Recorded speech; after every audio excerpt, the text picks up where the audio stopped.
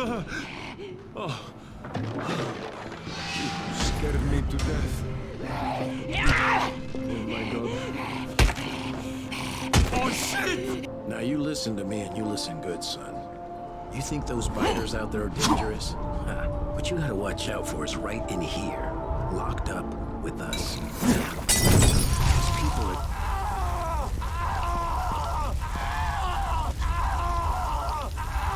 Oh shoot, he wasn't kidding! Okay, enough of that. Hi, hello, this is Dorkaxe, and the video you decided to click on is 11 hours. This is a compilation of my 3 Dying Light videos on the channel, my 2.5-hour Dying Light 1 critique, my near 7-hour Dying Light 2 critique, and my 1-hour 40-minute Dying Light the Beast critique. I did a few updated thoughts now and again in the Dying Light 1 section, but it's nothing crazy. Don't go hoping for a completely remastered video or anything. This is just for people needing an absurdly long video to fall asleep to, I guess. So, I hope you enjoyed the 11 hours of parkour zombie content.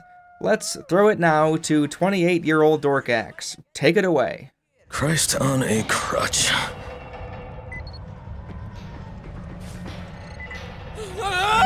Released in 2015, Dying Light is an open-world zombie survival horror game developed by Techland. What began as a successor to Dead Island quickly turned into something far more ambitious during the early stages of development.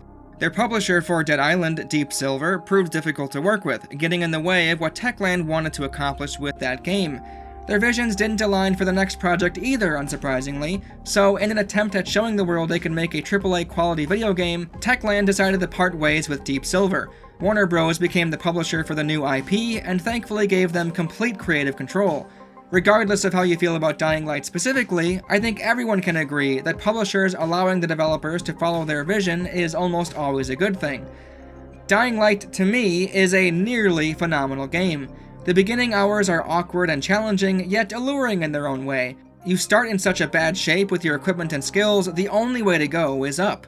The game truly hits its stride halfway through, as you've acquired most of the interesting skills that aid platforming and combat, and your menu is filled to the brim with things to do.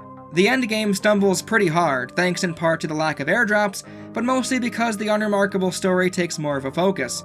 Thankfully, the following DLC helps to remedy that bitter aftertaste with its unique setting and story of its own. Calling it DLC almost sounds disingenuous, it's more like a full-on expansion. Even though it has plenty of its own problems, the amount of content on offer is pretty insane. That goes for Dying Light as a whole. Out of all of the games I've played for this channel, this is the one that took the longest to complete, and it's not even close. There definitely isn't a lack of things to do in Haran, even if a lot of it is fluff, but it is worth noting that because I spent so much time in the game, those few areas that don't excel stuck out even more. Dying Light is great in many ways, however, besides the parkour-inspired movement system, almost everything leaves at least something to be desired. In almost every facet of the game, there's a small helping of mediocrity that keeps it from achieving its full potential. I'll be discussing Dying Light and all of its DLC in detail, so spoilers for the entire game will follow.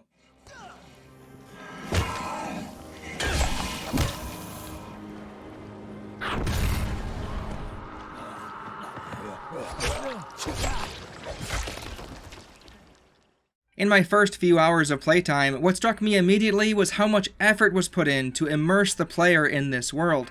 The music in the background is reserved, the atmosphere is ridiculously engrossing, and many little details surrounding Kyle Crane, the player character, went above and beyond anything I've seen before. It's in first person, which already helps, but even some of the most influential first-person games don't go to the lengths that Dying Light does. When Kyle is talking to NPCs, his voice is louder than the other person. What kind of deal? The kind I make with rice, not with his flunkies. All right, let him through. This ought to be entertaining. This may be our only chance to reach the airdrop. What's my part here? Well, as I said, going out at night is basically suicide. I don't think I've seen this trick in any other game before, or if I have, it wasn't as obvious as it is in Dying Light. It gives you the impression that you genuinely are in the space your character occupies, and that the distance between him and the NPC is actually there. When you walk through falling water or exit out of a pond, your vision gets blurry for a while. When you're in high altitudes, the camera will veer back and forth, leading me to believe that Kyle is either losing his balance or simply being affected by the wind. Given that this sort of happens as you balance on narrow ledges, it's probably the former. You can see Kyle's feet when you look down, his arms when you run and jump, and when you pick things up, you can see his hand reach out to physically grab it. The same goes for opening chests, fridges, wardrobes, and so on. Given that opening chests and grabbing weirdly packaged loot from dead zombies could take up a shockingly large amount of the player's time, it's difficult to pretend these added animations were put in without reason. After all, it kind of creates a mini decision for the player. The knowledge that you can be interrupted by an attacking zombie might make you think twice about opening a chest until you're sure the area is clear. That is something you'd have to take into consideration if you were actually in a zombie apocalypse. Even ignoring that aspect, grabbing items off the shelves yourself avoids the need to wade through menu screens. This lessens the amount of time spent in your inventory and instead keeps you looking through the eyes of Kyle Crane. All of these little touches help blur the line between the player holding the controller and the character they're playing as. As impressive as those touches were, and as much as I loved them, they also set the bar so high that some of the other areas of the game look out of place as a result. This makes a consistent suspension of disbelief hard to attain, since your brain will be constantly shifting back and forth. One second you're enamored by the engrossing atmosphere, and the next you're all too aware that you're playing a video game. This goes for parts of the world design, some of the character interactions, large swaths of the story, and many, many of the quest lines. Instead of talking about it all right now, I'll provide examples as we go along, otherwise there won't really be any context, it'll just sound like I'm nitpicking. Which, to be fair, I'll still get accused of, but that's fine. The open world of Dying Light, in many ways, is extremely impressive. First of all, it's surprisingly beautiful, and this is coming from a guy who regularly complains about boring color palettes. Generally, when high-budget titles strive for realistic-looking graphics and gritty atmosphere, it makes everything look like shit as a result. Just watch my Dead Rising 3 video if you want more on that. Even though the color scheme does favor the yellows and browns, it does so in a way that doesn't feel pretentious or boring. The vistas in the day are just as gorgeous as the skyline is at night. The constant wind effect makes everything feel alive. Standing still in Dying Light, even though it can serve to be difficult given the constant zombie threat, will provide an enchanting visual. The trees will blow back and forth, sometimes you'll spot some leaves swirling around in the air, maybe you'll hear a bottle stumble across the road nearby. All of this helps keep the player grounded in the present moment. The implementation of the soundtrack goes along with that idea. It's very minimalist, where you'll only hear a soft bit of ambient music here and there to set the mood as you venture forward.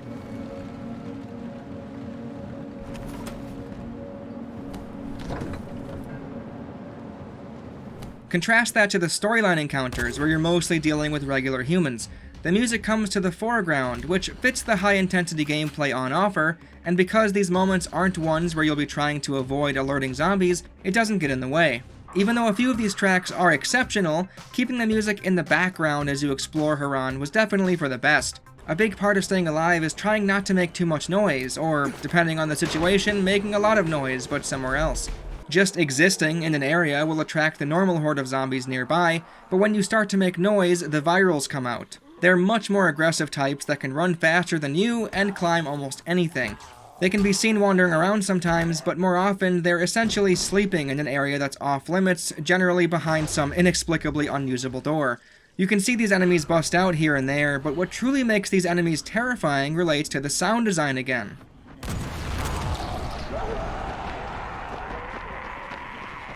Their screams heard all around you when you make that extra decibel of noise is fear-inducing, and what's even better is the fact that you're almost always able to hear when they become an enemy on the map.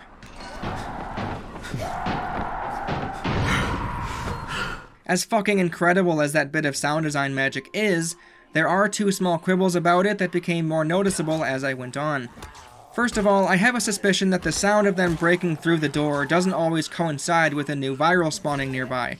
At the very least, their screams when you initially make noise can at times be for show, as when you're in a cleared out quarantine zone like a parking garage, you'll hear the same audio, even though there will never be virals in your immediate area. What really confirmed my suspicions was when I was playing the Easter egg Mario Bros level. If you make noise by dropping onto a zombie Goomba, or when the bomber explodes, you'll hear the same initial scream noise, and then even the door breakout sound.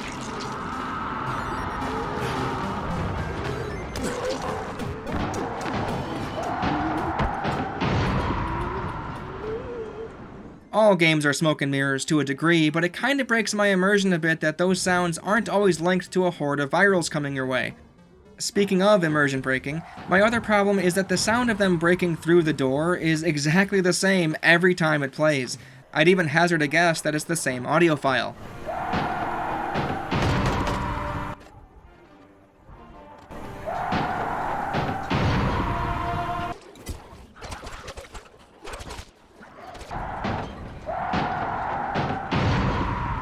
I know it's easy to play the role of the entitled gamer who wants more, but I think if there were a handful of these breakout noises that all sounded slightly different, it would have gone a long way.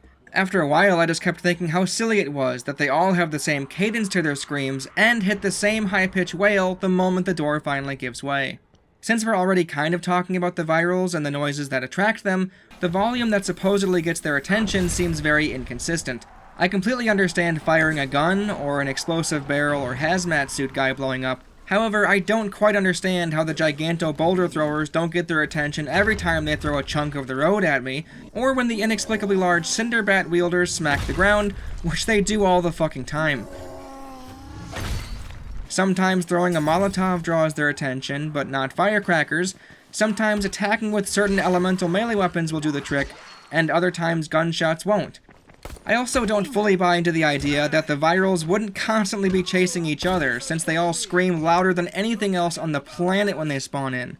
Maybe you could explain that one away by saying they know what a zombie sounds like compared to human-caused sounds, but if that's the case, I would expect every time a plane flies by to draw all of them out, as well as when the airdrops touch down. Seeing 0 zombies near the supply drops seems like it would go against that idea that noise is what draws their attention, but maybe I'm just not familiar with the timeless philosophical question: if an airdrop falls in the city and no one is around to hear it, does it make a noise?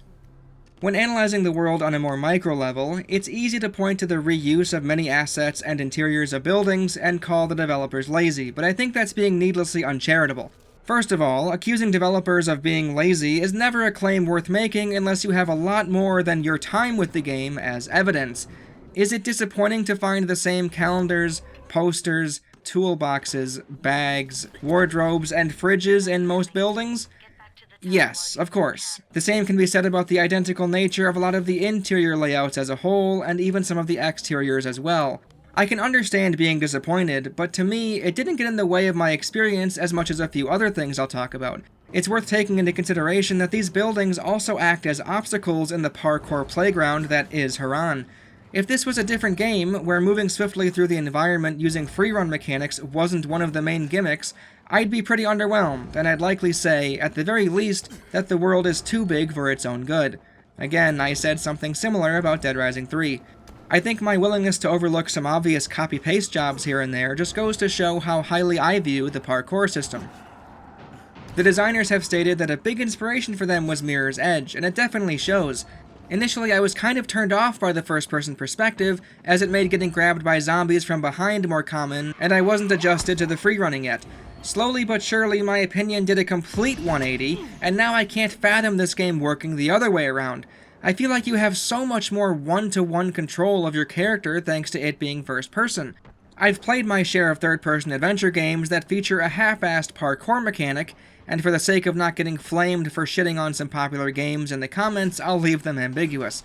In those titles, it never feels like you're the one performing the character's actions. All you need to do is hold the parkour button, turn your brain off, and let the game run through a script of animations. It's nearly a cutscene. In Dying Light's version of free-running, the player will need to think about their moveset and how it relates to the surrounding environment. Sprinting, jumping, and climbing onto obstacles requiring an individual button press means you're always the one in the driver's seat.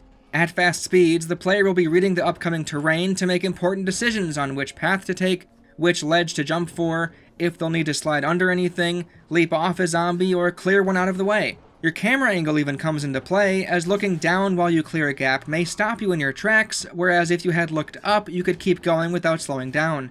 Considering how often you'll be moving the right analog stick as you run, it was a very smart decision to map the default jump button to the right bumper. The small nuances at play when changing elevations and platforms also adds to the complexity.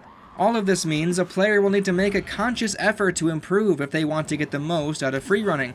Getting better will not only be beneficial for completing some of the surprisingly enjoyable challenges, but it can at times be mandatory to escape certain zombie hordes, especially at night. Escaping volatiles and virals due solely to your skill as a runner makes it all the more rewarding. The animations themselves are quite impressive as well. I don't remember ever seeing an awkward or unfitting animation when climbing a ledge or landing the wrong way on a railing. It always looks believable, which is another way the game makes it easy to stay invested. Because the parkour was so stellar in nearly every area, the minor problems relating to it feel all the worse. There are plenty of rock formation ledges that look like you should be able to climb, but you can't, and one of the higher elevation places in the slums is unreachable thanks to an invisible ceiling, which seems so odd considering the level of vertical freedom on offer everywhere else.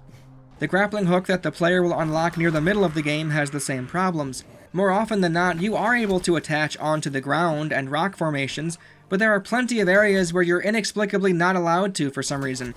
Given that this could cause you to take a lot of damage, it's very unfortunate when a ledge can't be grabbed or the ground can't be grappled. The grappling hook as a whole is quite the oddity when viewing the entire game from afar.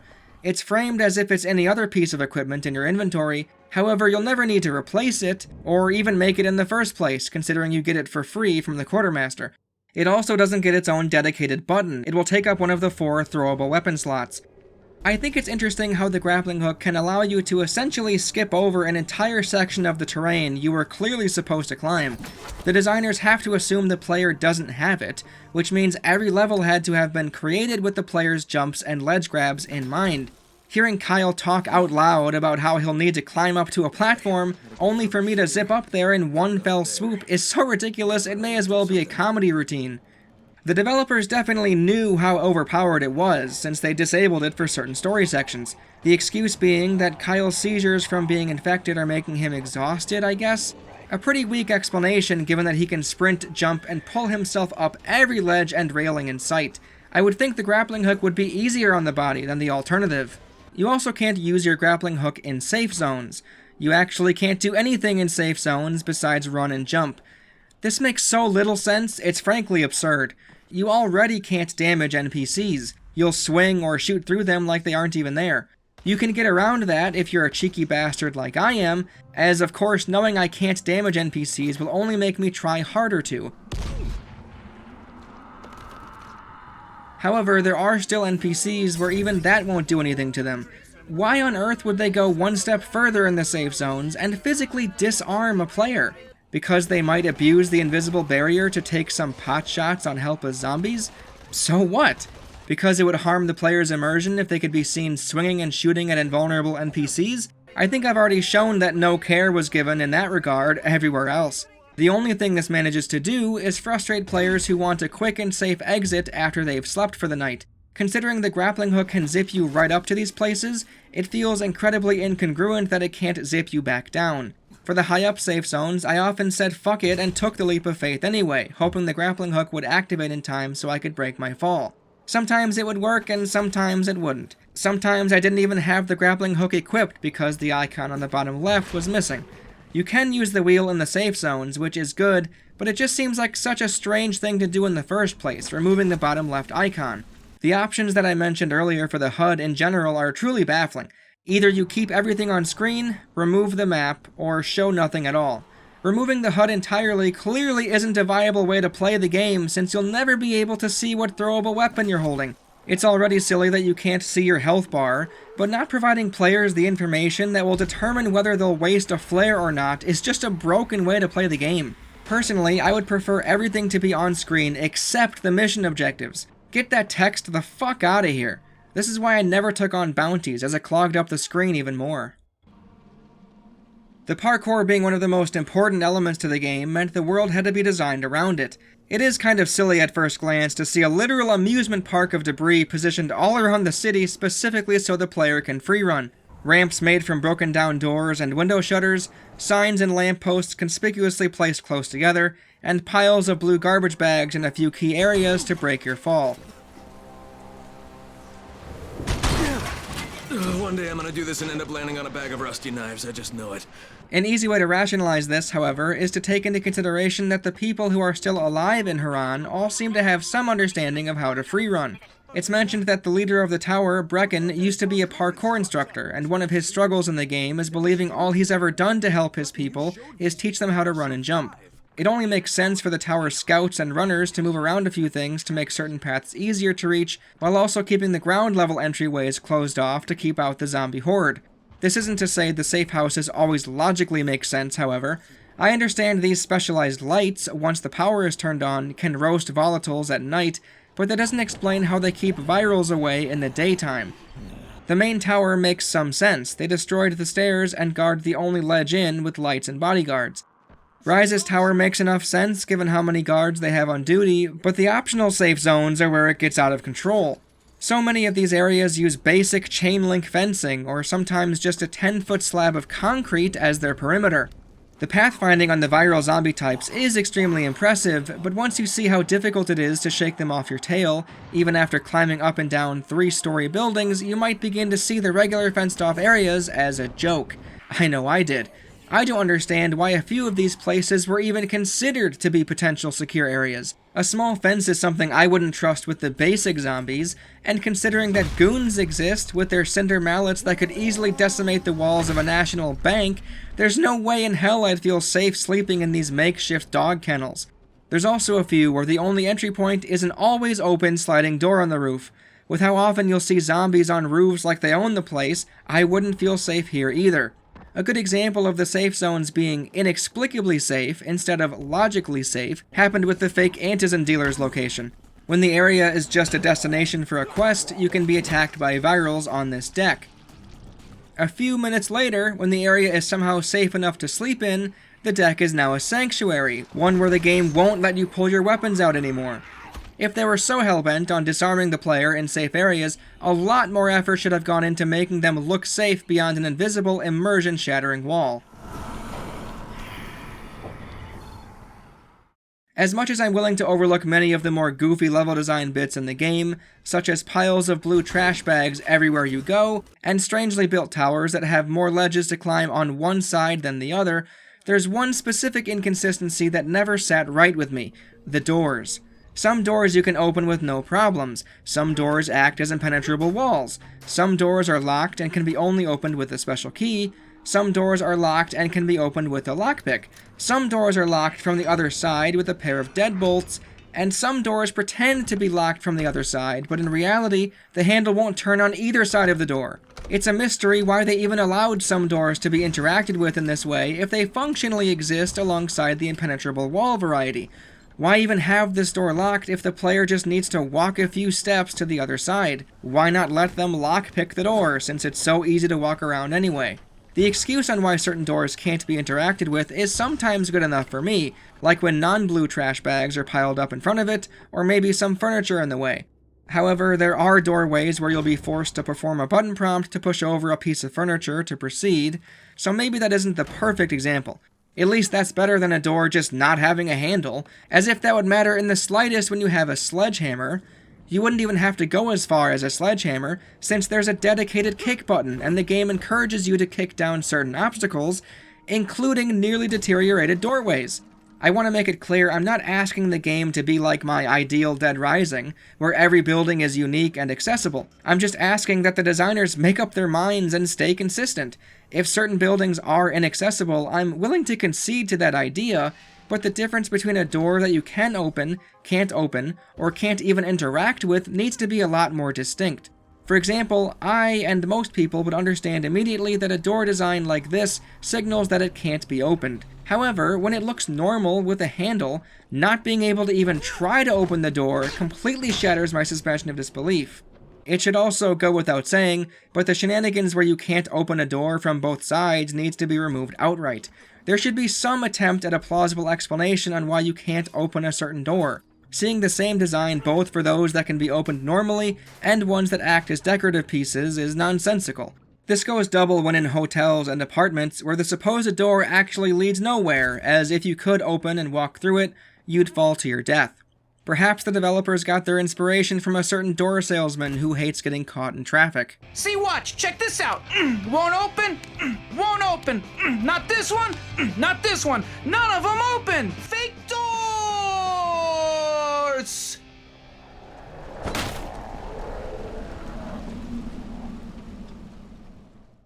As you wander through Haran, in addition to the strategically placed terrain so as to make parkour maneuvering a smoother experience, you'll also encounter a variety of zombie traps. You can't utilize all of them until you're a high enough level, but the leveling is something I'll talk about later on. Early in the game, when you have garbage equipment, you may find yourself relying on your kick button, as it can send a zombie straight into a spike strip that's been conveniently glue-sticked to a car or a wall. There's some spiky barrels and other such pointy ouchy hurt objects that can be used to your advantage as well. It is rather hilarious how much of an advantage players receive when it comes to these traps. You can't be hurt by them, and the zombies will sometimes run into each other, causing some to stumble right into the trap themselves. Likewise, any time they graze the object is instant death, even if it's just their foot, meaning you can slowly kick a downed enemy inch by inch to their death. The random puddles of acid or toxic gas work in a similar fashion. Tarps of water can sometimes sit next to an electrical box, and there's plenty of flammable liquid on the ground in some areas as well. The environment impacting the player's decisions for both the platforming and combat makes the entire city stand out that much more. It gives it its own character. I'm sure a lot of players will fondly remember Haran for years to come, simply because of the large role it played in all aspects of the game. The other traps placed around the city also help set Haran apart from other game worlds. However, they have their share of problems. It's already a shame you can't use quite a few of them when you likely would need them the most, but the physical act of triggering them isn't ideal. When you're close enough to an active trap, the X button will appear on screen. Pressing it will cause Kyle to reach for Spike's magic button and detonate a car bomb or start up an electric fence. Trusting the game to present the button prompt when you want the trap activated can lead to frustrating results. Sometimes you'll definitely be close enough, but the prompt won't be there when you want it. Sometimes you'll be completely out of sight, yet the X button won't leave you alone, making it so you can't even reliably loot containers without the worry of attracting virals. This seems extra silly considering that the Y button is only used when held down, either repairing weapons or looking back as you sprint. They could have easily mapped the traps to a Y button press instead, which would have avoided firing off a car bomb when you're trying to reload, or activating a light trap when you're trying to grab a mushroom. This gets worse when there are multiple traps clumped together, as sometimes you may want to activate an electric fence and not a car alarm, and vice versa. The light traps as a whole seem like they don't offer much. I've tried to use them, but they only work on volatiles, and even then, flares are so much more useful as they stay active far longer. Another thing that's kind of disappointing about the traps as a whole is the fact that you don't have a say in where they should go. During one of the first missions, you'll be told how to set a few of them up, but not only will you almost never need to do that at any other point in the game, they've still been placed in that location by the developers. Or, I guess, Spike, actually. I think it would have been very interesting if you had a say in where a few of these traps were placed. My idea would be to have half of these traps placed in Haran already by previous runners like Amir, and then let the player set up a limited amount of them in a few weak spots they'd come across. I'd imagine that might make it more difficult for online co-op and invasions to function as they currently do, however. If the hosting player could have a say in the environment in a small way, that means that not only would the game have to keep those unique placements in its memory for them as they play offline, but also make sure the other players in a session can see what the hosting player is seeing. Keeping the traps as static as every other building and vehicle on the map is likely easier than the alternative. In fact, the only thing I can remember being permanently affected by the player is blowing up the blockade in one of the tunnels, which afterwards makes traversal through that area a bit easier. That, plus turning on the water fountains and clearing out the safe houses, were unfortunately among the only times I felt I was having an impact on this world. I'll expand on that later on in a different section, however. Scavenging for supplies in Haran, even though on paper seems like it would be monotonous, manages to fit in with the core gameplay loop of Dying Light. You don't often have to go out of your way to find supplies, as you're always close to a building that has a toolbox of blades or an aid cabinet with bandages in it. Certain items are more difficult to come across than others, which makes a few tedious side quests even worse, but we're not there quite yet. For the most part, simply playing the game normally, exploring some of the apartments and houses nearest your destination is often enough to get by.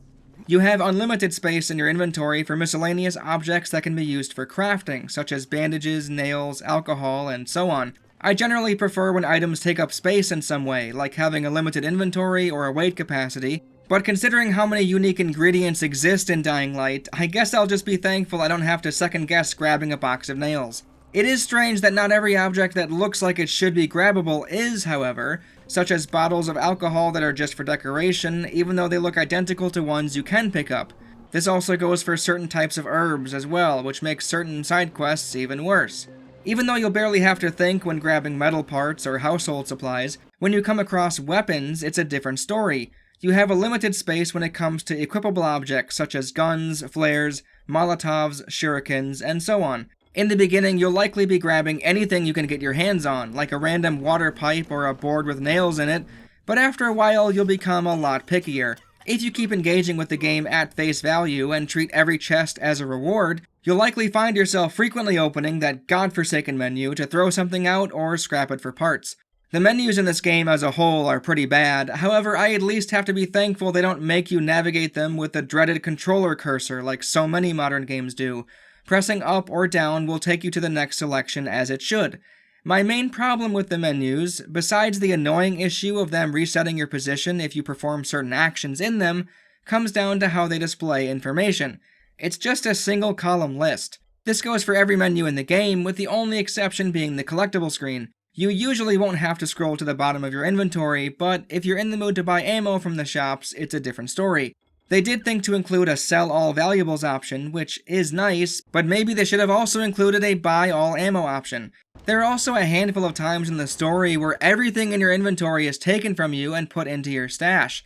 The menus are already so clunky and messy to deal with, I barely know what I have equipped at any given moment, let alone what's in my inventory. It's nice that they have a button to put back all of the non-equipable items, but that still leaves you scrolling through, trying to figure out which weapons you are currently carrying, or where your molotovs and firecrackers are. Perhaps the developers never expected a player to use the stash throughout the game like I did, keeping a reserve supply of weapons in case of emergencies, or maybe the game could do the obvious thing and include a button that returns your loadout to how it was before the story mission, and leave all your newly equipped, most likely garbage weapons in the stash instead. On the topic of equipment, I can't help but point out how utterly ridiculous it is to have to wait for a meter to fill up when crafting things in the menu. I try to avoid pausing the game whenever possible, so when I do eventually need to craft some medkits, I'll, in all likelihood, craft as many things as I can while I'm here and get it all out of the way. I understand when in hard mode the game doesn't pause, so it taking a second or two puts some pressure on the player. They'll have to make sure they're in a safe area before opening the menu. On normal, however, pausing does what the word implies, it pauses the game. Forcing players on normal to sit through the crafting load screen is at best an obvious oversight, or at worst, a petty and stubborn refusal to grant a quality of life improvement for players who chose the easier difficulty.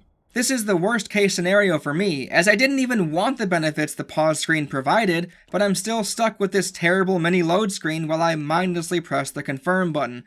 If the game had a real-time crafting system, one that opened up an easy-to-read menu for quick decisions, I'd take that in a heartbeat. I have no problem having to wait that time if there's a reason for it, but on normal, there isn't a reason. The differences between difficulties are a little too rigid as it is. A customizable difficulty is something I hope we see in the sequel. Personally, my ideal would be to keep the game running while paused, and have your flashlight go out after a while, but have the medkits heal right away, and show volatiles on the map at night. When talking about crafting and the menus, another obvious oversight that's hard to ignore is the fact that they don't show the player how much of a particular craftable they currently own when in the blueprint menu. It does show you how many you can make, and how many individual uses you'll receive, but if you really want to know how many medkits you have, you'll need to switch tabs and scroll all the way down for some reason. Considering certain items require the same ingredients, such as molotovs, medkits, and flammable liquid all using alcohol, it seems like one of the first things you'd think to include on these screens is the player's current quantity of said item. The way the weapons themselves seem to scale to your level is also pretty disappointing. It's hard to get excited about a potential reward from a hard-fought chest if, in all likelihood, it's going to be comparable to what you have right now. Considering that weapons break after a while and can only be repaired a handful of times, it seems silly not to throw the player a really good weapon every now and then. When I first saw a melee weapon that had over 700 base damage, I was blown away, thinking I had found some incredible killing machine. Of course, soon afterwards I'd find plenty more that had similar numbers. A nice comparison is this chest found in a cavern. On a fresh character, it has a Garbo weapon, and on a max-leveled character, its damage numbers have skyrocketed. Inadvertently or not, this transforms the act of hunting for loot into an exercise of keeping your head above water. If the weapons weren't tied so strictly to your level, it would provide more reason to open every single locked chest you find. As it is now, exhausting every area of its resources will only net you an overflowing inventory of samey weapons and some valuables to sell for cash. This might be one of the reasons the beginning and middle stages of the game are the most captivating and magical, as close to the end these issues become more noticeable and harder to ignore. After a while, it also becomes entirely too predictable to guess the outcome of locked containers. The non-locked chests will almost always have one craftable item and some coffee or cigarettes to sell, and the locked ones will almost always have one valuable good, which again essentially functions as money, and either a throwable weapon or a melee weapon. Every van that has its trunk unlocked will always contain a bag to search through. The yellow emergency vans with an easy lock will almost always have a med kit or two. The police cars with the medium lock will usually have some craftable item or a weapon upgrade, and police vans with a very hard lock tend to have an upgrade and a melee weapon. Both the police vehicles have a chance to contain a gun, which makes them great targets for early players. However, when it comes to the police vans specifically, far more often than not, I would simply find a melee weapon. Considering how long it may take you to open a very hard lock, finding a baton can be pretty disheartening. The lockpicking minigame is such a big part of the gameplay loop that by the end, you may be beyond fatigued and simply start ignoring locked chests. These minigames have been around for quite some time. The earliest I can remember seeing them was in Fallout 3. There are a couple of differences that make Fallout 3's implementation a little better than Dying Light's, however. First of all, that wasn't the only minigame. It also featured a form of hacking as well, where you need to find the correct keyword. I'm not here to defend this wholeheartedly, as it also got tedious after a while, but at least there were sometimes two potential ways to enter a locked container. Secondly, containers that would require a lockpick were far less common in Fallout 3 than in Dying Light. It doesn't help that the game constantly resets the locks and rewards to give players the feeling of a never-ending game. Whereas in Fallout 3, if you looted a chest, that chest stayed empty. You could argue this is because one game is trying to be an RPG and one isn't. However, I'd absolutely disagree with you there, as Dying Light has an RPG leveling system, it locks better weapons and skills behind those levels, and as far as the world building is concerned, Dying Light at least tries to address how these survivors get their food. I don't want a never-ending game, I want my choices, even ones as simple as if I cleared out a locked chest or not, to stick.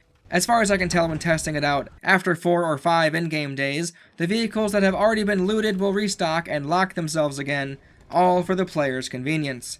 Finally, in Fallout 3, if you really got tired of lockpicking, you could try to force the lock, which, with one button press, could either open the locked box immediately, or make it inaccessible forever. If that was an option in Dying Light, I would have likely used it, because Christ on a crutch. did lockpicking get so monotonous after a while. Even ignoring the overuse of the minigame, there's almost no depth to it, and it never has any hint at where the sweet spot will be besides trial and error. I'd assume it would be physically impossible to open a few very hard chests in a row with a single lockpick. This goes double if using a controller. Now, all that being said, I can definitely see the upsides to lockpicking. Whereas I previously compared it negatively to Fallout 3, at least in Dying Light the game keeps playing in the background. You'll have to make decisions on how to acquire the time and space you'll need to get the container open. I just wish there was more of a reason to take the time to open a hard lock near the end of the game. Given the tediousness of it all, and the predictability of the rewards, the main reason I kept opening them was out of habit. I completely understand the emergency vans always having medkits and police vehicles potentially containing guns. That makes sense, and the consistency will assure that players will unlock them when necessary. However, every chest containing at most 2 items, the combinations being a valuable and a weapon for a locked chest, and a craftable and a weapon for an unlocked chest is, in a way, hilarious. This goes double for the GRE chests in quarantine zones. You'd think these would vary at least a little bit in rarity, weapon damage, or even contain a gun or two, but I don't think I've ever seen anything from a GRE chest that genuinely got me excited. If these really are supplies from the GRE, I'd also imagine it would contain medical supplies, flares, or rations like the airdrops do. The fact that the GRE put valuables in every chest doesn't make any fucking sense. The worst is when it comes to the regular bags you'll find, as far more often than not, the only thing you'll manage to dig up is a measly sum of cash. Maybe if money could do more than just purchase equipment for you, the player, I'd feel better about it, but given that I've already said how often my inventory was full of weapons, the money just felt pointless. This unfortunately had a knock-on effect, as it turned the buses into something entirely skippable. The only thing you'll ever find on a bus are loads of bags, meaning, regardless of which stage of the game you're in, you may as well run past them.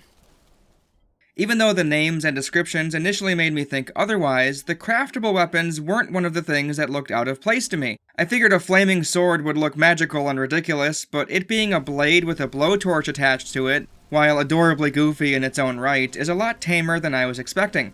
Maybe this is partly due to me being fresh on the heels of playing Dead Rising 4 on stream recently. Early on, you'll be lucky if you can take out a zombie with less than a dozen hits, but after you find some weapons with higher damage numbers, craft them into something elemental, and give them upgrades, you'll soon be slicing off heads in one stroke. With the amount of gore involved, I, at times, felt kind of guilty about how much satisfaction I got from slicing a zombie's head off. It's even worse when it's regular humans. However, not to victim blame here, but these random hostile survivors clearly have a death wish.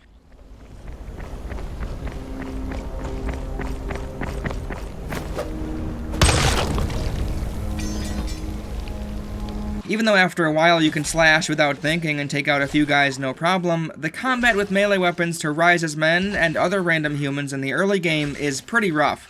You eventually learn how to dodge backwards and sideways, but they, and only they, know how to block attacks with a melee weapon. They can also randomly duck as well, and considering you don't have a way to alter your swings besides moving the camera angle, you'll be whiffing a lot of attacks. You deal so little damage to them when you do finally make contact, but you die almost immediately if they catch you with one of their swings. A few of the skills make up for how little damage your early game arsenal can inflict. However, I still think it's kind of ridiculous that pounding a dude's exposed head repeatedly with a pick isn't enough to kill him. The melee weapons being as useless as they are early on when fighting humans furthers the need to own a gun, but finding one isn't as simple as it sounds. Thankfully, when you do eventually acquire a gun, getting a headshot is usually an instant kill, and their heads exploding feels just as satisfying as the machete lobotomization. The guns being unbreakable feels really bizarre and out of place with everything else.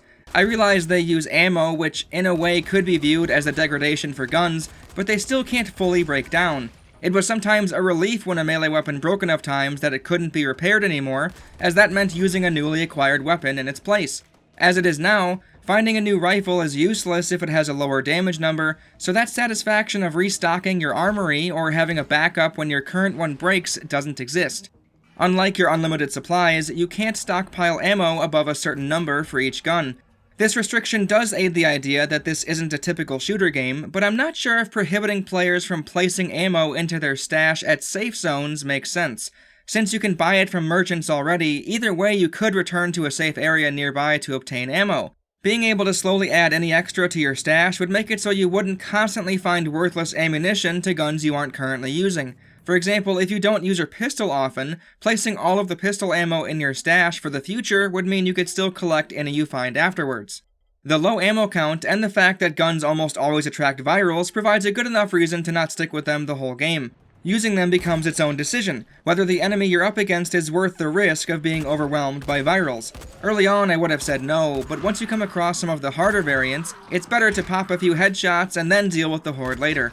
There's a bow in the game as well, which has now become a pretty common stereotype for zombie games, but at least the trope makes perfect sense.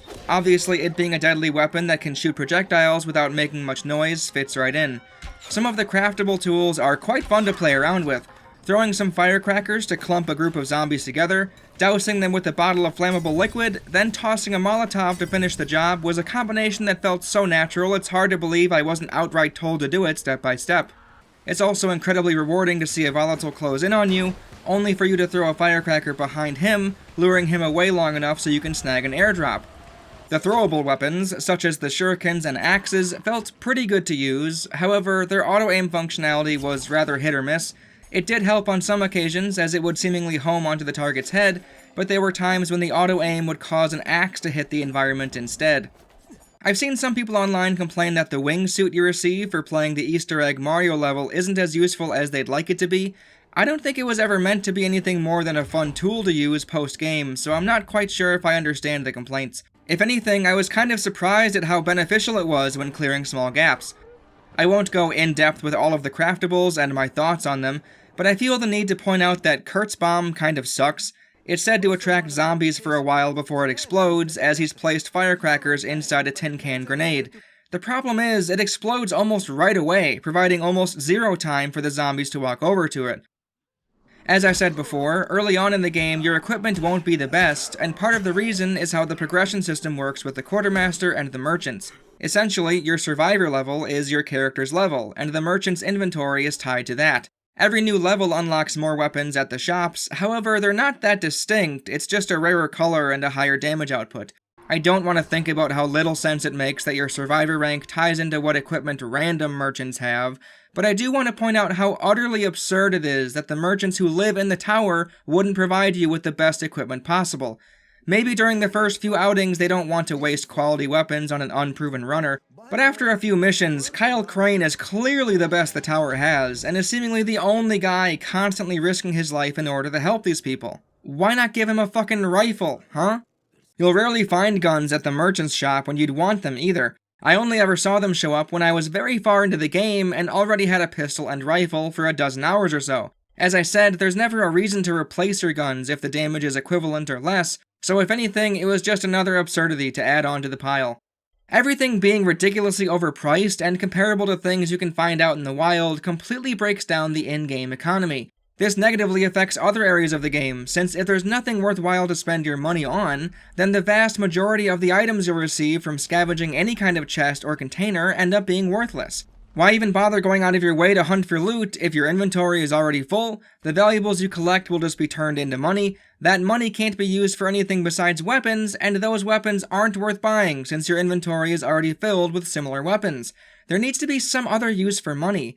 Maybe some rich dude hoarded all the antizin somewhere, and you can essentially pay to keep people alive in the tower.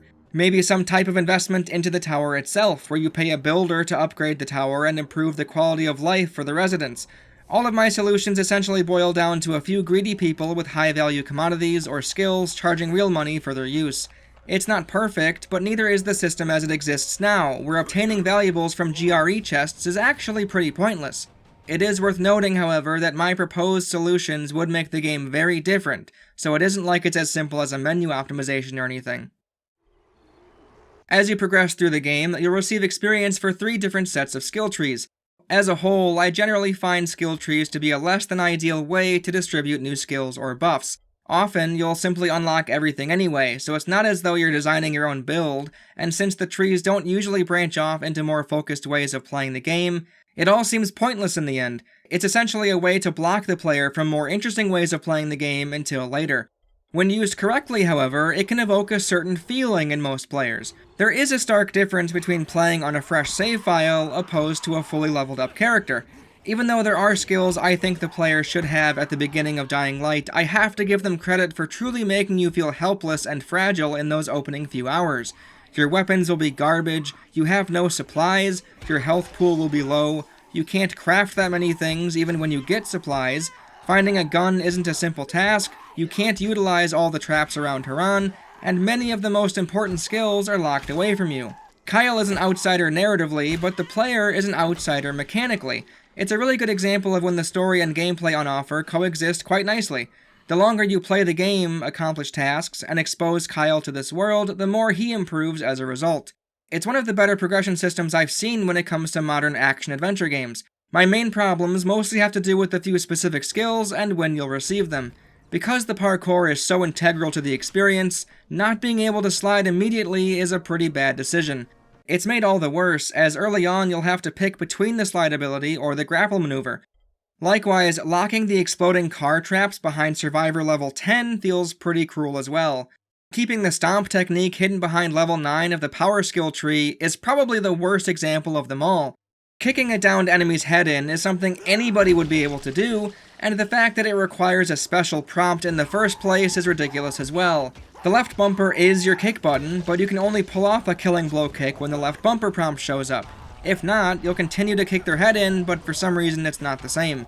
Now, I understand this technique is very powerful, especially considering you can cheese virals by goading them to climb up and get stomped into oblivion, but it's just a simple kick. The only thing I could think of when my constant bashing of an enemy's head couldn't kill them was why on earth couldn't I just straddle their torso and begin pounding their face in? Once I saw the stomp attack in action, everything started to make sense. For the sake of progression, sometimes believability needs to take a back seat. As far as individual skills go, the dodge skill works well after you get the hang of it, but I feel like it has an irritating knock-on effect when it comes to platforming. Sometimes I truly did want to jump, only a little to the left or the right. However, if you try that, you may end up falling to your death. The dropkick is extremely satisfying, especially when you Finn Balor someone into a car or Rikishi them off a building. However, it not working at all on a few enemies is pretty lame. The leg breaker kick while sliding is a good idea, however, I think a better skill would have been to allow swinging with a one-handed weapon while sliding instead. The tic-tac wall jump maneuver seems like it would be super useful, so much so that you wonder why it took so long to acquire. However, this was one of the skills that made me want an option to turn some abilities off. Far more than it being genuinely helpful, I tried to grab a ledge that looked climbable, he got into his tic-tac position, then with what seemed like any input on my end, sent him soaring in the opposite direction. The power attack never felt like it did enough damage to justify its use, and considering how long the animation takes even after letting go of the attack button, it often backfired and left me in a worse position than when I started. The double damage to your throwable weapons was a really good idea, since around that time ninja stars and the rest were beginning to become less useful. Likewise, the elemental throwing stars as a skill seemed outlandish and worthless at first, but they really surprised me with how helpful they could be. I never really found the boosters to be something worth carrying in your inventory, and considering I'm one of the 1.6% of players on Steam to bother finishing the parkour challenges, the stamina buffs clearly weren't necessary for when you'd need them the most. They do come in handy when playing online and doing the prison DLC, but that's about it as far as I can tell. Considering how much I shat all over the currency and shop systems, the haggling skill seemed extra superfluous to me. Apparently, lower prices in the shops weren't supposed to correlate with skill points, at least not directly. There was initially a reputation system where, if you completed enough tasks, the people of the tower would trust you more, and in turn, Kyle could get cheaper goods. You can definitely see something like that with the DLC The Following. Considering that their previous idea isn't that dissimilar to grabbing airdrops and completing side quests to boost your survivor ranking so you can select these skills as a level up reward, I'm not sure if the alternative window dressing would have changed my feelings on this in any significant way. Lower prices for an overall bad currency and shop system wouldn't affect that much. The fact that there are 3 separate skills in the survivor tree dedicated to the shop system is just a joke. Clearly they couldn't think of better or more interesting ways to keep the same number of abilities in every tree. The nimble hand skill, where you loot dead bodies faster, is fucking embarrassing. Most often you'll find money, which I've already discussed in detail why that would be a disappointing thing to find. Increasing the chance at finding better loot from dead bodies is worded just tantalizing enough that it might sway a few players out there. Don't fall for it. Obtaining a battery from 1 dead body out of 5 isn't worth it. The specialist skill is incredibly frustrating. It just says you'll score more critical hits with blueprint weapons. Wait, hang on, that's me making an assumption. It actually says, learn how to use blueprints more effectively, you'll score more critical hits. What on earth does that entail? Are the critical hits the result of blueprints being made more effective, or is that something else? How much more likely will you get critical hits? How much more damage does a critical hit even do? The craftsman skill says the same blueprint effectiveness thing with a dash like before, but this time it's somehow even more vague. Every time you use a crafted weapon, the elemental effect is increased and you deal more damage. I genuinely don't know what that's trying to say. Is it saying that every time I use an elemental crafted weapon, like a flaming shuriken, that my next attack with any weapon is stronger? If it's trying to say that I'll deal more damage with the elemental affected crafted weapon, surely it wouldn't use the words every time you use a, as that almost implies it provides an effect that the next attack gets. I don't know what it means by the elemental effect is increased, and of course they don't show any numbers or percentages, so how would I know how much of the elemental effect it's adding? Do Molotovs have a wider blast radius? Do their flames burn longer? Or do the residual flames do more lingering damage? It's a shit show, and the fandom page didn't have any answers for me. After you reach the end of one of the skill trees, you unlock the legend tree. Even though I don't love never-ending games, I do think this is a really great inclusion for people who just want to keep playing the game. Experience earned for the tree that's filled up, such as power, survivor, or agility, will be transferred to the legend tree instead. Here you can make passive upgrades for your character, such as health, melee damage, unarmed damage, and so on. The only passive increase that seems out of place is for stamina, as if you maxed out the power and agility trees, you've already received infinite stamina for the respective stamina bars. I can tell this video is getting long, but don't worry, we're almost out of the individual gameplay elements section. The enemy design for Dying Light is in some ways fantastic, some ways bad, and some ways a little uninspired. On one hand, it's kind of nuts that the special zombies from Left 4 Dead are still being used for so many zombie games. On the other hand, is that really a bad thing? The boomer type that draws out a larger horde, the big brute that's tougher and charges at you, the asshole that spits acid at you, the frail-looking one that mimics human cries to lure you into their trap card. You could even argue the Volatile has hunter characteristics, as it pounces you from far away, and the Bolter holds a resemblance to the Jockey as well. Is it unoriginal? Maybe a little, but if the game works with those enemy archetypes, what else can you say? I'm still holding out that my favorite zombie type, the Smoker, makes an appearance one way or another in the sequel. I'm sure Dying Light 2 is out at this point, but just so everyone's aware, alright, I'm recording this before the game comes out, so all my predictions are genuine. The Virals, even though they're one of the basic zombie types, have the most interesting mannerisms. They were the most recently turned, and as such are much faster and more intelligent. However, they also have some fairly haunting reactions to being attacked. Oftentimes, you'll see them back away and kneel down with their hands up, and you can even hear them cry for mercy in English. This is definitely the human side of them coming out, either as a natural human instinct to stay alive, or a cunning game of possum to manipulate. Either way, it got in my head a bit when I first encountered them doing it, and made me think about them in a different light ever since. Goons are beyond tiring to fight. Their attacks have a gigantic blast radius on them for some reason, so more often than not you'll get knocked back even if he didn't even touch you. They also seem to reset their animations now and then. Using melee weapons, I have no idea how anyone is supposed to reliably take them down. Out of all the specialized zombie types, these are the least believable to me. I'm totally on board with the idea that the special antizin-infused meat that the doctor was using to test a few things is what caused the mutated zombies, but these guys are just taller, more muscular, and all inexplicably wield a gigantic rebar mallet.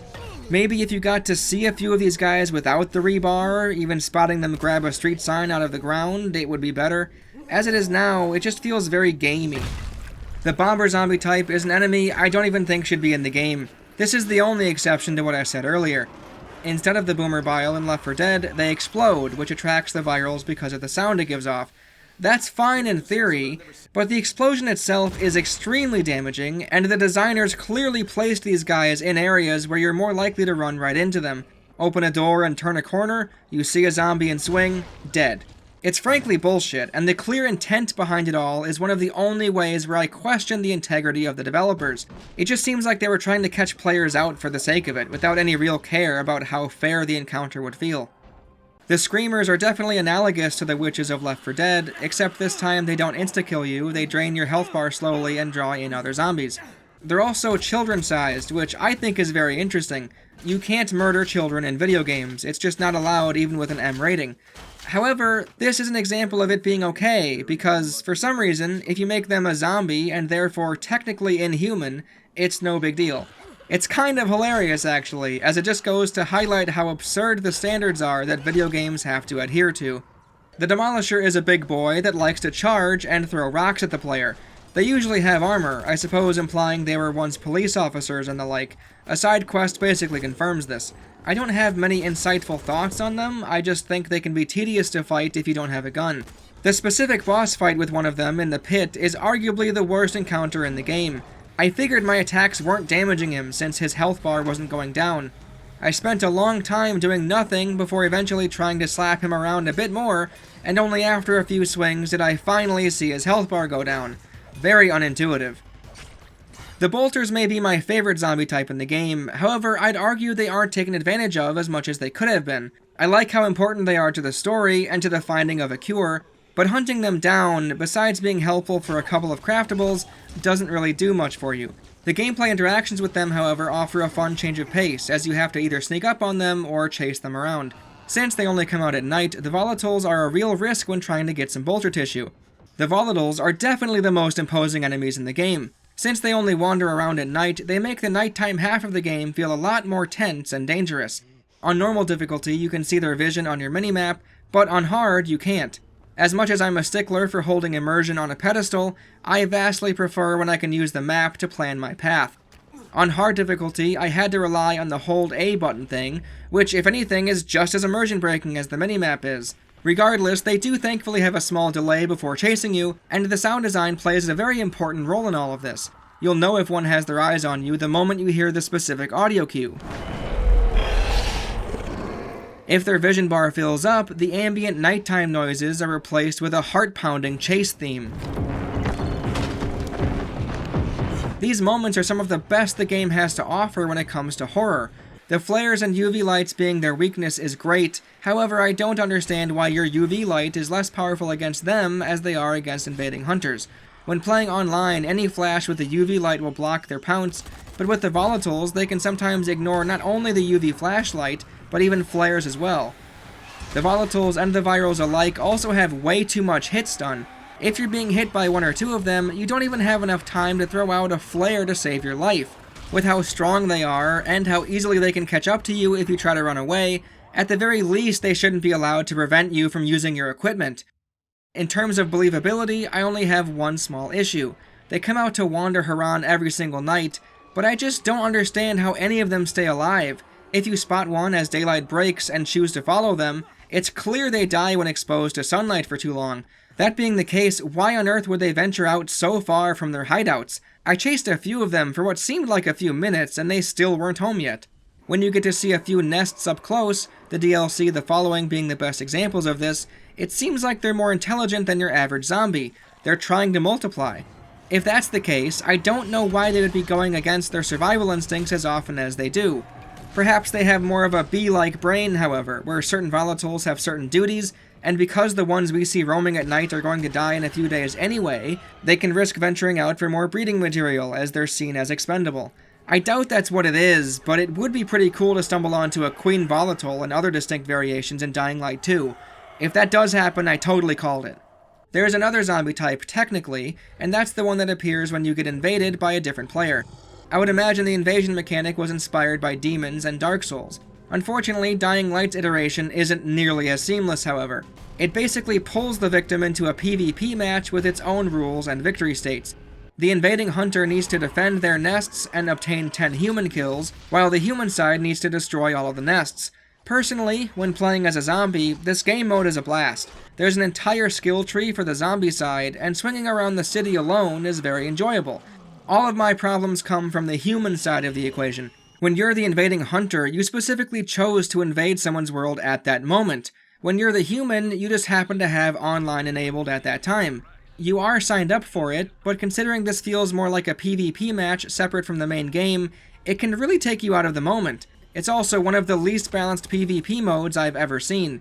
Even with an inexperienced zombie player with barely any skills unlocked, and facing 4 players in a post-game area, it's still ridiculously skewed in the zombies' favor. That being the case, the fact that an invasion can happen when you're in the first few hours of hard difficulty, of course you'll have 0 chance at winning, you don't even have a gun yet! The pounce ability is clearly overpowered, given that it's an insta-kill, but even the zombie spit that attracts infected goes way overboard. It draws in suicidal hazmat suit zombies that run up to and kill the player instantly. The player's UV light isn't anywhere close to strong enough, and it has way too small of a battery, especially when you're the only player in the match. Holding A to see where the player is on the minimap is good, but it doesn't last nearly long enough, and considering you'll always want to know where they are, you'll be pressing and holding the A button fucking constantly.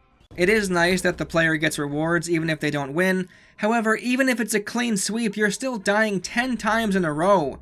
Even ignoring the obvious time waste the game mode is when you're clearly outmatched, if you're a newer player, dying even 3 times in a row is enough to never turn on the game again, or at the very least to never enable online. At least with Dark Souls invasions, it's 1 death at most per invasion, not 10 in a row. I genuinely felt really bad anytime I invaded the player's world, as it just guaranteed them a good 10 to 20 minutes of a game mode they weren't asking for, and one they'll have no chance in, especially if they were playing solo. At the very least, I'm glad there's an option to never have invasions enabled, and to even forfeit the match immediately. If the player is a good sport, though, and is trying to engage with all of the mechanics of Dying Light, they may feel compelled to keep online always active in an attempt at giving the full experience a shot. If they do that, they may feel inclined to keep invasions possible in the daytime as well, which in my opinion, again, goes completely overboard. Because invasions have to happen at night, it turns your clock forwards to compensate, but still leaves you in the dark afterwards. This either means you'll be spending a lot more time exploring Haran at nighttime, or you'll be repeatedly finding a bed to sleep in after every invasion. Overall, this mode needs a gigantic overhaul. As it is now, there are so many problems with it, it's hard to justify its inclusion. Hey, this is compilation video Dorkaxe chiming in. I've been told by people more knowledgeable in Dying Light that, generally, at higher levels of play, it's the opposite of what I said. The zombie rarely has a chance to win, as the humans are playing with high-level gear and can easily repel the Night Hunter with cooperative play. Also, that one guy I struggled with might have been cheating, not totally sure. Either way, while I still mostly agree with my previous self regarding the invasion mechanic, it takes far too long for it being an impromptu PvP match.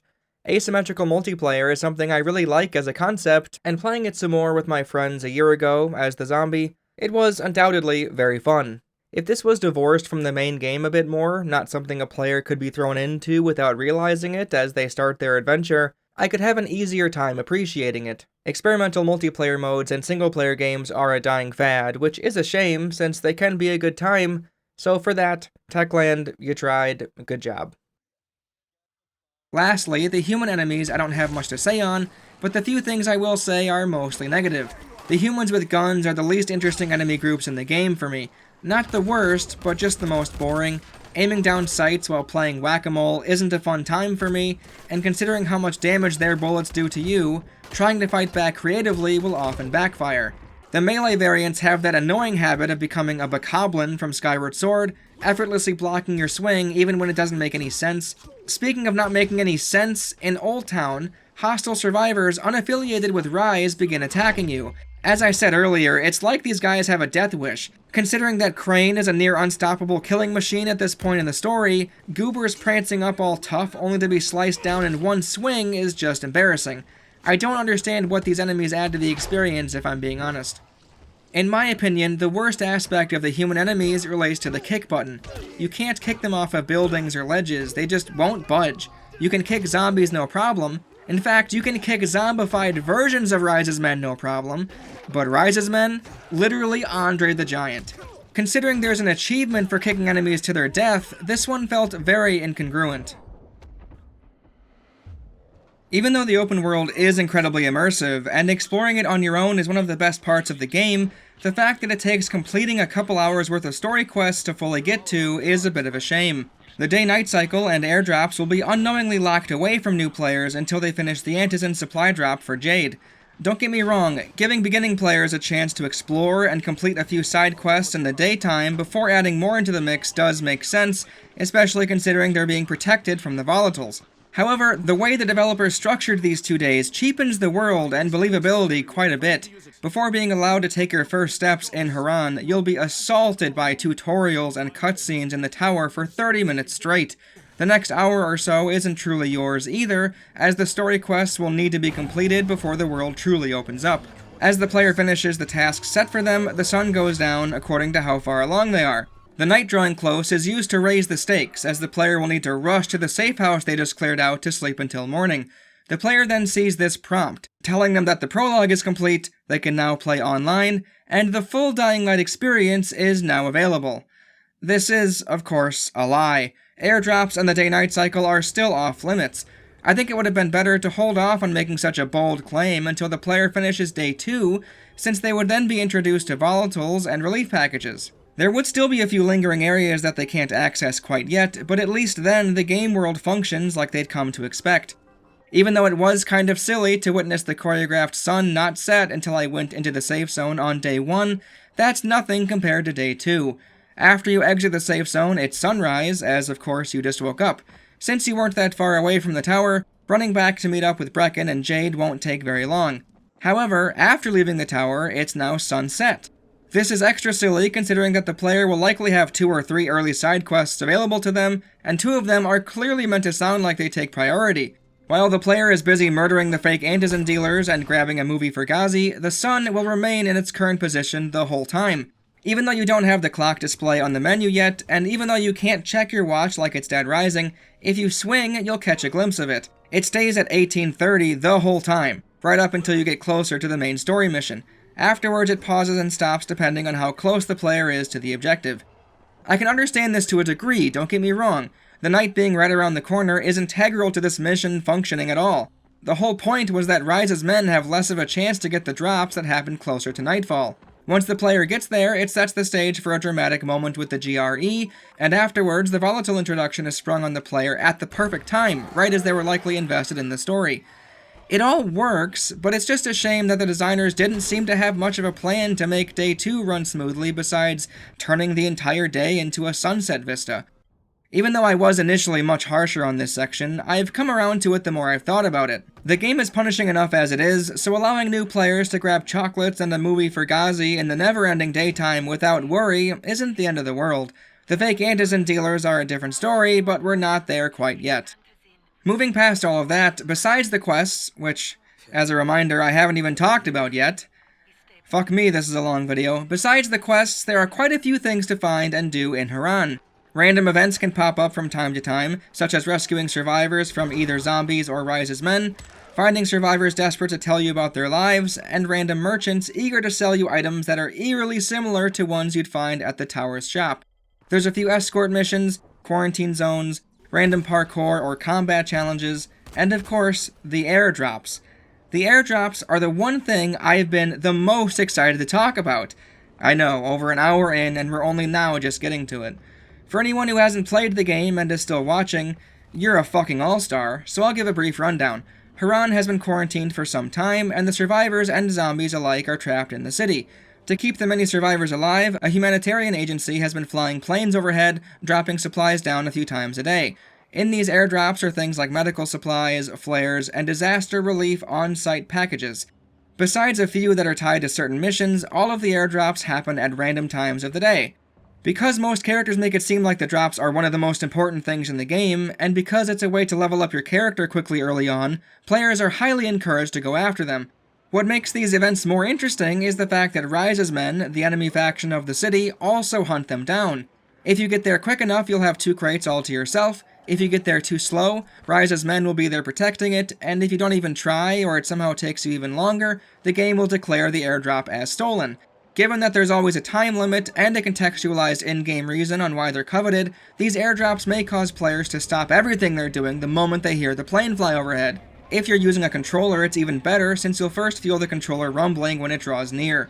The relief packages are, in a way, the greatest thing in the game. It's interesting because on the surface, it may kind of resemble a Radiant quest, since it's a repeatable objective that spawns in many locations. It's also, in many ways, a fetch quest, which is another thing most people sneer at. This is an example of when the surrounding context can really make all the difference.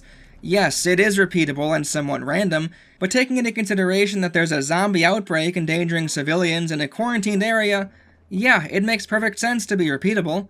Considering that the GRE were aware of supplies being stolen and not always getting to the right people, yeah, it also kind of makes sense that they wouldn't always appear at the same times of day or locations. They were even giving Brecken a video feed from the plane when they dropped the relief supplies. In regards to it being a fetch quest, considering how important these supplies are to the survivors in the city, and that Kyle Crane is among the only living runners the tower has at its disposal, it also makes perfect sense why you're the one who always needs to retrieve them. This is actually the reason why a lot of the real fetch quests the game offers don't bother me as well. The city is overrun by zombies, so naturally an unskilled rando wouldn't be safe out here. Because Kyle is contextually significant and is one of the only able-bodied people who can parkour as well as he can, yes, of course I'll be the one to grab crayons for the kids or a gardening book for dummies. Because the parkour mechanics are so solid, any excuse to sprint, jump, and climb means you're engaging with the best parts of the game anyway. Having that timer in the back of your mind, trying to beat Rise's men to the drop, is simply one of the best feelings in the game. That being said, because it's so great in so many ways, this is also one of the biggest disappointments the game has to offer. Make no mistake, from a gameplay perspective it's just as fun. The main problems stem from an overall lack of immersion and a lack of in-game significance. First of all, it doesn't make any sense why only 1 crate is available to you if Rise's men beat you to it. You can kill them fairly easily after a while, but even still, one of the crates will always be open with some cans in it. You can't loot the dead bodies for the missing supplies, and there's no way they had the time to take it back to their hideout yet. You can even see one of them moving cans out of the crate. I understand punishing the player if they were too late, but I feel like the extra enemies you'll need to handle would be punishment enough. You'll also never see Rise's men running towards the crates, they just spawn there after a while. This may seem like a nitpick, but bear with me. I completely understand how difficult it would have been to program Rise's men to patrol the city, then send the nearest group to rush over in real time. It was 2015 when Dying Light came out, so I realize how unrealistic it is to ask for, and how petty it would be to complain about. I'm not specifically complaining about it, but if somehow they can get what I just described to actually function in Dying Light 2, holy fuck would that be amazing. All of that being said, the main issue with the supply drops is completely unrelated to Rise's men. It mostly comes down to this fucker. Not him specifically, just what he represents. For how long I went on about the relief packages being important and contextually significant, the game doesn't recognize your efforts in any way, shape, or form beyond experience points. Nothing about the survivors' dialogue hints that they've even noticed you've been hauling hundreds of pounds of supplies for them.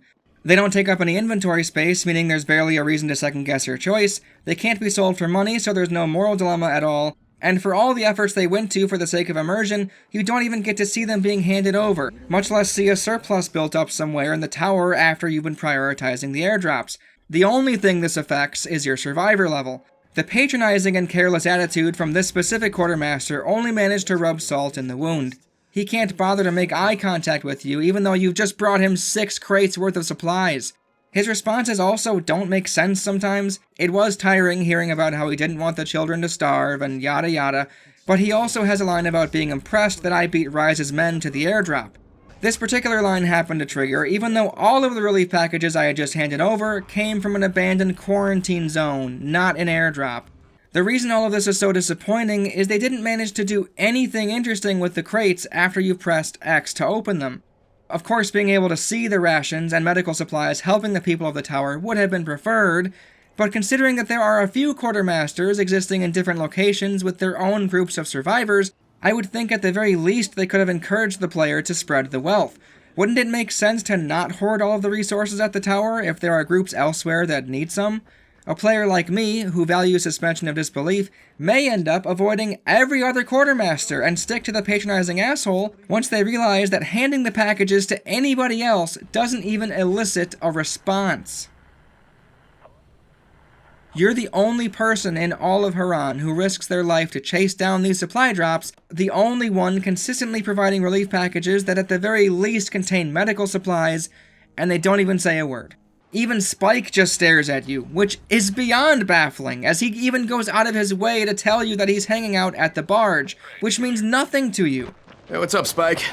Just FYI, if you need me, I'll be at the ferry station helping Morgan prep the barge. How could the developers not patch in some voice lines for these quartermasters? Am I really the only one who cares about this?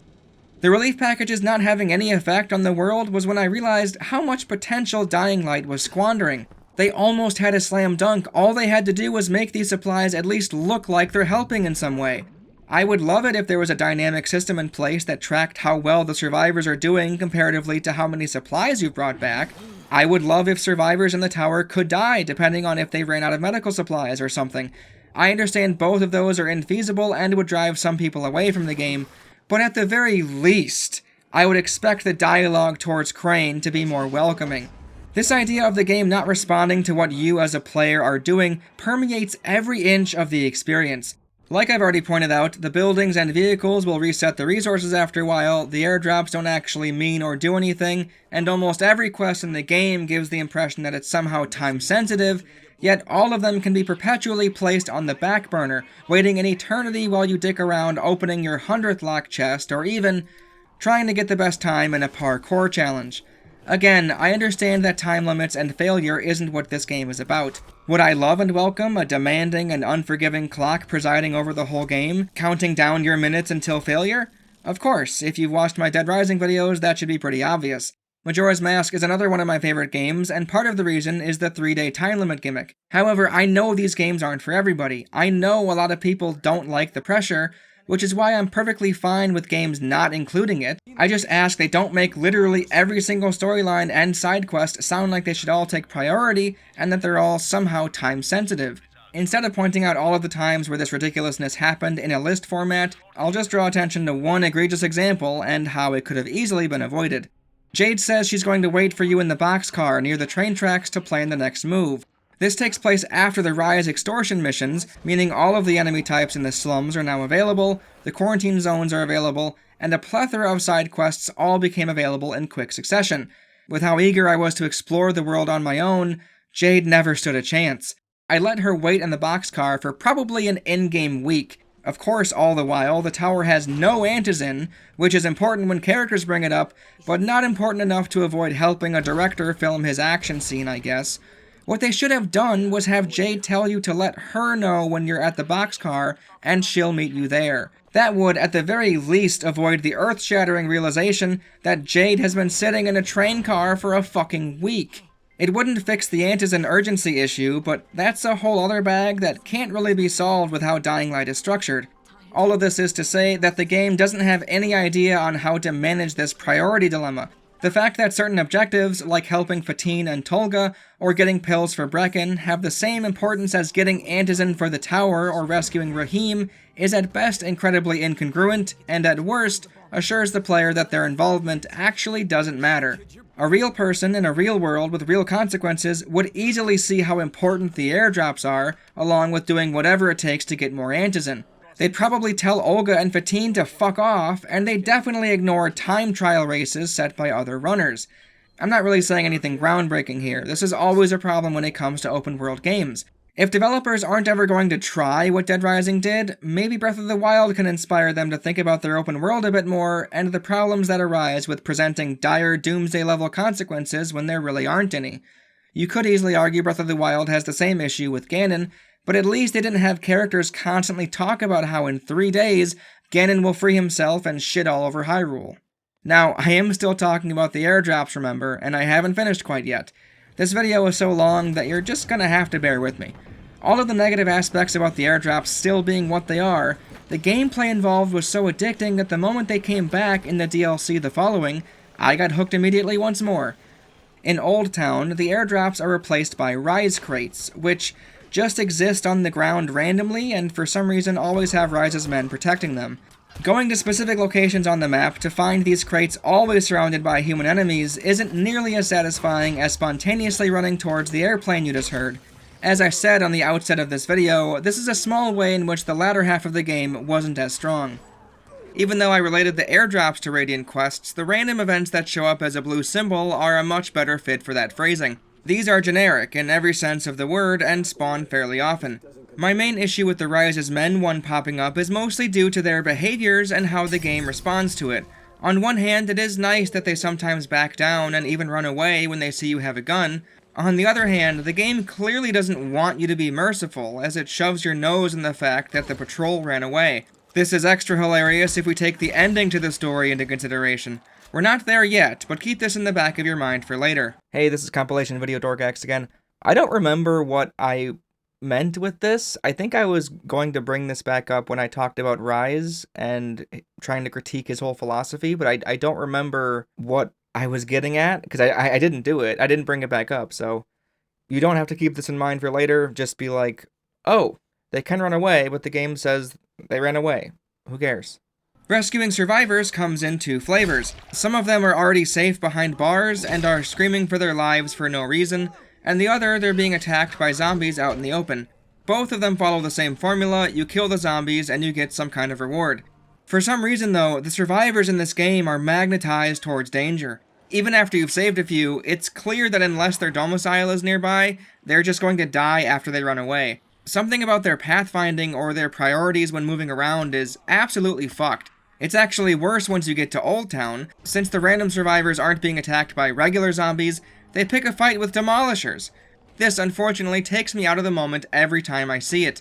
There's just no reason why people trying their best to survive would square up with these guys. I tend to avoid them when I can, and I'm the player character. I don't even bother helping these idiots out anymore. They made their own bed.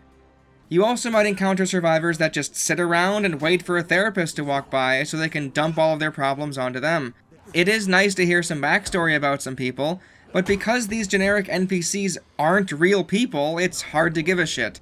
This kind of demonstrates how a little window dressing could make all the difference. If these were real characters that had even a small quest attached to them, I might have stuck around to listen. Instead, they burn in hell. Given my love for the first 2 Dead Rising games and the escortable survivors, I was very interested in seeing how the Protect missions would play out. These kind of pop out of nowhere on the map, and I have no idea what triggers them. Even after finishing the game, a bunch randomly got added all around Haran. These are some of the worst bits of content in the entire game. If Techland wanted my opinion for some reason on how to fix these missions, I'd likely recommend they outright remove them instead. If you fail at other tasks, like dying when in a quarantine zone or not reaching your target time, resetting the area and enemies makes enough sense, I suppose. I have to suspend my disbelief hard already when it comes to the endlessly respawning zombies, so it happening once more isn't that big of a deal. For these missions, however, the failure state is the survivor dying. For the random Radiant survivor rescues, the game can easily let that survivor die because it will spawn a dozen more anyway. They're generic, they're meant to be forgettable. These Protect mission survivors, however, have names, they have unique voice lines. That being the case, if you try and fail one of these, the last thing that should happen is them reappearing in the exact same location and triggering the exact same dialogue. Is this werewolf guy kind of interesting? Sure. But he made his fucking choice the first time, when he ran into a horde of zombies. Him getting another chance, only for Kyle and him to have the same conversation, was irritating at best, and utterly baffling at worst. The paths they'll take you on are generally filled with side stops, which is fine, but I noticed a trend in all of them. Near the end of the mission, they always go out of their way to attack a gigantic zombie, usually a goon. My guy, come with me, walk around him, what are you doing? I've kind of already touched on the challenges in passing, but I was pleasantly surprised at how much fun I had with them. Obviously, most people don't feel the same way, considering barely any of the Steam player base has finished them all. However, I could see that coming down to how the map displays the challenges. You don't have any idea if you finished one or not, they all have the same icon when you want to find a new one. Because they're split between 2 areas of Haran, which at the very least requires a loading screen teleport after traveling back to the tower in each area to get to, I doubt players bothered with hunting for the unfinished parkour challenges. The fast traveling system in general is extremely odd, to the point where I'm honestly confused as to what the developers were thinking. As far as I can tell, you have to go back to the central hub tower in each region and click on the poster that shows the other area. However, that could easily be something players wouldn't even know exists in the first place, and getting back to the central hub tower could take a long enough time to be a genuine hassle. This wouldn't be a problem if you couldn't just pick a random quest in each region, quit the game, load back up, and spawn there instead. If it's so easy to get around the system, I don't see why they couldn't have let you fast travel to the opposite tower in the menu. I'd also vastly prefer if the game loaded you into the nearest safe zone every time you booted the game up, not this weird jump to objective thing it has going on right now. In addition to the parkour challenges, there are a few combat missions as well, which let you play with a superpowered melee weapon or a gun with unlimited ammo. These are all fine, but one thing that probably guaranteed that most players didn't finish all of them was the buffer time between new challenges. Once you finish one of them, it says to check back with that person later when they have something for you. They don't even give you a heads up on the radio either, it just requires some amount of time to pass before you can participate in the next variation. The last freely available thing to stumble on in Haran are the quarantine zones. In almost every open-world adventure game I've played, enemy encampments of some kind were the contextualized combat arenas of that world. That's what I was expecting going in. It was basically a foregone conclusion that strongholds populated by Ryze's men would fill that role. This made the discovery of the quarantine zones all the sweeter. If anything, these reminded me more of the vaults from Fallout 3 and New Vegas instead of the regurgitated enemy camps that every other game has. Each area being unique in its own way, sometimes with its own gimmick, really made them stand out all the more. The apartment was the first one I tried, and considering it said the difficulty level was hard, I was pretty nervous. Instead of volatiles attacking left and right, there was a constant tick damage thanks to the heater being busted, causing some smoke to fill the hallways. I don't know for certain, but it felt like if I crouched down, I didn't get damaged as often. The objective here does say to clear out the nest, implying it is more like the enemy camp clearings I mentioned earlier. However, even here, there's a lot more room for cautious exploration. You aren't really testing your combat skills, you're more engaging with the unique area the same way you would if it were any other part of the city. The grocery store where the ground is initially electrified was memorable, and the goal of obtaining all the relief packages was more engaging than simply clearing out zombies. There's also a few tunnel quarantine zones, all of which being great, but one really stood out. You'll need to drop train cars onto the sewer entrances, otherwise virals will continuously spawn. It's funny how differently this one can go depending on if you've read the instructions or not. One time I was dying left and right, getting frustrated that the virals kept spawning, and the next time I blocked the sewers immediately and cleared out the remaining zombies no problem. A few of these quarantine zones were DLC apparently, and as a player who only got a chance to experience the game 6 years after release, the implementation felt so natural that I wouldn't have even guessed they were DLC in the first place. We finally gotten to the side quest of the game. Aren't you all excited? This is the 26th page of the script, so I'm happy to see the end is in sight. As a preface, I absolutely won't be going through all of them, just the ones that I have thoughts on in some way. One through line that's evident when looking at the majority of missions in the game is that Techland seems lost when it comes to providing a satisfying conclusion. So often the finale would be as uneventful as bringing the quartermaster a relief package. Sometimes I'd even say, out loud, "Oh, it's done." Or, "What the fuck?" That last quote is actually what I said live on stream recently. That was so much better. 7 seconds! 7! What the fuck? Oh, shit. I get that he was likely killed by Rise, but the fact that he just appears dead on the ground is a truly bewildering sight. Did you not see what happened to him?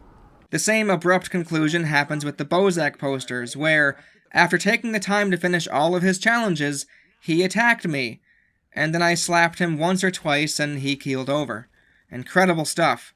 There's another one, which is far more egregious in my opinion, considering how much build-up it had, but I think I'll end this section with that instead. First, let's go back to the beginning. I think it's kind of ridiculous how there are 2 early quests that come from Lana, and in both of them her dialogue makes it seem like they're more important than the Antizin problem. The Ghazi mission makes some sense to do this early, as the player will mostly be doing some creative platforming and exploration, but the fake Antizin dealers seem really difficult for how early in the game this takes place. First of all, you can easily ignore this group of men surrounding a door for as long as you'd like. On my first playthrough, I didn't know how to help them, so I just kept ignoring them. If you do that, these fellows will just keep standing here in this spot forever, even though major events are taking place at the tower. Brecken doesn't care, I guess, because he's a garbage leader. All it takes is you talking to one of them, and then they make you lockpick the door. Anyway, there's a dude in bad shape from taking fake Antizin. You alert the medic, she tells you to find out how he acquired the fake Antizin, and yada yada. This eventually leads you to this group of bandits. Here's the main problem I have with this quest. Fighting these human enemies as early as level 3 is, I'd say, impossible. I've explained how the human enemies can block your attacks, deal way more damage than you can, and so on, but they can even block your throwable weapons as well. There's 5 of them in here, and considering the garbage loadout you'll have in the first few hours, you'll stand no chance. The only thing I could see working is throwing a lot of Molotovs in here perhaps, or, of course, lucking out and finding an early gun. When you have a pistol, this quest is ridiculously easy. I think this goes to show how much respect Techland has for the significance between a wrench and a gun. After you murder the bandits, Lana says the dude who took the fake Antizin will make it, but he wouldn't have if I had found him even a few minutes later. Remember that I kept him waiting for a week in that room. It should also go without saying, but she says this if you finish it a week later or the moment you receive it. There's a quest to bring back a gun to this man Dawood, as he wants to leave this place with his son. I think this is a perfect goal to give the player right away, since it doesn't pretend to be time sensitive, but it does sound important, and the vague nature of the objective won't lead players to a specific location on the map. It's a lot more free-form in nature. Finding a gun sounds easy when you just start the game, but it's a surprisingly difficult thing to do. The best part of this quest line is the dilemma you might face once you do find your first gun. You have finally found a pistol.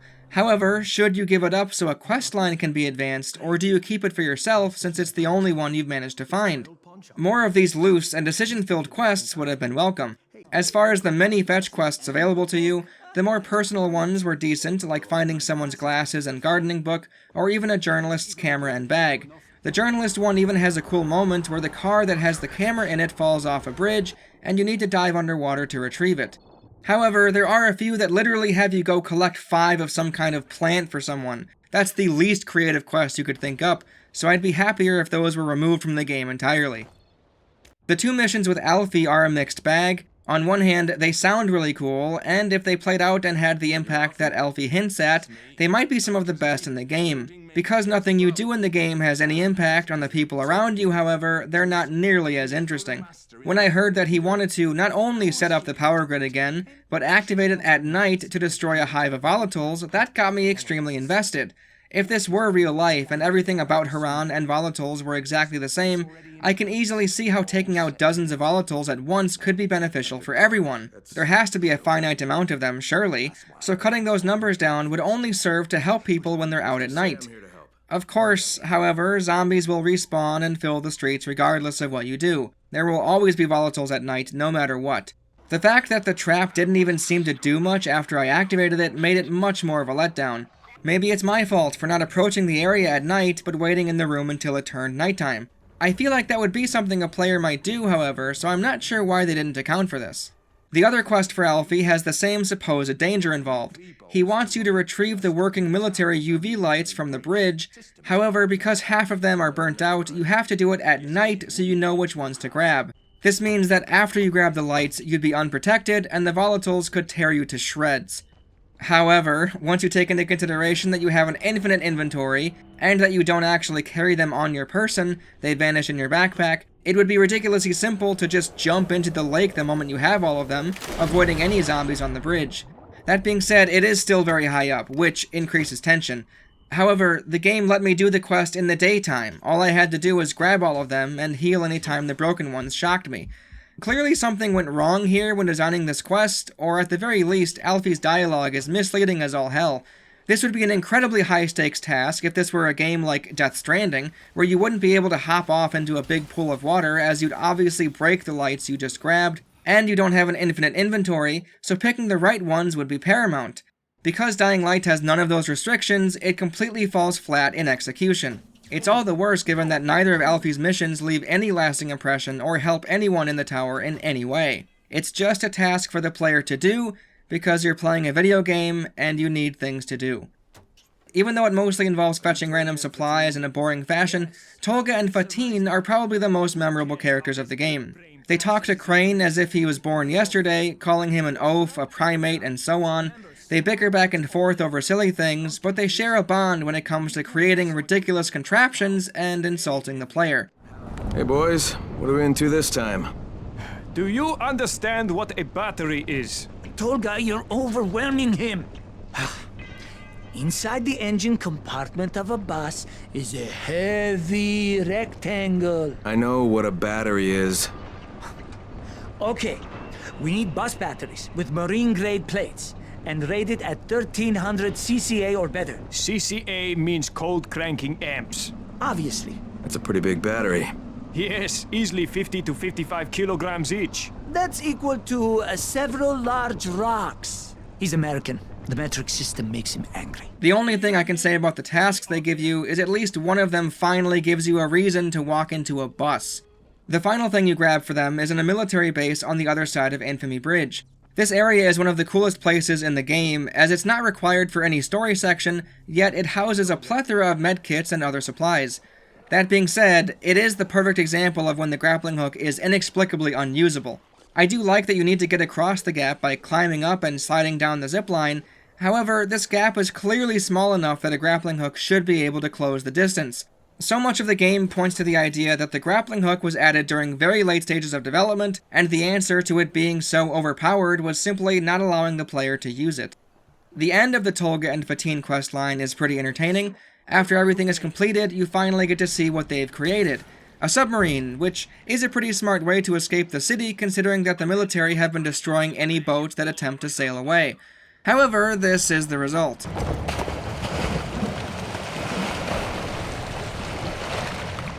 Brilliant. Preparing for test maneuvers. Ballast tanks open, submerging to 2 meters. Ahead 1/3.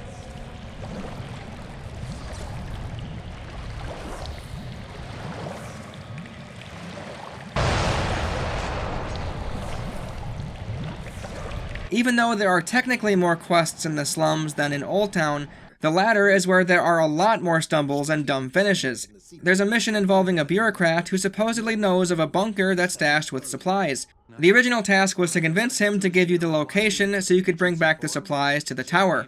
In a very bureaucratic fashion, he needs to get all of the proper paperwork filled out, so he sends you to get the official mayor's stamp of approval. Once you do, he makes it clear he's going to be forging forms with the mayor's seal, and he gives you the location of the bunker. Of course, it's locked, so you'll need to find the key on a demolisher who last had it when he was still human. After all of that, it turns out the bureaucrat guy ended up forging paperwork from the mayor, decreeing that the bunker's contents belonged to him. Remember the way the Bozak and Rocket missions ended? Yeah, this one ends in a similar fashion. The same thing happens in the detective quest, where you'll go after whatever caused this kid to have some form of PTSD. It ends up being pretty traumatic. He saw his dog split open by some unhinged horrible dude. However, that psycho is still here, and he, of course, dies with a few bullets. They keep doing this, where there's so much build-up, some of it being tedious busy work that overstays its welcome, but when it comes to the climax of the quest, it's completely underwhelming. The biggest example of this mentality is with the fan zone mission. There was a distress call coming from this building, so Crane decided to go check it out. As you walk through, you can hear the pre-recorded message play over and over. Anyone who can hear this, our situation is dire. There are women and children here. We can offer electronic equipment and ammunition in exchange for medicine, food, and drinking water. Please, help us. The bodies laying all around, and the lack of any sort of living thing in this building makes it an extremely tense few minutes.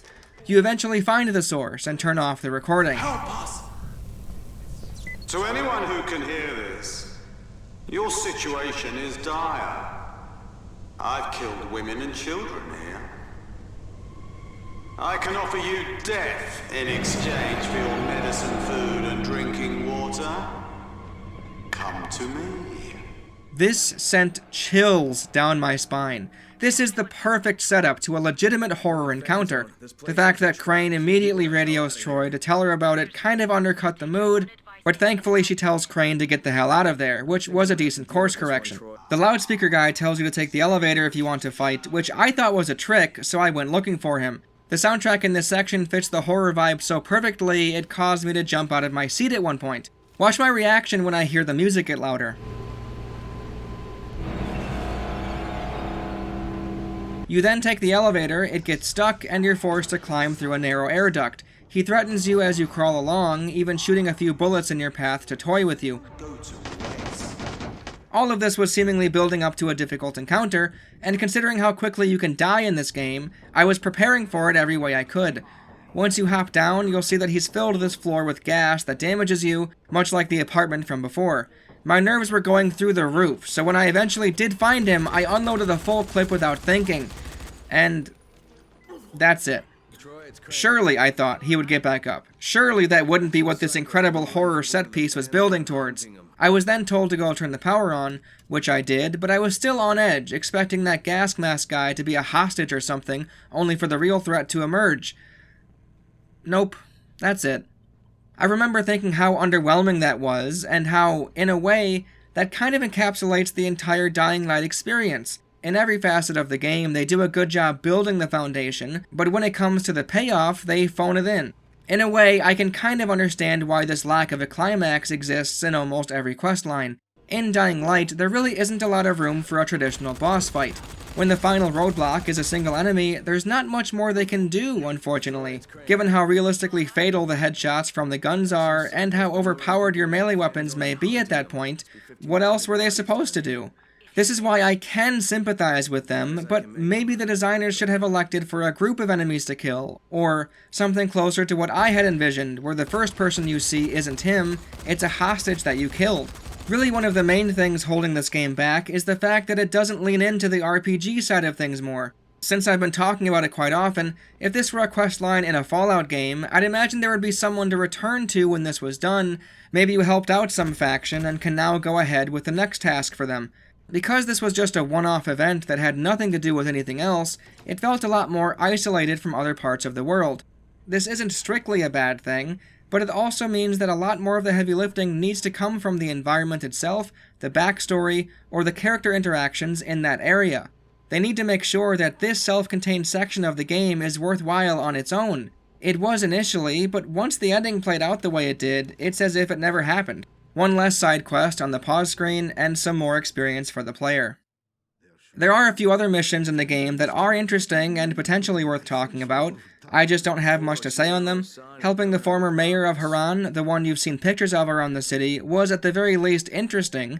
and him offering you a way to escape the city got me motivated to pursue a boring fetch quest. He ends up not bringing you along, as the pilots got wind that Crane was a GRE operative, but still, not bad. There are a few side quests that have you helping some ordinary people who were at one point working for Rise, and of course, Rise is the ultimate evil, vindictive psychopath, so he sends people to murder them in the end. Thankfully, they just so happen to attack those people right as Crane is talking with them, so he's able to protect the doofuses. Finding and turning 3 valves around the slums to get the gas line working again was kinda fun, and it led to a pretty funny moment where the almighty Doomsday Wall ends up just being a concrete slab with flames here and there. It also explodes, killing the survivor inside. That's fun. In Old Town, there's a similarly enjoyable quest where you'll need to find and turn on the water valves in a few areas. This has a genuine lasting impact as well, as from then on you'll be able to use the water fountains to regain some health. It's great that this was included, however, it comes so late in the game, it ends up being worthless. Medkits or other healable blueprints you found are probably already stacked in your inventory. There's a visually interesting fetch quest where you'll hunt for meteorites using generator-powered lamps to spot them glowing in the dark. That's it. Those are all the side quests I wanted to discuss. Now all that's left of the main game is the story and everything that comes with it. However, before that, we're going to take a quick pit stop and discuss the non-following DLC. Bozak Horde, The Prison, and Hell Raid. Bozak Horde is a pretty bad name for this DLC, as it isn't what you'd expect to see from something called Horde. A better example would be Bozak Trials, as that's really what you'll be doing. You'll be stripped of everything in your inventory, and you'll need to complete simple tasks within a given time limit, such as killing all of the virals, finding and defusing the bombs, do some parkour races, and so on. I'll admit, this is the only area of the game I haven't fully completed, mostly due to how tedious it felt. I did think it was interesting how the game mode distributes healing items, as you'll need to chase down bolters and search them for medkits. If you complete the 20 trials with a friend or two, it turns into a PvP match, which, in all honesty, is pretty cool. My main complaint about Bozak Horde is the same complaint I have with certain story sections. If you happen to leave this mission as your tracked objective, when you load the game up again, you'll end up here, meaning you'll have to switch outfits if you don't want fucking scrubs on, and you'll need to dig into your stash and take out everything you had equipped every time this happens. Dumb. The Prison is something completely different. Instead of stripping you of your inventory, it's advised to gear up as best as you can, as this gauntlet is incredibly imposing. What the Prison DLC provides, and what I wanted from it, were very different. I thought it was going to be another area to explore, one that would be similar to the quarantine zones. Instead, it's essentially a speedrun funhouse, where getting to the armory within a given time frame will allow you more time to collect the rewards. Without knowing this beforehand, the timer at first may look out of place, but you'll likely continue exploring like normal. You might think how odd it is to see so many rooms be devoid of supplies. Once you finish, you might be extremely confused to see a new timer at the top of the screen. Instead of explaining my initial reaction, I'll let my previous self react to it in real time. Take it away, past Dorkaxe. I highly doubt they're gonna make someone remake... Oh, I don't have that much time, what the fuck? Prepubescent... What the fuck did that say? I feel like there's probably like an optimal... Like, okay, if you want this, it's over here. If you want this, it's over here. If you want this, it's over here. That kind of thing. You gotta get those batteries, man. That's why I can't... You know what, screw this. I didn't come to the armory for batteries. I didn't come up for household supplies either.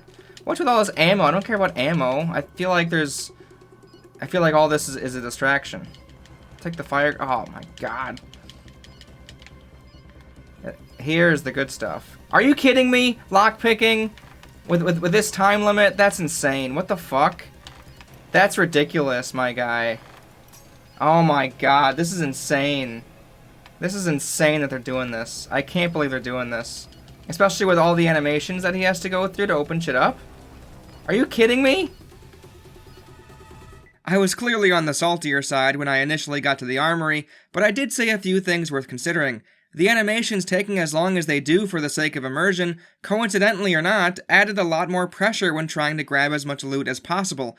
I think I was correct on the distraction point as well. The opening room specifically seems like it's a gotcha, where you'll go through the normal routine of opening the first thing you see, only for that to drastically reduce the time left to collect the good rewards. I've heard that it's smart to grab some of the ammo and such if you wanted to farm this game mode though, as you wouldn't have to go back to the slums to restock. The amount of time you receive in the armory to collect supplies is tied to difficulty as well. I haven't tried it, but if you manage to get under a certain time window on Nightmare difficulty, for example, you'll get 3 minutes to collect rewards. The weapons when getting the Guru reward turn to gold tier as well, which I of course haven't done. On the outset, it does flat out say that this is for the hardcore Dying Light players, and after having watched a few of the quickest speedruns I could find, I can definitely see the appeal. Even though my initial reaction to seeing the armory clock tick down was negative, over time I've come to see the whole thing as a net positive. There are already plenty of areas to explore methodically at your own pace, and the entirety of the following expansion is enough to satisfy anyone who wants more content. This being so different and aimed strictly at one demographic, I think, is a good thing. If you don't like it, I'm fairly certain this was free, so it shouldn't be worth complaining about. The Hellraid DLC, however, is not free. I personally had to spend $10 on it, since it wasn't part of whatever edition of the game I had purchased however long ago. Since I'm kind of on that topic, the many different versions of the game and the many DLC packs surrounding it are way too confusing. Dying Light Platinum Edition, Dying Light The Following, and Dying Light The Following Enhanced Edition all come with different amounts of content. I'm assuming I had the Dying Light The Following Enhanced Edition, as it did come with The Following and Bozak Horde, but not Hellraid. The Season Pass also doesn't include Hellraid, bafflingly, which likely played a part in the mountain of negative reviews it received. Anyway, if all of this is what we can expect from Dying Light 2 as well, consider me exhausted. Even though the reviews made me wary, Hellraid managed to pleasantly surprise me. The biggest flaw, without a doubt, has to be the lack of parkour and shooting elements. The parkour movement system is my favorite part of the game, so I can understand feeling annoyed by its absence. Most people would probably say the melee combat isn't as enjoyable as the shooter gameplay on offer. However, I'm not one of those people. I did enjoy the melee combat in the game, so an entire game mode where that's all you'll be doing, set in a medieval, demon-infested dungeon, was right up my alley. The whole thing felt more similar to an Elder Scrolls game, except without the heavy long-term RPG mechanics, but instead slightly better moment-to-moment gameplay. Every enemy in the game has been reskinned to fit the medieval underworld setting, so seeing a Minotaur take the role of a demolisher was pretty entertaining. I could easily see myself booting this back up at some point in the future, since it may hold me over until we inevitably get a remaster of Elder Scrolls Oblivion. Oblivion is better than Skyrim after all, so I would welcome it with open arms. Hey everybody, this is Compilation Video Dorkaxe. Alright, I wasn't going to say anything here since I already addressed this in my Dying Light 2 section, but I don't like Hellraid anymore. I tried doing exactly what I said. I'll boot it up again and see if I like it. No, I really didn't like it. Also, I didn't like the Oblivion remake either, since it ran like shit, so guess what I did? I played the Oblivion original game instead all the way through. Man, these takes didn't age the best, but anyway, moving on. When it comes to the story, it's definitely a mixed bag. Techland said that many people may be impressed with the story, and that it's more mature than most zombie games out there at that time. I don't think I disagree too strongly with that claim, however, it leaves a lot to be desired when it comes to character building, themes, and overall story structure. One thing that can't be denied, the voice acting on the whole is really good. Kyle Crane specifically, who was voiced by Roger Craig Smith, fucking blew me away.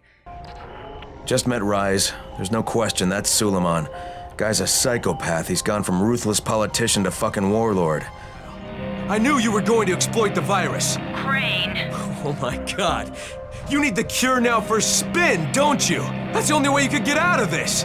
Try to convince everyone you were working toward a cure the whole time. Don't be ridiculous. Bring us the research and everything will be fine. You want the research? Just fucking wait for my signal. The voice acting for the GRE agent is also absolutely gripping. I wasn't able to find the person who voiced that role for some reason, but either way, shout out to her, stellar work. We're not paying you to be insubordinate, Crane. Get this done. The introduction has a lot going for it. However, there's frankly way too much information given to the player in such a short amount of time.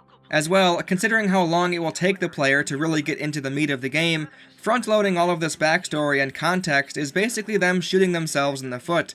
One playthrough could easily last 40 hours, and almost none of what is said in this debriefing is ever shown or mentioned again. I try to get myself into the game as best as I can early on, but this is way overboard. It's a shame, too, because the scene itself is really cool looking. The HUD all around the screen is eye-catching, and parachuting down to the city in first person is a phenomenal visual. In fact, all of this is so engaging, it might distract the player even further from this one-time exposition dump. Very odd. Amir sacrificing himself to save Crane and Jade at the onset is honestly really silly. We eventually find out that Amir himself was a GRE agent just like Crane, and considering that he'd been helping the tower for a while, I have no idea how he is this inept to hold back a horde of zombies just to fall over and die. I get that he isn't the player character and thus isn't invincible, but come on now. In regards to how the tower's survivors talk to you early on, them calling you 31 seemed like it was going to be significant at some point. You're the 31st infected survivor, I would imagine anyway, so I was expecting to eventually see someone addressing a new guy as 33, then 34, maybe even continuing into the 40s. It's dropped pretty quickly and never gets addressed again. Anyway, one thing that's extremely odd is how, even though a big focal point of Crane's mission is to blend in, hiding his true purpose there, nobody asks him any questions. No one ever gets close to figuring it out. There isn't a moment in the story where his true identity is almost revealed to the people of the tower, only for him to talk his way out of it. Raheem has Crane's radio. Jade likely had some idea that Crane was in the area where a parachute landed without an airdrop, so it wouldn't be out of the realm of possibility for Raheem, Jade, or Brecken to start questioning him. Instead, Raheem hands over the radio no problem and continues to sulk about a person who is trapped on the 13th floor. He even says the guy may as well be trapped in a mine cave-in. That line gets more absurd once you figure out it's just one fucking zombie that's trapping him in here. Raheem also says they don't tolerate lazy assholes in the tower, and this general vibe of people assuming Crane is a freeloader is brought up a few times. I genuinely don't understand this sentiment at all. Raheem just said one of the things they do is rescue survivors. Ignoring that, Crane just woke up from a near coma, and there are plenty of people in the tower who don't seem to do anything. Give Crane one of these rifles and let him stand in one place for 12 hours a day. I'm sure he could handle it. Speaking of those guys with guns, why on earth weren't one of them sent to deal with the single zombie on the 13th floor? Brecken is a garbage tier leader, my goodness. The dialogue from the quartermaster when you first talk to him is insane. In this one cutscene, he has 5 times as many lines than the entire rest of the game. I'm of the opinion that this has to be leftover dialogue from a build of the game we didn't get, since he references doing favors for people around the tower to gain their approval, and says you might even find a woman to keep you warm at night. Truly baffling stuff. After he cackles, he turns his attention to the clipboard, never to look up again. If I went at this pace for the whole story, we'd be here another 2 hours, so I'm going to speed it up a bit and only discuss major elements that stuck out to me. The crux of Rise's argument about who Crane is as a person boils down to him being a puppet, a man who follows orders without thinking, but beyond this specific scene where Crane burns the antizin, there isn't anything else in the story to support that idea. Is it fucking ridiculous that Crane wouldn't try to stash some of the antizin somewhere in case something goes wrong? Yes, and it's also very convenient for the plot that this just so happened to be the very last antizin drop forever, as the Ministry of Defense pulled the plug in politics and blah blah blah. Crane's utter ineptitude on this one section aside, what else has he done to paint himself as a sheep? The very next time the GRE asks something of him that he's not a fan of, he says he won't do it. Fuck you, asshole. Rise is basing his entire argument on his knowledge that Crane is a GRE operative, and the fact that Crane did a few tasks for Rise without much pushback, which I'll remind everyone that he only did so he could help the people at the tower get life-saving medicine. I can understand Rise hating the GRE, but this philosophical bullshit of trying to expose Crane as a puppet is paper thin. It also says nothing of the player, as these aren't decisions you have any control of. If they were, and there were many more of them, then maybe he might have a point. Maybe he could have even subtly poked at the relationship between player and quest giver, and the idea that a player would do anything for the pat on the head at the end, much like Crane. Instead, Rise is just a fucking madman who thinks he's so much smarter than everyone else. If it exists in this universe, I guarantee Rise is a big fan of Rick and Morty. Rise is completely devoid of depth. He shows no motivation for anything beyond watching the world burn. I mean, really, chaos is the one true order of all things? What a fucking wannabe edgelord embarrassment. Likewise, the haphazard attempt at spinning this into a chaos versus order matchup doesn't land either. Neither character embodies their respective ideology. Crane isn't upholding some sacred code or oath or anything, he's been slaughtering Rise's men without hesitation when he needs to. If the side quests and extra open-world shenanigans are canon, far more often than not, he's been accepting insignificant races, gathering herbs and other random shit for people, and clearing out quarantine zones for his own benefit. Rise, as well, isn't truly promoting chaos. He has a faction that he's the head honcho of. He extorts payments from his clients. He makes examples out of people that go against him. He's a dictator, one that demands more order than Crane does. It's all batshit. I don't understand why they bothered with trying a hand at deeper themes if it was going to end up with what we have now. Likewise, I don't quite understand the motivations of the GRE either. I understand that they want to obtain the file that Rise has on them, as he has threatened to leak the information, which is why the GRE jammed the radios in the city. If the GRE, the global relief effort, was just a front to research the virus in an attempt to weaponize it or sell it, why would they be the ones dropping relief aid to the survivors in the city? Why would they pretend that they were unaware of scientists in Haran working towards a cure? Rise was initially there to protect them so they could work on their research, so the GRE should be very aware that there could still be 2 scientists left in the city that might be conducting valuable research. Likewise, given that the GRE have been feeding Brecken's tower exclusively on where the airdrops will be, I have no idea why they would pretend they don't know which of the 2 factions in Haran Rise is associating with. Even though the GRE stuff was a bit heavy-handed, and constantly having to find a spot to talk to them got old very fast, the fact that the GRE informant is absent for a big chunk of the game is a real shame. Her dynamic with Crane was a lot more captivating than Crane's dynamic with Rise. Rahim as a character is very endearing, playing that little brother role perfectly.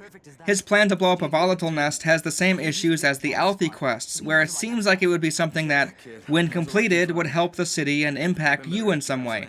Of course it doesn't, and the nest never showed its impact before it blew up either. Considering that Rahim has been thinking about this plan since the first moment you saw him, it does make sense narratively that this is eventually his downfall. However, it does seem rather ridiculous that he goes ahead with the obviously dangerous plan even though everyone around him is telling him not to. The fact that it doesn't change anything for the player is also a big shame. The plan worked, apparently, but all the player gets to experience is a mandatory mediocre story quest and being forced to watch Rahim die in front of their eyes. There's no gameplay outcome at all. The performance from Roger Craig Smith on this particular scene is fucking incredible though. When I realized that Rahim was dead and I was going to have to see a melodramatic reaction from Crane, I was getting ready to cringe, but this felt like a real honest emotional outburst. That's a fucking bite wound? You goddamn stupid fucking kid! I'd like to point out that Rise is beyond evil, to the point that he kills his own men on the spot simply because they didn't restrain Crane enough. How the rest of Rise's men don't mutiny is unreal. This pit that you have to fight in for one of the storyline missions is fucking awful. I hated every second of it. The story missions as a whole seem to restrict you more than any other, and given that the story itself isn't great, it wasn't worth the trade-off at all. After the pit, Rise is stupidly antagonistic yet again. Even if his claim that the GRE was going to weaponize the virus, he could easily be lying, mind you, but if that is true, Kyle already said he would look at the file before deciding on what to do with it earlier. Rise uses the fact that Crane was kept in the dark about what the motivations of the GRE were as proof that he's a trained monkey, but it's just a flawed premise. I guarantee if Crane had known the contents of the file, like Rise does, he wouldn't have gone along with their plan. He likely wouldn't have tried to hold it over the GRE's head in an attempt at... well, I don't quite know what Rise's motivations are beyond causing chaos. This clashes with the ending pretty hard, since Rise's goal then becomes to bargain with the GRE so he can get an evac. Fucker had a warlord vacation for a few months, and now he wants to go home. What an utter sociopath. In this rescue scene, Crane is, frankly, a dumbass. Rise is obviously too dangerous to be kept alive. Like, obviously. Crane should have grabbed that gun and shot Rise in the head before tending to the doctor. Crane makes a similar mistake during the ending cutscene, but I'll get to that ending in a moment. After chopping off Rise's hand and escaping, Crane wakes up next to Brecken at the pier. Apparently Brecken had to hide Kyle at the pier as half of Rise's men had been looking for him. Obviously bullshit, as you can easily go to the tower afterwards without any problems. The airdrops apparently stopped 36 hours ago as well, further putting pressure on the player to hurry along with the story and travel to Old Town. It's absolutely bizarre, then, that you can stay in the slums forever. After this cutscene with Brecken ceases to exist for the rest of the game. Anytime you visit the tower, you'll never be able to find him. Again, Brecken is a garbage tier leader, good lord. So because the Ministry of Defense has taken over in place of the GRE, they've decided to carpet bomb the entire city. Sound familiar?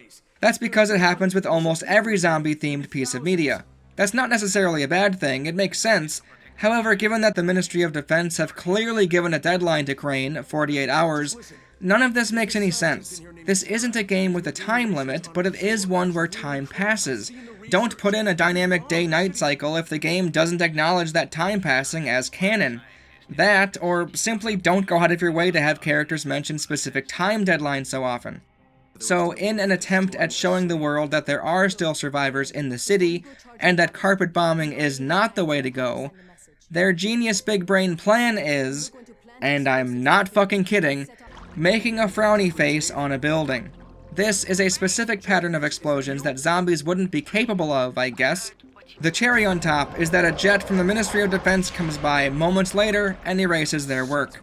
What a pointless and dumbfounding waste of time.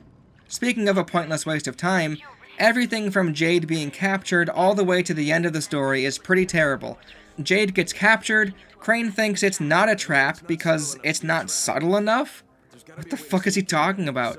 He sneaks in, he kills a bunch of bad guys, and finds Jade randomly in a room.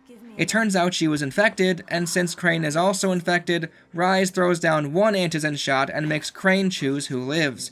Crane definitely chooses, but some shenanigans happen, then Jade gives Crane the shot as she's being strangled. Rise claims that Crane yet again had the choice made for him, which, like I just pointed out, isn't true. Crane made the choice himself to give her the shot, which Jade even points out in the hallucination that Crane has. This dream sequence as a whole is fucking bonkers. I think pretty highly of Techland, given that they created this game, and I love so much about it, but this dream sequence is beyond pretentious. I have no idea how anyone could stay invested through all of this boring, snail-paced platform gameplay, especially considering the dialogue from Jade. She really said that at one point she blamed Crane for Amir's death, but then she realized that it was his time? It was time for Amir to go? Her next lines talk about how death is inescapable, that everybody will die at some point and nothing can change that. Like, this is all philosophy 101 at best. It just makes me think the developers were trying way too hard to sound deep, but in the end had absolutely nothing to say. It's also not hard to counter what she's saying. Just because everyone is going to die at some point doesn't mean we should be okay with others dying too soon. Amir's death was pointless, like I've already stated before. He sacrificed himself for no reason, even though he, in all likelihood, had some fucking firecrackers on him, and they also had access to Crane's gun as well. Sacrifice for the sake of giving your death purpose is pointlessly destructive. Jade's sacrifice makes more sense, as Crane is the only one who would have some in with the Ministry of Defense. However, as far as Jade as a character, I legitimately can't wrap my head around caring for her. Not Crane, I can kind of get that, but the player. We just didn't get enough time with her, or really any of the characters besides Rahim. We already don't get to play the game alongside these characters. Every time you're given free reign of Crane is when you're alone. The one exception is fending off zombies with Jade at the end. Many games don't interweave gameplay with narrative, so it isn't inexcusable or anything, but that does put a lot more pressure on the cutscenes and walkie-talkie dialogue to do the heavy lifting. I've played the entire game, the beginning quite a few times, and have watched the story multiple times on YouTube after the fact. Even still, I simply can't fathom getting attached to Jade. The only thing the two bond over was their relationship with Rahim, but even then, Rahim and Crane didn't get to do much together either, and the only thing Jade and Crane talk about are other characters or the mission. It all just strikes me as a pretty weak attempt at trying to give the story more depth by having the only woman relevant for most of the story die for the player. Don't get me wrong, I'm glad that Troy exists, but everything surrounding Jade just seems absurd. She seems much more competent than Brecken, yet she isn't the leader. She trusts Crane far too quickly, not even asking him the most basic of questions before sending him off to collect life-saving medicine. I'd like to point out that this did bite her in the ass, as if someone else went to get the antigen drop, they likely wouldn't have fucking burned it in a garbage can. She makes Rahim Crane's responsibility, even though after the school dynamite mission, she was going back to the tower anyway. Where did she even go? If your answer to that question is getting the tissue samples from the doctor, the Rahim Mayday happened moments after Crane left his trailer, so she definitely should have been on top of what was going on. The fact that she was totally fine with posters of herself staying hung up on the walls in the tower strikes me as very odd as well. I think an easy character building moment would have been to show her tearing down one of those posters, getting passionate about how none of that matters anymore. It could even fit in with her final speech in the dream sequence if the writers wanted it to, about having a purpose and all of that. All of this is to say, Jade as a character and her actions when it comes to plot progression were a pretty big failure. The only thing she managed to do was die for the main protagonist and raise a bunch of baby's first philosophical points about life and death. Congratulations. Anyway, Tahir as a boss fight is fine, I guess, but if anything, it just proves my point from earlier. The only way this is difficult or climactic in any way is because your equipment has been stripped from you again. Crane killing Tahir, under the mentality that Tahir isn't a loose end you leave untied, is pretty rich. Maybe he should have extended that sentiment towards Rise, then Jade wouldn't be dead. Kyle getting his message out about there still being people in Haran right as the planes were on the way to carpet bomb the city is utterly fucking ridiculous. Why do they keep pulling this, where things are done in the nick of time even though time doesn't matter? It's immersion shattering beyond belief. The final confrontation with Rise is in a way good and in another way stupid. On one hand, I am happy they elected not to have a traditional boss encounter with Rise, as I have no idea how they could have made that work. On the other hand, the QuickTime event fight isn't really that interesting, and the cutscene and dialogue afterwards is pretty underwhelming. When Rise is on the ropes, he tells Crane to finish the job. Of course, Crane is a white meat babyface with no object permanence or capacity for forward thinking, and decides not to. I will admit, one particular voice line was incredible. Prove you are a man. Take your vengeance. Will you just shut the fuck up? But of course afterwards, who would have guessed it? Crane letting Rise live turned out to be a bad decision. Whoa! In the end, Crane kills Rise anyway, so really this only managed to prolong the inevitable and introduce a lot more risk to the situation. Crane turning down the helicopter is noble, opting to stay in the city with the precious virus data as it will prevent the GRE from bombing the place. The game then ends with Dr. Camden saying he is certain a cure is within reach. Considering that Dying Light 2 exists, I think he's a big fat phony. Regardless of how you feel about the overall story, there's really no getting around it. It didn't end in a conclusive or definitive way. Perhaps this could be viewed as the game contextually allowing players to play around in Haran forever. Either way, if you're the type of person who likes to play a game through once and move on, Dying Light doesn't end on a high note. Thankfully there's the DLC The Following, which picks up seemingly not too far in the future from where we left off. The tower is running out of antizin, which, I mean, okay I guess, they already were, but now it's super serious. That being the case, when a man comes in rambling about a nearby countryside that supposedly has a group of infected survivors that are immune, Lena tells Crane he has to go there to check it out. We never see or hear from Brecken in all of this, further cementing his status as a garbage leader. In his defense, Rahim and Jade both died recently, so maybe he's transitioned his leadership role to somebody else. The opening cliffside platforming of The Following is mystifying. Is Techland not aware that players will have and abuse the grappling hook at this point? I had to go out of my way to cross a gap by walking over a downed tree like you're supposed to. I figured by now they could assume the player had the grappling hook, but if the problem was that they couldn't be sure the player had it when starting a new save file on the DLC, I'd say give it to them as they spawn in and start strong, showing that it will be necessary for some things from here on out. It unfortunately isn't necessary for anything, unless you left your vehicle somewhere and are traveling on foot. The main gimmick of this DLC is the driving, and even though the controls feel good and the first-person perspective in the buggy is immersive as hell, its inclusion goes against some of the strongest qualities of Dying Light. The platforming and parkour movement system is at the heart of the game, yet in The Following, you'll more often than not be driving around in your buggy. You are able to engage with the tried-and-true mechanics like before in small villages and one decently sized town, but it obviously isn't the same.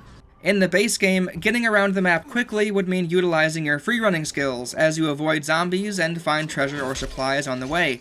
In The Following, it means driving around, sometimes running into zombies, fences, or scarecrows, all while pulling the map up constantly to make sure you're headed in the right direction.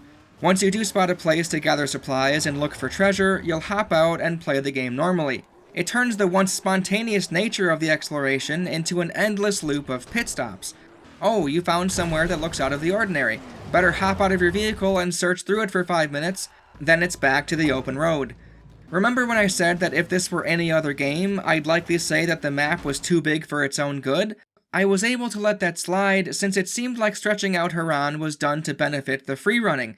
In Dying Light, you're faster on foot than in a lot of open-world games, and the city is extremely dense, so throwing a few reuse assets in here and there isn't the end of the world.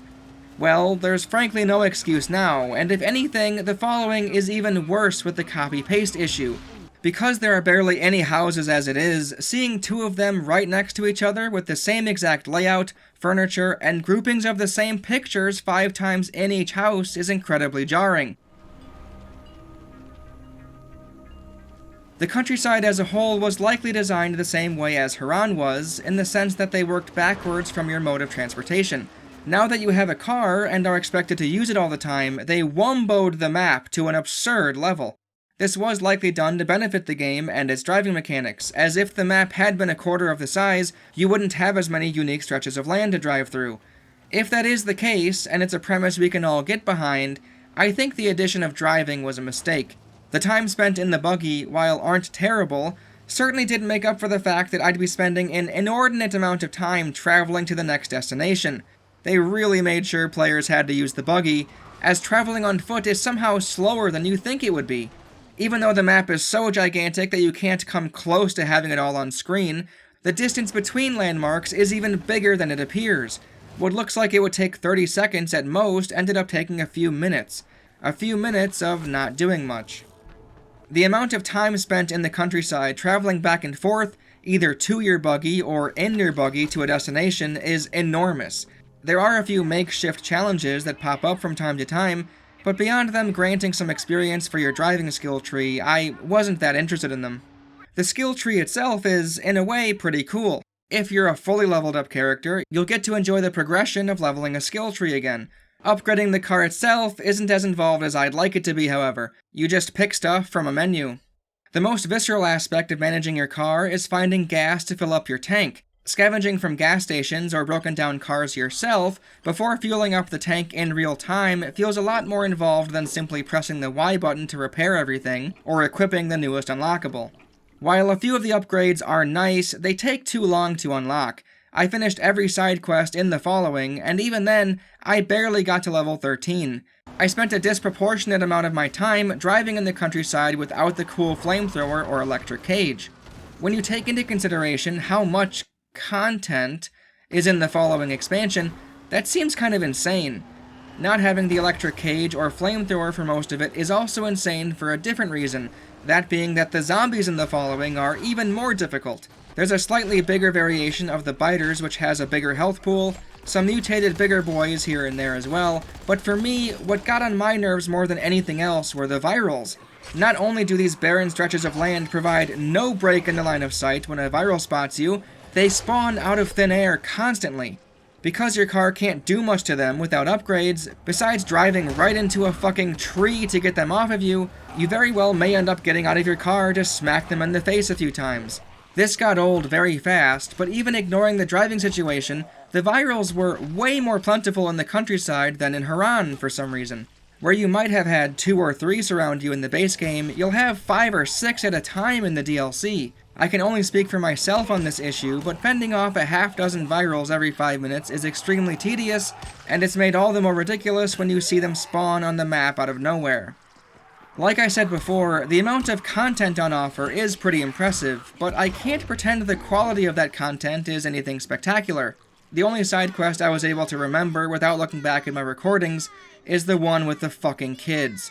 They lure you in over the radio, calling for help. Once you get there, you then realize it was a trap. They just wanted the big demolisher to kill you so they could take your stuff. These kids are the fucking devil, and I've tried more than a few times to kill them. This quest is also a perfect example to show just how scripted the events and locations can be in this game, especially this DLC. You end up getting a plethora of missing persons objectives where you'll find a dead person, roll them over, grab their ID, and alert the leader of the survivors nearby that one of their people was found dead. It's not that fun, it's mostly used as an excuse for the player to travel all over the map. You collect these tasks from the boards in each of the 2 main hubs. Every time I saw something new, I grabbed it immediately, and I'd imagine most players did the same. This, unfortunately, may cause players to waste their time trying to find the missing person in the warehouse. You only get the radio message from the kids after completing a certain story mission, so if you come to the warehouse and search for the body before that, you'll be extremely confused. The area where the body is blocked, as that's where the Demolisher will break through in a scripted sequence later on. The hole in the grating above you can't be accessed with your grappling hook either, as there's an invisible barrier there for some reason. The shelves are also unclimbable, even though Crane is the parkour master of the world. I spent a good 10 minutes trying anything I could to climb up there, or get around it somehow, before eventually finding the answer online.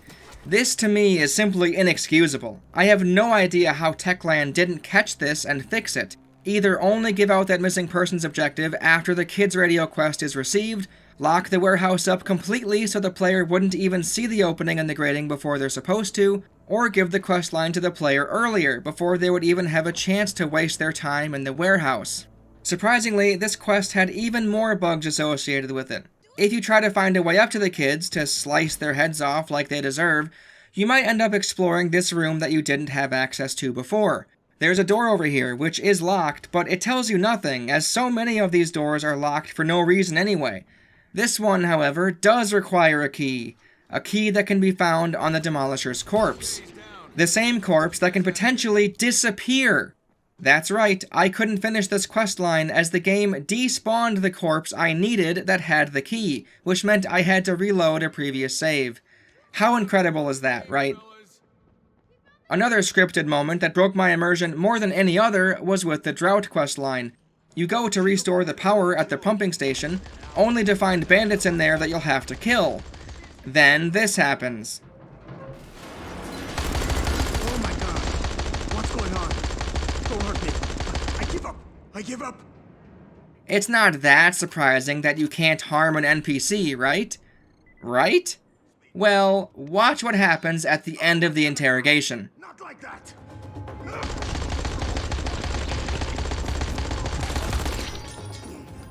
Yeah, he ends up dying anyway, and he didn't even give up any information that wasn't already plainly obvious. I don't mean to sound condescending, but really, what was Techland thinking here? You were forced to murder these bandits without any other option. In Dying Light, you can't take hostages or prisoners, you can't give any human enemy mercy that doesn't involve running away from your objective. Finding the balance between life and death when it comes to your enemies isn't something that the game ever asks of the player. That being said, when they see another bandit break a door down, the same door that a bandit had broken down in an earlier mission that you did have to kill, what did they think was going to happen? Of course players would shoot this guy. That's always what the game encourages at every turn. If Techland doesn't understand the strengths and weaknesses of their own game enough to catch something like this before it makes its way into the final product, consider me worried about what we'll see in Dying Light 2. It's all the worse considering this break in suspension of disbelief was pointless. The bandit had nothing of value to say and wasn't integral to any other facet of the game, or even this questline. Thankfully they aren't all bad, as those were the worst of the worst. I would imagine my favorite two questlines were ones that didn't resonate with other players. There's a kid who has been waiting on a present from Mr. Postmister, so you head to the post office in the town nearby. This post office is one of the best places in the DLC as far as I'm concerned. The majority of the collectible notes in the DLC being here, in the post office, was a great surprise. It might look like that's a weird decision, to clump so many collectibles in one area, but for believability, it makes perfect sense. You not only get to find the kids package in a mail van nearby, but you also find 3 letters addressed to people you've seen around in the village. Being able to return them to the proper recipients honestly brought me a lot of joy. If you couldn't tell by now, I'm a big fan of Death Stranding, so this delivery fetch quest stuff is right up my alley. Because the characters that received their letters responded accordingly, it had a satisfying enough conclusion that I still look back and wish there were more letters to find in the DLC. I've defended fetch quests enough for one video, but really, this is what I mean when I say that the context and setting make all the difference. Here, brought you something from the post office. Are you kidding? That's great. Wow. For fuck's sake, you brought me my power bill. My other favorite quest is actually 2 quests in one. I didn't even realize the genius of this mission until after the fact. The player gets 2 different prompts that bring them to 2 different entry points to a cave. One where you're supposed to investigate strange noises near the well, and one where you're supposed to find the food-stealing creature near the cave. Both of those are the same quest, you just begin in different locations. I started from the park where the well was, and found the kid turned zombie right away. I had no context to any of this, and walking through his makeshift home was genuinely really sad. As you keep exploring the cave, you'll swim underwater to the other side, where the kid's dad was. Right before he dies, he tells you to not let his child die of hunger. After you exit the cave, 2 hunters are outside of it, saying they were after a creature who had been stealing food, and they shot and wounded it before it went to go hide in this cave. Only then I realized that the dad died because these hunters thought he was the creature stealing food. He was stealing food, but for his son, which you can even see near the well section of the cave. The reason this quest resonated with me was because I was able to go through it backwards. If I was only able to go the other way, everything would have made sense in a linear fashion. Hunters shoot a creature, it's a man, he has a kid, his kid is a zombie, you kill the zombie. That's alright, but the mystery of seeing it in reverse order felt a lot more real. Like this is something that could end up happening in a real adventure, where you won't always find the next set of objectives laid out for you in a logical fashion. It's like you stumbled onto something organic, something that you had no control of, you were just a witness to the events without any context. Before moving on, how could I not include Tolga and Fatine again?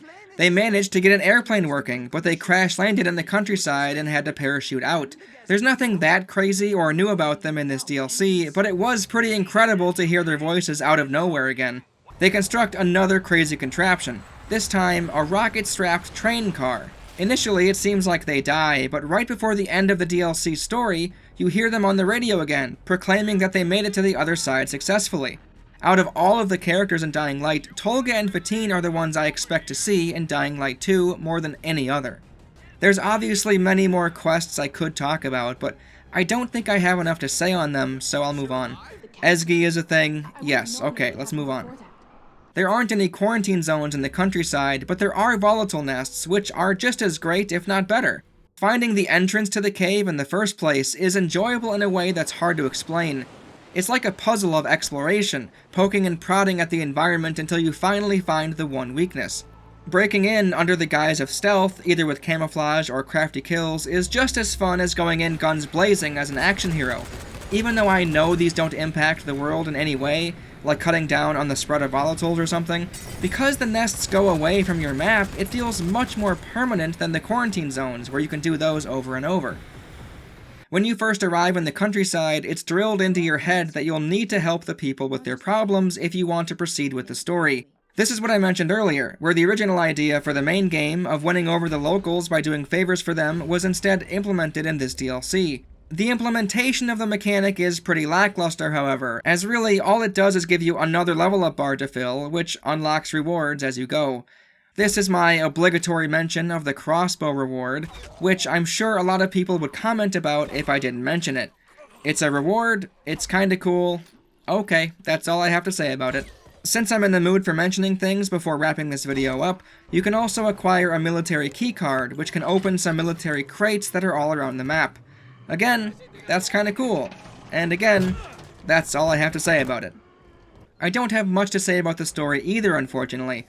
Well, it's fortunate for me, as that means less time writing and editing this already very long video. From what I can gather by only half paying attention, there was a cult in this area that went out of style long ago, but when the zombies became a thing, the cult became popular again.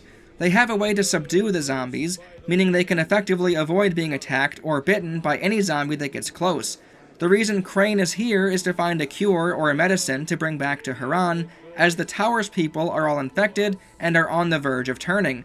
If not for the ending to this DLC, this plot point would be very silly. It seems like every hour on the hour it's mentioned how desperate the tower back at Haran is, and how in need they are of medicine. Crane is urged to hurry up every time he's able to contact Lena on the radio. It got me to roll my eyes every time, as I was so conditioned to how things played out in the main game. Anyway, Crane eventually meets the cult, does favors for them, finds out that Rise's men had come here, figures out eventually that the guy from way back at the beginning of the DLC, who you'd been nice to, was in charge of Rise's guys and the bandits the whole time. The final mission has you doing a quasi-escape sequence, racing the bandits to the dam in your car. The mother is the leader of the cult, and is who you keep hearing in your head at other points in the DLC. She explains how the mist that keeps the zombies at bay came from vials originally, and when she and her children discovered the vials after escaping zombies, she tested them out herself to see if they were medicine or not. It turned her into a mix of a zombie and a human. In the dark, she's a feral and ferocious zombie, but in the light, she retains her humanity. It's a pretty cool visual. Hey, this is Compilation Video Dorkaxe one last time. Right here is where the mother offers a choice, and in my original critique, I just went with the now canon ending, and didn't touch on the decision or alternate ending at all. Knowing what we know now about Dying Light 2, it's interesting seeing where Techland's interest in letting the player make choices originated. This decision also mirrors the ending to 2, which I won't spoil right now, I'll let Dorkaxe spoil it 5 hours from now. I have to imagine the whole waltz thing was Techland wanting to do this idea again, but bigger and better. Well, this decision is genuinely far better than most of the either-ors found in the sequel, and easily beats out the ending choice too, since if you go along with the mother's plan, you don't have the final boss fight at the end at all. That's a lot of content you're missing out, but it's also honoring your choice. The ease in which Kyle gets convinced to activate a nuclear bomb for it to blow up literally in his face intentionally is pretty strange, but the mother is surprisingly charismatic, and the idea of the explosion removing the plague from the world is mentioned, but still, it's a pretty wild thing for Kyle to do. The way the mother pokes at the savior dynamic of a player character in a game like this is sort of funny though, a decent bit of writing for Techland. Becoming a hero during the apocalypse. You're just the right man in the right place. It's also notable that, as far as I can tell in this YouTube video of Shosho playing it, you still have control of Kyle as she talks with you. Awfully funny considering that practically never happened in Dying Light 2. Anyway, let's return to the original Dorkaxe once more, so I can discuss the other choice and the boss fight and ending that comes with it. You then get told that breathing in the mist on its own will turn people into what she has become as well, it just takes longer.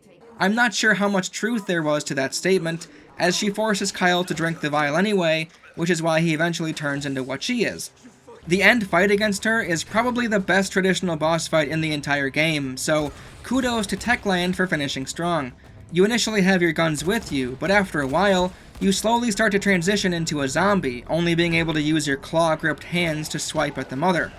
Her getting tougher and tougher the lower health she has makes the fight feel really tense close to the end, a nice climactic way to finish it out. After you defeat her, Kyle stumbles and hallucinates while he tries to escape with the vials. He ends up in a non-infected area of the world, probably the city nearest Haran. The kids in the park scream when they see him, as Kyle has now become a Volatile.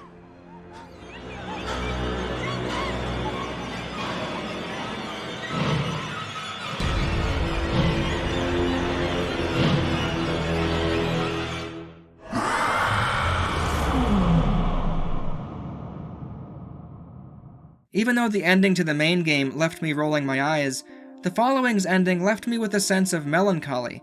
All of those calls from Lena urging you to hurry up so you can save the day, the deadlines that seemingly are just there to raise the stakes for the inevitable third act conclusion, don't matter anymore. Crane didn't make it back. We don't know what happened to the people in Haran.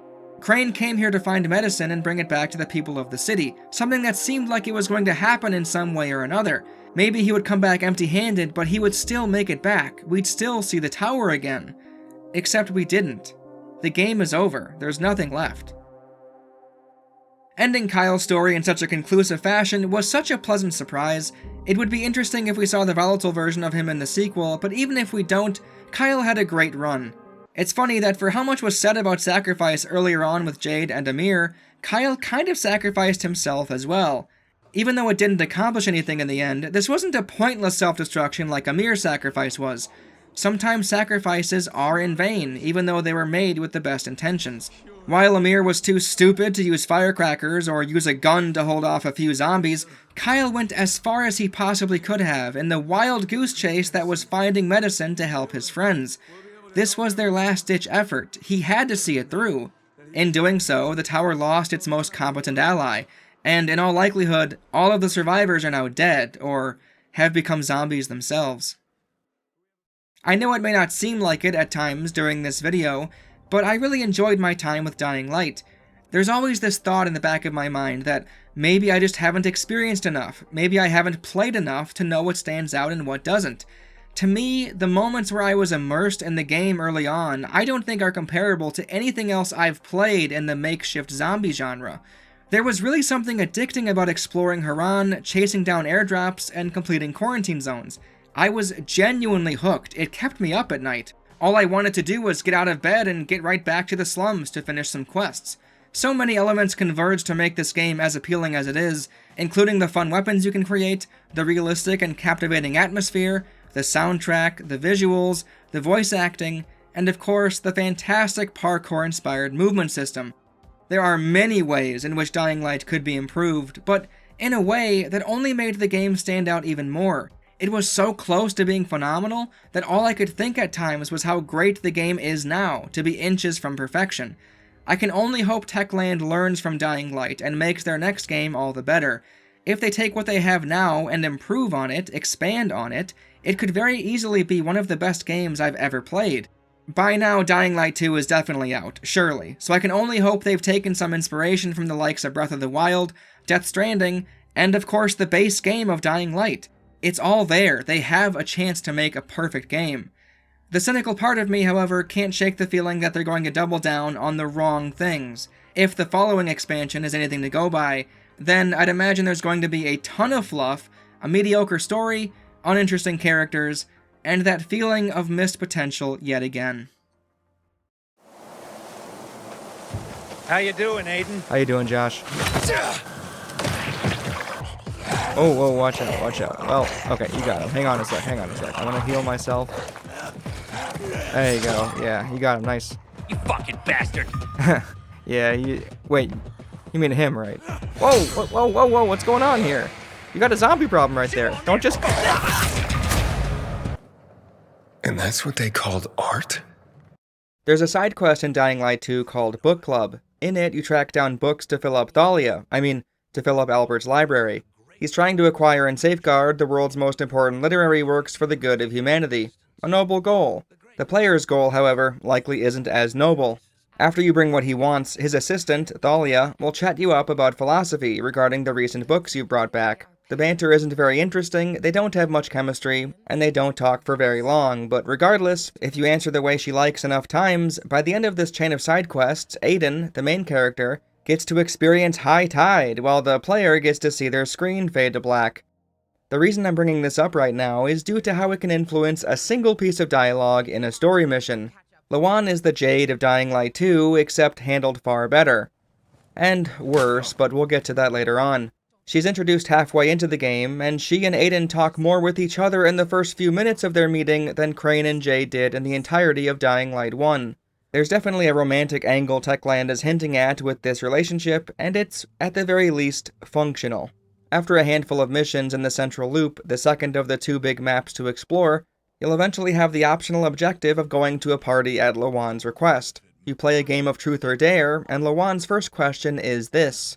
Have you slept with anyone in Villador? If you haven't slept with Thalia, Aiden will answer the truth like so. No. Are you for real? But if you have slept with Thalia, Aiden will say this instead. Yes. What? You can't lie. I'm not. What was her name? You have to pay for the follow-up. Now you have to answer. Thalia. The librarian's assistant? Yes. Hot. And you'll get some fun, unique responses, showing that Lawan is obviously jealous. You might be thinking, oh, that's a fun touch to add to this section, making this game, this diet RPG, a little more RP. Our choices mattered, even if only to get a little more out of Lawan. Except, do you know how unlikely it is a player will see this line? Even if you played the game, you might not. Let me spell it out for you. There are 22 main story quests, and that's vastly underselling it. Some have 5 to 10 different objectives, making you talk with multiple people and do multiple jobs. Even still, using the number that is a bit misleading, 22, can you guess how many you're afforded? The buffer of main quests between the one that activates Book Club and the one that features the question about how Aiden became Layden? 1. Well, 0, I guess. The door to the PK ship, Missy, doesn't open until a certain story mission, so you can't sneak in here when you first unlock the Central Loop map. Even after helping out the fisheye and delivering orders to Roe, it's still not open. You have to do another story mission, involving sightseeing the observatory and getting confused at the sight of dead zombies. The next mission, the very next one, Welcome on Board, is what opens the ship and spawns in Albert, but it's also the one that features the question. You'll still have to get a few objectives in, however. If you go down to the library before talking with Meyer and Matt Jack, it'll be empty. After those conversations, finally, the quest, the 10-part series of fetch quests, begins, and 4 objectives later in the same story mission is the question. Talk with Juan, talk with Lawan, go to an apartment, then the party happens, which is an optional objective, by the way, so some players might even miss this. Mind you, book club isn't something you can pump and dump. Even if you had the resolve to do all 10 separate fetch quests in a row, you can't speedrun them all back to back. 3 times Albert will have nothing for you, encouraging a player to do something else in the meantime. Or, quit out to the main menu and load back in, role-playing as Aiden in his pursuit of the greatest night of his life, seeing Thalia with 1 less layer of clothing on. Incredible.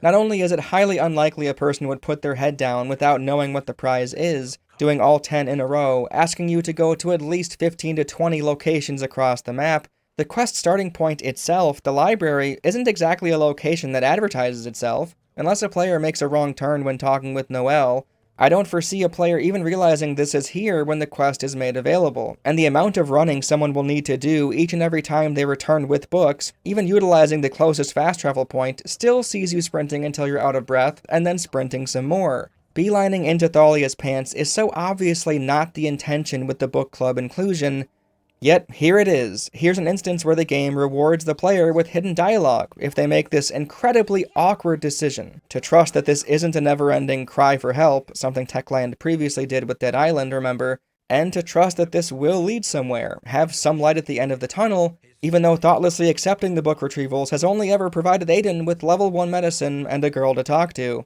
So much has to go exactly right for a player to make Thalia's dreams come true before this party on the roof with Lawan. But why? Does this obscure detail, a Metal Gear Solid-esque response to an action 99 out of 100 players likely wouldn't have done their first playthrough, benefit the game? Is this enriching the idea that your choices matter, a perfect representation of what Dying Light 2 is trying to be, a thorough and immaculately detailed work of art with thought and care put into each and every inch of the experience? Or does it mean nothing, and is another weird decision that basically floated into the final build of Dying Light 2? Remnants from an original idea, perhaps, an older version of the game that barely, and I mean barely, squeezed into this little gap Thalia afforded the player. Let's be generous and say, no, this was always how it was meant to play out. This line change was a reward for that 1 player out of 100, showcasing how their choices affect this game, and itself epitomizing the level of care the development team put into this world and this product. If that is the case, then it begs the question, why is the rest of the game the way it is? Why does Albert stand in the exact same spot with no additional books being added to the shelf behind him? Thalia sure seems to think the library is filling up, so maybe I'm more like Stamma and Margaret than I thought. Only die-hard Dying Light 2 fans will get that one. Why does Thalia only sit in this chair reading the same book every time you visit? Why is practically every open book found in the game, whether it be one someone's reading or some type of sign-in sheet or what have you, the exact same one? Red cover, open in the middle, with small text. This is Dark Souls 2 levels of environmental detail, which is saying something. Why don't the audio diaries, the tapes you collect, play when you grab them? You have to go into a menu to do that. Sure, Dead Island had its share of poor diary placements, but there being no way to press play besides in the collectible screen, in this weird order they put them in, is terribly clunky. There's not even any subtitles to go along with it when you're in the menu, so they must have wanted players to press select, navigate and find the newest tape, play it, and get back to the game, even though answering machines override the diaries. Not the messages on them, no, the indication that there's a voicemail available. No, a fucking volatile. Killian says I handled the...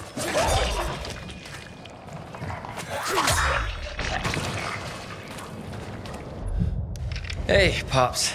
I just got back from... Why did Techland stick to this very tight horizontal text box on all collectibles and items in the menu, making the words auto-scroll, then loop over and over and over, even if it's a single letter being cut off? Look at this. This is the goofiest oversight I've ever seen in a modern AAA video game. Why, when you inspect a weapon, can you not pan down? You can only zoom and rotate, so if you attached a dog tag or what have you, you can't focus in on it, the top of the weapon has to be centered. Why even give players an option to inspect the weapon then? Why doesn't your boomstick fire sometimes, even though it has a shot left? Why can enemy grenades go through fences? Why does the game turn your flashlight off each and every time you enter a dialogue bit or cutscene, even during the times when it'll undoubtedly be pitch black? At first I thought I should let the developer's vision speak for itself. They clearly lit the area to be dramatic and interesting, right? Nope, it's a complete gamble, and to get the best out of the scene, you'll likely be turning it off and on again, over and over. In the DLC, there's a moment where Aiden even reacts to seeing something he couldn't have seen. Notes? That's some kind of formula. Oh no, not you! This is a dark zone. The devs know it'll be dark in here. Why automatically turn off my flashlight during the scene if Aiden's voice lines depend on it? Insanity. Why does a distress signal appearing in the upper right of the screen mean you can't use your flashlight anymore? Flashlight is tapping down on the D-pad, and accepting the distress signal is hold the D-pad down. Can Techland not see the difference between holding and pressing? They really couldn't let you press the button like normal for the flashlight, huh? Why does your map say certain activities are completed with the checkmark when you haven't done them yet? Why does using the survivor sense by clicking the right stick cause Aiden to put his melee weapon up every time? These actions don't need to be connected. When you're searching for something, having your flame weapon occupy a quarter of the screen is completely unnecessary. Worse, if you have the precision aiming skill with the bow or gun equipped, you can't use the survivor sense function at all, which is tedious given how vital it is to spot volatiles, quest information, and items. Why can't you interact with quest items unless you use survivor sense? Why does Sophie leave you in her room and close the door on her way out after you talk with her in the Tango Motel? What on earth? Why do Sophie and Barney and so many other NPCs in the game teleport away after your conversation is done? You don't need to despawn Sophie this time, Techland. She's in the bazaar already, a safe area with no infected, her home base for goodness sakes. Why does Sophie give Herman the radio to call for Barney if he's deaf? And why does she speak to him like he hears her, with her back turned to him many, many times? Is he actually deaf? Sophie certainly doesn't behave like he is. I'll stop talking about the old Villador characters and story for now, but it's egregious. I could go all day with this stuff. Why, when you enter a dark zone during the day, are the volatiles just standing around doing nothing? Would it have been that hard to put these guys into a sleeping position and have them stand up when they've heard or spotted you? Other zombies sleep, but not volatiles, I guess. Why are safe zones still off limits for you to use any of your weapons or equipment, yet zombies can attack you when you're in them? Even though the PvP invasion mechanic is gone, I can understand Techland not wanting players to grind volatiles for level ups easily in safe zones, but they shouldn't be able to damage you when you can't damage them.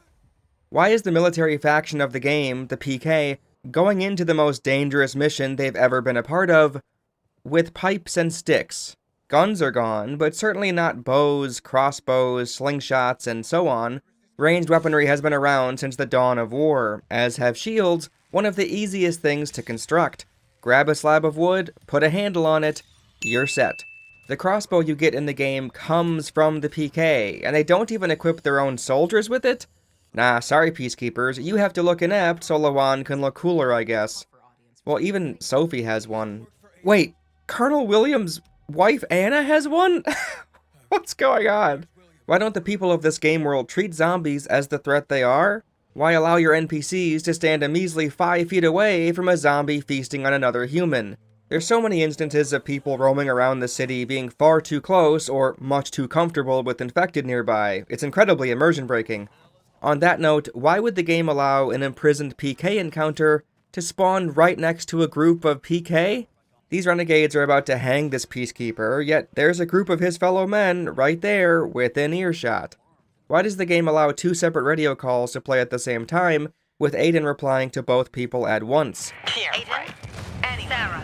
The cathedral's been locked up for years, but there's near the cathedral 2 days ago. Probably use that to Michael said he was going to look around there before heading back.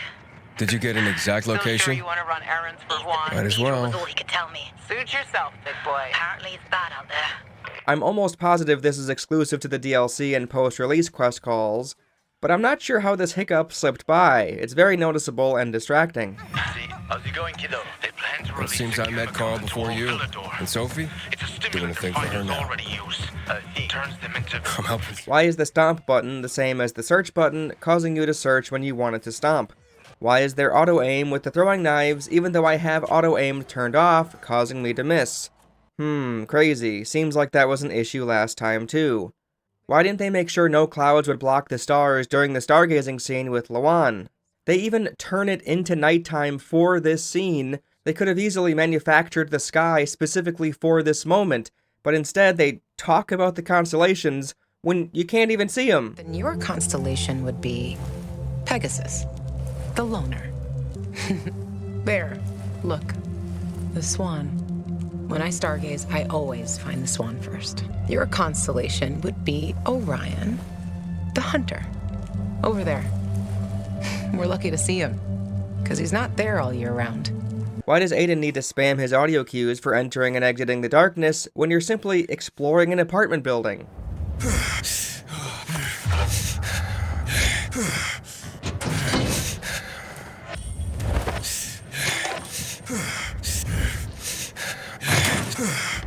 What is this pitiful throw for when you use zombie bait?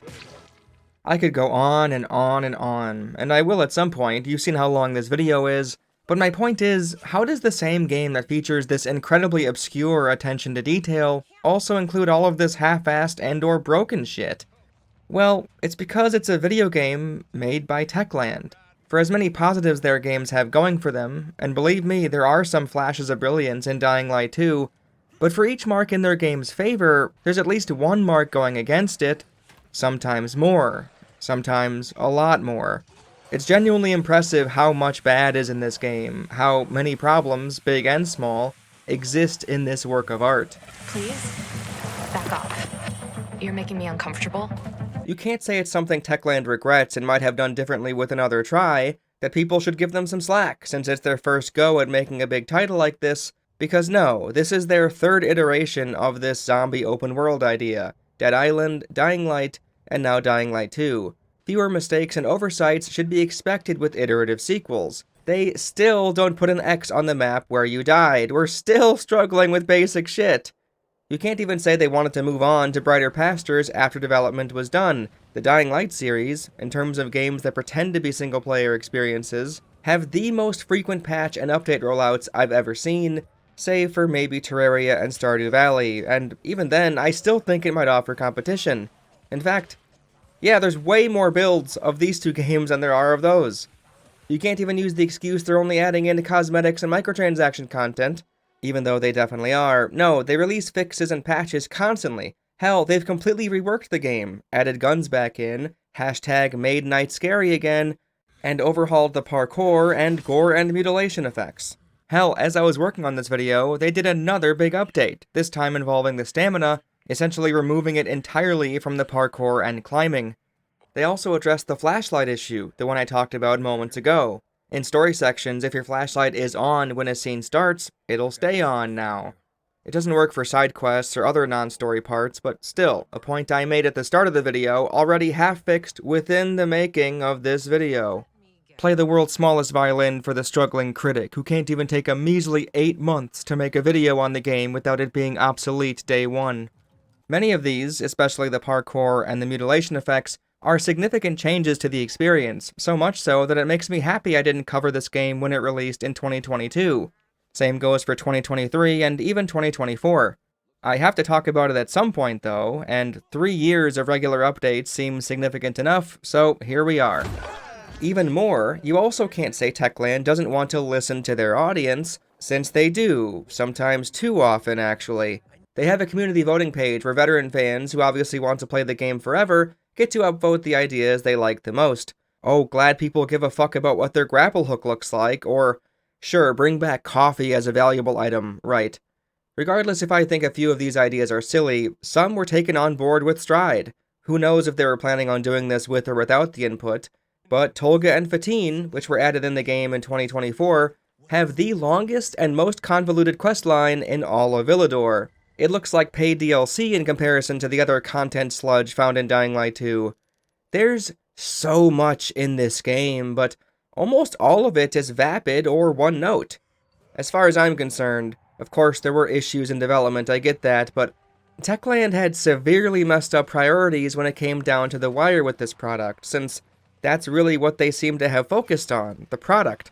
So many gamers now think about the dollar per hour metric when deciding to buy a game, something the designers and publishers were likely well aware of, but not only that, as shown with Dying Light 1, their hardcore fanbase wants to keep playing this game indefinitely, or at the very least come back to it over and over again, leveling up their finished character, unlocking better and better weapons, playing co-op with their friends, doing quests and objectives, no matter how engaging the quest lines are, or how good the dialogue is.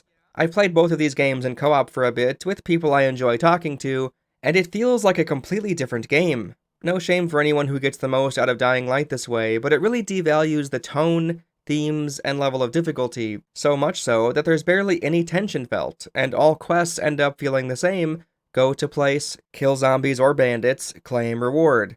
That's all this player base wants or needs at this point, so, well, why not fill up the map with fetch quests that ultimately don't provide much substance?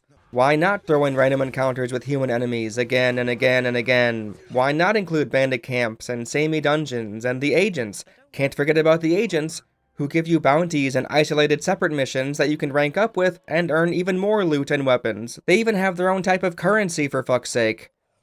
I saw something in Dying Light 1, and much like how Dead Rising 2 disappointed me, Dying Light 2 evokes a similar feeling of missed potential. Sure, the sequels are good enough, and I can enjoy playing both for what they are, but neither of the two went the direction I was hoping they would. Neither took the most interesting parts of the original and explored further. Instead, they did things a little better, a little worse, but most often, roughly the same. If you go back to my Dying Light 1 video, what was one of my favorite parts about the following expansion? The Volatile nests. Earlier on in the video, I hypothesized that maybe the Volatiles have a bee-like brain, where the ones sent to venture out at night are meant to sacrifice themselves for the betterment of the hive, to get more humans to make more of them, or something. I gleefully exclaimed, They can risk venturing out for more breeding material, as they're seen as expendable.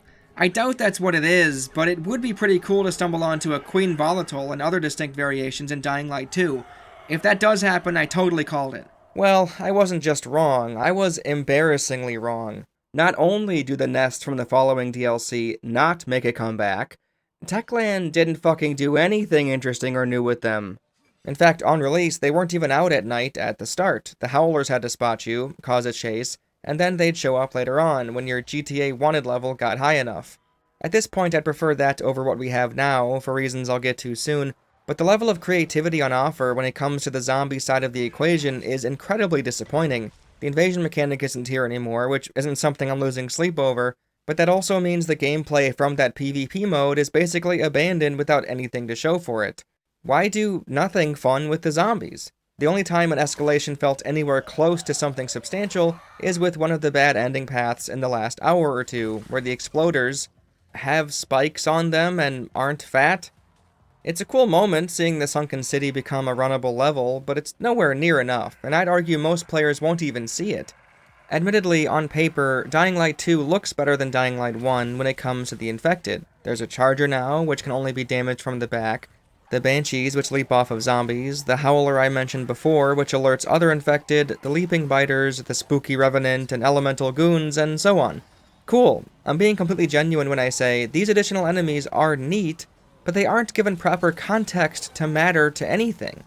The explanation on why these mutated forms exist is perfectly satisfactory. The chemicals the military thought would kill the infected only served to kill civilians and transform the biters into even worse creatures, sure. But that's about it. Electrical goons just sort of are. Banshees exist. Bolters were brought over because why not? None of them matter in the grand scheme, since they fade into the background of, and become one with, the setting. There's a severe lack of focus on the infected in this game. I've already shown you how lackadaisical wandering NPCs can be when it comes to, essentially, lions and tigers 4 feet from them eating someone else's face, but even with the side quests and the story, it's all human shit. What if humans are the real monsters? Whoa, I've literally never seen any other zombie media cover human factions fighting in a post-apocalyptic world. If you think I'm being ridiculous, let me give you an example of something that could have been interesting, but wasn't. The tutorial prologue with Hakon is good. In fact, it's one of the only times zombies get the spotlight. Besides the tower mission with the PK, and some here and there clear zombies' objectives, like when going to help Barney or fending them off in the cathedral to get Kurt, zombies are never the problem or what our characters care about. Where's Waltz? Where's Sophie? Where's Sophie? Where's Lawan? Where's Lawan? Where's Waltz? Where's Lawan? The PK are awful. The Renegades are awful. The Butcher is awful. Dear God, this story is awful. Anyway, this prologue with Hakan, though, zombies are the threat. We have to infiltrate a hospital at night, sneaking by all of these infected. It's a great visual, even if later on the sight of sleeping zombies doesn't instill anything into you, since they're so easy to take down. After you get your biomarker, it's revealed you're actually about to turn into a zombie right now, so you have to rush into the light so you can stay human. A volatile or two chases you, and once you reach the sunrise, this scene plays out, showing the volatile recoil when entering the daylight, having to shelter in the darkness again. Our characters and this flesh-eating monstrosity are mere inches from each other, yet it's a standstill, and the volatile begrudgingly accepts defeat. I want you to think of basically any other medium. A movie, a TV show, a visual novel, a comic, hell, a normal book could do it. If this scene was shown, where the zombie stares at our hero, knowing the light is the reason his prey is untouchable, what do you think this would tell us? In a boring piece of media, it would simply establish the rules. Zombies like this, the volatiles, can't enter light. Okay, sure, but what would an interesting work of fiction do with this? It might use it as foreshadowing for a moment later. The author might understand that this scene can do both, explain, and provide a setup. We fight off renegades, we fight off bandits, we fight off PK, survivors, whatever. But you know what we're rarely ever told to fight off? Zombies, because the UV lights take care of that for us. A decent explanation as to why safe zones are safe, sure, if you don't think about it much. But surely enemies who are intelligent enough to know that light is what's staving them off would be intelligent enough to know when they have numbers on their side. Volatiles seem to hunt in packs anyway, or at the very least are always grouped together in pursuit of a common goal, killing humans. What do they kill humans for exactly? I actually have no idea, since Techland didn't include anything in this game to hint that they're doing anything other than existing and killing. Sure would be nice if they went that route with the game, diving into the undead side instead of this boring faction shit. But I digress. Picture for a moment the fisheye, the survivor's castle in the middle of the city, or even the bazaar with its high walls and UV lamps aplenty. Walls mean nothing to volatiles, obviously, but the lights? They do, so wouldn't it be fun if eventually they wisened up and charged in as a group? At some point in the story, have one of the survivors, Lawan or Barney, who cares at this point, hear from a scout that the volatiles have been seen less and less the past few nights. The majority of survivors take this as a win, since the zombies would still be a threat to think about in this version of the story, right? But Sophie or Frank or someone else who's kind of clever gets worried. Surely the zombies wouldn't be planning something, right? I'm not asking for this to be something that could happen all the time. Dear God, I swear I don't think I defended a single base when I played Far Cry 4 last year. But at some point in the story, absolutely, fending off waves of zombies at your home base and... Hang on a second. I'm literally describing Dead Island Riptide, aren't I? I don't think you need to go that gimmicky with it, although I could easily see a variation of that working surprisingly well with how often you engage with this cast of characters, and don't confuse my intelligent volatiles phrasing to mean I'm open for Land of the Dead-esque tool using zombies. Please, heavens no, but at least a couple moments where infected aren't simply background noise and Dying Light 2 would have gone a long way. Let them complicate the war between Renegades and PK at one point, make them a faction our characters plan around. Hell, let some of them use a horde as a weapon or tool. Sure, Walking Dead already did it, but Walking Dead basically sets the bar for what zombie media tropes are at this point, so that's not saying much. For all the shit I gave the Rahim mission in the first game, since it had no impact on the world like it claimed to, at least back then, Techland were toying with the idea that zombies should be implemented into the story in a video game about zombies. It's kind of wild that I hate basically everything that has to do with volatiles in this game. One of the reasons I liked staying on normal difficulty in Dying Light 1 was the minimap. Seeing their vision cones and planning around it was fun. Sure, it might seem like a crutch at a glance, but the Soliton radar doesn't detract from the game. Utilizing it to sneak past enemies stays engaging. Moving your eyes up to it, then back down to the first-person view was the reason I enjoyed the nighttime in Dying Light 1. Well, now that's gone. They went with the Elder Scrolls horizontal compass at the top of the screen instead, and now you have to spam the Survivor Sense button. This isn't more immersive or more realistic without the minimap, it's just as goofy, something I pointed out last time. On hard difficulty, I had to rely on the hold A button thing, which if anything is just as immersion breaking as the minimap is. Having to rely on circles filling up over their heads and their entire skeletons glowing yellow, highlighted from meters away, yeah, I'll take my fucking minimap, thanks. Add on the fact that volatiles are everywhere, even on rooftops hundreds of feet high. They're inescapable. You can't run in a straight line for more than 3 seconds without one being nearby, and the only way to have a chance at spotting them before they spot you is spamming the survivor sense like your life depends on it. How is this better? This isn't even scary anymore, it's just tedious. At least back in Dying Light 1, nighttime was mainly for getting more experience and an odd side quest or two. It was a risk to go out when darkness falls. Only the brave would dare do it. Good night and good luck, they said. Now there's quests, dungeons, and activities that are meant for night, some even exclusive to it, literally prompting you to fast forward time if you want to partake, so you can't really avoid it even if you wanted to, especially in the early game. Don't get me wrong, the back and forth between Dark Zone excursions to get more loot and materials, to make equipment so you can do quests and fight off bandits in the daytime, is a nice ebb and flow on paper. I think it works tremendously in Tears of the Kingdom, for instance. Go into the depths to supply yourself with non-rusted weapons and useful plants that help in combat, then go back up and explore some more, taking advantage of your findings. Dying Light 2 even includes another layer, something else to think about. Your infection spreads if you aren't in UV light, so the deeper you go into these GRE quarantine zones, the riskier it becomes, especially if you don't have a lot of inhalers to replenish your time. There were definitely times where I could feel this gameplay loop working in action, and it was great in spurts, but it can't sustain itself over the entire runtime of the game, it just can't.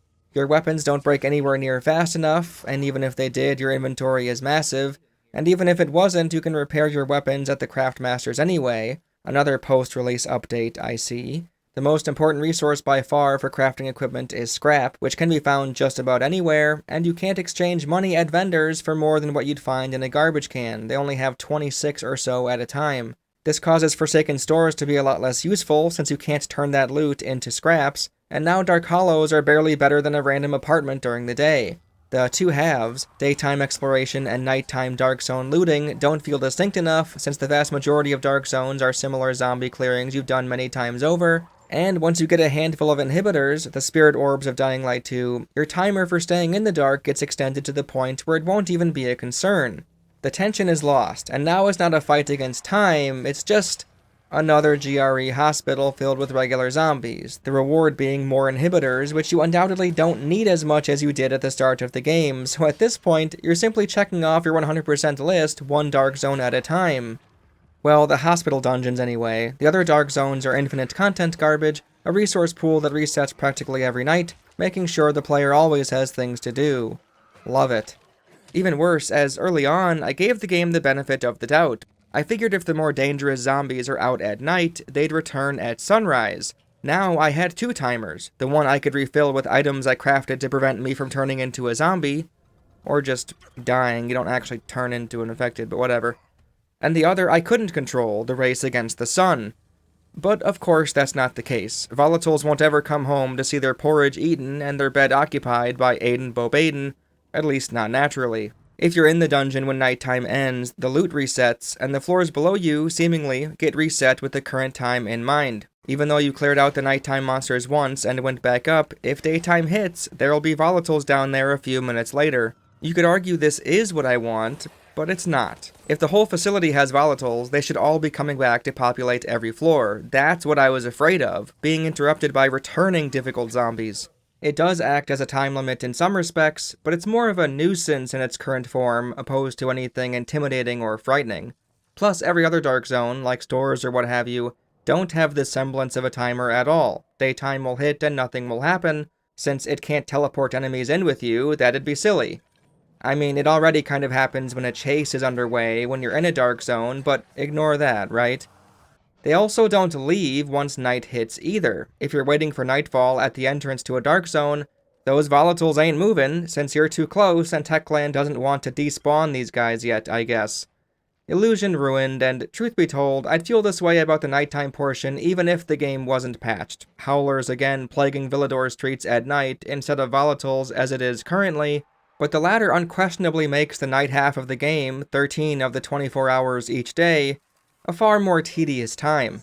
I get that they wanted to keep the twilight hours scarier and more dangerous, but they simply went way too far with it, and not in an interesting way.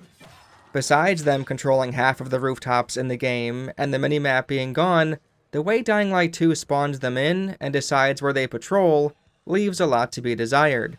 Basically, no matter where you are in Villador, 4 volatiles will surround Aiden at all times. If you're at some base or UV light safe zone, it's never a bad idea to break your immersion and use Survivor Sense, since undoubtedly there's exactly 4 volatiles aimlessly wandering around you right now. You can watch and see how ridiculous their movements and mannerisms are. They just pace back and forth, no real goal in mind, just walking to the end of their leash and back to Aiden again. Sometimes one will disappear behind a building, and voila, a new one teleports in at a completely different spot where there wasn't one before. He's now shackled to Aiden until further notice, either by the player through violence or the game through magic. I assume the programming for these guys is tied to the player's coordinates, which is a very efficient, yet incredibly boring solution. I've seen this in other games, where enemies shouldn't know where you are, but they always stay close enough so that they're threats when you do decide to take action. It takes me out of the experience each time I piece together that this trick is happening in a game. It ruins the simulation, everything else, literally all the developers' hard work had been trying to maintain. This doesn't just hamper immersion when nitpicky YouTubers are holding the controller, it impacts the decisions you make when you realize what's going on, and undermines the entire point of having these supposedly scary enemies, quote-unquote, patrolling the city all around you. On paper, being surrounded by volatiles when you're searching a building for books might sound nerve-wracking, but I know it wasn't just random chance. It wasn't an emergent situation that unfolded before my eyes, and I also know this isn't a scripted encounter either. The volatiles aren't about to come ambush me or anything. No, it's because the volatiles don't have much leeway. Techland ordered 4 volatiles to babysit Aiden, so that's what they're going to do. Now, there was an odd edge case or two where I've seen 5 or 6 at once in the heart of Central Loop, so clearly it's not a hard set rule, but the vast majority of my time spent at night, either purposely investigating them or going about my business, 4 was the magic number. The game seemingly always keeping 4 volatiles near Aiden at all times does a few things, and none of them are for the better. It assures Aiden will always be in danger of running into them when parkouring around, which isn't scary but annoying after a while, or even right away when you're just starting out. There rarely being no more than 4 means you can plan around it and exploit that limitation, tracking them all and escaping a tight spot without too much trouble, and it also makes the map far more homogeneous than Techland probably realized. For all I know, this 4 at a time business is all in my head, but it should say something that the game gave me that impression in the first place. Every area feels the same at night, none of them special, since volatiles seemingly don't congregate anywhere or stay in front of their hives or anything interesting like that. They're seemingly just plopped around at random, and you'll see wave after wave of icons blip over their heads as you parkour through. Zooming in a bit closer now, the way you interact with the chase system isn't all that great either. When you're spotted, you're meant to run away and hide, or run away and find a UV light source. Besides getting lucky in a building or what have you, tall grass is basically the appointed hide here spot, which can help end chases if you aren't seen when you go in. Tall grass seems to be the go-to for modern developers when wanting to add in stealth for outdoor areas, and truth be told, it's fantastic in Assassin's Creed Shadows, but here, it is a little hard to believe that these guys rely on sight and sound alone. Either way, it's not foolproof, as virals and volatiles can bump into you, invalidating your escape attempt in its tracks, which never feels great. You probably wouldn't want it to be a guaranteed thing though, so some amount of failure isn't bad, but when you're simply wanting to continue playing the game, these moments make you second guess even caring about trying to hide in the first place. Do it if your objective is nearby and they're pestering you, or use a DLC camouflage item to instantly put the chase to bed, which is a powerful tool to have in your back pocket, but if not, honestly, why even bother pretending? Just keep running and sprinting. People claim volatiles in 2 are more dangerous than 1, but when I went to go test it for myself, I literally couldn't outrun volatiles in 1, but in 2? Oh, it's easy as hell, just keep going. The parkour opportunities are more complex and sophisticated, sure, but in terms of sprinting on flat land, I'll take the sequel's lions over the originals any day. I'd argue the reason they could feel more dangerous in 2 is because of their increased quantity and their ability to just be on top of every building. With all that in mind, unless you're planning on grinding for parkour experience for fun, or murdering an endless amount of virals and volatiles for laughs, it's honestly best to just ignore them for the most part and keep sprinting and jumping and gliding past them. Act like they aren't there, and when they are, get to a UV light, and that's that. That's at its best. At its best, you run to a nearby safe zone and wait until you get to play the game again. To give the game credit, this does make the unlocking of more and more safe zones feel rewarding as you're opening up your haven of protection at night. The closer UV lights are, the better, so as to not deviate too far from your objective. I'm not sure that little positive outweighs everything else, but hey, we have to hang our hat on something, right? Volatiles will prevent you from accessing your quest objective at night, since they're little assholes who hate productivity, I guess. They don't interact with other humans in the same way. PK soldiers or bandits braving the nighttime for some reason don't get the 80 Bob 80 treatment. They often start a chase the moment you exit a safe zone, causing you to run right back in a pointless time waste, and nothing fun was done with them to explain why that would even be a common occurrence. Again, if we pretend there's any logic to be found with the volatiles in the game, then we can assume they hunt humans for food or sport. You have the PK base, the Missy, a docked ship with barely any layer of protection, nestled into a corner. There's no play on elevation here, no back doors, no nothing, just flat land, and everyone in and out is funneled through these two doors. The volatiles wouldn't have a couple of their scouts perched outside, waiting for an idiot to return home late or leave in the middle of the night? Nah, have them aimlessly wander back and forth, that's smarter. I mean, with how stupid these PK soldiers are, maybe that's a winning strategy all the same. These guys had the high ground, gave it up for nothing, and died trying to whack this volatile with pipes. What the fuck is wrong with them? All kidding aside, let me be clear. I'm not saying the game is worse because volatiles aren't shown to be perched on buildings and waiting for humans like a smart animal or something. No, I'm saying if you're going to have them constantly pester the player anyway, the moment they leave a safe zone, causing a chase and wasting everyone's time, at least add a fun reason for that hassle. This is all hassle without any payoff. There was only a single time I was excited about a volatile, and that was during the final Baba mission, where I was meant to trap a black volatile. Whoa, finally something different with them. Except, well, first of all, Baba told me to trap it since she didn't think I could defeat it. It's an enemy that was built up through a lot of dialogue earlier on in her questline, I just didn't realize it at the time. I used the trap and the game counted it, but he didn't end up inside, so I had to fight him. Sweet. Except, he's just a regular volatile, and he was easy as piss to kill. Baba's probably my favorite NPC in the game, but girl, come the fuck on. This dude is what you were so scared of? Hell, the only reasons volatiles are so deadly in the first place is because there's always more than one of them, they can start chases, or they're in a cramped setting with other zombies around. This black variation didn't have any of those going for him, so he went down without issue. Even worse, I've come to realize in retrospect that the black variations aren't even noteworthy. They're encounters just like any other, such as the bolters, bandit ambushes, and guys in cages. Weird. How pathetic is that? The supposed scariest zombie type in the game is relegated to encounter status. What a disappointing direction Techland took for an enemy that had so much potential. I hear the GRE dungeon things are supposed to be the replacement for the initial volatile nests they had planned, which is just really sad. These aren't even close to the ones we had in the following, and to see a bastardized asset flip show up in the tower raids, a separate roguelite mode with no bearing on the actual game, feels like salt in the wound.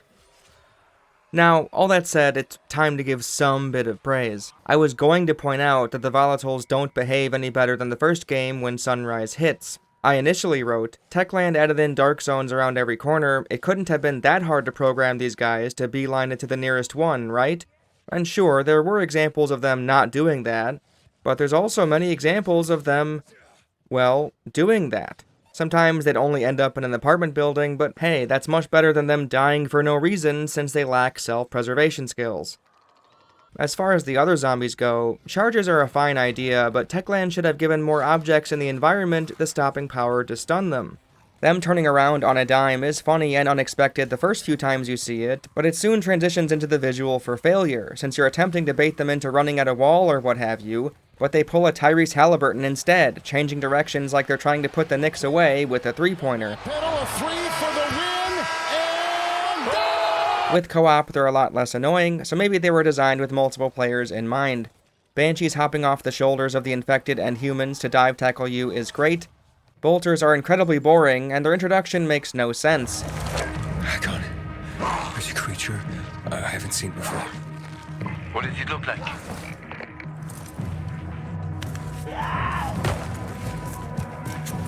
Not a big one. Extremely fast. Probably a bolter. You can find some interesting stuff on them. But catching one requires serious hunting skills. They stuck this cutscene in a story mission, but bolters aren't needed for anything this time, so it's not a setup like before, and Aiden's description is laughable. Extremely fast? Bro, what are you talking about? And why are you so afraid in the first place? There's UV lights right there, dumbass. Goons are better. Their hitbox on their downward slam isn't ridiculously wide for no reason like it was in the first game, thank goodness. Genuinely, when going back to test things, Techland, stop doing endless events and cosmetics and fix these atrocious hitboxes. What is this? On that note, don't ask us which fucking Dying Light we want to play when booting up Dying Light 1. Are you serious? And definitely don't autoplay a promotional interview about your upcoming The Beast game. Fuck off. God damn, I hate Techland sometimes. Anyway, the Goon. The Goon. When it's a one-on-one, they're actually quite fun to fight with melee. You can duck under their swings, jump over their radial earthquake, and dodge everything like you'd expect. A surprising W for Dying Light 2, very nice. Also, this scene is great. Don't know why they didn't steal them. They were right under their noses. Morons. Speaking of positives, they fixed the issue I had with the exploder. They added in a sound cue for when a special infected spots you, so now you'll hear this, and be alerted to one coming your way from behind or in front. Plus, killing them with a knife or something is strangely satisfying. Virals don't look quite as haunting, they're just regular dudes. Apparently Techland added in, much later on, the animation where they cower and pretend to be human like the first game. Concerning that they forgot about it in the first place, but at least it's here now. Since there's no guns, they seem to ambush you out of nowhere far more often, which is pretty irritating. Howlers feel pretty out of place, since they don't start the chases at night anymore. They're now on the ground in the daytime, and they, like the exploders, seem to be a way to draw in biters and virals to your location more often, to make up for the lack of guns. Their audio is appropriately scary, but since they aren't beacons of the night, they don't leave as much of an impression when the sun is out. The gas tank zombies returned, and they're far more annoying this time around. Don't get me wrong, them flying high as the night sky, twirling towards freedom, is a hilarious sight more often than not, the right amount of goofy for my tastes, but again, it seems like with the removal of the guns dilemma, they're far more frequent so as to goad a player into making noise to attract more virals. Any errant swing will set these guys off, and it gets a little tiring. I began resorting to throwing knives at them to lower my chance to see these guys become a firework. Also, a lot of zombies can spit now. The dedicated spitters are disgusting, oozing and doubled over, a great visual, but volatiles do it when they can't reach you like in the first game, and hazmat suit guys do it too. Gotta spread the wealth, giving more enemies ranged attacks, I suppose. While all of that is fine, there's no smoker type like I was hoping for, and no queen volatile, or anything massive or significantly boss-like. Just a few elemental types, the Revenant if you want to count that, even though it's just a pointless activity, one or two new coats of paint, and some slightly new special infected. It's just disappointing, even if, on paper, it is better than Dying Light 1. I mean, at least here they actually tried some new things, right? Think about it, in the first game, the goons were just the brutes from Dead Island, virals were the runner types we've seen already, spitters the floaters, but arguably better, exploders the suiciders, but arguably worse, demolishers the straitjacket zombies, and so on. I know I said in my Dead Island video that it was impressive how Techland turned what didn't work in Dead Island into something that worked for Dying Light, but, well, maybe I was giving them too much credit. Something I've come to realize in the last year or so is that when I played Dying Light 1 back in late 2021, early 2022, I wasn't truly meeting it on its own terms, and that ended up helping its case. I recently played it again as preparation for the video, and I came away with a much more negative impression this time around, since I finally let go of what I wanted the game to be, and accepted it for what it is. I still agree with basically everything I said in my video though, save for the Hell Raid glazing. Definitely not a fan of it anymore, not sure what I was thinking. Anyway, while everything I said still holds up, my claims of it being nearly phenomenal and almost perfect and all that came from what I envisioned the game could have been like. if the airdrops were better handled, if the characters were more interesting, if the implications from the intro were followed through on, if your actions had an impact on the world itself, if the looting was better, if the open world was more like Breath of the Wild, if the systems of the game offered as much as an immersive sim. That's what I thought I saw in Dying Light, a zombie immersive sim with Breath of the Wild-like freedom to explore the world. No, it's not that. It's a pretty standard open world filled with undead that you do stuff in. I've been trying to play more open world games these days, so I can expand my knowledge and have a better understanding on why I love the ones I love, and only like the ones I like. There's a spectrum that every open world game rests on. On one end, the world exists to be explored, and on the other, the world exists for you to do stuff in. Breath of the Wild and Tears of the Kingdom, for me, are by far the most enjoyable open world games, simply because the joy of discovery and exploration is the fun. Wandering around and uncovering places on the map, doing little things along the way, light puzzles, some combat, some cooking, some shield surfing, that's the captivating part. I'd say Elden Ring belongs here too, even if the vast majority of content consists of combat, and the old guard of Bethesda, Elder Scrolls, and Fallout belong on this side of the spectrum as well. The latter two do contain a wealth of quests that send you places, sure, and it is nice to vibe in the few towns of Breath of the Wild, chill and help people with their problems, absolutely, but there really is something special about picking a direction to begin adventuring, and undoubtedly, a few minutes in at most, you'd likely say, "Ooh, what's that?" and go investigate some new cave or ruins or fort or shrine. Or Oblivion Gate. You can make the argument that the critical difference is how self-contained each landmark is, a combat trial, a puzzle, a tower, and so on. Hundreds of individual yet disconnected bits of content sprinkled all around for you to find.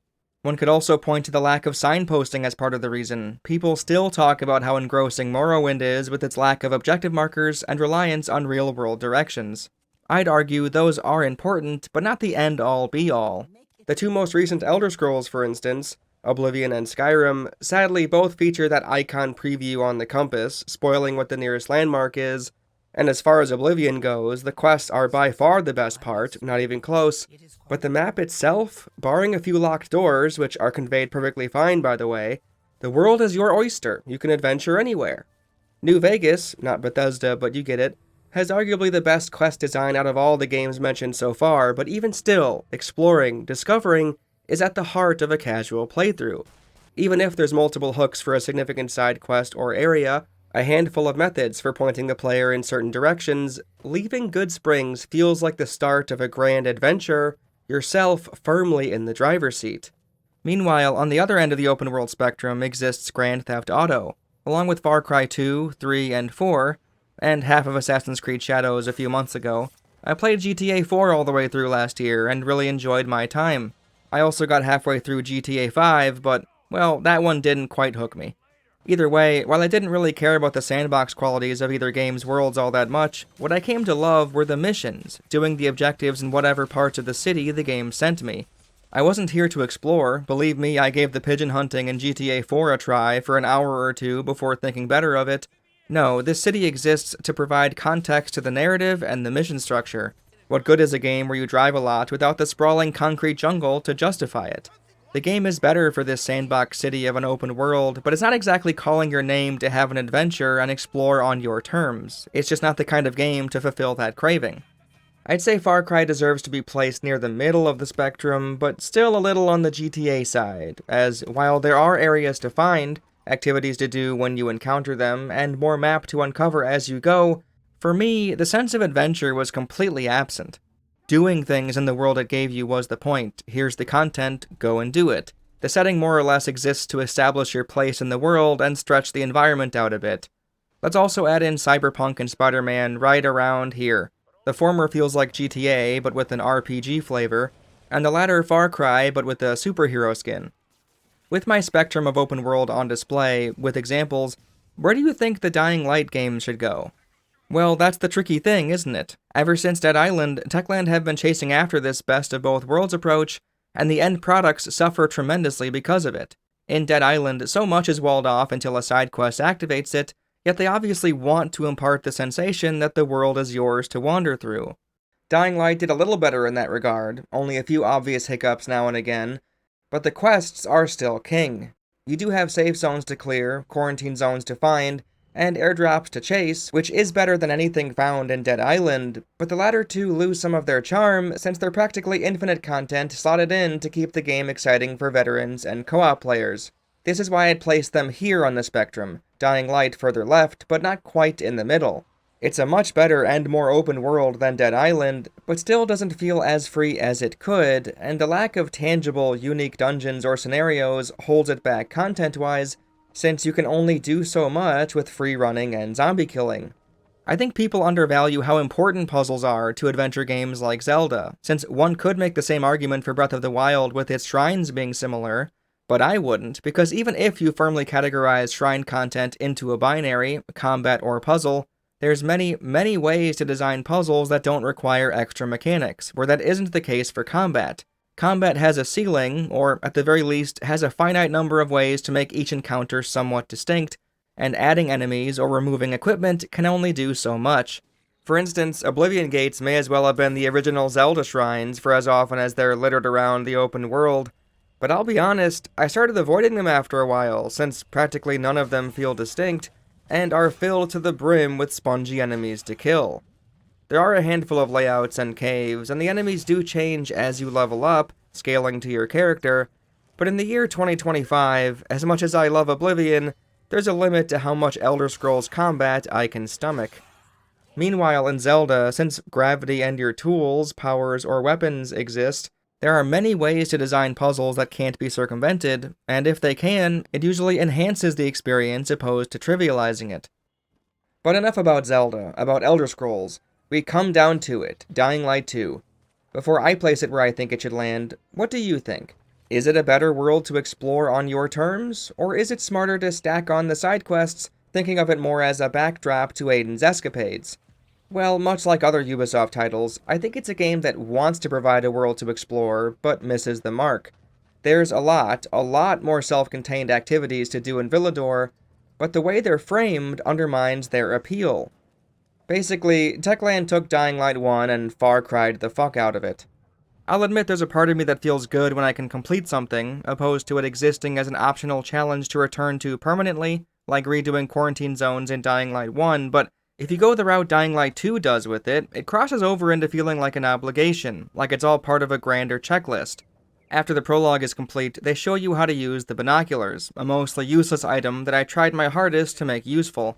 It vibrates the controller when you're supposedly almost looking at landmarks or activities, and once you're in the right grouping of pixels, it'll close in and label the spot permanently. Going off the trailers and pre-release footage, it looks like Techland wanted this to be a part of the gameplay loop, using it to scout your surroundings and check what was up ahead. Even though I didn't like Far Cry 1 all that much when I tried it, my favorite part was the ability to mark enemies, something I thought would be a gimme 25 years later in a modern game, but no, I've tried many times to mark bandits and outposts, and those symbols go away when the binoculars go away. That would have been really helpful, but whatever. While marking areas from far away can feel beneficial in the moment, it takes away from what I like about my favorite open-world games. Getting the knowledge of some activity or quest or location before you're actually there means all you're really doing is revealing where the content is in the game. See these exclamation marks? Those are side quests. See these feet? Parkour challenges. So on and so forth. If, in Breath of the Wild, climbing up the towers showed every side quest, minigame, and shrine on the map, I highly doubt I'd like it as much as I currently do.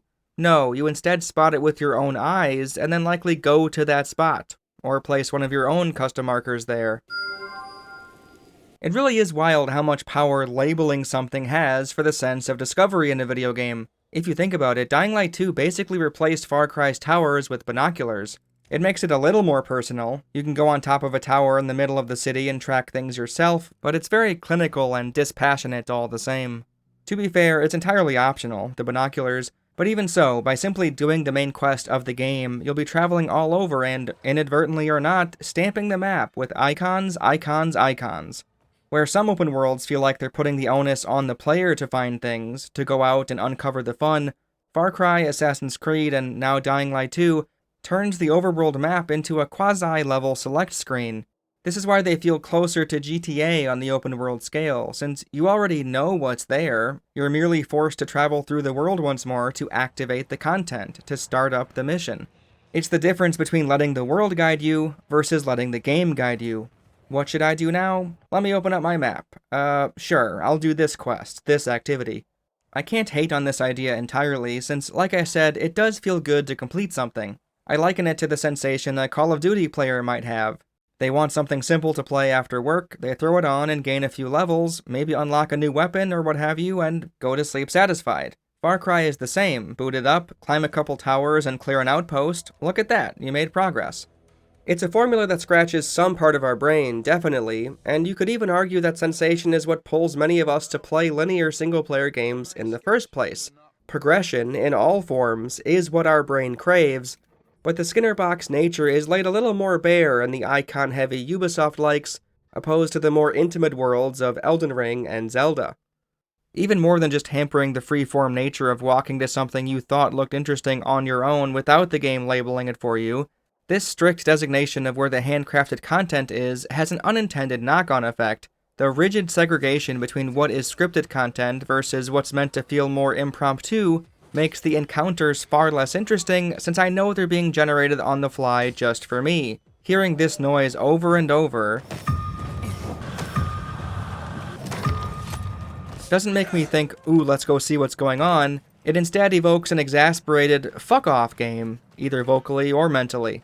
This audio cue means the game is filling my surroundings up with slop in real time, so I can experience true emergent gameplay, such as fending off zombie attacking human or fending off renegades. But don't forget, rescuing person from zombies or rescuing person from renegades. Seriously, can someone tell me how this idiot ended up in a cage strung from a lamppost? How did you get in that cage? If this were a good RPG, I might be able to ask him about it. But in Dying Light 2, it's just another encounter for the pile. Hell yeah, I want that reward, gimme gimme.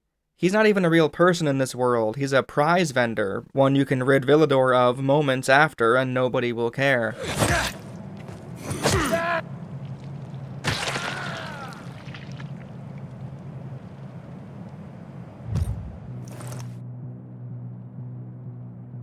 I feel nothing. The delineation might seem arbitrary, but having the game announce it's just spawned in radiant sludge for me to slurp up makes the separation between church and state that much more pronounced. Except in game terms, it's quest versus encounters. Quests and activities are merely checkmarks in the making, and a hanging PK soldier is a fake video game nothing. Something to fill up your world to make it feel less empty. At least Infamous gave you good or evil alignment based on your choice. At least Far Cry 4 gave you karma points, goddamn. Again, almost every open world game has stuff like this, but I've never disliked it as much as I do in Dying Light 2. As I see it now, there's the stuff to do and the stuff that gets shoved onto you. You'll almost always be in the process of traveling to the stuff to do, like GRE Dark Zones, substations, windmills, quests, and so on. So the stuff that gets shoved onto you, in an ideal world, exists to freshen up the pacing, a fun distraction, but for me, it's either something to ignore, or cynically accept for the prize at the end. I can tell I've become jaded when it comes to video game radiant quest-adjacent content, but it's because of how fake it feels to me. This was meant to fix that feeling, to emulate the living world existing without you, so you'd naturally stumble into the middle of something already underway. But I know it's for me specifically, and it completely undercuts the experience each time I see it, or even hear it. I've played games where it simulates and runs without your involvement, and they're amazing, even when it's extremely limited, like BioShock back in 2007. True emergent gameplay is why immersive sims are so special of a genre.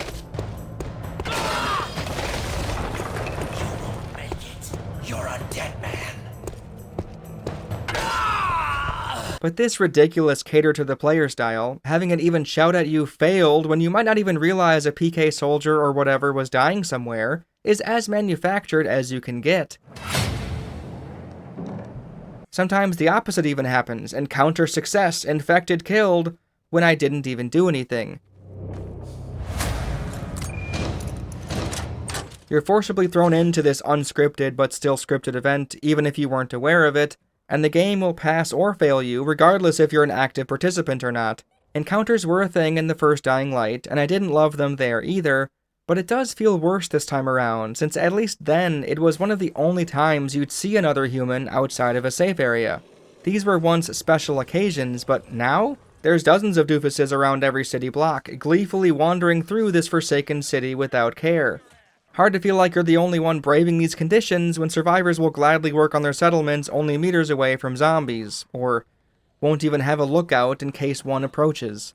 It's almost impossible to roleplay as Aiden in this game world since everything feels so artificial. I made fun of not being able to attack NPCs in the first game, and the same rules apply for the most part with the safe zones and important NPCs and whatnot, but you can actually attack nobodies this time around. But because this is a game where your allegiance to a faction is a focal point, this is the game where friendly fire should have probably been turned off, especially given that you can't join the renegades. Sure, the survivors run away, the PK fight you. I mean, normally anyway, these guys don't give a fuck I lopped off their buddy's head. But because there's no consequences to your actions, murdering every single innocent doofus you see, the ones that clearly don't fear the undead, I mean, why not? Aiden doesn't care, the factions don't care, hell, the survivors themselves barely care. Funnily enough, you can mix and match the problems with the game to create comical scenarios that just shouldn't be allowed to happen. The PK soldiers fight back if you swing at them, remember, but they're also victims to the imaginary safe zone boundary. They get mad when I pop out, but when I walk back in, they're cool with me. I pop out to stab them in the chest, the other guy sees, but wait, I'm in the safe zone again, sorry pal. After this, I went to the PK base and nobody cared, obviously. Ader, the leader, doesn't give any shit that you're just murdering his soldiers in cold blood. Again, video games from 20 years ago shouldn't be able to so easily outclass modern games like this. While we're on that note, Infamous, a 2008 PS3 game, allowed quest givers to flee from danger, which might feel like an inconvenience at first, but it's worth it, since it better grounds you in the world a bit more. This guy, though, doesn't care about the renegades nearby, even though they slaughter anyone they can because they think it makes them more powerful. Yes, that is the canonical reason. The dude even talks about how he hates the renegades. Just make him flee and cower for a while until the enemies are disposed of. It's not rocket science. This kid surrounded by zombies? Nope, he sits there while they attack me. Pathetic. Stationary NPCs are set in stone, and no-name doofuses might as well be mannequins. Dropkick them off a roof, bash them with a stick. Literally nobody cares. It sometimes feels like the only thing we're really getting out of the advanced technology AAA games are working with is more detailed graphics, which is incredibly boring. Now, to give the game credit, there were times when fights or events seemed to happen without the encounter label, and that's great in theory, but in execution, it's a pretty awkward sight. These bandits don't like this PK group, I guess, and are just kinda staring at each other doing nothing. Here's a line for water or bread or something, out in broad daylight, script running like normal until infected show up, and then it has to press pause so the NPCs can whack the zombies with sticks. Since these are more rare than manufactured encounters, and feel very clunky, these more resemble accidents, like the game wasn't supposed to load these two groups so close together. And boy, it shows. Oh hey Peacekeepers, there's a fucking banshee on top of you by the way, and is now attacking me. Y'all don't care? Just gonna stand there? As far as the stuff to do, some are better than others. I talked about liking the parkour challenges in the first game, and even though I think the parkour is as good, if not better this time around, the quantity of stuff to do in this game made me pick and choose which content was worth seeking out, and the free running trials failed that test. I can gladly say Dying Light 2 gets more out of parkour than the first game did, with its rope swinging, the teeter-totter platforms, the monkey bars to swing on, and a half-dozen new skills, such as jumping out of a slide, leaping off small obstacles to gain a crazy speed boost, and bouncing on trampolines to gain height if you picked the survivors. The grappling hook being a mandatory item for the story later on, and the new way it handles, makes some climbs better than the very best of Dying Light 1 without question, so make no mistake, the parkour is by far the best part of the game once again, but when you're trying to eke out worthwhile content in this perpetual content machine, finding a parkour or combat trial where a question mark or exclamation point was plopped down is a bit disappointing. Plus, I don't think the Night Runner trial on the VNC tower was created with the new expert parkour physics in mind, so ramming my head against the wall, or the ground as many times as I did here, just ticked me off even more. Regardless, the other reason I didn't do all of these this time is due to fucking how many of them there are. I believe Techland added in more and more after release in batches, which is nice when you have the mindset of more content equals good, but quality over quantity is a phrase that should have been etched into every bathroom stall in Techland's offices, as the more and more quests and challenges you put into the game, the less cohesive the end product is. My second playthrough felt far better in terms of pacing, since I ignored a lot of the side content. Not all of it. Fucking Thalia. Maybe this simply speaks to how difficult it is to have an open world to explore and story quests that take up a substantial amount of time, along with a shit ton of dialogue we're meant to take seriously. It's a tough balancing act, but both sides of the coin got bloated somehow, and instead of evening out, neither feel as good as they should. Anyway, for the challenges specifically, both parkour and combat, the game has two different styles when it comes to dishing them out, and the way it tricks you at times can feel awfully shitty. Sometimes it'll just be a plank of wood or a poster and a prompt, and other times a plank of wood will start speaking for minutes on end, pretending to be a quest giver, and it turns out it's a challenge in disguise. I can get behind this in theory, since I did question the window dressing in the first game, Kyle accepting the time trials from these doofus NPCs. Helping people deliver something in a timely manner or what have you initially delighted me, but there's two problems. One, even if you do the supposedly important task, such as warn the people of the poisoned food or feed sugar to the bees before they starve, the NPC tells Aiden he can do it again since it's, I guess, an ongoing problem? The framing device, the thing that made it seem like a discrete one-and-done objective, apparently doesn't matter once you've finished it, the quest giver asks you to do it again. Mechanically, these function like the minigames of Breath of the Wild, the silly time wasters Link could partake in over and over, but in Dying Light 2, they're presented initially like any other side quest. It simply doesn't feel good to think you're helping someone, only to find out that their task was infinite, sort of like that dehydrated lady from Dead Island.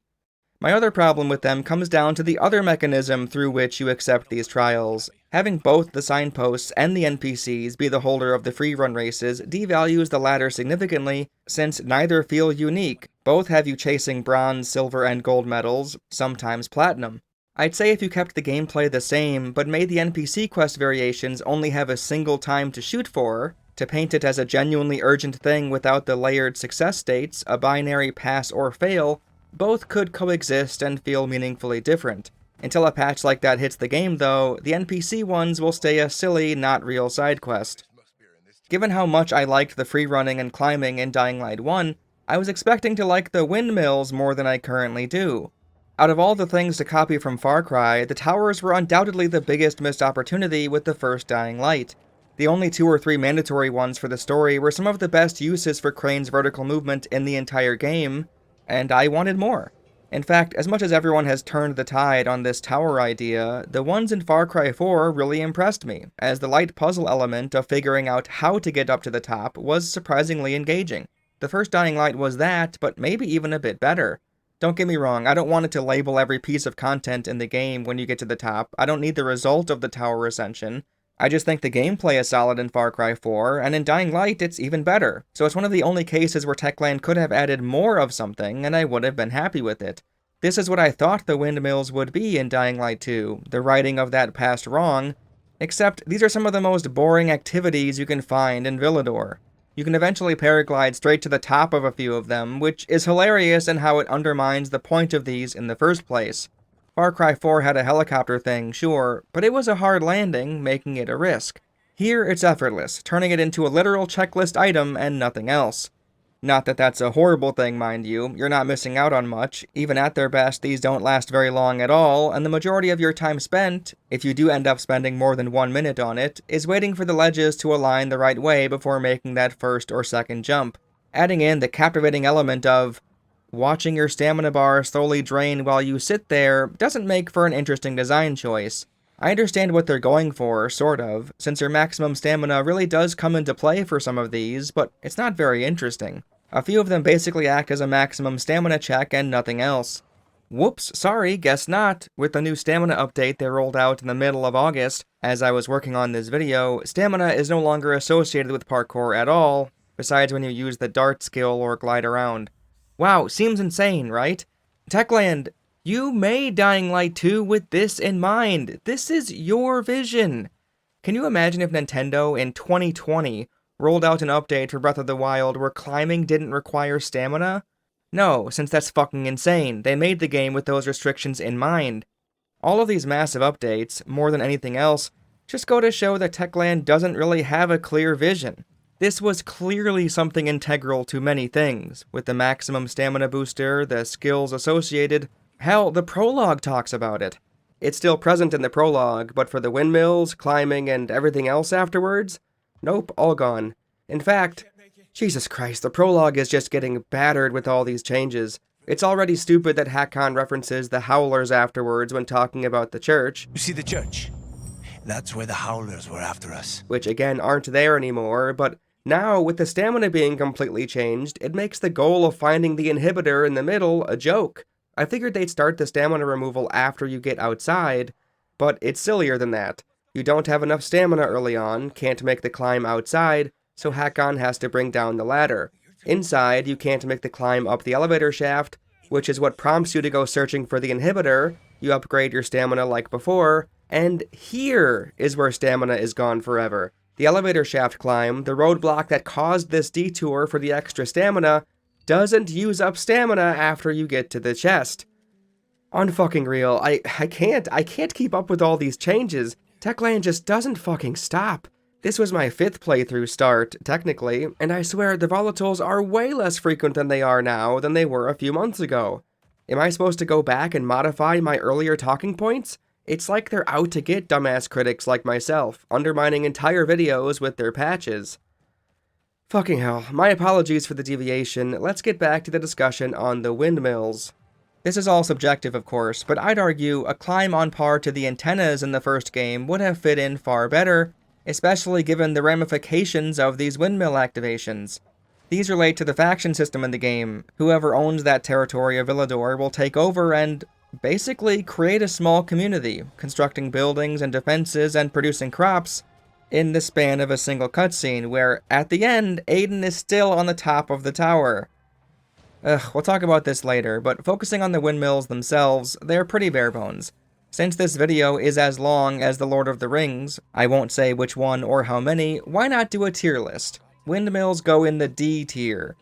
D for, don't you dare climb up there, Aiden, otherwise you'll slip and fall and land on trash bags again. Boy, one of these days he's gonna do this and end up landing on a bag of rusty knives, I just know it. Am I right, people? Oh wait, he missed. Man, is that good writing or what? Oh, and we'll throw the parkour challenges into the C tier, since they're still fun in and of themselves, right? While the windmills were a giant letdown, the actual radio antennas were a complete surprise. I saw one really early on and was confused at what the fuck I was looking at, but much later in the game, after you do the big story mission on the second map, you'll be able to start climbing these antennas and turn them on, which in turn shows you where any stray inhibitors are located. My main problem is how late these become an activity. That goes for a lot in this game. The VNC tower mission should have been closer to the beginning rather than the end, given that it holds the grappling hook hostage. This could be more of a case against how much side content is in the game up to this point, but I'll just say, you can easily play 20 hours of Dying Light 2 before even getting the glider, which is just wrong. I'll talk more about that later. The radio towers themselves, while not offering a very interesting reward aside from cleanup duties, are some of the highest stakes butt-clenching climbs in the game. For some reason, the humans who were here before set up a platforming gauntlet, a near circus show, with poles rotating around pillars, catwalks that lead to other isolated platforms, ladders only on a select few towers. It's truly, and I mean this, the most nonsensical part about the entire game, but when the gameplay is good enough, and it's not tied to much else in the first place, believability simply doesn't matter. I wouldn't say this excuses the windmills for being so ass, and I don't think these perfectly replace the potential Dying Light had by having Far Cry 4-esque towers like the first game did for 2 or so main missions, but they're a lot of fun. Making the jumps to hump metal stumps, turning around mid-air to thump your plump rump, otherwise land back in the dumps, crumpling into a slump. Aiden, you fucking chump. Yeah, I know how much you nerds like poetry. Fucking subscribe, thank you. In all seriousness, I vastly underused the 180 turnaround skill, so that likely could have helped in these instances, but still, this is quite the demanding ask, especially given the likelihood of failure, resulting in almost certain death. The music accompanying these ascensions is surprisingly well done. The song graduates to a new level as you climb, dynamically altering its tempo and mood as you go.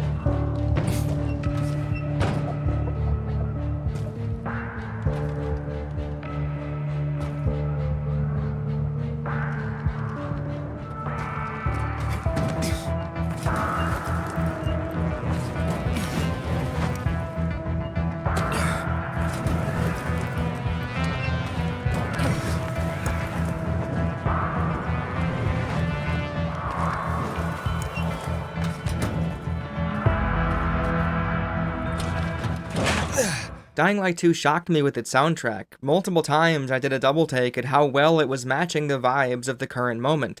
In fact, the first mandatory antenna at the top of the VNC tower is worth shouting out right now, since the last leg of the tower climb itself, while being excellent gameplay-wise, is paired with a, frankly, unbelievably uplifting track.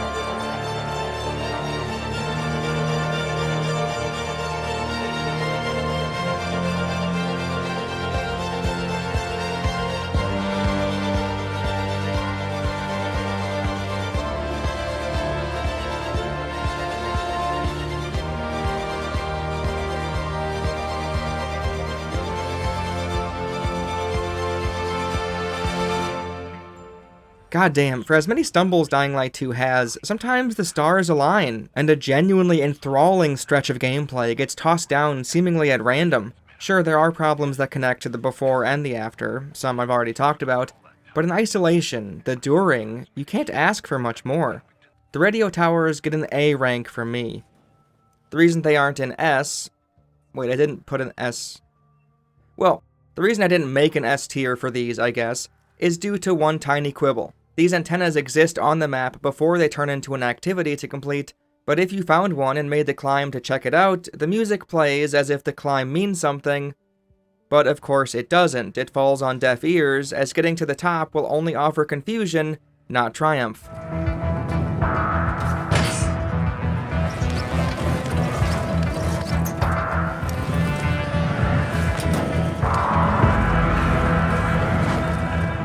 Very odd. There's a whole host of little supply-gathering landmark things. They're repeatable for you to loot over and over, but why not? We'll throw them in right here. Convoys, both military and evacuation, and the dark zones like Forsaken Stores and Dark Hollows or whatever. Convoys relate to my earlier discussion about encounters in a way. Think about it, what makes up these designated spots on the map? An army truck, a medical van, and other supply vehicles surrounded by zombies normally. These would be perfectly fine, but because the game wants to draw attention to them as content on the map, it feels less organic. I understand why they did it. When a buddy of mine joined my session and was looking for ammo, I knew we should go to the nearest convoy, and it was easy to locate because they're on the map once you see them, sure. Convenience over spontaneity. Because these are all the same landmark, same name, same goon or demolisher with the same basic rewards and same car layout, or at least similar enough that I don't remember any of them being unique, these are some of the lowest of the low in terms of worthwhile content. Throw this exact same scenario into Dying Light 1, and I'd probably love it. There were, in fact, a few of these pre-arranged scenarios, and because the game didn't go out of its way to label them, it felt like I found something cool. A cluster of medical vans, 2 goons protecting a chest with electricity feeding into the water for some reason, a chest falling through a ceiling, sure, sweet. I know it might not sound important, but it is. When everything gets a defined icon, it's no longer you stumbling onto something interesting, it's you finding one of however many insert content here locations on the map. They don't get checked off or anything, but these feel monumentally less special to me. Fuck's sake, when you get close enough for the first time, they even show you what items are found here. Weapons, gear, accessories, and ammo. Yep, ammo for the guns you won't have until at the very least the second third of the game. Absolutely ridiculous that ammo for guns you can't have yet can take the place of things that might actually help you.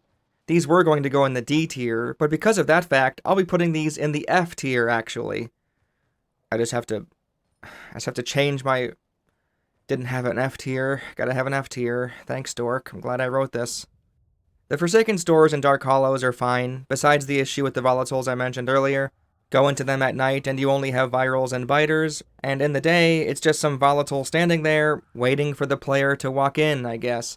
Here's your defined loot area for crafting materials and valuable items, sure.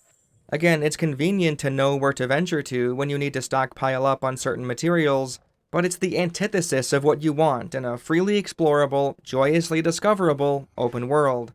They're all mostly similar on the inside depending on the type of building, and there'll never be any surprises in store for when you enter. D tier for sure.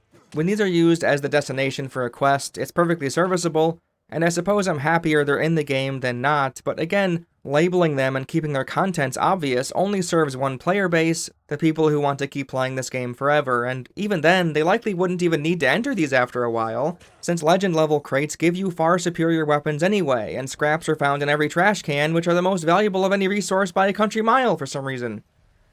Man, there's so much of this game that's it just breaks after you get to a certain point in it, like just toss half of the gameplay loop in the garbage. That's where you'll find the scraps, after all. The GRE hospitals are a lot better, since they seem designed to feel like dungeons to venture through. Problem is, they're all basically the same thing, house the same rewards, same enemies, and will always look and feel the same to boot. Setting aside how boring these eventually become, I want to speak about them as a new player, when you're not used to the game yet. These were some of my favorite moments early on, daring myself to finally clear one of the undead nightmares.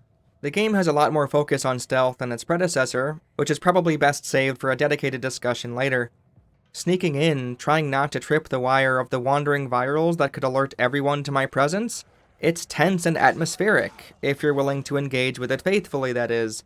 It becomes impossible to later on, though, since normal zombies are no problem. It's much quicker to kill everything all at once. You've seen these walls and floors and rooms a dozen times already. There aren't any more interesting or new puzzles, if you could call following the power cord and opening locked doors as puzzles in the first place. And the rewards aren't as coveted any longer, since you've likely claimed plenty of inhibitors already.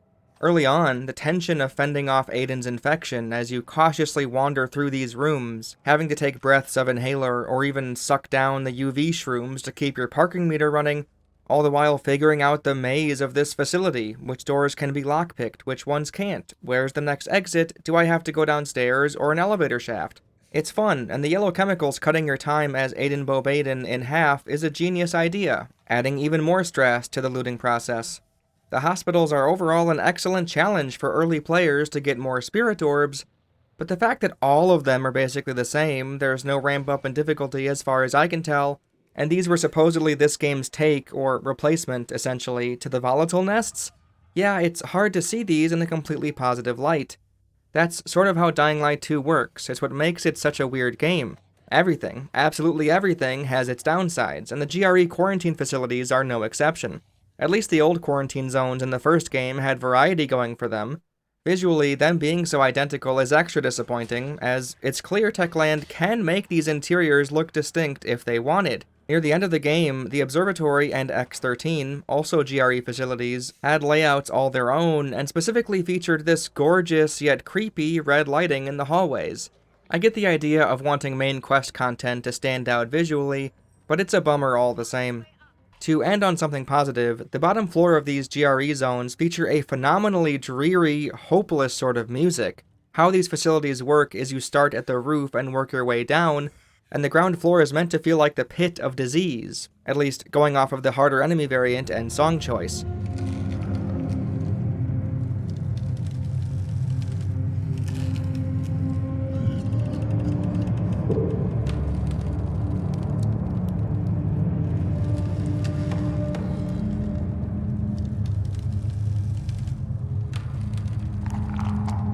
It reminds me of the soundtrack for Chernobyl. It gives off such a depressing and morose attitude, the ambience being totally chilling. I'm so conflicted about where I want to place this, cause looking back, this is a cool bottom floor, but they're so underwhelming, their potential isn't lived up to, the rewards are always the same. High C tier. Early on, they're good, but they really taper off quick. The GRE anomalies showed a lot of promise, offering something novel and even granting a taste of what could have been done with this game, expanding on the zombies part of it. These revenants are only found in these locations, and they can only be fought at night. It's a mostly contained, fenced-off area where you have a boss-like encounter with an enemy exclusive to this batch of content. Well, that is unless a Volatile spots you and ruins your fucking day. I've complained enough about Volatiles for one lifetime, but yeah, they should not be allowed to waltz their way in here. Anyway, the Revenant can summon more zombies by gyrating over a pile of dead bodies, which is metal as all hell. I'm normally not a fan of additional weaklings in a boss fight, but it worked well here. It suited the battle's tone. I think these fights become a bit too easy after a while though, since they don't scale to your level properly when you've been playing the game for a long enough time. It's also a little silly that the only reason you can't access the inhibitor they're guarding is because you don't get a prompt to open up the hatch during the daytime for no reason at all. Once nighttime hits, these guys pop out. They're just vibing in there during the sunny hours, I guess. I also wonder if these weren't explicitly labeled as the GRE anomaly each time, if they would have felt better to stumble on yourself. Since they are, it's another thing to do. Another style of content that the developers are signposting and waving their arms at me to enjoy when I'm ready. Thanks, Techland. Yep, I'll go look at it when I get time. Low B tier, if only for the focus on special zombie fights. Speaking of B, bandits start with a B, and this time they have their own camps. How crazy. Surprisingly, this is one of the only times where I felt a category of content was being underutilized. There's really not many of these in the game, and it's kind of a shame, since when planning around it, fighting off human enemies via stealth or ambush John Wick style can be fun. Given how determined the developers are with making their games co-op friendly, outpost clearings being a perfect fit for that, I mean, they even put minimal number of players for this challenge too when spotting the first bandit camp unbelievably. Just embarrassing, to be honest. With all that in mind, there only being 4 is downright silly, especially considering 1 is mandatory for the story. There's only 3 non-story ones. 3? 3? There's a part of me that respects the restraint, but it's impossible to ignore how often they've shown no restraint with everything else in the game. If there were fewer side quests, fewer semi-dark zones, fewer boring windmills, and even a smaller overworld map, 3 still might feel like a low number. Don't get the wrong idea, the bandit camps aren't the best thing since sliced undead or anything, and they don't even compare favorably to other encampments in other open-world games. No alarms to deactivate, unless you count the weirdos with the jack-in-the-box on their chests. You can literally stand out of their vision and pick them off with your bow and nobody will even spot you or care?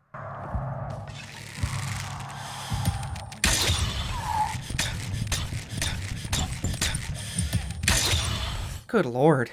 The binoculars don't mark anybody, remember, so it's hard to take advantage of stealth without spamming the Survivor Sense button, and even then it's not easy, since normal goobers don't seem to get a red outline a lot of the time, and in the daytime, those outlines are much harder to see. Using the smash skill move, hopping down and crushing a dude's face into the ground, is a great time, and I'll never say no to drop-kicking or throwing doofuses off buildings and into their own spikes, but these feel so infrequent they're barely a footnote to the game. More bandit camps, less encounters with bandits where they say, "Are you seeing this shit? No fucking way. Am I seeing this right? Is anyone else seeing this shit?" You shitting me? Are you kidding me? Anybody else see that? Can't be serious. Anybody else see this shit? You gotta be fucking. Hey. Like, fucking hell, guys, get some glasses. Yes, it's a human walking within earshot of you. It's not that surprising. Bandit camps go in high C tier. The fast travel this time around is significantly improved. Before you had a weird poster that, I'd wager, the vast majority of the player base didn't even realize was there, to send you back and forth between the 2 zones of the map. Now you have metro stations to unlock. Some are occupied by bandits, others zombies. Some just get turned on with the flip of a switch, others you have to delve down below, finding the 4 generators that need to be turned on. The underbelly area itself feels underused, the loot found within isn't all that exciting, and the specific generators themselves, the ones required to turn on, are fairly arbitrary overall. There's an awful lot of them laying around, but only the 4 with the objective markers matter. Sure, offering another activity with patrolling bandits is a good idea, and even when it's just zombies, clearing out an area for a real reason, like unlocking fast travel, is perfect. It's mostly all positives with this one, A tier. I don't think it's as exciting as the radio antennas, but the reward feels a lot more valuable. The reward for the military airdrops is extremely beneficial due to how rare it is, but that also acts as a negative in a way. This isn't like the airdrops in Dying Light. If anything, it's more like the ones in Dead Island Riptide for that one quest. Static, and you have to track them down. Well, they exist where they exist, and your binoculars reveal their locations to you. Military electronics are housed inside, which you trade with craftmasters, the other type of vendor besides shopkeepers, to upgrade your Night Runner tools. Glider, UV flashlight, and grappling hook all can be upgraded twice, which take more materials each time. There's a good 14 or so military airdrops to find, but because you know what you're getting, the fun of it then shifts to how enjoyable the activity itself is to do. For instance, in the Zelda games I keep referencing, and will likely continue to, you know a spirit orb is your prize for finishing a shrine, but that's the permanent reward. The fleeting reward is the content inside. Don't get me started on how often their potential isn't fully lived up to, believe me, I know. But I still really love playing the shrines, since there's many types of puzzles found within that offer me something the overworld doesn't. It also helps when there's a chest with something you don't know inside, but that's not necessarily the most important factor. With the military chests, you know what your prize will be, another step to upgrading one of your 3 tools on your belt, and the act itself of getting to it varies considerably. It's just basic climbing most of the time. Sometimes you paraglide down with the help of the VNC tower, and you gotta wait in real time for the elevator to come back down, and wait in real time for it to take you all the way up.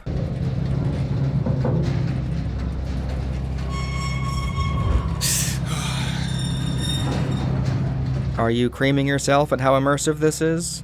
I'm sure not. At least with the antennas, it felt like a genuine trial, a clear gamey challenge put in front of you. I can't say I ever felt that with the airdrop chests. It more resembled a fun optional collectible, kind of like the pieces of heart from older Zelda games. Listen, it'll really help me out if you play the Zelda series. I'm not changing for you, you gotta change for me. But again, sure, they're pieces of heart, but they get slapped onto the map like everything else. They're defined, isolated, and only exist to be something to do. For that reason, I can't possibly have these going any higher than C, middle of the pack. I love the idea of airdrops, but the rigidity of Dying Light 2 makes everything feel worse than it might otherwise. I wouldn't exactly say the Night Runner hideouts belong in the stuff to do category, but they're a question mark that turns into something you interact with, so sure. These always get a little house next to it when it's still unknown, which kind of spoils what the unknown is before you spoil it yourself with the binoculars, huh? You turn on the generator so you can have a UV light safe zone at night. Okay, nothing wrong with them. Throw them in the middle of C tier for inclusion's sake, maybe one step below the airdrops.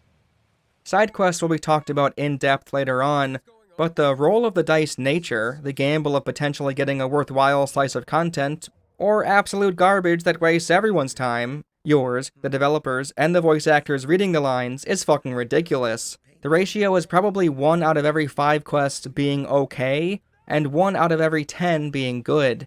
Those very select few that were worth their time don't even come close to bringing up the score. Side quests go in high D tier.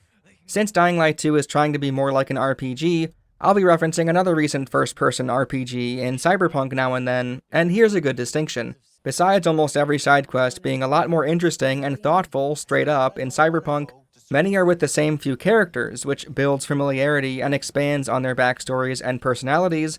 They call you about new missions, which eliminates even needing to label them on the map somewhere in the first place, and the ones that are labeled on the map somewhere, without a phone call beforehand, are meant to be viewed as smaller potatoes comparatively. V, the main character, takes on jobs, that's what they do for money, to get by, so it fits in stylistically with who we are, and the gigs don't pretend to be anything substantial at all. If Cyberpunk worked in Dying Light 2 logic, with its roll of the dice style, every side quest, including all of the ones for Judy, River, Panam, Delamine, and so on and so forth, would be labeled the same way as any other gig is, and you just see them on the map at some point. That's how Dying Light 2 is. Meyer, one of the only story characters who has a side quest attached, doesn't call you when Bart goes missing. You have to find the poster yourself, or run to the exclamation point found on the map. I hope I've explained the difference, because it really is a big part of why side quests end up so low, even though there are some that are worthwhile. Finally, there's the substations and water towers, both having a functionally identical consequence and reward, but offering very different levels of content quality. The water towers are essentially another tower, another puzzle climb, and the electrical substations are my favorite thing in Dying Light 2. While parkour might be the game's greatest strength, the comparatively slower-paced cable puzzles are a fantastic change of pace, and I would have loved to see them show up even more. Basically, you have to connect all the cables, which only have a set length to them, into their outlet. A goes to A, 1 goes to 1, C goes to C, and so on. To get this puzzle box to work, though, a lot of suspension of disbelief is in order. So many doors are locked from behind inexplicably, so you'll need to seek out the proper nooks and crannies, use the right set of stairs, or ascend a ladder you didn't see before to open a door from the other side so you can continue with your task. Plus, I mean, seeing these ludicrously long cables stretch across the facility, and that's how they're going to stay forever? And I thought my cord management was bad. One chipmunk, zombie or not, tugging ever so slightly on this precarious cord, and the district is without power again. Look at this one later on, it's between skyscrapers. It's actually hilarious. Techland can be so fucking funny when they want to be, I swear. Ignoring the goofiness of it all, the only downside to the electrical substations is how they don't show up enough to keep pushing with the idea. The straightforward ones, like the first you have to do in the story when you initially access the downtown loop, are perfectly fine, but the others, though, and even some of them in the later parts of the story, you have to put some thought into how you'll get these cables to go the distance, opening up a shortcut in the middle or using a cord you'll eventually need to plug in elsewhere to power up the doors to get where you need to go first, utilizing the parkour as you jump across gaps instead of walking around to save a few meters of cable on the journey. One time plugging in a cord activated electricity in a flooded basement, so I had to find a different path back to the upstairs. I've seen people hate on the water level versions, but I quite enjoyed the serenity of it all. The zombie corpses floating peacefully as you swim on by is a great visual, and the music is a highlight. I never thought I'd hear stereotypical water level music in a zombie game, but here it is, and it's as magical and calming as anyone could ever hope for.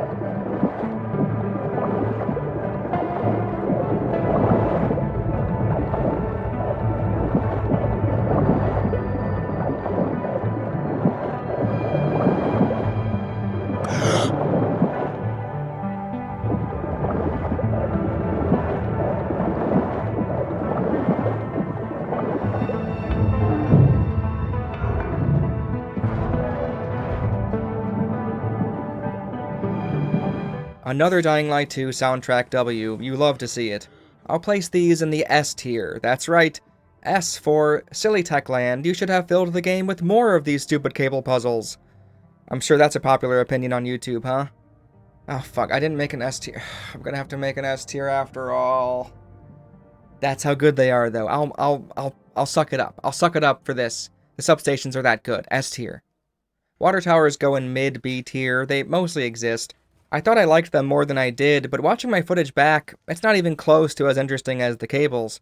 When you have to leap to the swinging crates, that's well and great, but these aren't nearly long enough to justify them going higher than B rank. Well, there it is. Look at that content tier list. Wow, a lot of mediocrity here, huh? And that's without me pointing out the persistent issue that plagued my first playthrough, where the game shows some activities checked off as if you've already done them when you haven't. I know I said this at the start, but this is for Josh, who skipped ahead. Navigating this mess of a choose your content screen without even the proper details of what to ignore and what to focus on at a glance? You hate to see it. There's another layer to the substations and water towers, however, and here's where we get back into the divisiveness of this game. You're able to give the facility, the power-producing plant, to either faction in Villador, the Peacekeepers, PK, or the survivors over at the Bazaar and the Fisheye. Whoever gets the territory also gets the windmills within that border, so any of those already completed go to them, as well as any future ones, which create more safe zones and structures around town. In addition, you get a reward which changes the landscape of the faction-controlled districts. Going with the survivors sees the city get filled with safety precautions and parkour niceties. Sandbags to get to the ground quicker, trampolines to jump higher, zip lines, eventually allowing you to go both directions on them, a survivor to revive you after you died, and so on. Meanwhile, the PK side offers defensive and offensive tools to help fight off the zombies. In-place turrets, the car alarm cars we saw in the first game, the electric fence traps we saw in the first game, a sweet as fuck overpowered as hell crossbow, and the last 3 I never saw since they didn't seem that impactful. Still, Molotov lanterns to shoot down, giant comically goofy pendulum traps, and UV light traps from the first game again. Doesn't really end with a bang, huh? From what I gather by talking with some players and reading threads and forums, these choices, assigning facilities to either faction, are some of the most ridiculed in the game, and I can understand why.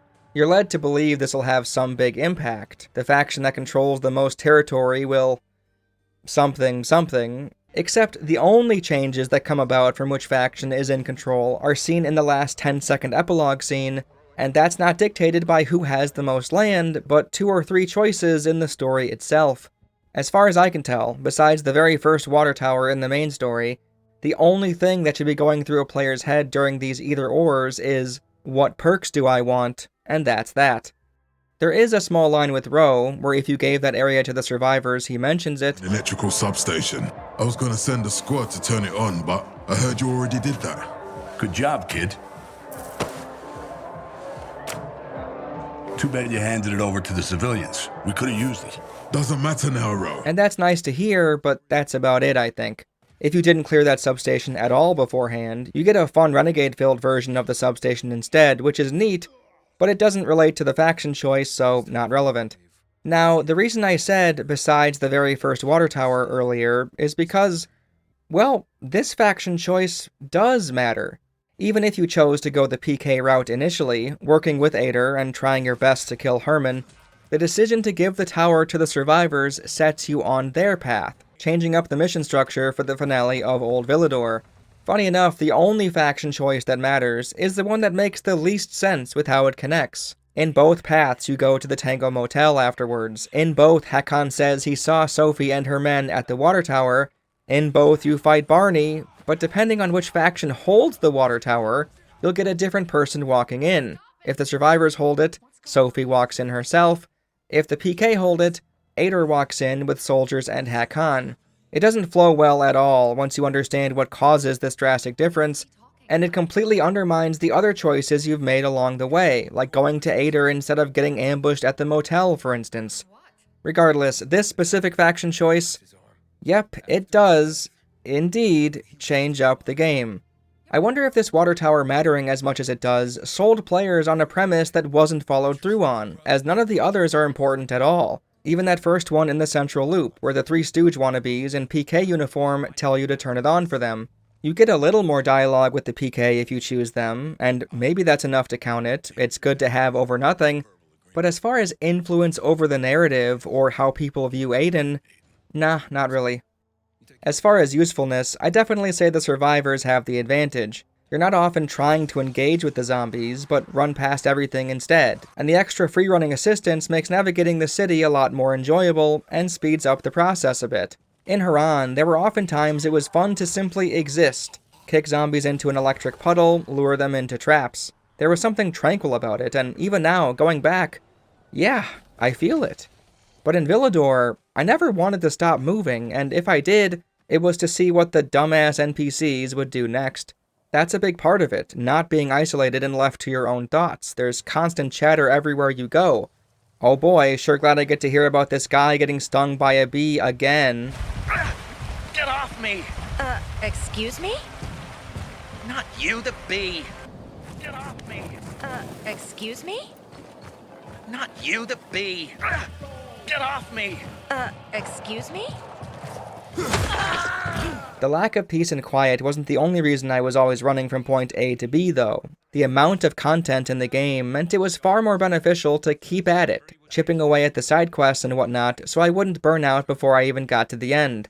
There wasn't time to sit still, but the other big factor relates to the map again. In the first game, it was fun to peruse around any buildings that looked interesting to you so you could search for supplies and maybe find some loot.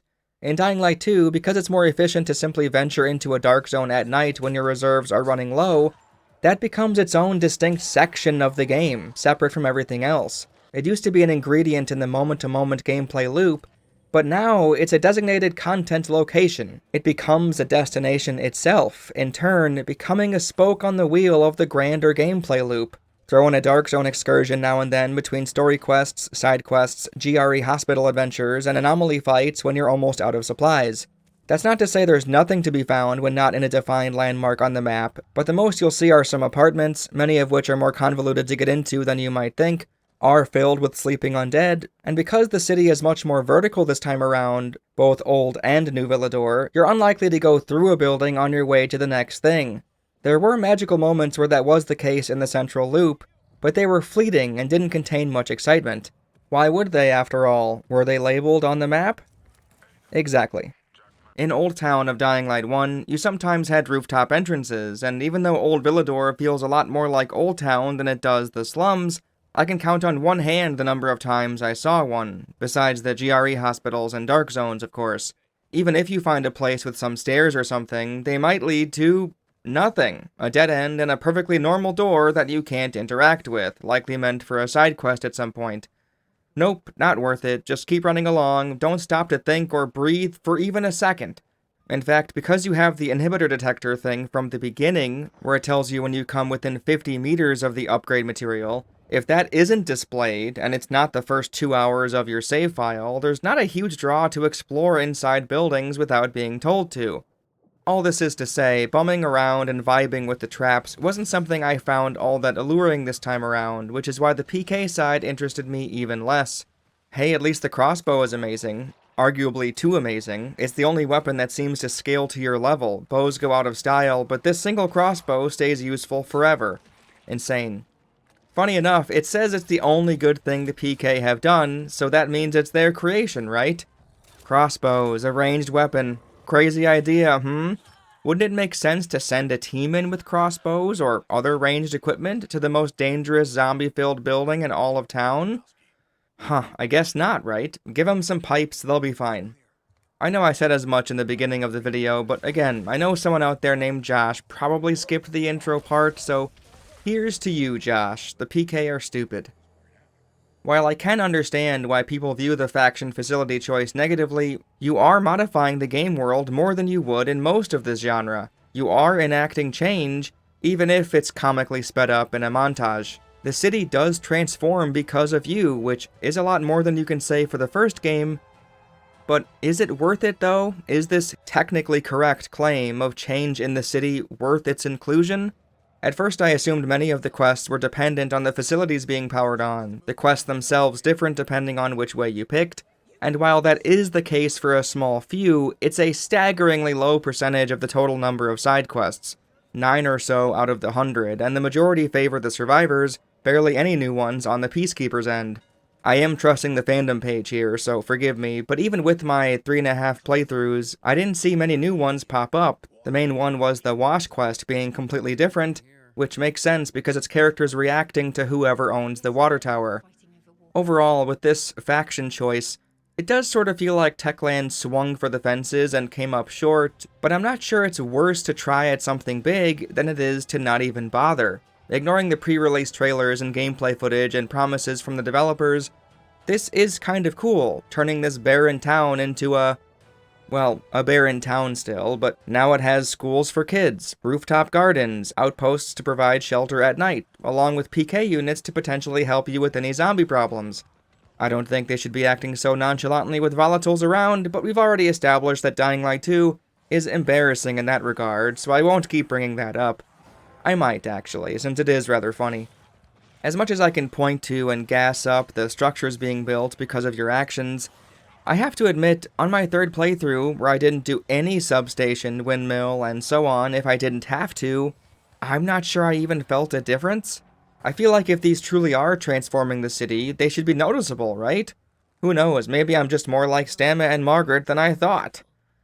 I know I said that joke in the beginning, but I'm reusing it for Josh again. This is for you, Josh. Dying Light 2 inside joke. Am I right, people? For me, the main problem with all of this Aiden enacted change is how little effort it takes and how drastic of a transformation it turns into. Even at its most difficult, a bandit camp clearing, which turns into a camp for whichever faction after you've won the day, it still doesn't feel like enough trouble. The process doesn't take long enough for this to feel rewarding. I would say, maybe there should have been multiple phases to the construction. Maybe immediately after Aiden does the stupid thing where he pulls out a cord and shoves it back in, the place looks the exact same, but a couple survivors are hanging out at the bottom and talking about their plans. The dialogue can easily be added in, just random survivor chatter to fill the silence. They have heaps of that already. Give it another day and there's UV lights and a makeshift shelter. Another day and there's a farm underway, and maybe one more day and then it looks like this. You have a day-night system in your game already, why not take advantage of it to show incremental change, right? Well, like I said, I would say all that, but the problem is, you'd rarely notice all of this fun, slow progress unless you went out of your way to do so, since the map doesn't foster this sort of return to old camps energy at all. You're just going back and forth through this parkour playground, cleaning up whatever, whenever, and since all the windmill camps look the same, I doubt anyone remembers anything specific about any of them, if there's anything unique to be seen at all. Depending on the faction that controls it, you might see a new side quest pop up, and that's about it. To tell you the truth, I'm not even sure where all these people come from. Are these implied to be the random survivors we see in the city during the day? Or are these migrants from the bazaar or PK outpost? This is the last city in the world, so the game says. People don't simply walk in without issues. Hell, Aiden was hanged within seconds of being spotted at the bazaar for not having a biomarker on. These people do not like outsiders. With how often in quests we come across people in apartment buildings, I suppose we're meant to assume these are people from those apartments? I don't know how they get to these hideouts. There's not much infrastructure on the roofs to connect everything, besides a precarious wooden bridge now and then. If you think the elderly, handicapped, or children are using these cable elevators without someone dying every single day, I have a bridge to sell you. This precarious wooden one. A lot of this game stops making sense once you think about it for more than a few seconds. But hey, at least for the survivor side, we're not questioning where they get their food and water, so kudos to the environmental design team. They really are the unsung heroes, holding the believability of this world together on their own at times. Like how the PK sharpen their weapons without eye protection. There ain't no OSHA here anymore, baby. Destroy your eyes. This is America, hell yeah! Well, actually, it's somewhere in Europe or something, but you'd never be able to guess that with the bandits' hick country boy accents. I got something for you, you piece of shit. Bam! Get some! And how could we forget, the time Meyer's voice shifted from one accent to the other within a few seconds. We'll do everything we can to arm you. If needed, we'll intervene. Watch your mouth, civilian. Things are tough all over. You know that.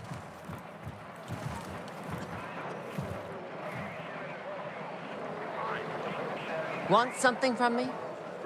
Ah, you. I remember you from the canteen. Ambitious video games have been trying for years, for decades, to offer player-driven change in their worlds, and yes, on paper, that is what's going on with these windmills and water towers, but in execution, these simply become a bigger Night Runner hideout with maybe one subpar quest attached and a shitty vendor that looks like half of the other vendors you've already seen.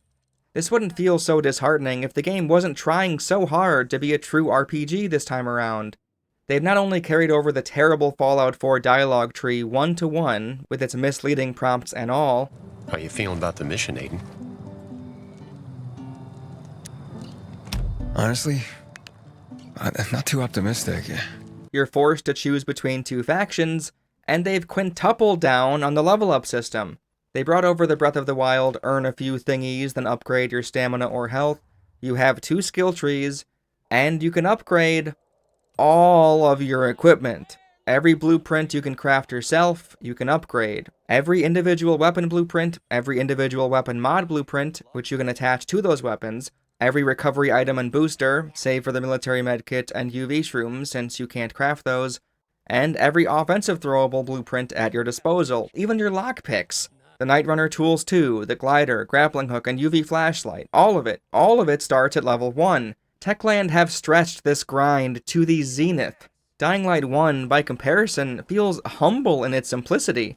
Find some blueprints, craft some weapons, nab some airdrops, and that's that. While I have a lot of problems with the upgrade system in Dying Light 2, I should point out one thing first. With the addition of the zombie trophies, small, medium, and large, dropped by Special Infected, there's now a real reason to kill the undead. While you're already in a dark zone, hey, maybe it's not so bad that I have to take out a group of volatiles, since now you can use those large zombie trophies to upgrade your C4 some more. Okay, maybe the C4 is upgraded enough. I can see how this is a positive change in a vacuum, but it's not a vacuum. It's been tuned to match the rest of the game, which is itself a bloated mess. Why does every item need to be upgradable, and why do they need 10 upgrade levels? Well, I'd have to imagine to match the length of the game for a player who wants to play as much as they can, always offering another flavor of Skinnerbox. Players want some level of progression, any use for their rewards will do, so give them the legend leveling systems once everything is all the way up. Throw in a bunch of useless items, like elemental resistance boosters or swimming boosters, and give those 10 levels too. So even if veterans wouldn't ever bother using them earnestly for their benefits, it still feels like you're getting something done, upping your numbers as you go. There's a whole host of issues with this system, but one most prominent is how it completely breaks the looting in this game. They almost had a great idea, a home run, but they fucked it up with an obvious oversight. No matter how high of a level you have your own equipment, you can still find lower leveled items around, and they take up different slots in your inventory. You only have 16 spaces or so having 3 different ranks of immunity boosters or throwing knives is obviously not ideal. Even more, while military medkits are spared from the leveling, and them being a full heal means they're always the most coveted reward you could find, medicine is the main instant healing item you can craft. It's your bread and butter in the early game, and it gets dished out as a quest reward left and right. The amount it replenishes and the time it takes for the circle to fill up for the action to be performed are the main ways it gets better when you level it up, so why on planet fucking Earth do so many quests reward Aiden with the level 1 variation of it? Why do so many chests near the end of the game keep giving me stacks of 3? This is so absurd, it almost reads as a practical joke. Again, just as a comparison, this is what my current medicine does. And this is me using the stacks and stacks of level 1 medicine that the game kept giving me. This is ridiculous. I can understand it in theory. Aiden is getting better at making these craftable items, so the ones he makes are superior, but this causes a large portion of the loot you'll find in chests and apartments and bandit camps and as quest rewards to become virtually worthless. It's actually far more beneficial to find ingredients so you can make your own stuff later on your own terms. In fact, after a while, the loot I was happiest to see, besides military medkits, were the boxes of maintenance materials and rations. Getting a decent supply of poppy, chamomile, honey, screws, blades, and such is head and shoulders better than finding level 1 medicine or throwing knives. Initially I thought a better idea would be to always match your current equipment level with whatever you grabbed, but it does feel good to find higher leveled items, either out in the wild or buying it from vendors. That's worth keeping in, but this knock-on effect of lower leveled loot being dead on arrival is an egregious flaw that I actually can't believe they kept in the game. Remember that book club quest? All 10 instances of it give you level 1 medicine. Wow, Aiden really did do it all for the nookie. Stupid. Do you 20-year-olds even get that reference? A compromise I can see working is that Aiden should be rewarded with items that are, at worst, 2 levels below his current rank. Having the spectrum there still makes some finds more valuable than others, but it would curtail this garbage.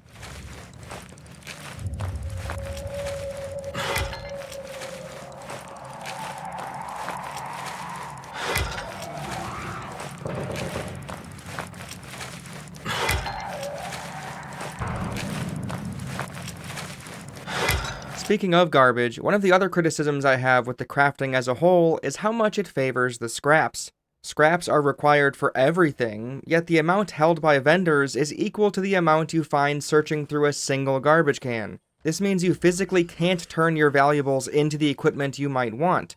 Grab crystals and bags of rice to sell, get money for it, but that money you gain can't buy the scraps you desire. There's a disconnect here. Believe it or not, especially with how often I use throwing knives, trash bins were my most coveted loot source after a while. Something is obviously wrong when a player on 3 playthroughs, 3.5 even, is more excited to sift through garbage than a cash register or chest.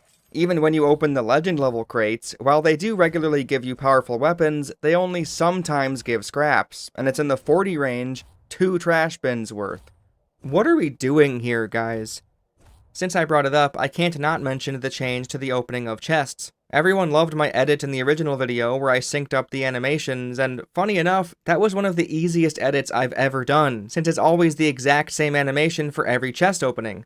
Thing is though, it's still satisfying, even when the contents aren't anything special. They figured out how to make opening a box enjoyable. So what did Techland do? Get rid of it. They replaced it with this mash X button thing where you tear the lid off. After 170 hours with the game, I am starting to come around to it, but let's not kid ourselves. It doesn't hold a candle to the original game's chest openings. And don't get me started on the animation where Aiden gently pokes the crystal outcrop before breaking it.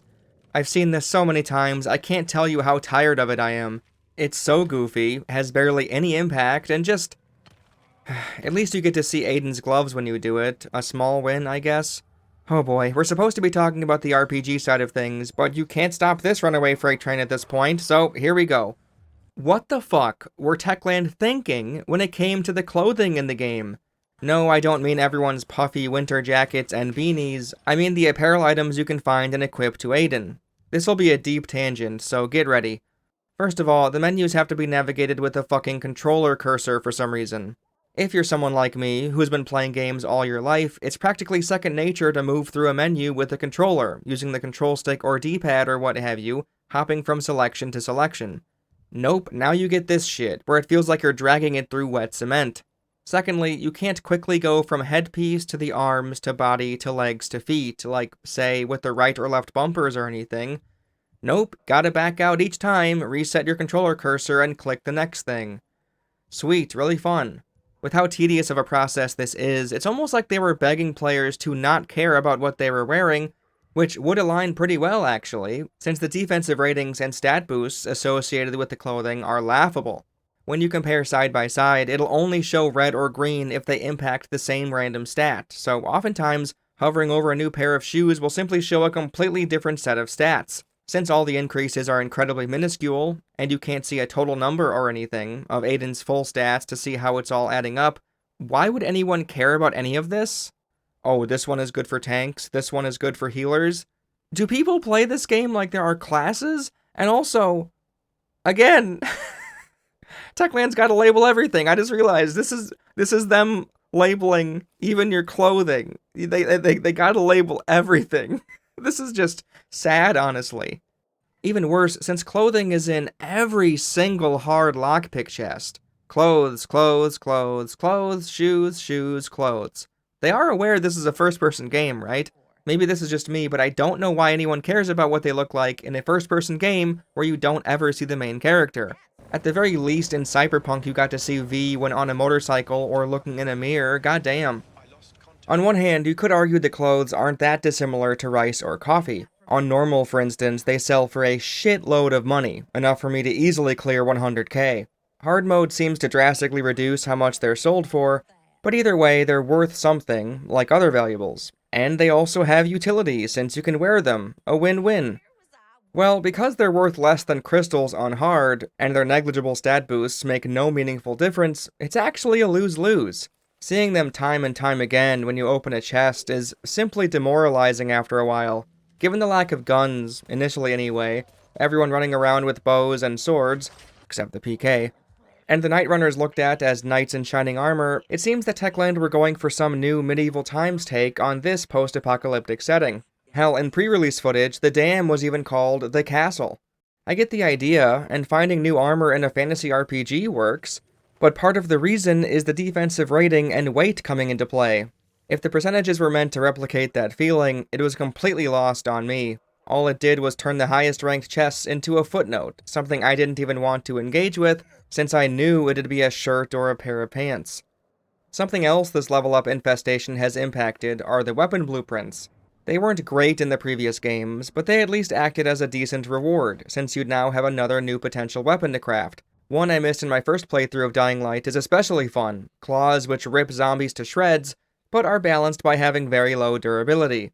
Well, in Dying Light 2, since every blueprint starts at level 1, they're almost undoubtedly worse than what you're relying on now, and getting those newly acquired weapon blueprints to be as effective takes a lot of investment again. To be fair, this isn't exactly unique to this game. find a new interesting weapon in Dark Souls or Elden Ring, and yeah, it'll require more materials to level up to your current gear, sure, but I'd argue having a level up system, and a durability system, and a crafting system to make the weapons is a bit much. In Dying Light 1, I refilled my weapon reserves from loot chests, such as the GRE variety especially, and because I was being given so many after a while, I'd end up happy when they broke, so I could make the most out of the others in my backpack. This time around, I don't ever recall opening a chest and being happy to see a melee weapon, so that's yet another item found in crates that I have no interest in. That's 3 strikes against the looting in this game, the low-level equipment, the clothes, and the weapons being mostly shite. As they say in America's favorite sporting event, 3 strikes and... I won't get fooled again.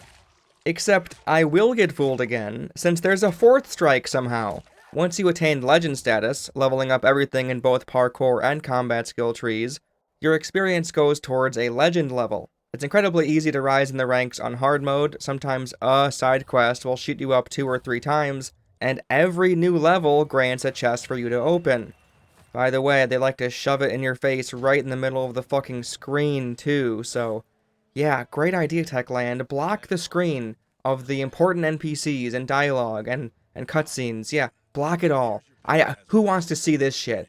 Sorry, I didn't put this in the script. I have to vent about it. It's so fucking annoying. There are times when it's just like boom, boom, boom. I don't give a fuck. Just go away. Just go away. You can even turn off all the shit, all the HUD, and that shit still pops up.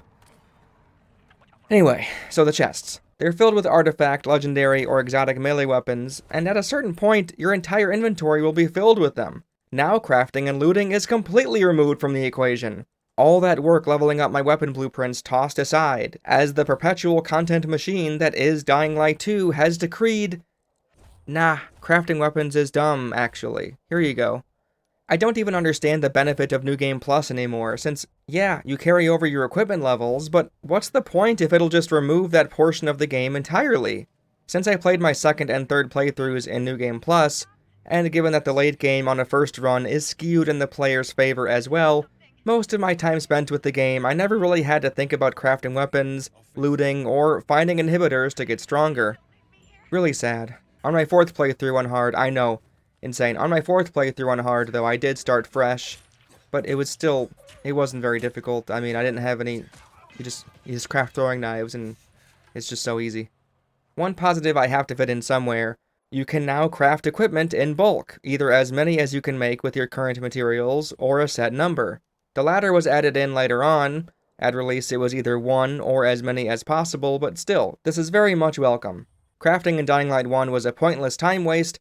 Unironically, thank you, Techland. This is a good change.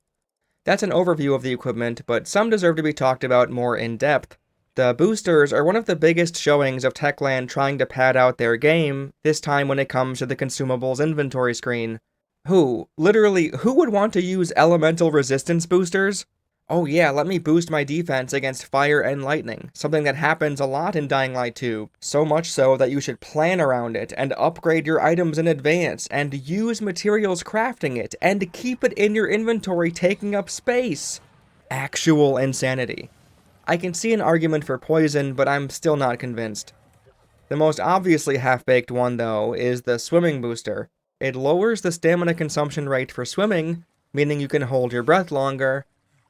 That's it. For some absurd reason, even though they tightened up a lot in this sequel compared to the first game, you can't swim faster. You can gain speed while running, but swimming? Completely out of the question. Techland copied Breath of the Wild with the Spirit Orb leveling system and the paraglider to navigate the open world, but it couldn't add a simple dash while in water? There's a part of me that sympathizes with the people who hate the underwater substation puzzles, since moving at the same slow pace the whole time is incredibly tedious. Just let us do a quick stamina-draining burst. Like, have any of you swam before? You can definitely control how fast you're moving? Nah, but at least you can use a fucking inhaler when submerged underwater. That's good. Anyway, with the lack of a dash while in water, you'd think they'd at least make the booster for swimming help in that regard, right? Nope, just hold your breath longer. If this gave you a 20% or 40% or something, speed increase in the water, I guarantee this thing would have seen significantly more use from players across the globe. I can't imagine why anyone would use this outside of maybe exploring the underwater sunken section of the central loop. Even then, when you get the antenna near there, you can see exactly where the inhibitors are, so you don't really gain much from the bigger breath meter. What a complete waste. I did love the underwater chests in the first game though, it's a great idea, but this game doesn't have rewards interesting enough besides inhibitors to fill those, and when that's all they are, I don't know, the shine wears off a bit on the 4th and 5th ones. Not all boosters are worthless though. Besides the damage resistance, the health regen is the other one I saw practical use for. In fact, I loved it so much, I ended up sticking with it as my main healing item in my 2 run-throughs on hard mode. Slowly refilling health while parkouring or staying in combat was nice. I feel like that should have been what the endurance booster was, except for stamina, but nope, it increases your maximum stamina instead of recharging it quicker. The only uses I can think for this are maybe doing some platforming challenges earlier than you normally could. I just realized I'm recording this part the day the update came out for the stamina. I already mentioned it earlier, but yeah, the update with the stamina. See ya, stamina booster. No point for you now. I'd love to have my stamina return quicker in combat, but that's a fucking stupid idea, I guess. Sorry I asked for it.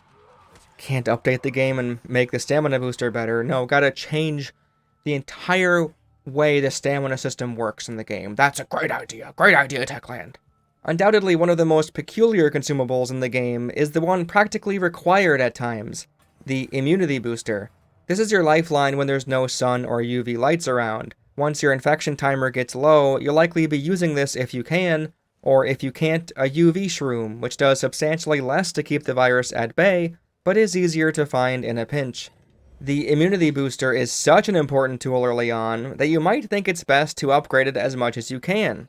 After all, shouldn't you be leveling up the stuff you use most often? Well, in this case, no. As the longer you play, the less necessary they become, and your upgrades, in turn, lose value over time. Along with medicine, immunity boosters will be doled out as rewards and loot in various activities and dark zones and quest lines throughout the game. Not only will you have a fat stack of them you didn't make yourself, but because you gain inhibitors and drastically increase your immunity countdown timer, you'll be using them less and less too.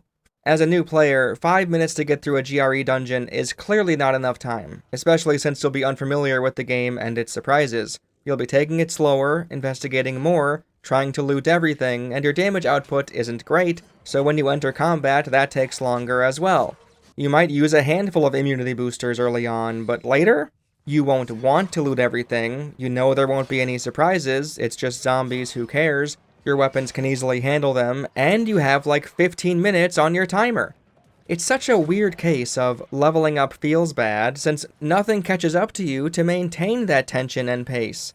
The best thing the game has going for it are the chemicals which double the rate that your timer drops, cutting your total time in half as a visual, and yes, 1000%, those moments lockpicking chests in the beginning of the game with that pressure felt amazing, but it never, ever comes back. I don't know if this should be a criticism of Dying Light 2, or if this is just how the game progresses, a part of the natural power curve for your character, and it doesn't need fixing since this is what Techland envisioned. If that's the case, I can only say I don't love it. I've seen some people online complain about the timer, and even the quote-unquote forced stealth sections, since they assumed that's how you were meant to get through the GRE zones. There was a part of me that wanted to comment on this thread, no, removing the timer would eliminate all the fun out of it. The high stakes is the point, that's what makes it so enthralling. And I'm pretty sure the post was too old to comment on anyway, but I'm glad I didn't all the same, since sheesh, that feeling wears off really quick. If this was a shorter game, one half the size, maybe that same length of time where that sensation was present would cover the entirety of the runtime, and I'd thus look back on it fondly.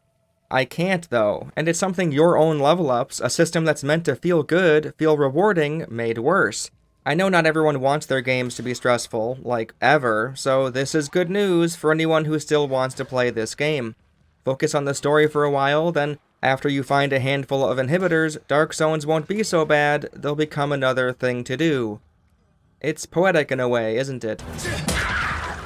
all the different kinds of arrows you can craft are interesting, but I specifically wanted to mention the infection arrow, and the infection throwing knives as well.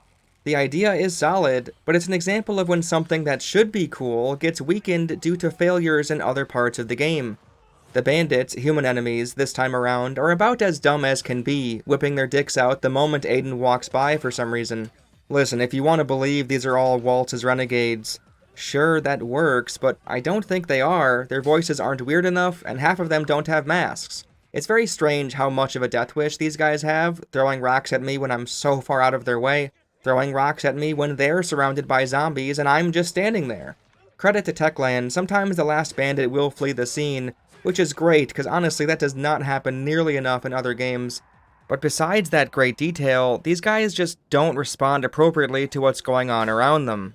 Don't get me wrong, being able to throw infectious daggers at every enemy during a combat mission, and then win the day due to the newly turned virals dying by the UV lights their previous human incarnations put up to keep this place safe, is downright amazing. Actual poetry.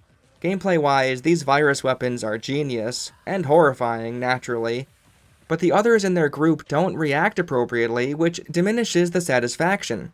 Imagine if you had your ally turn into a fucking zombie right beside you. Would you think nothing of it, casually splitting your attention between your rabid undead friend and this random guy you have a hate boner for? Or would you think, oh shit, this isn't good, and panic a bit? You may not believe me, but I really don't need much to stay convinced. Record a line from 2 different voice actors with 5 different variations, something to the effect of, oh fuck, he got one of us, or what the hell just happened? I know this isn't a foreign idea for Techland, by the way, since they gave Driscoll at the Carriers Guild like 10 different lines for when there's no mail, and that'll only happen twice in the quest line. It's like people forgot how to write all of a sudden. Slow day today. Sorry to say I have no deliveries for you. Looking for deliveries? Nah. The well's run dry right now. My good man. I hate to see you leave here empty-handed, but that's the best I can do today. Slow day today. Sorry to say I have no deliveries for you. You'll have to check back another time. Things are quiet here today. There's nothing. Nada. Zip. Thanks to this hilarious bug, I got to hear all of them in a row, but I mean, surely adding in more reactive lines for combat would have been a better use of their time, right? The bandits behave almost like they knew it was going to happen, like they know they're going to die by Aiden's hands, so they just roll with the punches. That said, I can't deny it, there is a sliver of copium to be huffed on when it comes to the overworld bandit enemies, as when you kill them, they sometimes emit a THV gas cloud which turns people into virals. Maybe this is their cyanide pill in action. The plan is they'd rather turn into a zombie and cause chaos than die by Aiden or anyone else's hand. Well, sorry to spoil the fun, but I don't think that's what it is. Since this was apparently added in later on as an update, some people just explode into gas since they're plague bearers or something. Even PK soldiers do it for some reason. What just happened? Shoot first, ask questions later. Speaking of dying by Aiden's hands, and nonsense brain rot decisions by characters in Dying Light 2, there's a specific execution that needs attention. Techland added in these death flourishes for when enemies, zombies and humans, are almost dead. I don't mind them, but the lack of variety really hurts, and the animations assigned to the weapons don't always fit. If I have this fucking blunt hammer, why wouldn't I bash their brains in? Nope, do a weird slash to the chest? Why? That's not even close to the worst, though. We're in a zombie apocalypse. Sorry, infected apocalypse, that sounds like shit. These infected have been rotting and decaying and mutating for years and years now. However, that doesn't matter to Aiden Bobaden, as he chooses to push his thumbs into the eyes of the half-decayed infected. Bro, I wouldn't even touch these guys with my bare hands, and you're electing to pointlessly shove your body parts into their holes? Disgusting as hell, Aiden. Disgusting as hell. Anyway, with the removal of the guns, I found it very strange that bows are locked away until the second map opens up, essentially. I've seen some players claim they got one in Old Villador, but it seems pretty rare. You can say it's a reward for progressing the game all you want, but if you're making a supposedly medieval zombie setting, and you plopped 10 to 20 hours worth of content in that first city, maybe give players an opportunity to find a bow now and then. Imagine if Dying Light 1 didn't give you a gun until Old Town. One of my fondest memories of that game is the rush of finding a pistol for the first time. I found it by looting. Yes, you can find bows near military airdrops, but again, why are we locking some items and materials so rigidly to certain pieces of content? Bows can't be anywhere else besides right next to these unopened military airdrop chests? Huh? In real life, yes, it makes perfect sense to organize objects in a predictable way. If you're wanting some pet food, you go to the department store or pet store, not hope to find a bag on your walk to the park. But in a fun open world, one that encourages exploration, some unknowns are good. Going into a dark zone, you know exactly what you'll be getting, because that's why you went in there in the first place. But if you could find a really cool weapon in there, one you haven't seen before, maybe even one you have, but it's rare, that's obviously a fun reward to find. The game becomes way too predictable, but I've already spoken on that plenty at this point. The lack of ranged weapons early on feels extra silly, since, well, you still have your throwables. Knives, when upgraded, are about as effective as guns ever were, if not more. In Dying Light 1, a group of bandits crowding you was sort of a joke. You'd pick off their heads without issue. Well, that scenario can still play out all the same, even without guns. Get him, guys!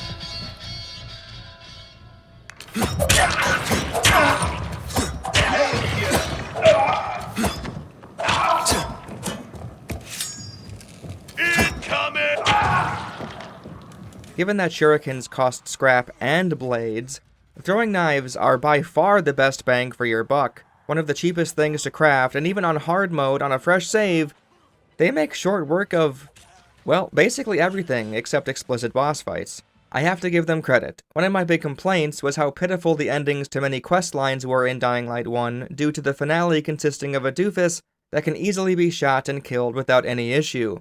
I still think too many quests end in combat, but here, guns most likely aren't a factor, and throwing knives seem to have been neutered against big health bars, which was smart. See, I can give credit, this game has improvements, yes. I can tell Techland tried to curb spamming equipment on bandits though, and the way they went about it is about as subtle as Thalia's desire to smash Aiden.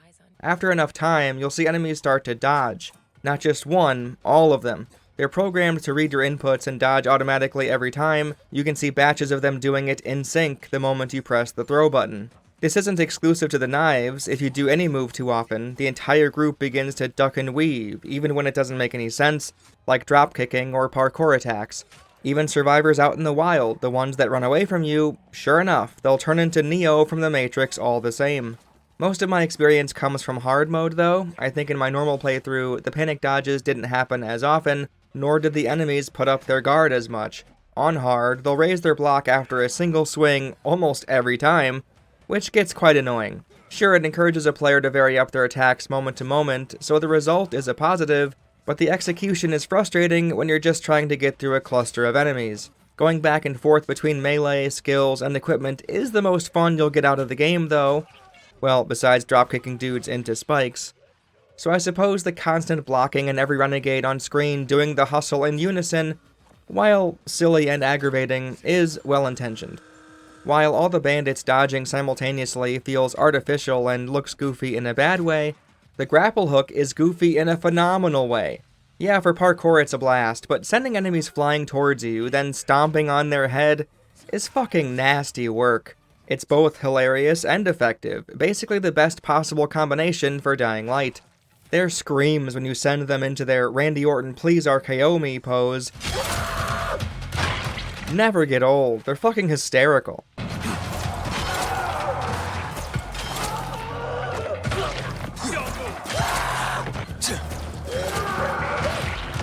Honestly, while this is obviously ethical for zombies and, I guess, renegades, I've also done this on quest enemies, normal humans, and it's fucking revolting. This feels like a hate crime. Oh god, why would Aiden do this?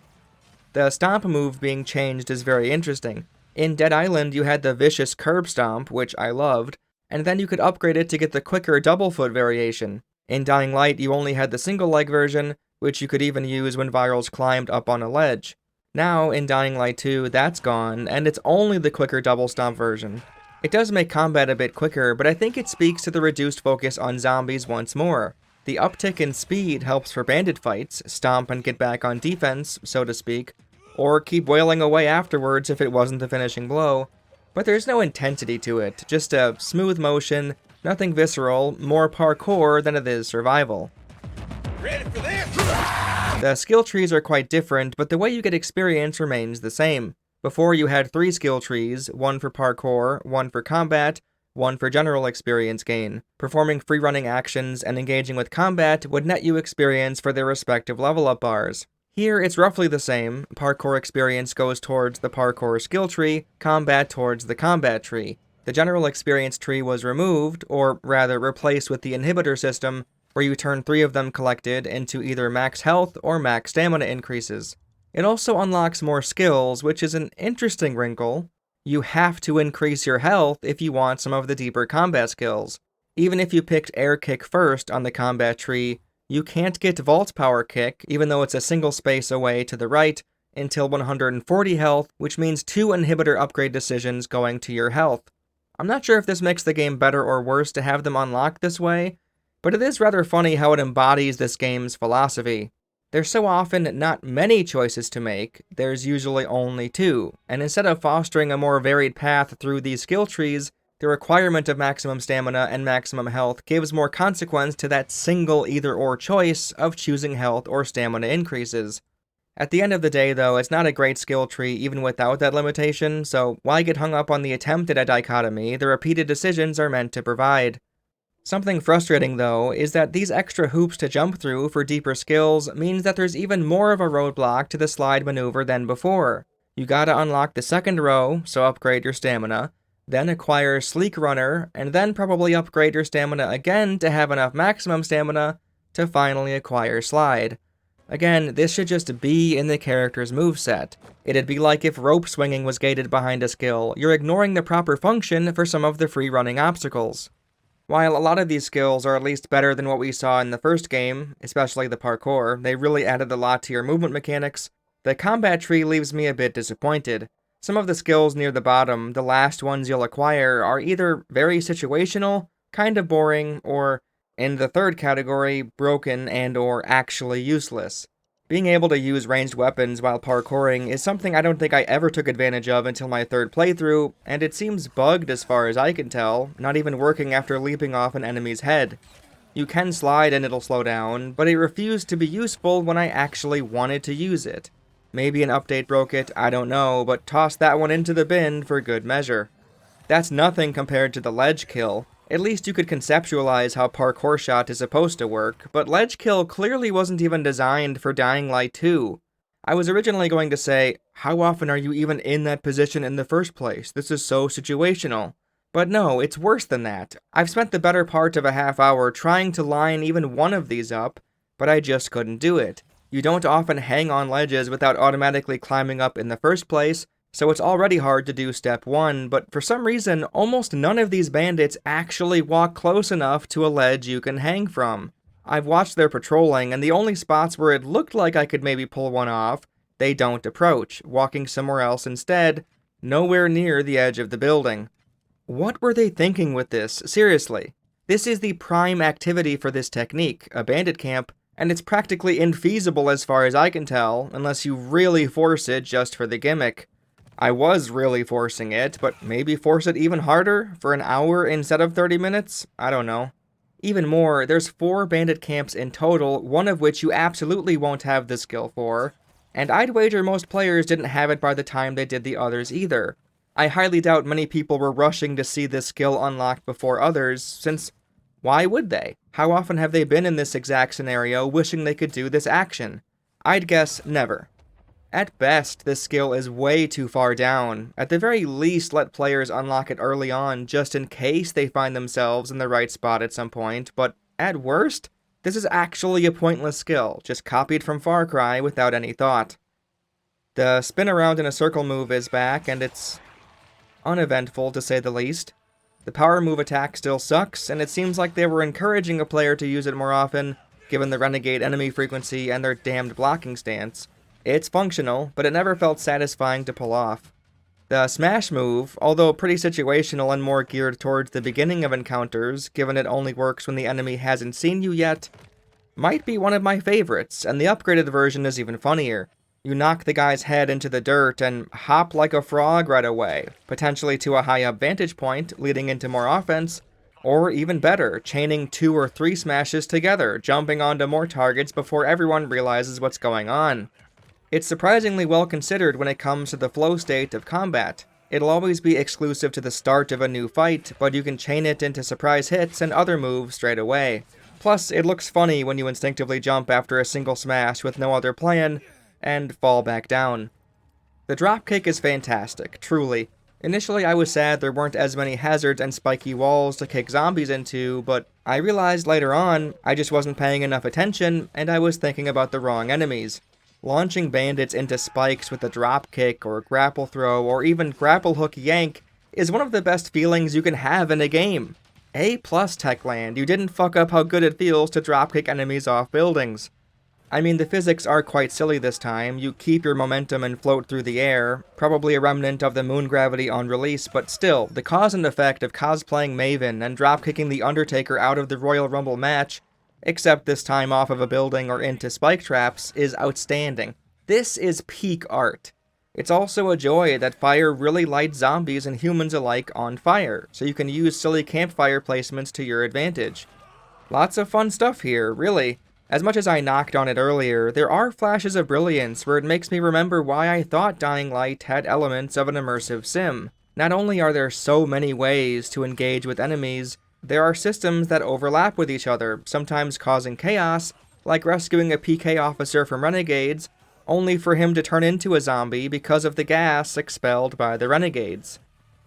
All that said, the game completely fails to deliver on its promise. One of the first tutorials you're given is about the new parkour combat, and you get the rundown on how it works straight away. Parry a melee swing, then use that groggy enemy as a prop, vault-kicking someone else thanks to his boost. It's not a bad foundation, which is what the tutorial prompt calls it, but this is about it. Block charge is hilarious. Hold your guard, then rush towards an enemy near a ledge and you'll land on him and come away unharmed. If you're too high up, you'll have to punch him away and glide to safety, something the devs had to add in long after release apparently. That's another goofy and fun skill. Nice work, Techland.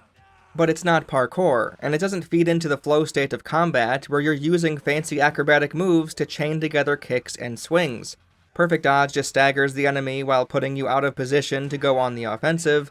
Not much you can do besides vault kick or power attack anyway.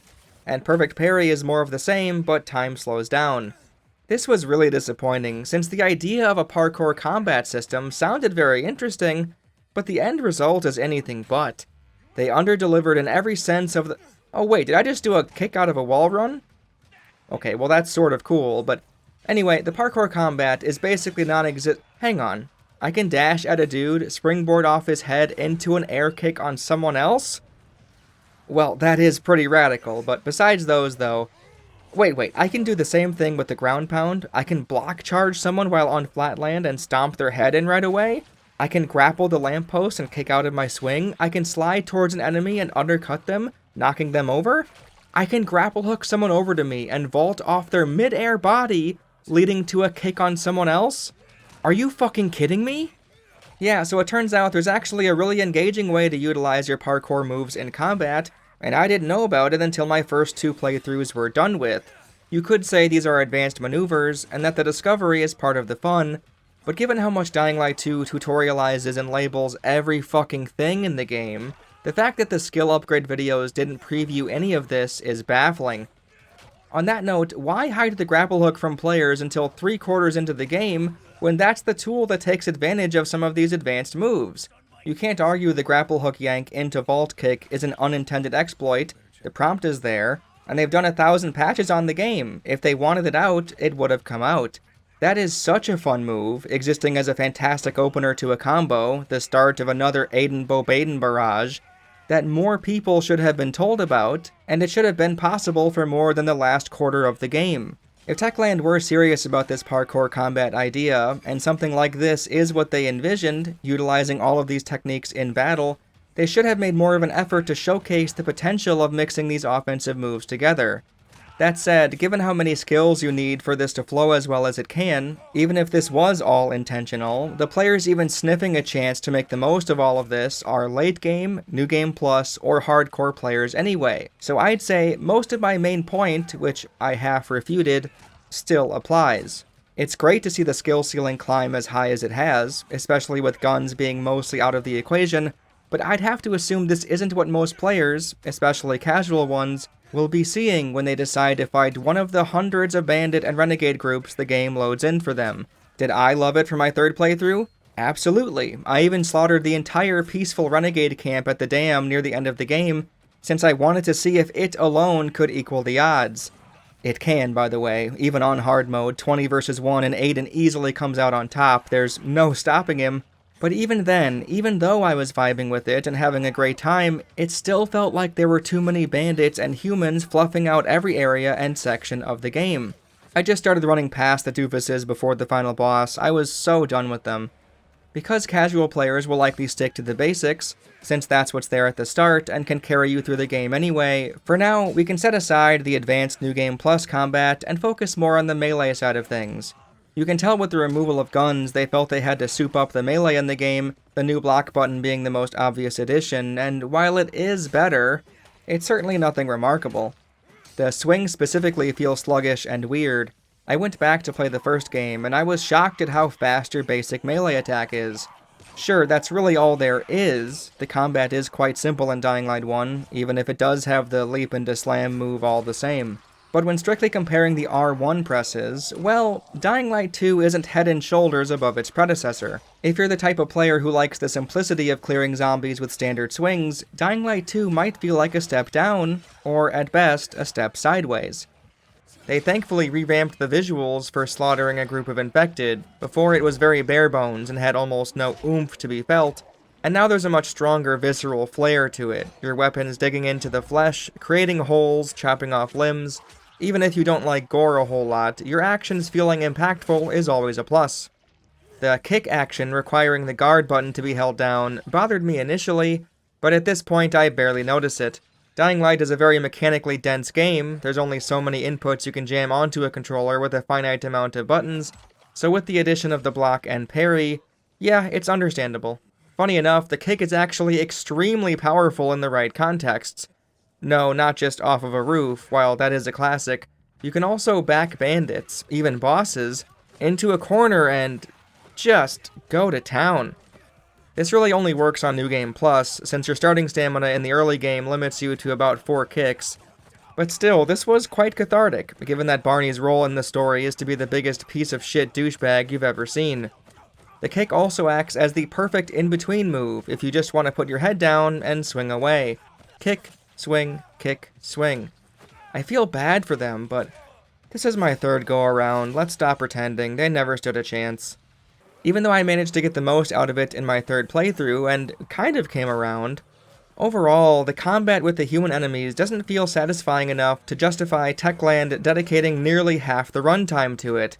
In the first Dying Light, they used the first-person shooting as a crutch to make the sections with Rise's men go smoother, but with that gone, and bandits and renegades everywhere, melee fights are a much larger portion of your time spent with this parkour zombie game, and to not get bored every other mission, you really have to experiment or do silly things to keep it exciting. Take advantage of the items and equipment, use stealth when you can to brighten up the variety, mix long range and short range, launch enemies off of rooftops or into a shelving unit, and try to bring in some parkour when possible. They added more impromptu offense with the spears and bottles lying about, but it's not all that stimulating of an inclusion in isolation. Throwing spears is incredibly basic and doesn't expand on anything, but I suppose it switches up the pacing a little bit, so if you find one, you might as well throw it, right? Throwing bottles allows an enemy to be vaulted over, which, sure, why not? Might as well mention the random monkey bars you'll see now and again, which you can swing from and use. Is it neat? I don't know, but it's here. As you can see, there's a lot of options, sure, but in terms of what you can do with an enemy in front of you, it's a pretty short list, especially when not fully leveled up. This might sound ridiculous, but hear me out. I think the Dying Light series could stand to learn a thing or two from Dead Rising and Shadow of Rome, specifically when it comes to their wrestling moves. It might not be parkour, but being able to suplex an enemy into other enemies would be a ton of fun. They've improved the collision and physics of enemies being thrown into each other, and it was absolutely worth the time spent. Dropkicking one guy and having two fly away is a symphony for the eyes. Bee stung me. Damn it! Okay, sit down. Don't want you passing out on me. It must have noticed how handsome you are and tried to pollinate you. Imagining tumbling a couple of bandits off of a skyscraper due to a loose grip German suplex? Fucking hell, sign me up. I'll actually buy the deluxe edition of that game. More actions possible from a bandit staggered state would have been welcomed. The vault kick being the only prompted option is a missed opportunity. If you're worried some of this sounds too goofy for Dying Light, I'm not sure we've been playing the same game. The dropkick, a fan-favorite move, already results in some of the silliest visuals you'll see in a video game. Yeeting a dude 50 feet off of a building is funny and impactful. Throwing a bandit's head into a spike trap only to see his leg pop off is magical. Hell, seeing a guy's foot touch a spike and seeing him die is great. This is Dying Light at its best, in my view, not running away from volatiles at night. While I've already touched on the parkour here and there, it should get its own dedicated talking point. A lot has been said about the glider, how it minimizes the very thing the whole game exists in service to, the free running. Even if you don't like it as much as Haran, it's easy to tell how much of this landscape, Old Villador and Central Loop, were constructed specifically to let players get the most out of running from point A to B, utilizing their mini skills, climbing up high, maybe even to escape a chase. Well, with the glider, especially when upgraded all the way, which lets you perform a speed boost and even gain height if timed properly, you can basically skip over everything. Given how similarly it functions, and the Spirit Orb upgrade mechanic being brought along as well, I think it's safe to say Techland took inspiration from Zelda, opposed to Far Cry for instance, for the glider tool in Dying Light 2. At first blush, it's understandable to see how well it worked in Breath of the Wild and conclude every open world should have this, but I think it works as well as it does in Zelda because it feeds into that game's gameplay loop and the design of its overworld in general, where that really isn't the case for Dying Light 2. First of all, even though both games' maps start obscured, in one you're meant to travel back and forth a dozen to 100 times, and in the other you're meant to sightsee most areas once or twice. You're intimately combing the map of Hyrule, essentially, Link taking the place of the giant comb, whereas in Villador, it's the setting for your escapades, the terrain for Aiden to parkour through to get to his objectives. In one, you could use the glider to skip over things, and in the other, the glider's purpose is to skip over things. And reach some areas you couldn't before, I'll be fair. Secondly, while both games let you use high vantage points to scope things out with a zoomed-in view, in Dying Light 2, the binoculars plant the icons on the map for you. They tell you exactly what'll be there. There's no downside to doing this, and if, in 10 play sessions, 20 or so hours later, you wanted to finally do that windmill or GRE hospital you tagged, you'll know where to go and what to expect. In Breath of the Wild, scoping out the surrounding environment doesn't fill your unfinished checklist up with more tasks. It provides you a better view so that you can decide on where to go next. Even if you see a shrine, it won't create a shrine icon on the map for you or anything. You have to go there yourself, right now, or maybe plant a custom marker there for later on. You get 5 custom markers, and that limitation encourages you to use them on shrines or landmarks you want to visit relatively soon, which sort of creates a line of best fit, a loose guide to your travels for the foreseeable future. It's not a method to fill your map with content, it's setting your course for the next play session or two. That being the case, getting to high vantage points and scoping out your surroundings becomes a part of the gameplay loop, and the towers go hand in hand with it. Remember, those don't label content either, like Ubisoft ones do. They simply give you the terrain information instead of a digital blue background. While you are able to climb down mountains, cliffs, and towers, the glider is meant to speed up the process, the kickstart to each new adventure, wherever your curiosity takes you. Ooh, what's that? And then you start gliding there immediately. This process will likely continue throughout your time exploring the overworld. Survey your surroundings, glide to a point of interest. Also worth noting, the glider in Zelda protects you from fall damage, so you can feel confident climbing anything and everything, since you always have it at the ready. Well, Dying Light 1 already had 2 methods of avoiding fall damage, 4 if you count the cars or trash bags to land on. You have the roll, press B as you land and you'll take no damage, and my dumb method, which people hated me for, use the grappling hook to zip yourself to the ground. Besides the grapple hook method, Dying Light 2 still has all of these. You'll find no shortage of mattresses and piles of garbage to safely fall on, and they added more ways to transition from roof to cement. Now there's these tube things, which you can slide down with the button prompt. The air kick will save you from taking damage, since it locks you into the animation, the crush maneuver being similar, the weird yellow pole things, and if you step a toe into the survivor faction with the facilities, you'll get zip lines, and eventually, further in, you get another method of getting down, the landing bags. There's also the skill where you push someone else off the building, saving yourself from fall damage while dealing it to the zombie or bandit. For the benefit of getting to the ground safely, the glider is nowhere near unique, sitting in a very overcrowded grouping of viable methods. In the game's defense, the glider is given to you where it's most needed, a third of the way through the game in the central loop. The skyscrapers seem designed around the gliding function, some exits and entrances in the walls and windows deliberately placed at the appropriate height to glide into, but we have to ask ourselves, is that worth it? Are these sections, where the glider is practically required, worth it trivializing everything else? You could argue options are always a good thing, and that gliding inherently is fun, so it shouldn't be bashed to this extent, but when it becomes the de facto mode of transportation, and that's all it really exists to be after a while, no longer even involved in the exploration and discovery phases of the game, we have to look at what we're skipping. In almost any other game, this wouldn't need to get critiqued as much, but this is Dying Light, a game which features movement unrivaled by almost any other action-adventure game. If the free running is taking a back seat, even when moving from point A to B, something went wrong. It speaks to the grand open world and how you're meant to engage with it. The following had the same problem, except it wasn't a glider, it was a vehicle. Ask anybody who's played both, and they could probably agree, in isolation, the glider and buggy aren't bad, but when they become central elements to Dying Light, they diminish one of the core appeals to playing the game in the first place. I'd even say Dying Light 2 is worse than the following in a crucial way, since I could at least get the sensation that I was exploring the map while driving. Here, not so much. Villador isn't a world that's meant to be adventured through, instead it merely serves as the backdrop to Aiden's quest-hopping, activity-completing, dungeon-clearing ways.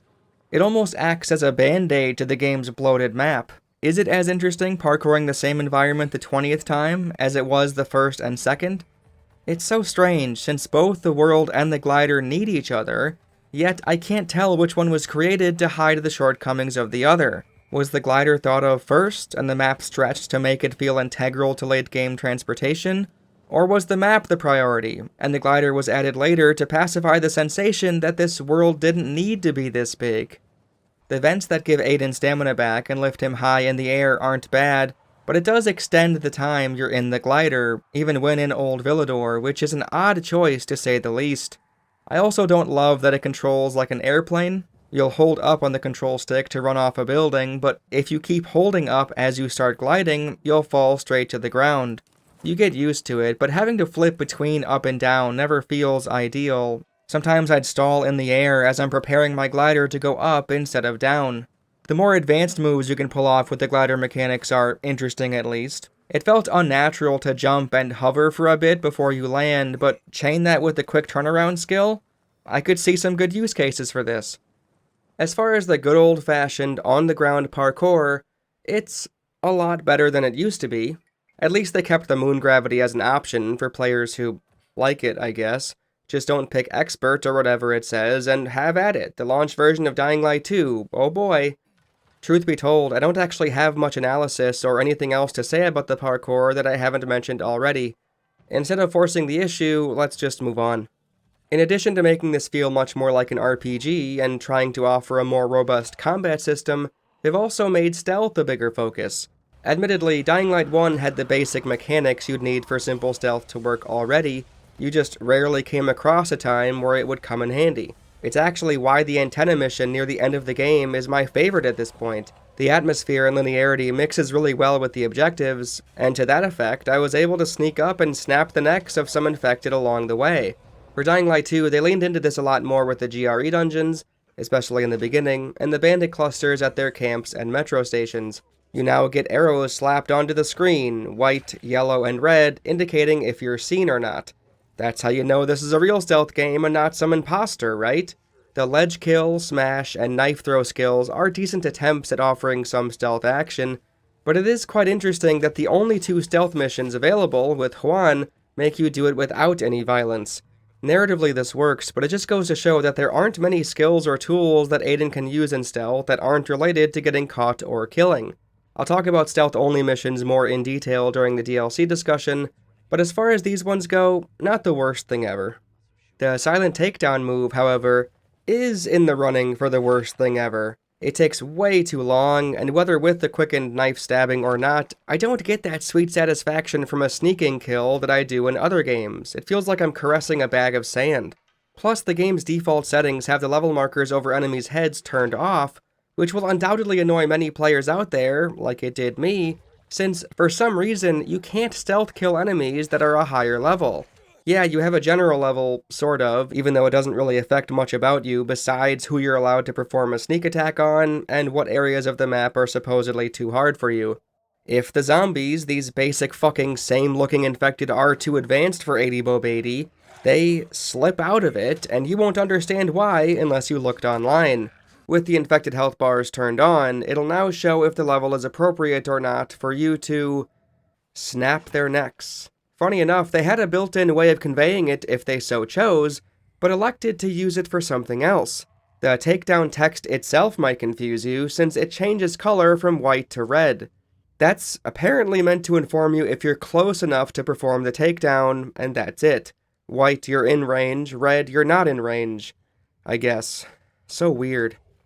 More important than the unclear text color, why, in a game where you're encouraging stealth more than previous entries, would you include this? Much better stealth games, if they're attempting this sort of thing, don't use a binary yes or no. If you're underleveled, you still do the move, but it doesn't actually kill the enemy, just shaves off half their health or something instead, a fantastic workaround. This is how it works when you have the knife stab skill, which is a plus, I guess, but it's overall very confusing why Aiden can't perform the worst takedown animation known to man, a neck snap even, on these basic zombies without any logical reason to explain it. Gatekeeping through too difficult enemies can work, but this isn't a good example of it. In Dark Souls, a lot of people mistakenly wandered into the infamous graveyard first, and I won't pretend the level layout, lighting, or cutscene beforehand itself couldn't be reworked to point in the right direction a bit better, but it at least becomes obvious the moment you're aware of the stairs. Skeletons will obliterate new players, but the enemies the players should be fighting, when they go up the stairs, aren't simply lower-leveled skeletons. No, they're pitifully weak, pathetic hollows, a completely different-looking threat. Biters in Dying Light 2 being level 4 or level 1 doesn't matter, there's no meaningful difference at a glance, no attack animations or visual flares distinct with these higher health versions. It's simply RPG number slop that doesn't belong in this game.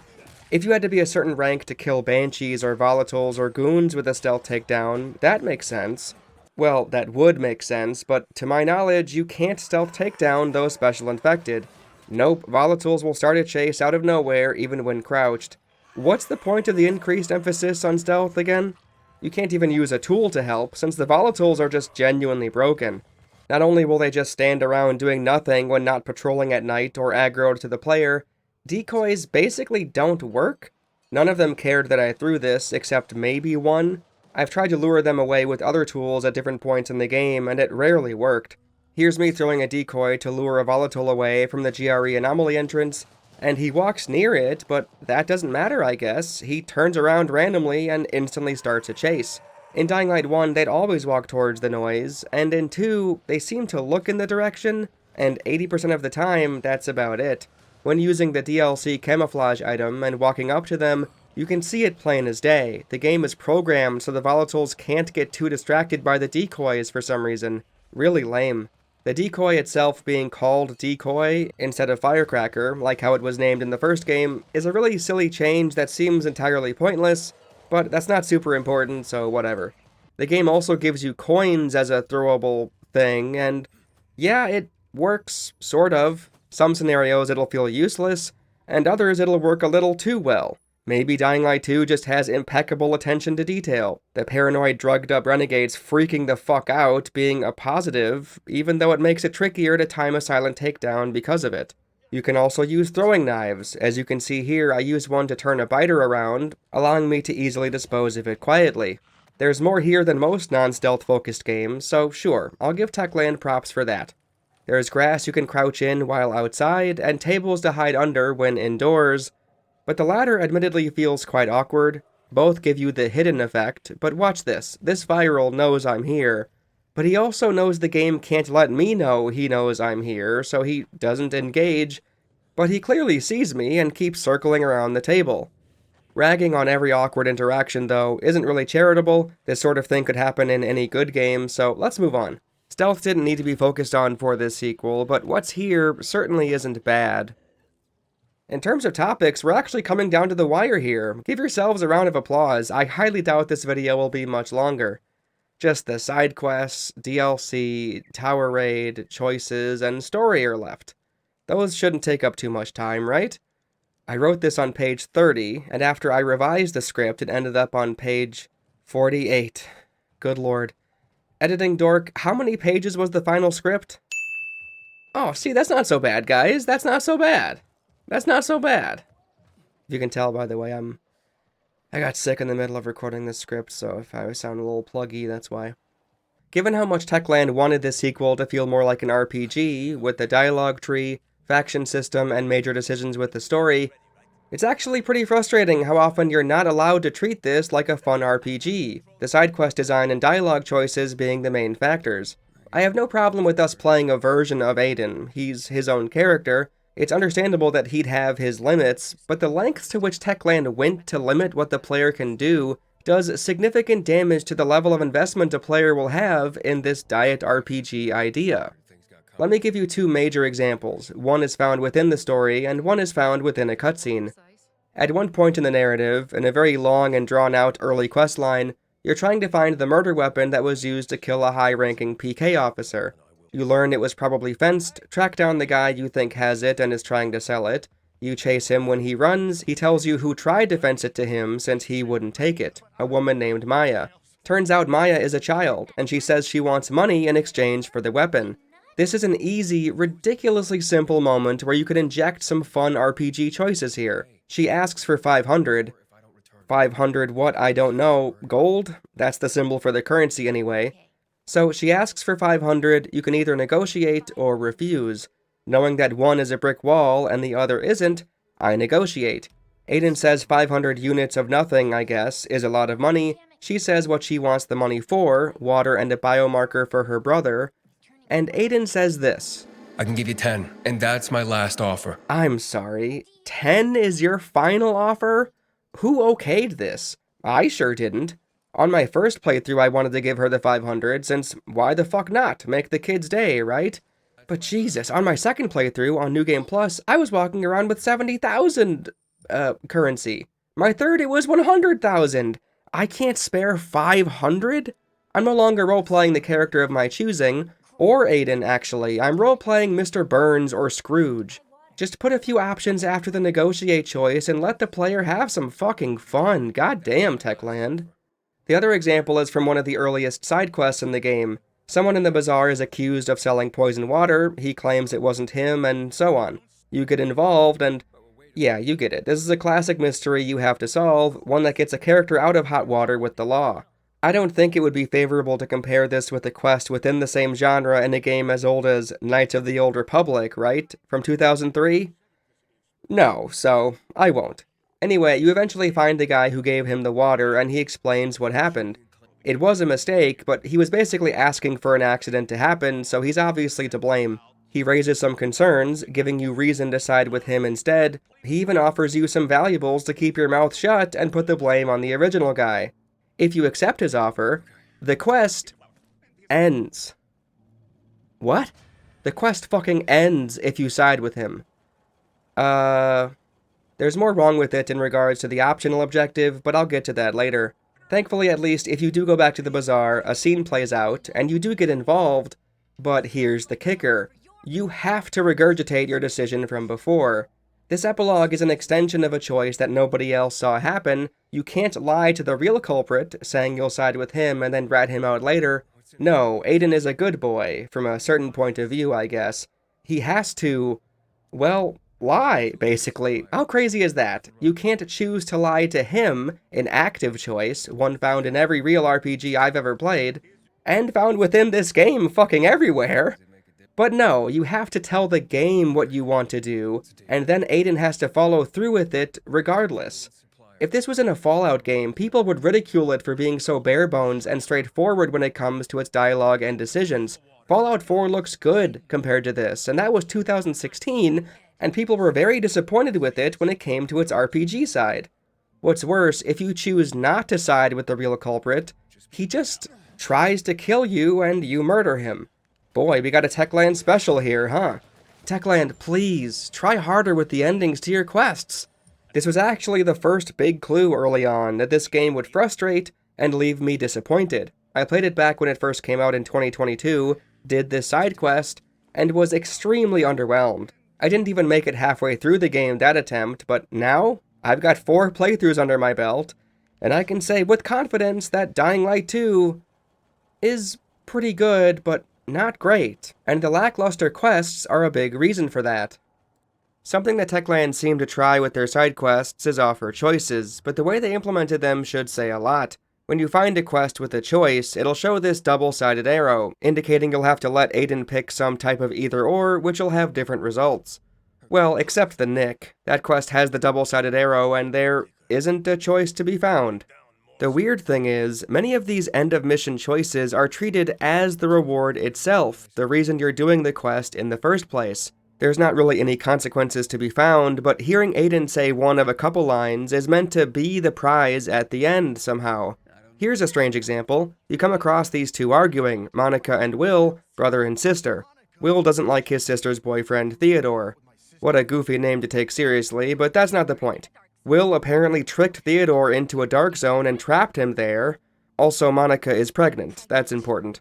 Right. Aiden has to be the one to go rescue the boyfriend. For reasons that make enough sense, whatever. You venture into the dark zone at night. There's nothing that separates this one from the others, it's just where he's located. Not much to this quest, really. Here's where it gets strange. You find him, he's angry, and without any prompting, Aiden gives the news. A random stranger tells Theodore he'll be a dad. Neat. Your choice is this. What's your name? If it's a boy, I want to name him after you. He lets you pick his potential son's name? After this is done, he leaves and the quest is over. See what I mean? This decision to name the kid is the quest reward. It doesn't lead to anything, no follow-up whatsoever. This prompt is what Techland thought was interesting. This was the entire point of designing the quest in the first place. Not even the answers themselves, since who cares about 4 lines of dialogue being different in a one-off side quest with people you'll never see again? No, this screen right here. If someone shared this screenshot, wouldn't you assume Dying Light 2 has fun dialogue choices? It strikes me as a marketing tool and not much else. Boy, want to name him after you. Don't name him after a stranger. Call him Aiden. I don't know, Theodore Jr. Aiden, of course. Went to carry on the family I'll leave that to tradition. you. Now get out of here. Monica's waiting. And Will, he has an apology for you. Nah, no apology needed. He was kidding around. Yeah, like guys do. No harm, no foul. In Princess in the Tower, you come across a woman on a balcony, Rose, who is apparently locked in her own apartment by her brother Lowen. She doesn't want you to help her yourself. No, Aiden is supposed to go find Timur, I forgot how she pronounced it. I wrote it so long ago. Just go with it.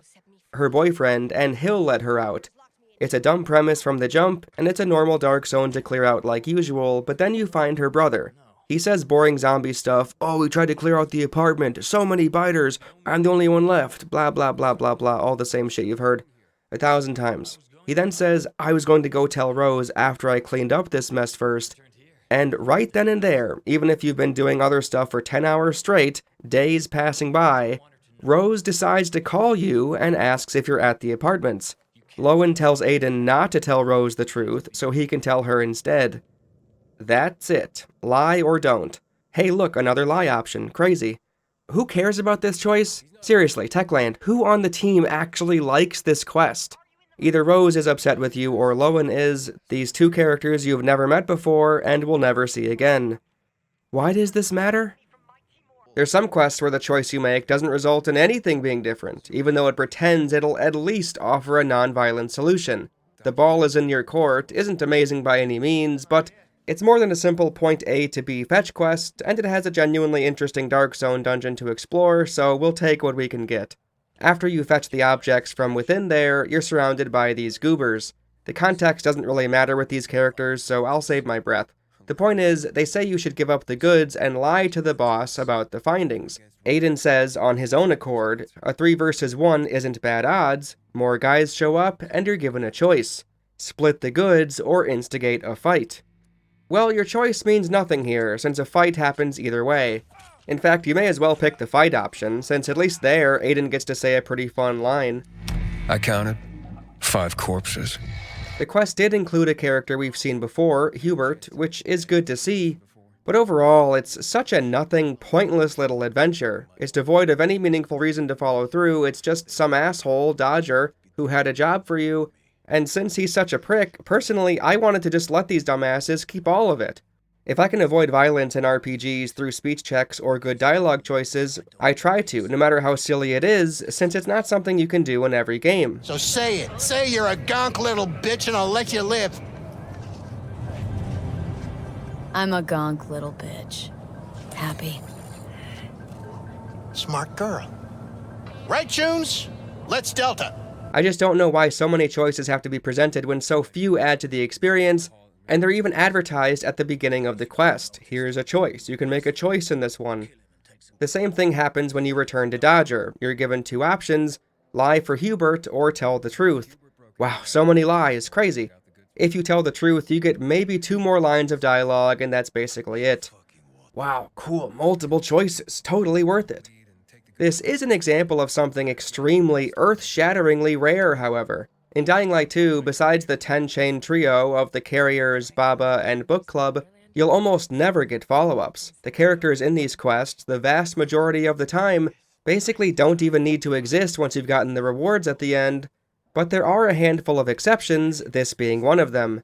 The ball is in your court needs to be completed for stolen goods to become available, and even more, you had to have given the Horseshoe Water Tower to the survivors. Another quest has that, Out of Your League only unlocks if you've completed True Friends, and it's a bit more than a simple fetch quest, so it gets points for that.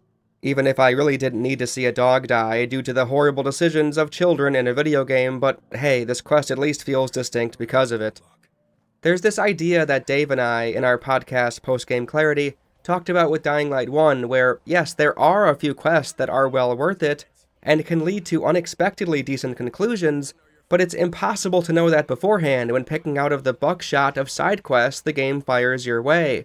So many of them lead to nowhere interesting, and some that you think wouldn't be that worthwhile have a payoff so far into the game you might have forgotten you interacted with the person. Some have you gather the most boring fetch quest item imaginable, while others see you turn on the gas for a fortress of flame, only for it to explode in a fiery disaster.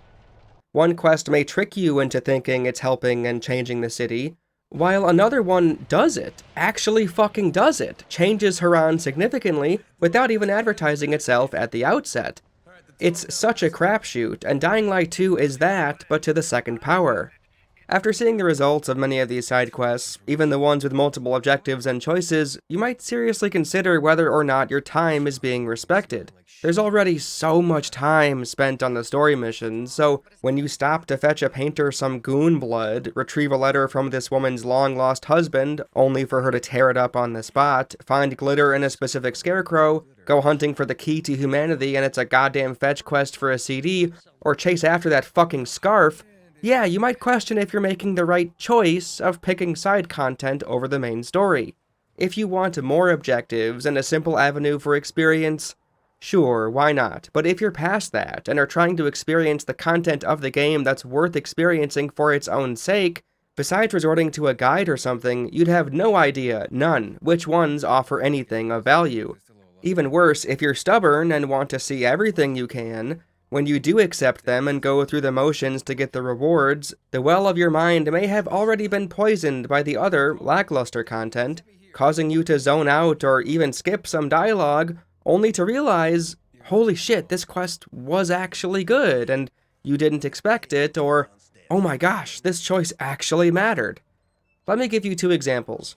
In quite possibly the most boring start to a side quest in the game, early on in the story, in the first city, a man at the bazaar will just say, "Hey you, are you new here?"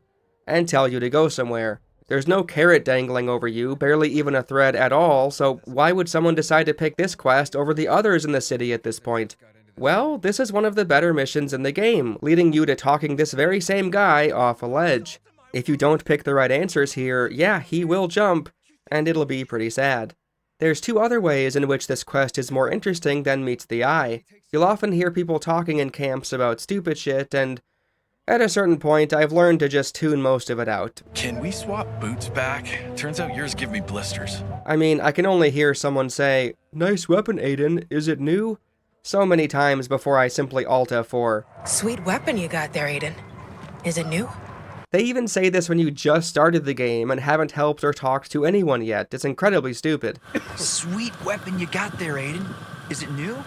Anyway, the chatter from the NPCs is usually just noise, but if you're observant, Damien's quest, Missing Persons, is actually being built up when you visit the bazaar early on. He'll talk to 2 different people, one time doing the same thing he'll eventually do to you, ask if the person is new and say he's a scout for a job of some sort, and the other time he's talking to Roger.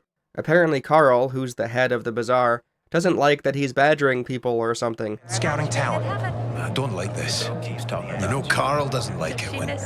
Oh, leave Carl out of this. This is great, but it's something you'll likely only be impressed with after you know about it, and I doubt 80% of you knew about it, so you're welcome, I guess?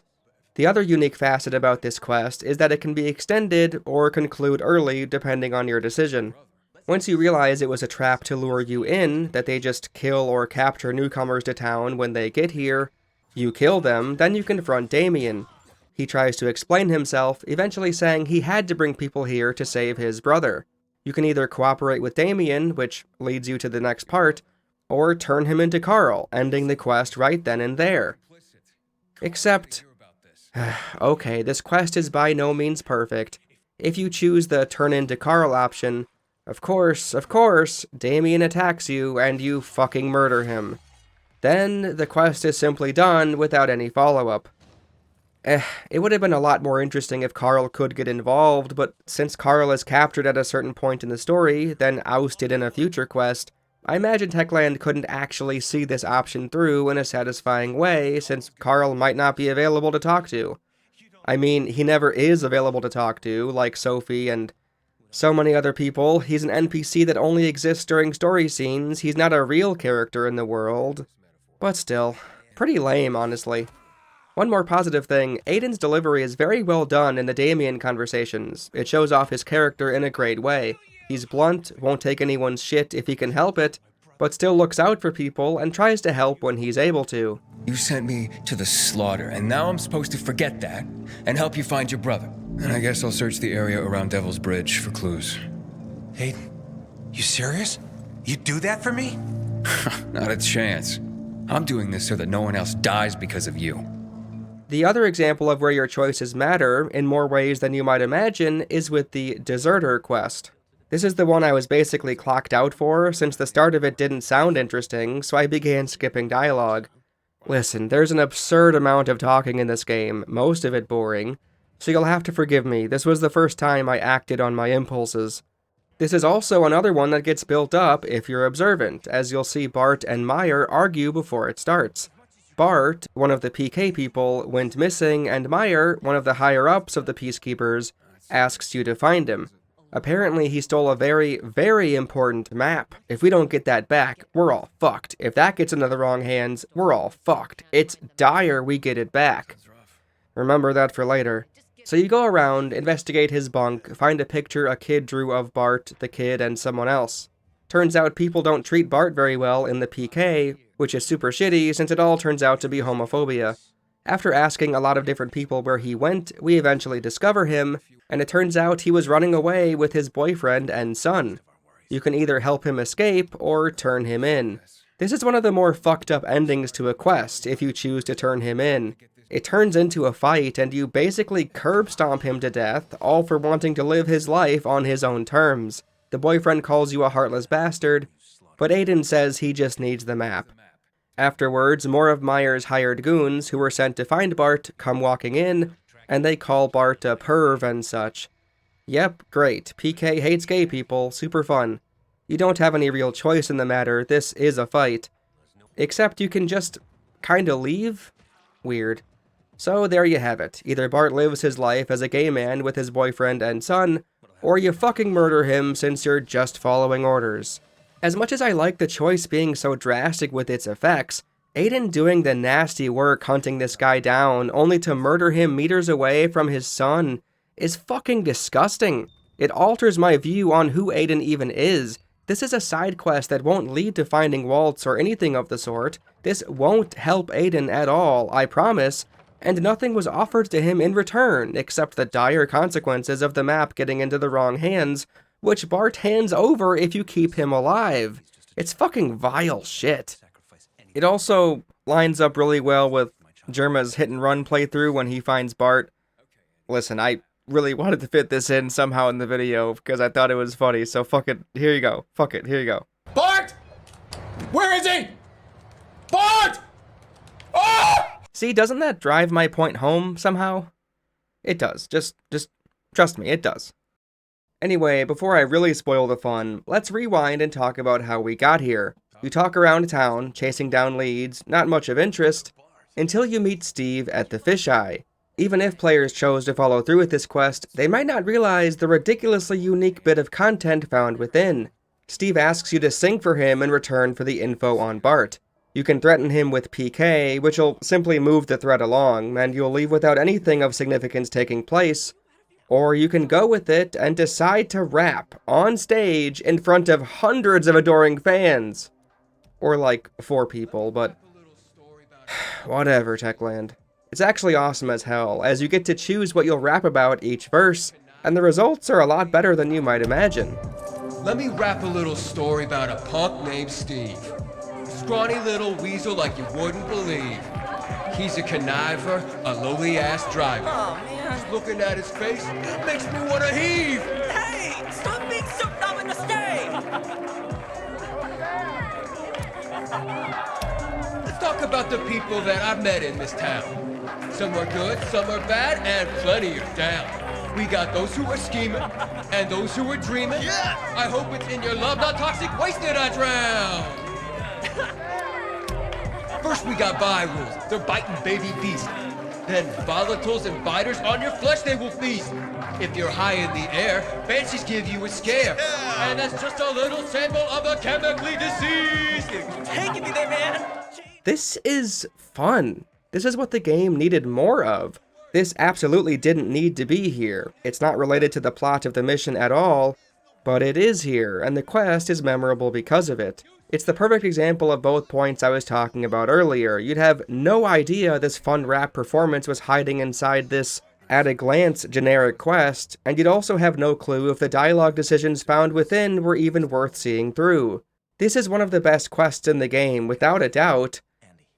Except, well, it's time to spoil the fun. Remember the map we needed? It's actually a jumbled up code. When you return to Meyer, and to give her credit, she gets upset that Bart is dead, whether you lie about him dying so he could run off, or you actually killed him. She didn't want it to go that far, even though she sent the homophobe brigade after him. Fuck Meyer, she's awful. Anyway, when you return, you can either give her the code, or say you didn't find it, so you can keep it for yourself. If you do the latter, something amazing happens. You can go to the library, use Albert's book on deciphering code, decipher it yourself, as in, use a pen and paper in real life, and if you do the work, it says, Muddy Grounds Tower Water Basement, and then it gives you the safe combination. Holy shit! Holy fucking shit! This is the best quest in the game! How exhilarating! How unique! How... What? The reward, the thing that Meyer was scared shitless of falling into the wrong hands, the weapon that the PK hid inside the water tower basement with a fucking decoder message, is... 3 level 1 DIY bombs. This is an embarrassing way to end the quest. It's such a piss-poor reward on its own, but it's more than that. This set of rinky-dink, baby's first craftable explosives is tied to the motivations of the characters involved. It sets the stage for the whole thing. To have the safe's contents be unbelievably bad, as in the logic doesn't add up, it undermines everything you did before it. You can't possibly take it seriously anymore. It almost feels like a practical joke by the developers. If the Colonel or anyone had gotten a hold of this, it would have fucked up months of planning. Things are now unfucked, thanks to you. Meyer says about DIY bombs that are, no joke, also found in the chest above this safe on the top floor that you can unlock whatever you like.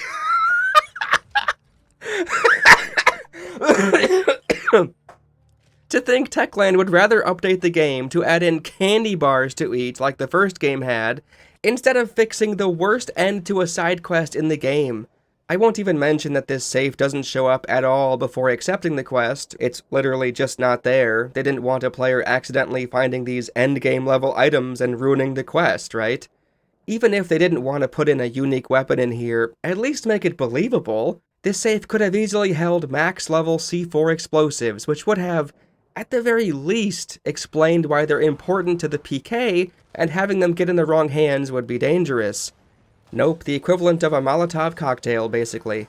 It's just sad. This was on the verge of being one of their best, but Techland couldn't even finish the job, could they? They couldn't help themselves. They're addicted to shooting themselves in the foot, underachieving on purpose, seemingly, to make sure expectations remain as low as possible. Speaking of that, it's time to do a quick roundup of dumb things related to the quests in the game. Grab your popcorn and mutation samples, here we go. Remember that first split choice quest about the poisoned water? Well, this one has an optional objective to warn the person who it was sold to and stop them from drinking it.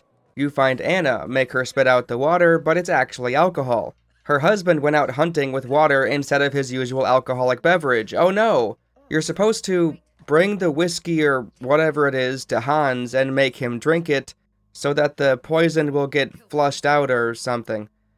It's really dumb, but whatever. First of all, if you decide to confront the guy, the real culprit, instead of the optional objective first, to warn Hans, then that optional objective vanishes the moment you make the deal with Marco.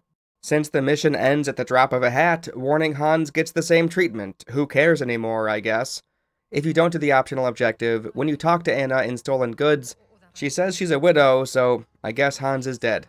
She won't say this if you saved Hans, so I guess it matters. At least it's nice that they address it in the dialogue. Anyway, if you take the drink to Hans, it's not a whole lot better. You give it to him, half-heartedly explain it, and tell him to drink up. He says he'll drink it, but he never drinks it. He just keeps hunting.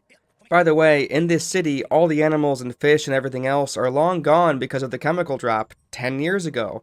Not sure what he's hunting, especially out near the fucking chemicals of all places, but it's not deer or rabbit, I'll tell you that much.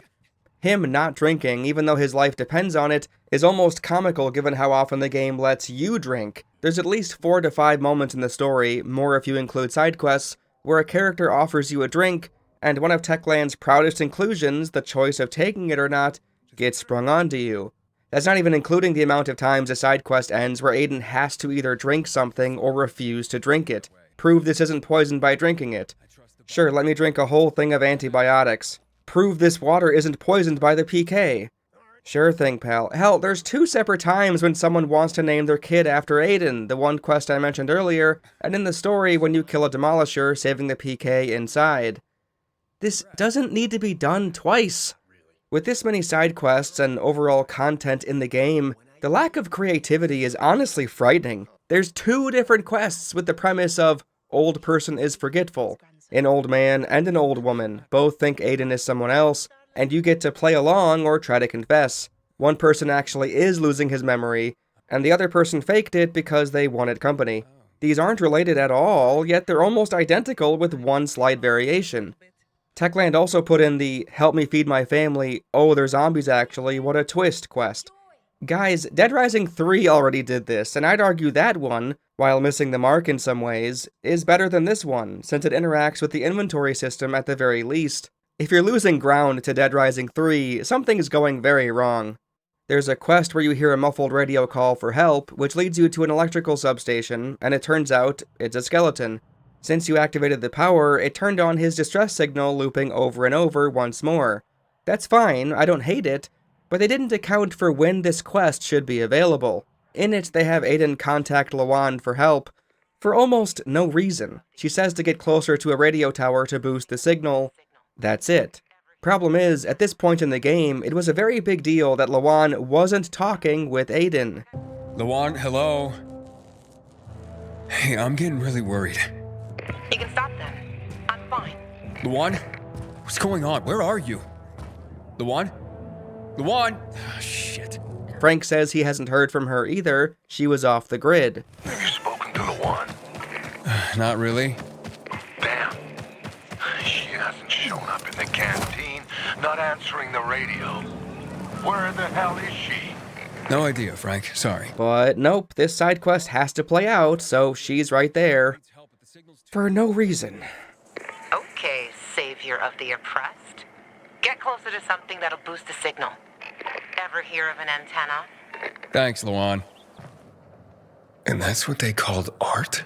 There's a quest where a former florist asks you to take a flower to a customer he used to see every day. Apparently one day she didn't show up, even though she made an order for pink roses. He wants you to find her glass house and take her the rose.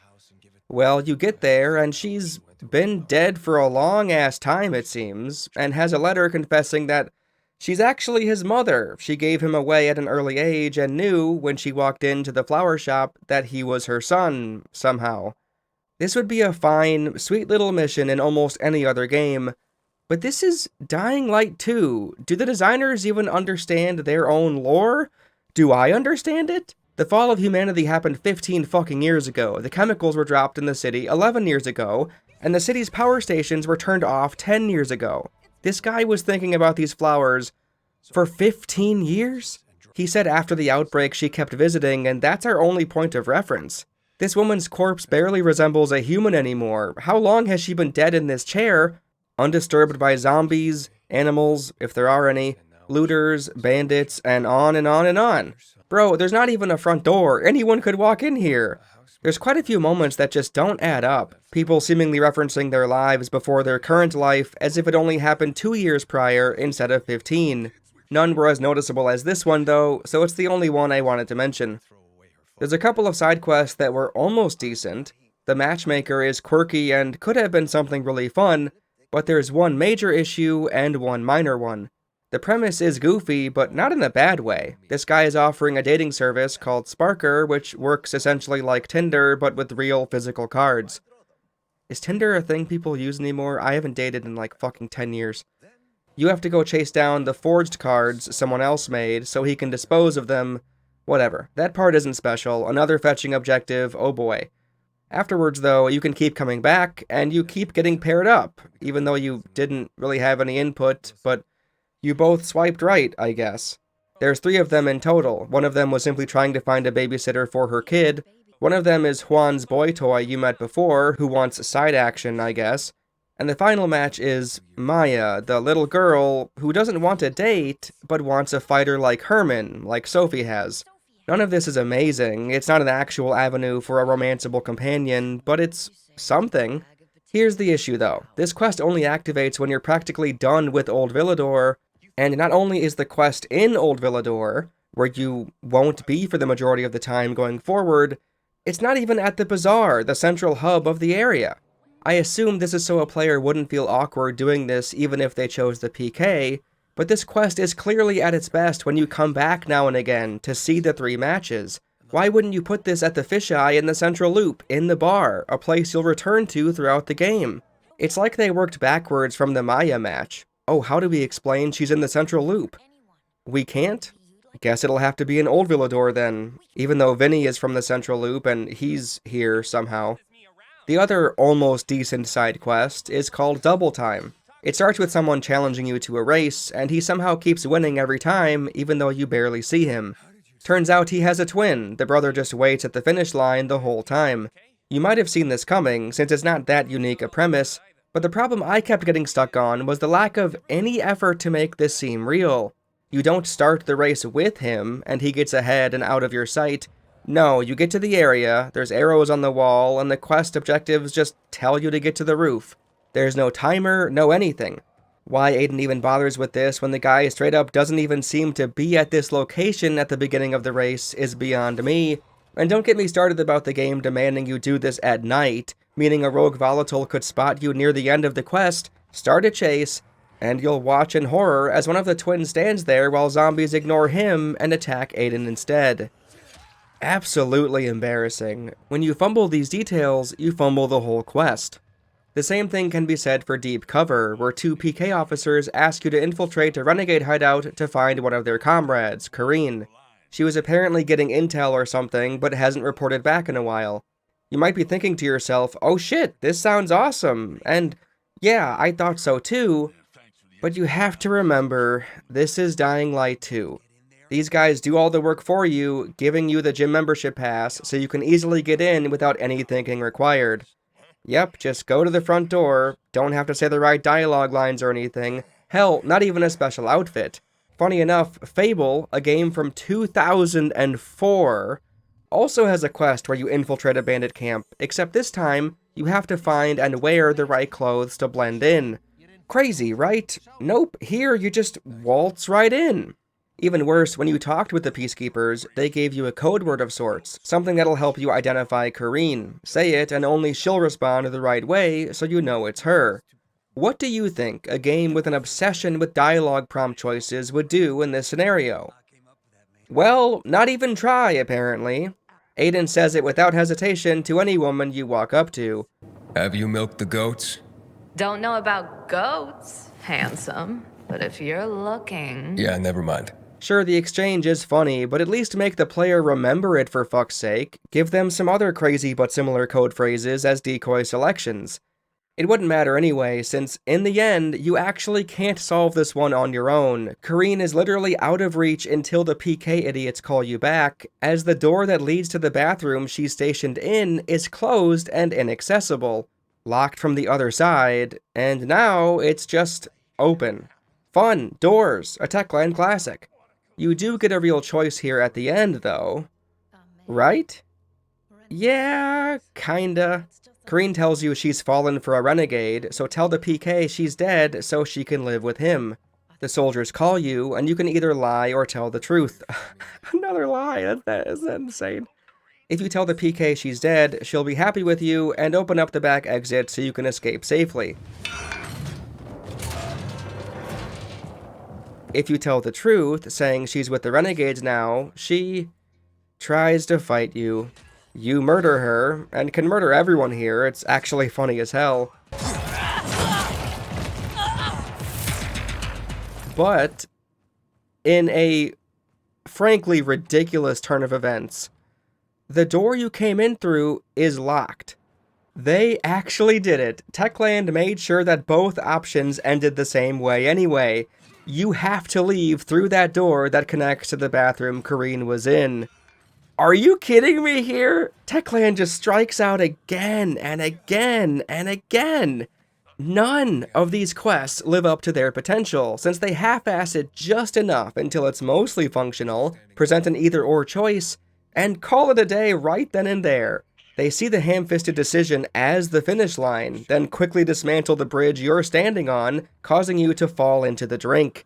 Nothing comes of this, but if it does have an epilogue of sorts, I'd never know, since even when that is the case, the game treats it as something that doesn't matter. It's not in your quest log, so you might never discover it. It reminds me of the argument Patrick Willems made about end credit scenes, actually. You can't just prematurely end the quest before the conclusion, then call the final scene an extra prize to be found, a fun Easter egg. This scene at the bazaar should have been necessary for the poisoned water quest to conclude. If there is something with these dumbass PK soldiers afterwards, the game should have pointed me towards it, otherwise I can only judge it from what I've seen, and with both choices, sparing Kareen or slaughtering her, it's a complete disappointment. There's another quest where you talk to renegades, but it's not an example of some of the worst in the game, but rather some of the best. Renegades mechanically doesn't offer a whole lot, but it 1. Isn't a fetch quest, and 2. Does more with the events of the story than most. It explains a bit about the renegades, how they recruit people, and why they act the way they do, hinting that they're being drugged up by a GRE doctor who works with the butcher, Waltz obviously, and killing makes them stronger. Sadly, you can't choose to join them when they offer, but even still. All of that is nice to see, but that's not why I think this is a good quest. It's one of the only times a piece of side content meaningfully connects with the events of the story. This only becomes available after you complete the main mission where you relay orders from Matt Jack to the peacekeepers out in the field. Apparently the PK were defending Culvert Island, this small community of survivors.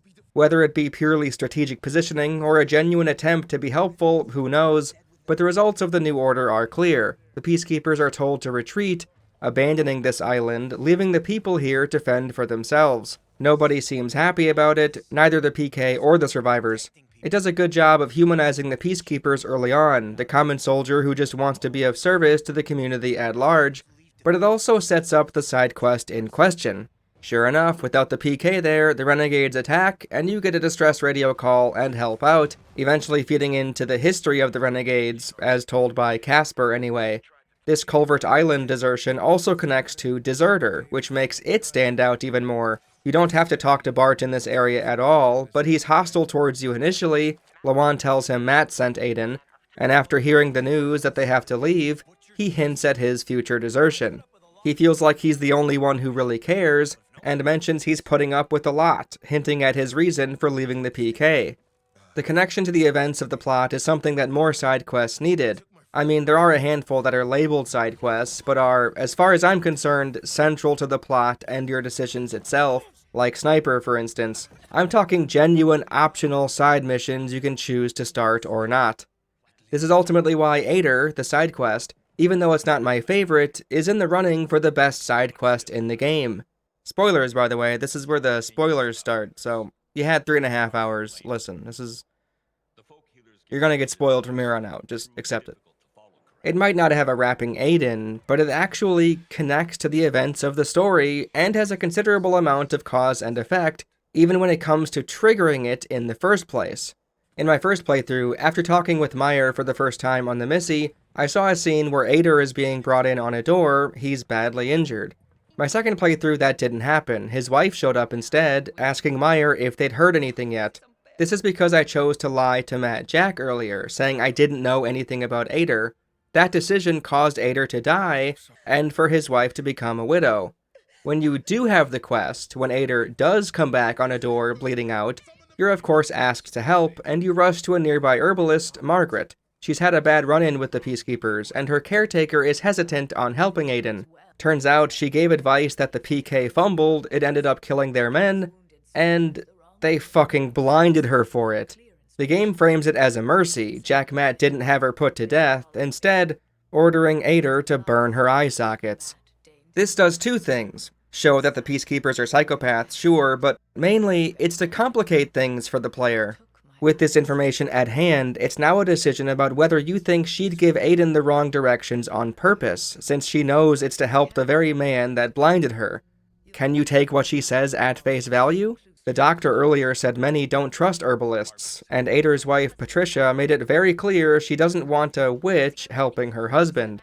Margaret seems friendly and good-natured enough, though, so when she tells you how to heal Ader, find a certain plant and use the small petals, not the large ones, it's probably in your best interest to do it, right?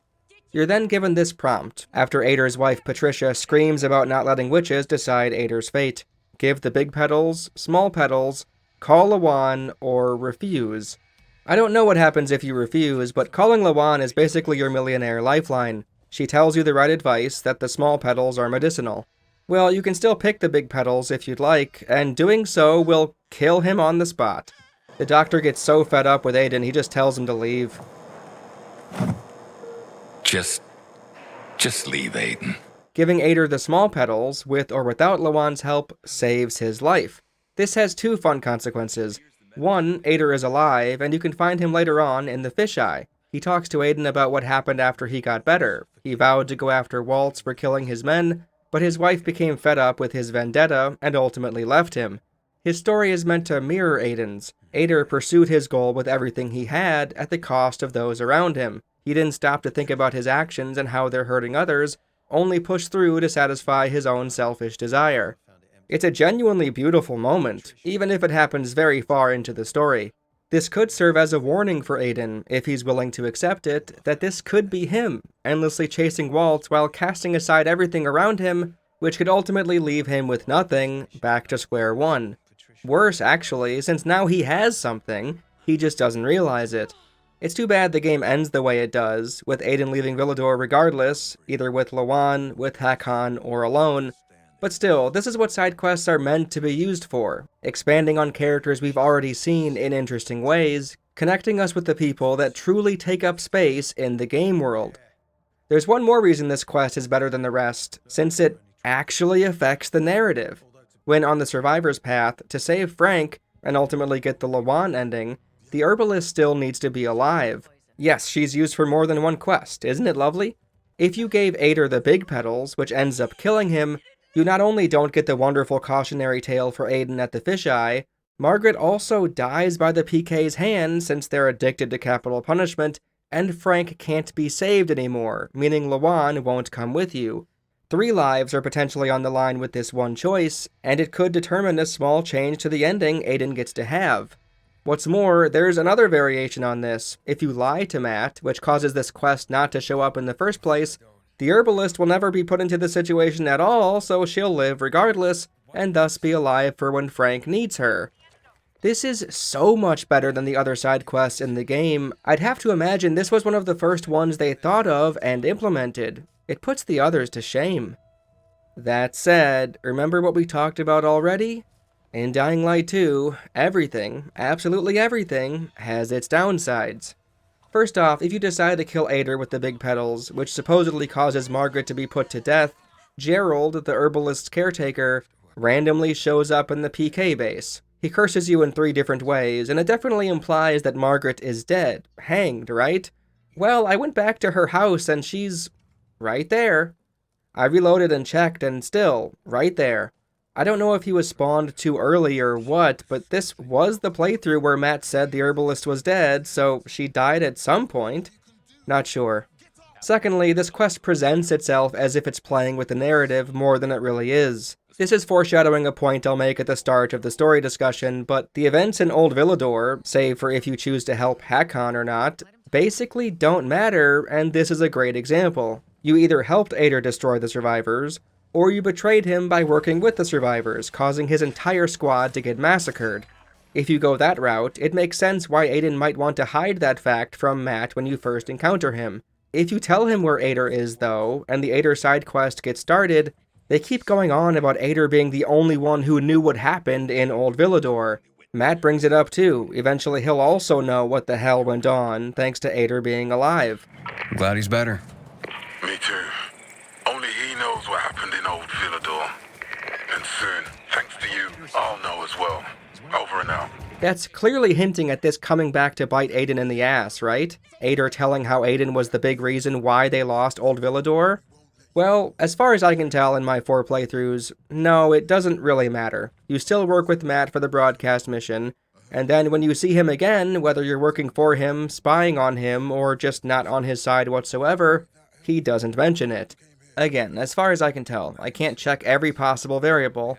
4 playthroughs already took me nearly 200 hours. Just weird that they built this confrontation up without any follow-through.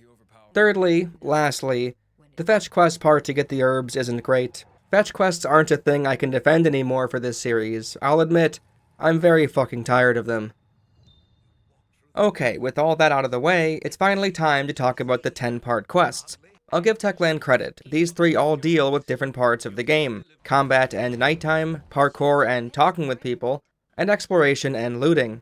I wouldn't be surprised if one of these 3 was someone's favorite quest lines in the game, since, well, there really aren't that many quest lines at all, ones where you're talking with the same people. So many of them are not only boring, but deal with one-off characters, people who only exist to be the start and end points to their objectives. Hard to pretend to give a shit at times, to be honest. At their best, you'll see some of these dummies twice or thrice: Dodger, Hubert, Maya, Meyer, Bart, kind of, but not really. Meanwhile, you talk to Albert and Thalia 11 times, Driscoll at the Carriers Guild around the same number, and Baba potentially even more, since she's involved in a different quest and becomes a reliable vendor once you find her. None of the objectives, or the revelations and storylines, are anything to write home about, but they genuinely do feel like a breath of fresh air, if only for their change of pace, an extended interaction instead of a one-night stand. Well, Thalia counts as both, but you get it. I would say these almost feel analogous to the guild quest lines in the Elder Scrolls games. The Carriers Guild, the Library, Guild, the Baba, the Ba-Ba-Ba, the Ba-Ba-Ba, the Ba-Ba-Ba. Guild. However, and I'll say this as kindly as I can, Oblivion's guild quests might not be LeBron James, but if they're Brian Scalabrine, Dying Light 2 is Matt Tomaszewski.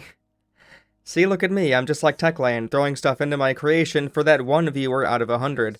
Seriously, the guild quests in Oblivion are genuinely interesting, even if the mechanics of that game pale in comparison to what Dying Light 2 offers, and I mean that sincerely. Quests are such a low point for Techland, it's not even funny, and these Diet Guild varieties are no exception. All of them being labeled 1 to 10 is a really bad idea too, since at the beginning, there's no telling if this chain of missions has a defined endpoint, so a player, especially someone who's played Dead Island, could easily view them as infinite content, or close to it anyway, and stop bothering when they get to number 4 or so. The reward certainly won't be winning anyone over, and Thalia is as interesting as watching paint dry. Them all going to exactly 10 feels incredibly forced too, and especially with the Thalia dating simulator, there's not even close to enough here to warrant this many fetch quests. It starts with nearby apartments and a few books at a time. It ends with going back to Old Villador, visiting multiple different apartments and stores, finding 6 or 7 books in total. There's an argument to be made that Thalia and Albert having leads on these books makes no sense in the first place, since if someone scoped out that area, why not bring them back right then and there? But my main issue stems from Thalia herself. It's incredibly silly how badly she wants to bang Aiden, expressing how much she enjoys their conversation and always has him on her mind, looking forward to the next time they speak. Yet they exchange words in 1-minute increments at that. Aiden barely speaks during these talks, and the moment she deems the interaction completed, she sits back down and glues her eyes to her book once more. The same book she's had the entire game, turning pages every 10 seconds, meaning she clearly isn't even reading it. Yes, I realize I'm being very pedantic here, but fuck off, this whole questline is stupid as hell. I must speak to Albert now. Perhaps we'll talk again. Speaking of which, here...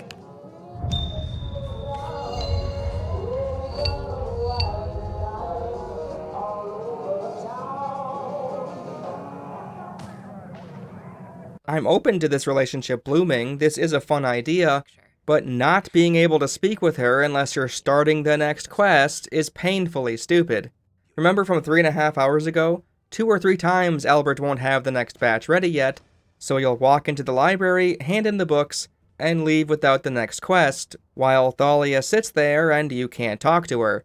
They don't discuss much anyways, besides goofy philosophical ideas, always stemming from one of the books you returned last time. Many of the answers you can give are boring, and Thalia's responses are try-hard and surface-level at the same time, a pretentious, frightening combination.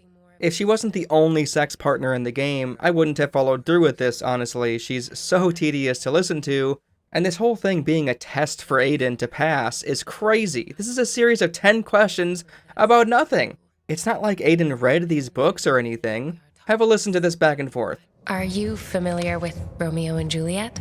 I guess. Tell me, do you believe in love? I mean, true love. The fated love of which Shakespeare wrote. I'd like to think so. I just haven't seen a lot of it in my life. It's true. Even simple affection seems in scarce supply these days. But the hope... it's the hope that can make it possible. If not now, then later. As the fates decree. Speaking to you, Aiden, has once again been a revelation. I look forward to your next visit. It's a welcome break for me. For you too, I hope. Here's a new list. Watch out for yourself. Aiden says 3 extremely short sentences. I guess. I'd like to think so. I haven't seen a lot of it in my life. That's enough for Thalia, who spoke triple the amount of words in this exchange, to deem this conversation as revelatory. A revelation? Is she serious? Who wrote this? This is terrible. That's to say nothing about how this dating simulator can't be failed. I've seen people online talk about what answers to pick. Please, I don't want to fuck this up. Thalia is so cool. And newsflash, everyone. I did this 3 fucking times. 3! The last attempt, which was just for all of you, by the way, I picked every obviously stupid answer I could. Aiden even yells at her at one point. A pilgrim doesn't have the luxury of adventure, Thalia. I didn't mean anything by it, Aiden. I just thought... I thought what? That the real world is the same as some lazy adventure novel? I'm sorry, Aiden. That was insensitive of me. I guess it's all you know. Surrounded by books all the time. Me, I grew up surrounded by much more dangerous things. Of course, Aiden.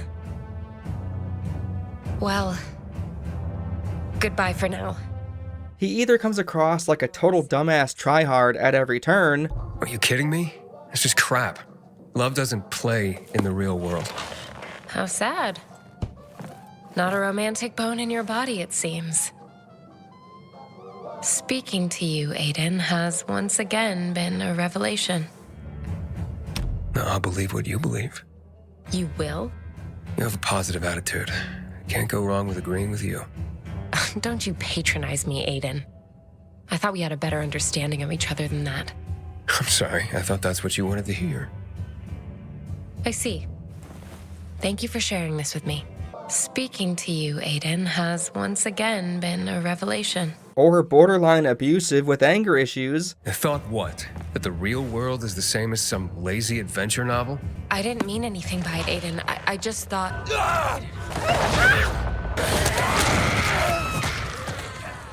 Speaking to you, Aiden, has once again been a revelation. Yet still, she wants to bang Aiden. I couldn't believe it. I'd love to bitch more about this test your man idea. But honestly, it's not enough. Not yet. But there's still time. If it matters to you. I hope it does. But this wasn't even a test, since it has no failure state. She just wants to fuck him no matter what. The only failure state is saying no when you're at her apartment, or, you know, not continuing with the book club quest altogether. This is faker than it appears, and it already feels fake to begin with. There's so much that's disappointing with book club that really the only good thing about it is the Lawan dialogue bit, which is ridiculous for its own reasons. The cherry on top is the massive opportunity they had for something fun with the books themselves, and fumbled hard. In 2022, another game came out that had a book club. It was called Midnight Suns, and in it, the characters chose a book to read, sometimes real, sometimes fictional, and the developers put in excerpts from the literature in the game for you to read, so you and your character could be somewhat informed when answering questions. You have all these classic novels, some well worth a read even today, and they don't do anything with them besides put their names on the screen when you hover over them, and have Albert mention one of them in passing. What a waste.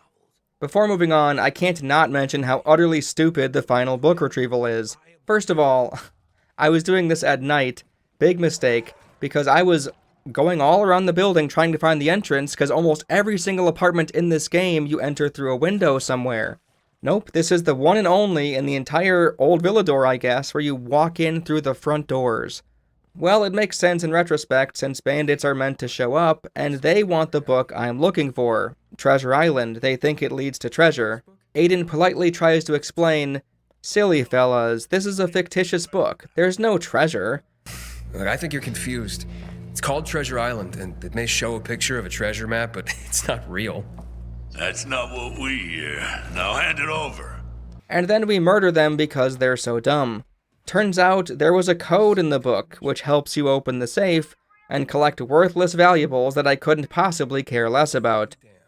Listen, I can at least comprehend the book Listen, I can at least comprehend the book Listen, I can at least comprehend the book club 6 bandits. Listen, I can at least comprehend the 6th mission of Book Club, the band... See, this is why it's stupid to fucking name them 1 through 10. I can't even fucking say this. It makes no sense to say. There's not 6 bandits, it's the 6th mission. I can at least comprehend the Book Club 6 bandits, who wanted to use them for toilet paper, but these idiots walking in, knowing this book is in here, like, what are we doing here? Is this a Saturday morning cartoon? Why do these guys know that this book is in here? Like, what are we fucking doing, guys? What are we fucking doing? The safe codes are such a baffling part of Dying Light 2. The idea is fine, but the method you acquire the combination is almost always ridiculously simple and near pointless. You won't ever have to open someone's computer or glean the code off of a calendar with a clue to go on or something. No, you'll just grab a piece of paper, it'll say the code, and you enter it. Well over half the time it's all single digits, which begs the question why they decided to have the knobs go to 100 in the first place. 3 numbers, 0 to 9, is hard enough to crack. 3 0 to 99 numbers is obviously overkill. When there is a bit more to it, it's only one step removed from the game giving it to you outright. Solving a simple riddle from this guy in the biomarker side quest was fine, much too easy and still all single digits, but it's something at least. The decoder in the deserter quest was the best by far, but it was too built up and the reward was nonsensical, so it's hard to count that one. There was also a time when it was a simple piece of paper again, but it was on the fucking roof of the tower of the church? Why would anyone put this code in this box on this ledge that only an acrobat could find and hope to God that wind wouldn't topple it over? It's so far past being reasonable that you can only laugh, or I guess bitch and moan about it. And that's what they called art? Do you know that the first documented postal system was in Egypt, around 2400 BC? I did not. Aye. It's how the pharaohs sent out decrees, creating the network. Think of the ancient tradition you're upholding just by delivering a piece of mail. Carriers is a little better than Book Club, but has its own stumbles. Delivering mail in a post-apocalyptic city is a very digestible premise, and opens the door to a lot of interesting interactions. Well, in theory anyway. While handing people letters was one of the highlights for me in The Following, here it leaves a lot to be desired. In The Following, it felt like Kyle was going out of his way to help out. It didn't need to be a huge thing, which is why the little responses the NPCs gave were charming.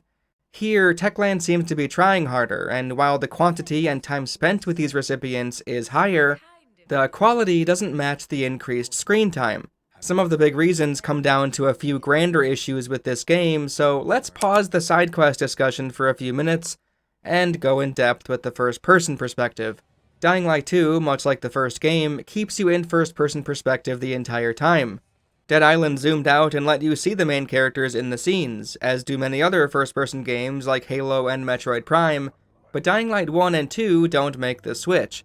The only times you'll see Kyle Crane is in co-op or the file select menu, and Aiden is similar, but he at least shows up on the equipment screen.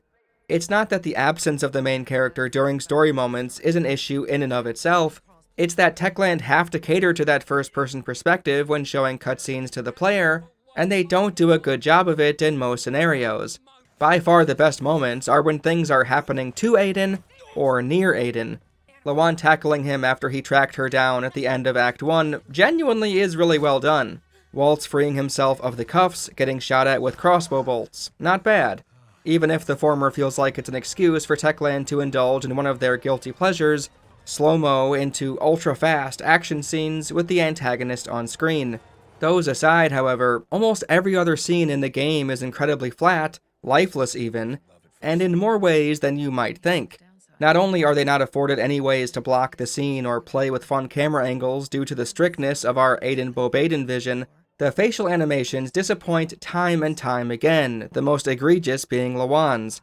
There's an exchange between Frank and Lawan near the halfway point of the game where it's clear the voice actress, Rosario Dawson, gave an emotional performance in the recording booth, but the expression on her character's face doesn't even come close to matching the intensity of the audio. Of his heart. And you don't give a fuck? Frank, get your shit together. You were a legend. Fucking commander of the Night Runners. Do you even remember that? I don't know what went wrong here, but the stiffness on display robs the entire scene of its energy. I'm not sure if pulling the camera out to show this at a different angle would be enough to hide the blemishes, but it could at least look a little more dynamic. This is probably why the action cutscenes feel the best of them all, since it's one of the only times the camera, Aiden's eyes, moves around now and then. Being immersed is one thing, but when you have this much uninteresting dialogue, and the characters are stiff, and there's barely any motion happening even when you'd expect it, it becomes very difficult to stay engaged. Near the end of the first act, Carl gets removed as leader of the survivors, ousted unceremoniously by his peers, and he just kinda stands there until he walks out. This is also supposed to be an empowering moment for Sophie, taking up her mother's mantle as the one in charge, and you'd never be able to tell this was meaningful to her, this was something she cared about, was passionate about, if she didn't say it verbatim out loud. Picture this scene in a good movie, hell, an average movie. Carl could be lunging at his former soldiers, demanding they step in. Barney would aggressively push him back. Sophie would shout as he's kicked out of the room, getting everyone's attention at the bazaar in the process, declaring herself the future of the survivors, the one that'll lead them to a better tomorrow. But no, we don't get that. We get some swaying side to side, and Carl politely leaving the room. Jade, Brecken, and Raheem all had more expressive mannerisms in the 2015 Dying Light than anything found in this 2022 sequel, and that's saying something. Video games are meant to be a blend of the best of every medium, yet Dying Light 2 neglects the visual part of the equation whenever a player is meant to sit through a story scene or quest dialogue, or, when they interact with any of the NPCs in any kind of interaction, full stop. The end result is the player feeling less invested, less immersed, than they would otherwise, even with the constant first-person perspective. It was wild going into Cyberpunk after 100 hours of Dying Light 2 filling in my brain, since it also has the view locked in first person, it also has dialogue choices, even accepting or declining drinks, and it's also a game that is in a much better state now versus when it launched due to consistent updates for years on end, except CD Projekt Red did a much better job of engrossing a player into this perspective and role. Even ignoring the plethora of varied and fun dialogue responses, putting Dying Light 2 to fucking shame, you have much more freedom of where you can move the camera, allowing scenes to fill the entire room instead of getting everyone positioned on top of each other to fit into one static shot. Characters are also far more mobile, either walking through the scene, letting you look at who's talking on your own, or they physically gesture when the moment calls for it, and the content of the words spoken is significantly more interesting than anything found in Dying Light 2. Squabbles about crystals and Lawan's shoes don't do a whole lot for me, sorry to say. That last part is extremely subjective, I know, but the rest isn't. You don't realize how important having characters you talk to walk with you, moving freely through the environment until it's absent. Time and time again, Dying Light 2 drops the ball with its believability, causing every individual interaction to more resemble a series of stage sets opposed to a living, breathing world. This is a AAA video game launching in the year 2022, and besides Hakan in the prologue level, and maybe Veronica at the end, who you walk around with, nobody is shown to do basically anything outside of a cutscene. Lawan doesn't parkour with you in the escape from Waltz. No, she's warped up to the next checkpoint, and she keeps closing the door on you for some reason.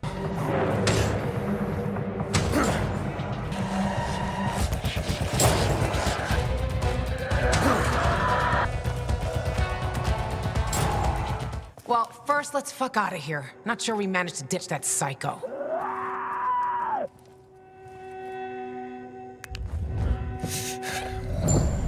Hey, wait!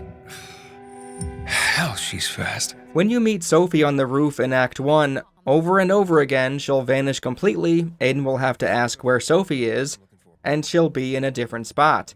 They couldn't have had her walk away? Is walking too hard to program for Techland? It's obviously not, but I don't know how else to explain this. At one point you go from talking with Sophie, turning to Barney for a 10-second nothing conversation, then right there, 10 seconds later, mind you, Aiden asks where Sophie is, again, and Barney says she's over there on that roof. The developers have to dumb Aiden down into mashed potatoes to make their shortcut work. Doesn't matter that this is a game about parkour, they didn't trust themselves to let Sophie get over there in real time, in front of the player, so she has to be teleported there, which means our camera has to look away from the magic act, which means we have to talk to Barney. They worked backwards from the problem, from the smoke and mirrors show they had to pull, all to get Sophie that little bit closer to the bandit camp she's talking about, which is itself not really important when you think about it. Where's Sophie? Oh, I guess that means I should wait here. Jack and fucking Joe will pay for what they did. See Alberto. He can fix stuff like that on the spot. Thanks. It looks like Sophie's not here. I better look for her. Hey, have you seen Sophie? I'm looking for her. I'm looking for Sophie. Where'd she go? Have you seen Sophie? I'm here. Time to act. The quicker we do this, the less prepared Jack and Joe will be. Aiden. I'm starting on the wrong foot. It's a courage. You be paying this much money. Me? I got the toughest liver in Philidor. Worry more about yourself, Philidor. Where's Sophie? There. On the rooftop. I'm watching you, Pilgrim. I'd wager most players clued into the awkwardness of this part of the Survivor story, but now that you see it slowed down, it's impossible to see this as an organic series of interactions. Hell, Techland doesn't care, they'll teleport people in as well. I checked everywhere for PK on my 4th playthrough, just to make sure I didn't miss them. Guys, nobody is here, and these guys show up behind Aiden with momentum that leads me to believe they phased in through the wall, since that angle isn't possible if they were coming from behind. Hey, what are you doing here? Shortcuts, magic tricks, and lack of effort time and time again. When you hand a letter to someone in a side quest only for her to rip it up, not only does she rip it up with her back turned to you so you can't see it, you don't see the piece of paper at all. It's under the viewpoint of Aiden the entire time, and then gone when she turns back around. The same thing, of course, goes for bringing the books back to Albert. They already don't take up more space on his shelves, which is lame, and it really wouldn't be that hard to add in 10 different iterations of the shelves behind him with it filling up with generic-looking books anyway, but of course you also don't hand them over to him, since why bother with that amount of effort? It's in first person, it's an RPG, who cares about all that, right? It's even more ridiculous when we think about it. They have the book models in the game already when you grab them, so the work's already done, the models are there, and of course Albert just has the same red book the entire time. Oh my god. Each and every time the game wants to finish dialogue with the other character not in the same spot you left them, they have to do a strange turn with Aiden's perspective, getting them out of view so the game can despawn them entirely. This gets taken to extremes now and then, where the NPC clearly has nowhere to go, or Aiden turns towards a wall for no reason. It'd almost be better if these people didn't exist at all, and there was a twist about Aiden hallucinating. That's how silly these transitions feel. Funny enough, Techland used the teleporting trick in one of the side quests. It was a monk and he suddenly vanished. Ooh. Except the effect was completely lost on me, since everyone vanishes after you're done with them. This isn't even close to special. This is simply another day in Villador. Earned your place among our elite carriers. Come on.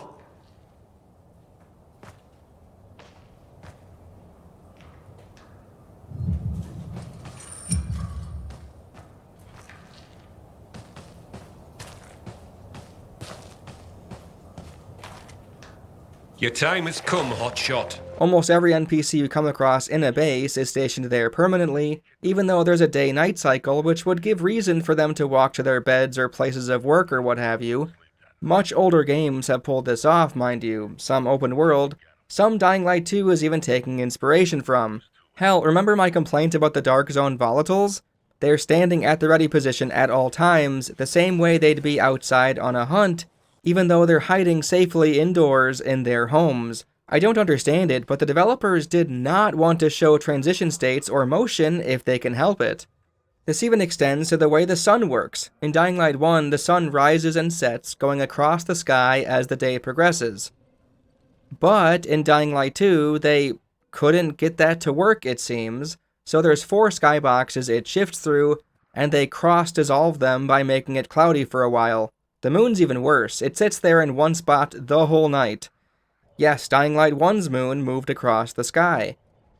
The lighting and skybox shifts might be something many players couldn't identify specifically, but could feel as they played, like something was off. This was me. I suspected something was wrong, since how could Dying Light 1 look better than Dying Light 2? I don't even mean with the character models, even though they have a plasticky texture to them. I mean the environments in the city. There was only one moment in the game where I was floored by the visuals, and that was in the prologue to the tutorial, so early on it's almost a complete afterthought. That is a gorgeous vista, and the feeling of wandering through the woods and abandoned buildings on my way to a destination as a pilgrim, accompanied by the music especially.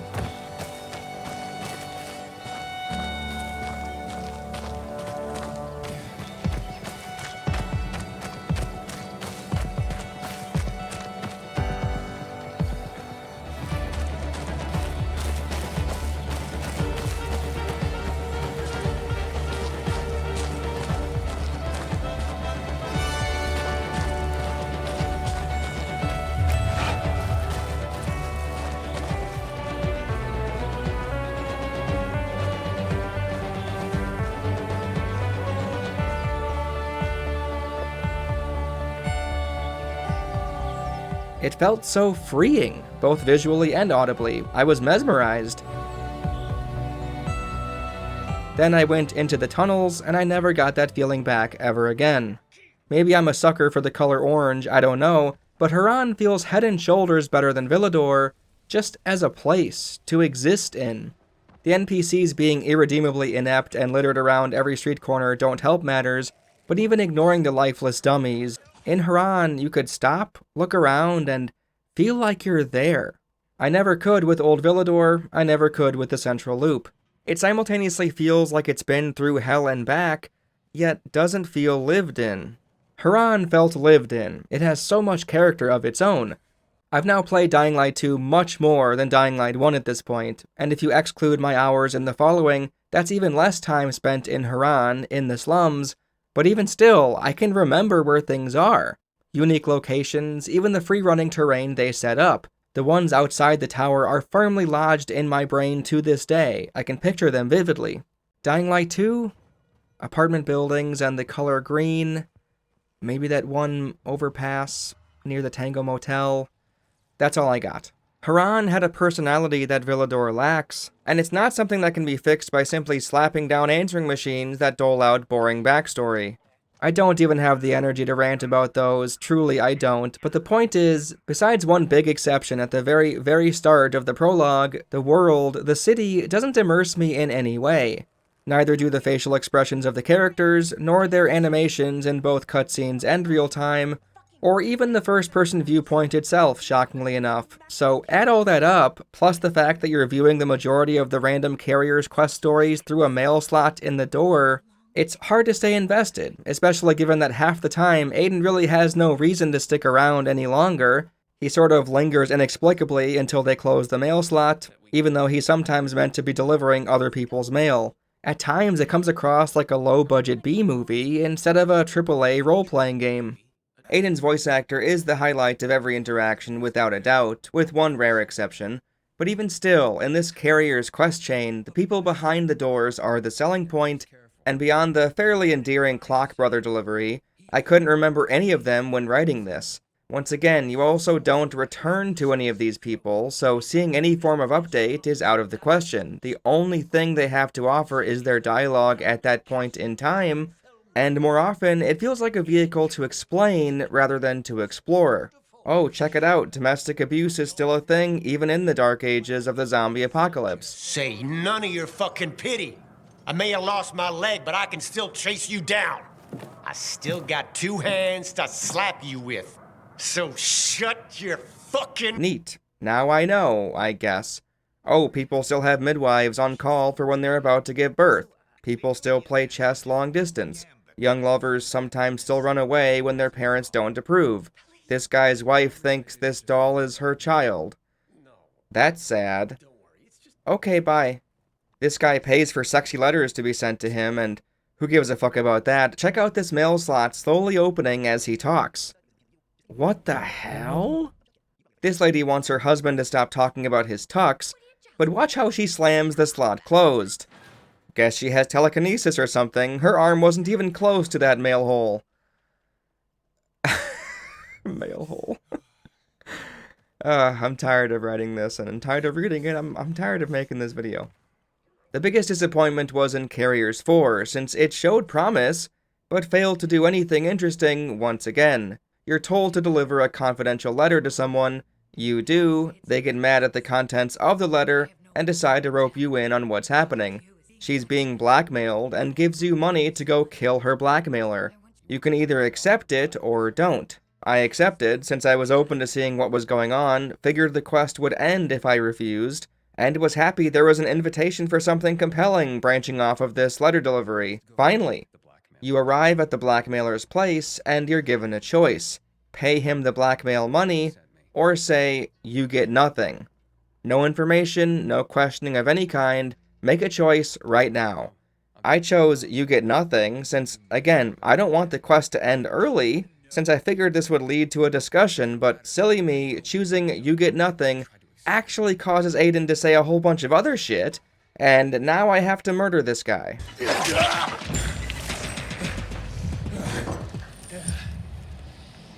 Then you don't return to the lady, no, you return to the guildmaster.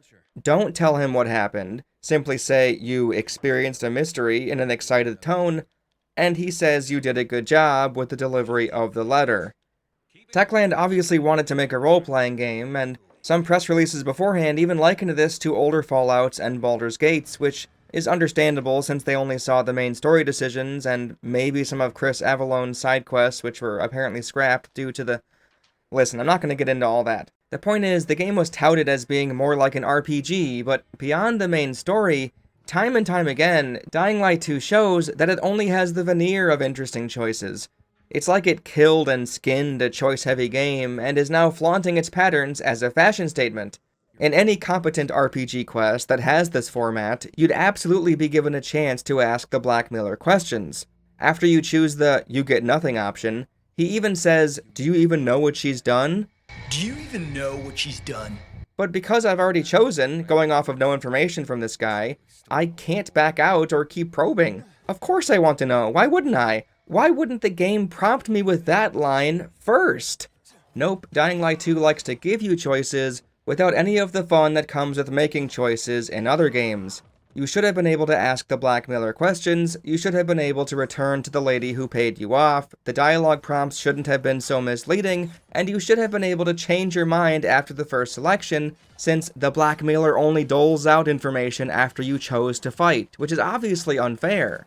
You can't say changing your mind is off the table, since Techland did that plenty of times in the story, where they ask you twice in a row, and you have to double down or back out.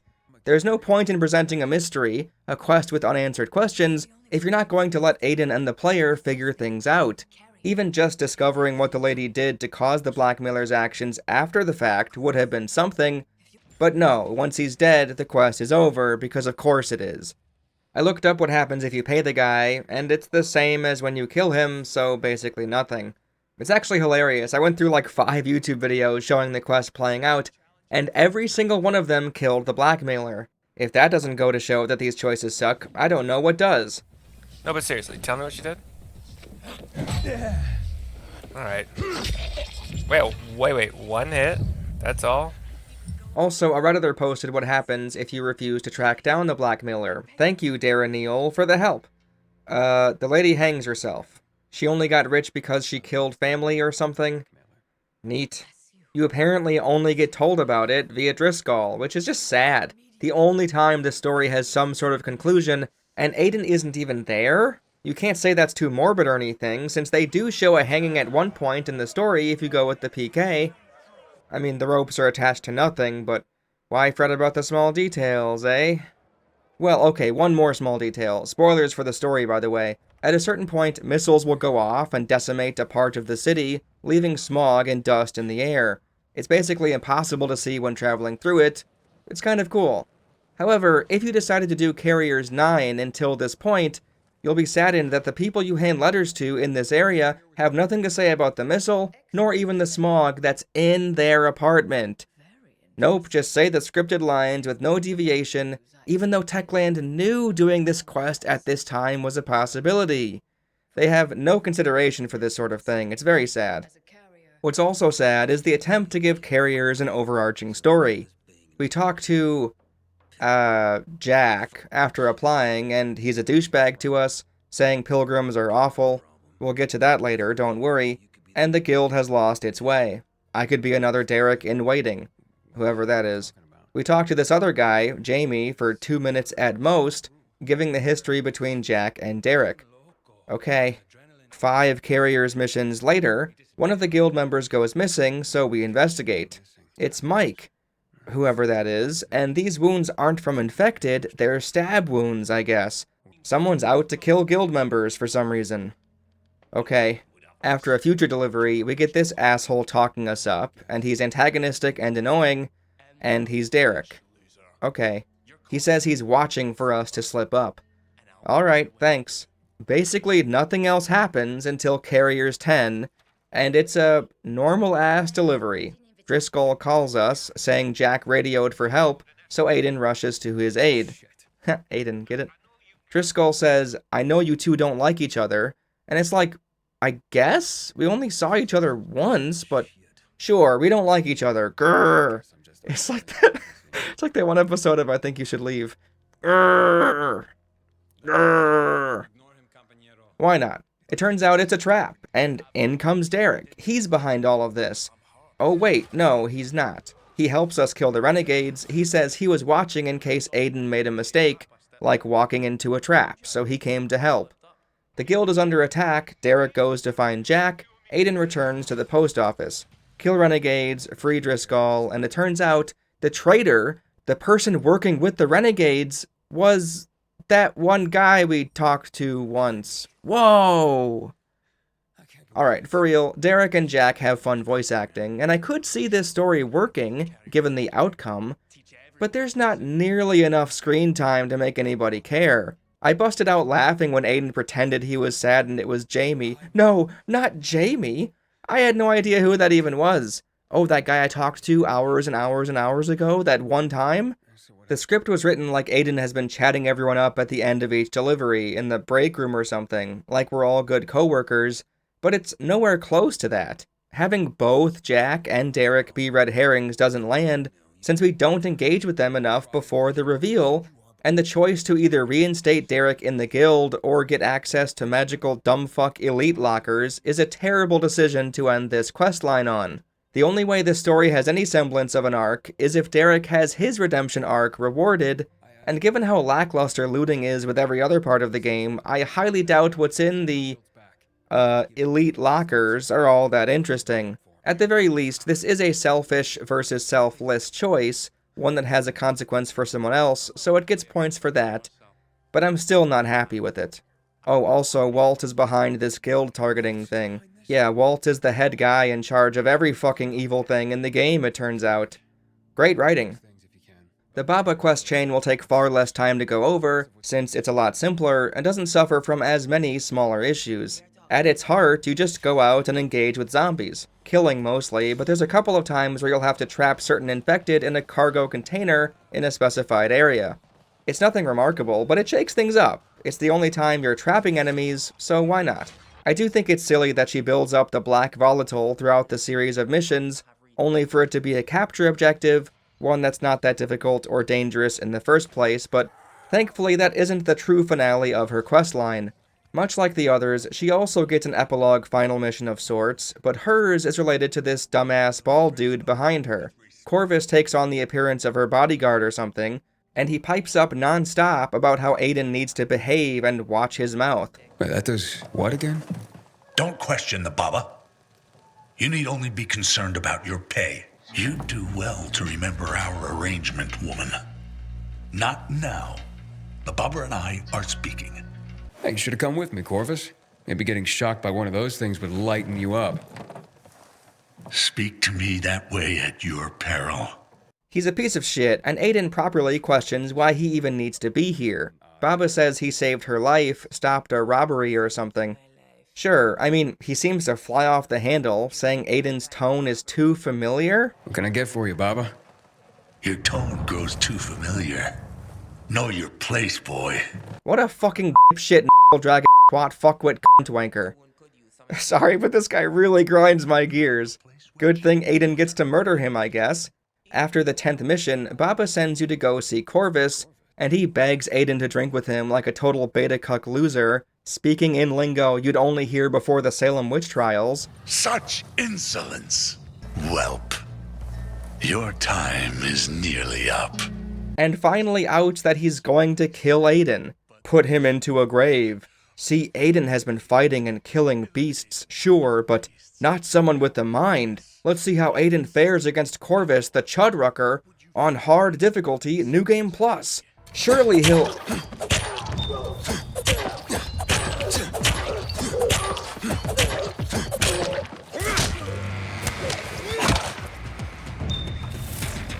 That was really easy. Turns out the robbery was staged by Corvus, and he was pulling a protection racket scheme. But it doesn't make that much sense. He kept asking for more money from her, but also wouldn't leave her, otherwise he was worried she'd turn him in.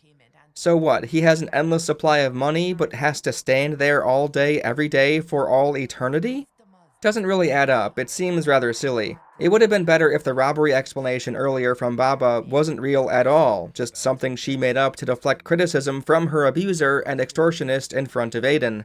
Super weird, honestly. I don't understand Techland's thought processes when it comes to quest design. Baba is legitimately one of my favorite characters in the game, though, since she's a fantastic vendor, being the only one to sell healing ingredients, and her voice actress is just outstanding. This is the one rare exception I was talking about earlier. I can listen to the Plague Witch talk and talk and talk. She's just fun. No offense, but that sounds like fairy tale bullshit. And being out at night is dangerous. Listen now. Hush, Corvus. A closed man cannot be opened with threats of violence. Hey, it's not closed-minded to be concerned about people's safety. A full moon can be seen through a window. That is sufficient. Now, do you want another hunt or not? Hats off, Sarah Powell. You improved the game, as far as I'm concerned.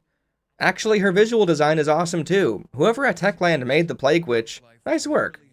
Boy, how long have we been talking about the quests? I haven't even touched half of the side missions in the game, but many of them don't really connect to anything else or warrant a new talking point. Hearing old ladies babble about a certain scent for a while, then retrieving these common supplies so they can make their amazing perfume, which is new car smell. It's new car smell. Is a waste of time at best, but there's so much waste of time that categorizing it for the sake of the video would make this even longer than it needs to be, and it's plenty long already. I've mentioned the many side quests that are challenges in disguise, but there's two other genres of non-quests, the quizzes and the lore dumps. For the former, someone will ask you questions, and you answer. If you get them all right, you win. One about zombies, one about people at the bazaar, one about goats. Wait, what? Goats. It's true. At least those offer something interactive. The lore dumps don't have anything for you to do, except hear stories about the past. One explaining how the bombs were dropped, one explaining how the walls help Villador when they were meant to lock us in originally, one about the history of the PK ship Missy before the fall, one explaining why you can't fish, one explaining why there are no guns. Although that one at least has you going to a different place, I suppose. I was playing Cyberpunk for the first time, and again, I already had 2 playthroughs of Dying Light 2 in me, and after the Judy mission, I decided to talk to the bartender. You can ask him about the origin of the name, Lizzie's Bar, and get backstory that helps flesh out the world. This seemed so natural and unobtrusive, even if I did find a lore text earlier that explained most of it. And you know what I thought of immediately after this interaction played out? This would have been a side quest in Dying Light 2. It feels like this lore shackled to a quest business is simply a symptom of the way Dying Light 2 operates. You need everything to be labeled, except the epilogues to some quest lines, I guess. So these moments where you talk to NPCs that shed more light on the backstory, well, they're quests. Why not? Gotta lump them in somewhere, right? Things need to be labeled. It's funny, since these do exist in the first game, like the one explaining Rise or Tahir's backstory, I understand wanting to give players a fighting chance to see these, but again, the box of chocolate side quests of Dying Light 2, you never know what you're gonna get, mixed with the content bloat the game suffers from, means you're already picking and choosing anyway, so unless someone does every side objective they see, they'd miss these all the same. Another aggravating quibble about the game hurts these info dumps as well. Seemingly to have side quests sound more natural, the quest giver will say something when you've gotten close enough to them, or sometimes they'll even sing. I imagine this is meant to spark an interest in players. Oh, someone is talking to Aiden? But it triggers too early, when you could very well be out of earshot. More often, when you decide to talk to the anthropomorphic exclamation point, Aiden will respond as if he's heard the first line of the dialogue chain, even if you haven't, which is incredibly awkward at best, and jarringly confusing at worst. A seasick peacekeeper? Your central command is based on a friggin' ship. What is he talking about? I have no idea. None. It's like you're starting the conversation on the second dialogue line. I'm gonna rescue a gorgeous survivor chick. I'll say, remain calm, ma'am. I'm a peacekeeper. You don't have to yell like that, you know? I'm standing right here. What are you demanding of me? What? I said you were yelling at me. Why would I be rebelling against you, Pilgrim? What? What are you talking about? Just stop shouting at me! A huge swing and a miss with this style of fake impromptu quest callouts. There's only 3 more side quests I want to talk about, and they're the ones Day 1 players never had a chance to see. Getting the guns, Tolga and Fatine, and the DLC, but not really DLC anymore, Bloody Ties. I think it's a bit hilarious that some of the longest and most extravagant side quests in Dying Light 2 weren't there at release. Forgive the incoming tangent, but I'm not sure if it's a good thing that we're conditioned to expect an incomplete game Day 1 for big titles, only for content to be sprinkled in at a regular pace for years after. Is Dying Light 2 better today than it was in 2022? I'd say almost assuredly yes, but this style of updating and fixing and patching and DLCifying content so players can come back to something, all the while literally changing the advertising and name on storefronts to lure new players in? It feels like cheating in a way. No other medium gets to have their cake and eat it too like this. The trailer itself for the Reloaded Edition needs to get called out specifically, since it's fucking egregious. I wouldn't go as far to say Techland deceived anyone with their promotional material before release. It's one thing to plan on something being in the game, show it off at E3, and have to cut it down or what have you. But the game has been out for 2 years when the Reloaded Edition was getting pushed, and they still decided to show that moment where Hakon and Aiden are sneaking past Volatiles. Guys, that's not in the game. This isn't in the game, and you know that. This is disgusting, quite honestly, as the lack of zombie-focused content is a genuine drawback with the game, and this is basically pretending, lying, that an interesting zombie story quest exists when it doesn't. Unbelievable. Alright, anyway, back to the actual game now. Initially I was laughing at the thought of that history lesson lore dump retroactively becoming pointless thanks to Techland giving in to the community and putting guns in, but the guns actually don't disrupt the core game much at all, and the quest to retrieve them in the first place is decent enough, making enough sense with the lore, and being a passable narrative thread on its own. Jay calls you, some guy you don't know, says you're the guy that'll help him find the guns hidden in the city. He's at the fisheye, you talk in person and on the radio, he sends you to retrieve codes, which will eventually reveal the location the GRE hid the weapons. After you take out some renegade goons, the chest that contains the first code also has a note for Tackhead. Apparently he's the rival guy in this quest who wants the guns for himself. At one point you do a job in exchange for a code, and it takes you completely out of the game. I've never seen anything like it for a single-player game. It drops all pretenses of being in the world, a grounded and real event, and throws you into a segregated mission all its own, with a quantity of lives before failure, and looting being completely removed. Opening apartment containers reveals nothing. You accept it on a notice board, and it's meant to act as a taste of things to come, if you continue to help Jay after the side quest is over, in a way. It's odd. Afterwards you're meant to get a code from Gatsby. He's a cowardly doofus who sold the code. You go to the place where the bandits are most likely, you murder them, then Gatsby shows up, and you murder him too. On normal, he's easy as piss. On hard mode, on New Game Plus, he was shockingly resilient. Jay's been captured by Tackhead. You have a dialogue exchange with him. He makes you go find the decoder in a GRE facility. You come back. He's planted explosives on Jay, and you have to defuse them. Afterwards, you chase down Tackhead thanks to a tracking device Jay planted on him, and you fight all of them in the place where the guns are meant to be.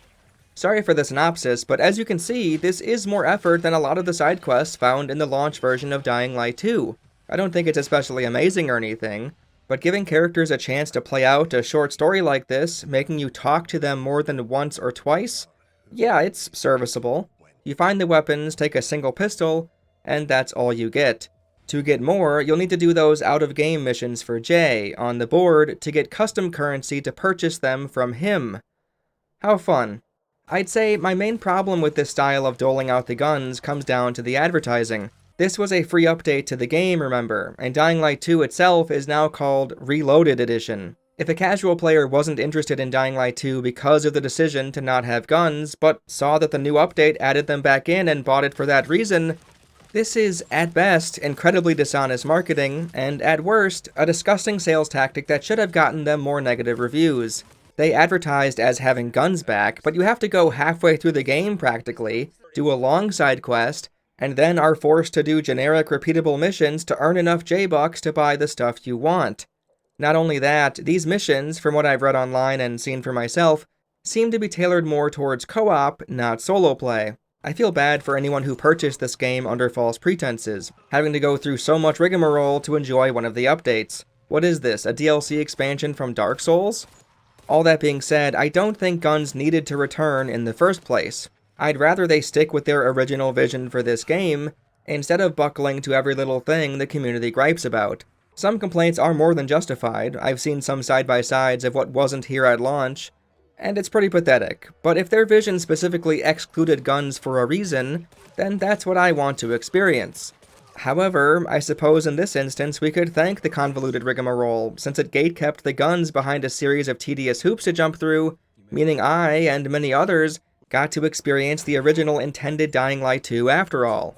Even if you do the Lost Armory quest the moment you get access to it, that's half the game you played without firearms, and the only one you get for free when you finish is a handgun, which isn't exactly going to break the game.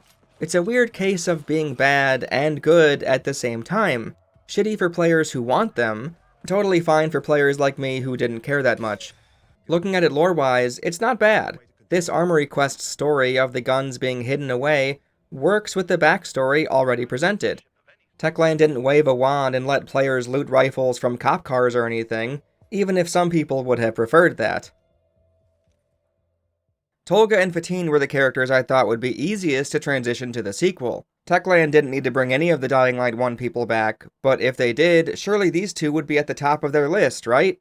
They're scientists who clearly have a knack for creating ways to get places, and are silly little guys, so of course.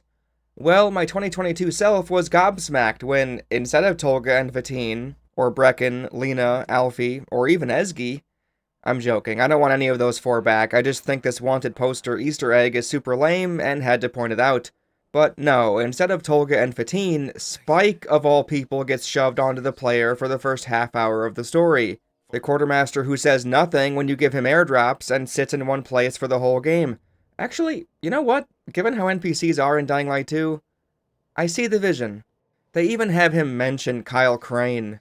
I wish Crane could have seen this. Who? This is peak cringe. I never used that word, but come on now, how fan servicey can you get? Anyway, enough about Spike. Tolga and Fatine. Their quest is without a doubt one of the strangest, which is fitting, but it's very sad so many people couldn't access it, since it didn't exist until, like, a year ago. That said, I didn't even get a chance to see the whole thing, since it bugged out and wouldn't let me proceed past the 3/4 or so point. When you have contextual button prompts to trigger the next parts of your game, issues like this are bound to happen. This is also why I couldn't progress with the Crystal White side quest, but thankfully they patched it later on in the middle of my playthrough. This door wouldn't open due to a button prompt issue, and their fix was to make the door float in the air or something. Whatever.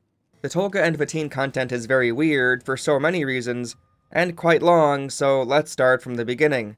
Sadly, this is a very unassuming and humble beginning to a questline, as it's just a random help wanted poster on the PK board at the Missy.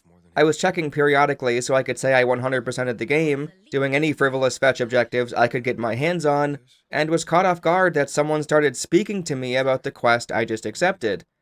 That surprise was quintupled when she stopped talking, the screen faded to black, and an epilepsy warning popped up. The following sequence? Legitimately, I had no idea what was going on. I thought this was a bug from one of the patches Techland did. Was this meant to be played at the start of the story, after pressing start a new campaign? What? I thought, but no, this is for this mission specifically. Once again, this might feel fine for hardcore players who came back for this content update, but as a whole package, when someone is playing the game for the first time, this is jarring and confusing. You're supposed to go find a man who hasn't radioed in for 2 days. His friend thinks something happened to him. You don't have a whole lot to go on, you get 2 vague markers that say, find Michael. When you approach an objective marker in this game, it won't show you where to go any longer.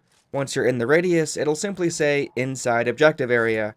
This method, while it isn't as brainless as it could be, has its pros and cons. The main con, in this instance, is that it presents itself as an open-ended solution, i.e. search for clues to find Michael, but you aren't allowed to do things out of order, or, at the very least, what the game thinks is the right order.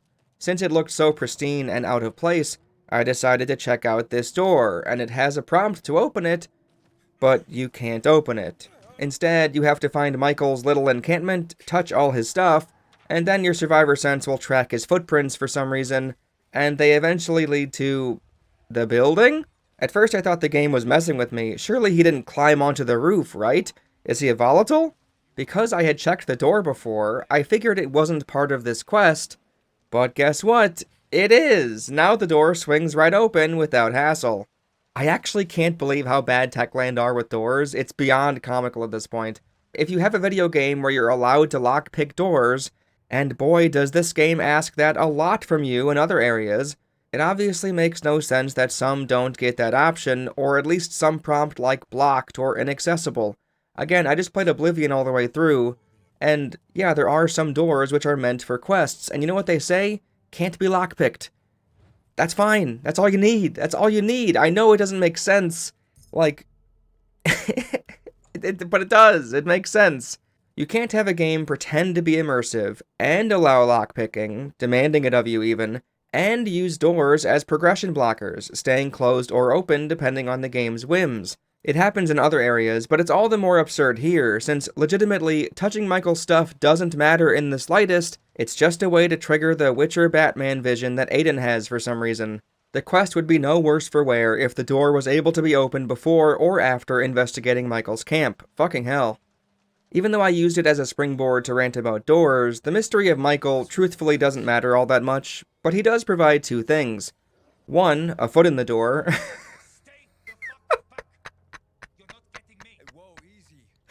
I am so funny.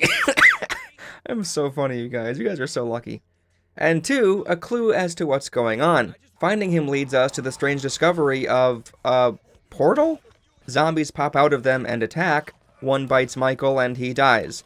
A mysterious figure says the infection is spreading, referencing the portals, and walks away. After you slay the monsters, you go into a portal to escape, and sure enough, you pop out and there's Tolga and Fatine talking about interdimensional rifts.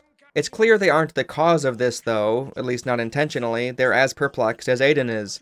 After you touch another wormhole, you get sent 20 stories off the ground somewhere, and Sarah calls you. Michael returned home. He doesn't have a scratch on him, apparently, even though Aiden saw him die earlier. Long story short, these are, indeed, interdimensional portals, and that Michael we saw likely wasn't even the one from this universe. As insane as the premise to this quest is, I can't pretend that it's all that fun when you're going through it. You eventually find where Tolga and Fatine are in the city, but their lab is in a very awkward area in the first bandit camp you cleared for the story. You have to climb up using quite the inconvenient route to talk to them each time, and you'll return many times over, so you'll be doing this climb far too often. I think I managed to glide in there once, but it's not as easy as you might think, even when using the upgraded grappling hook. It's even worse, as the banter between the 2 brothers is hardly worth the effort. It's not all that interesting or entertaining. I think I built them up a little too much in the first game, but I did like them in Dying Light 1. The way they treat Kyle Crane like he's the biggest idiot in the world is funny, and although I can easily see it getting tiresome depending on the player, it worked for me. I realize bringing them back means bringing back their personalities, since that's the whole point, but simply keeping the jokes the same flavor, carrying over their disdain for the supposedly dumb player character, is quite uninspired. Tolga and Fatine might as well represent Techland themselves, since they treat Aiden as a one-to-one replacement for Kyle Crane. It was genuinely wild hearing Aiden's voice that first time, wondering if it was Roger Craig Smith again, voicing a different character, but it's not. It's Jonah Scott doing the best impersonation of Roger Craig Smith that you could possibly ask for. You know, this game used to be more fun. Because a slow pilgrim Yeah, is a dead pilgrim. Yeah, I know. I was fighting the infected, and then some kind of light appeared. Looked a lot like that, actually. Maybe this is what set Tolga and Fatine off, but I'd argue it'd be much funnier if they didn't regurgitate the same protagonist is brainless lines, and instead treated Aiden significantly better than they did Crane. They mention Kyle at one point, if you're lucky with the radio, so it's clear his stupidity was memorable to them. I'm holding it, aren't I? Do I look like that monkey, Kyle? And this was great to hear, but they go back to insulting Aiden in the exact same way, so it more or less felt like a reference than anything substantial. You see, the joke this time around, if you can even classify it as a twist on the original outing, is that they're actually mean to everyone. They think anyone that isn't them is beneath their intellectual level. Oh, Tolga, look at him. He won't know what that means. He's a simple soul in need of guidance. Explain it in his own language. Yes, of course, you're right. Now, Aiden, imagine you are in your happy place. A slightly urine-soaked cardboard box in some filthy alleyway, perhaps. To you, it seems like a mansion. Yes? You two must get punched a lot. Does this add to the bit? I don't think it does. It simply extends it. It's indistinguishable from what we heard in the first game. Do you understand what a battery is? Tolga, you're overwhelming him. Inside the engine compartment of a bus is a heavy rectangle. I know what a battery is. A better reveal would be that they hold a random grudge with Crane specifically. Through their conversations with Aiden, Dying Light 1 players would infer that Kyle was really the exception. They hated that guy and still talk shit about him to this day, almost overeager to work with someone smarter than him in Aiden. I realize subverting expectations can be hit or miss depending on its execution, but the Tolga and Fatine dialogue plays it too safe for my liking. Aiden, Fatine, he's back. Cancel plan B. Of course it's me. Say something only our Aiden would know. I know you guys are kind of dicks. Oh, a clumsy attempt at comedy. It's him. Or it could be a symptom of significant brain damage. But in your case, how could we really tell? Tolga, you have to be gentle with him. You know he yearns for your approval. He's much like a puppy. All the literature says that rewarding correct behavior gets better results than punishment. I suppose you're right. What do you think he would find rewarding? Should we make him a chew toy?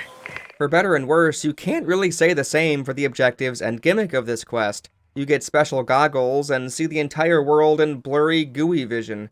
This is how you seek out the portals, chase the blue light, go into them, and have a miniature objective in a unique setting which ranges from incredibly weird to surprisingly fun. There's one where you're in slow motion and you have to walk across a room.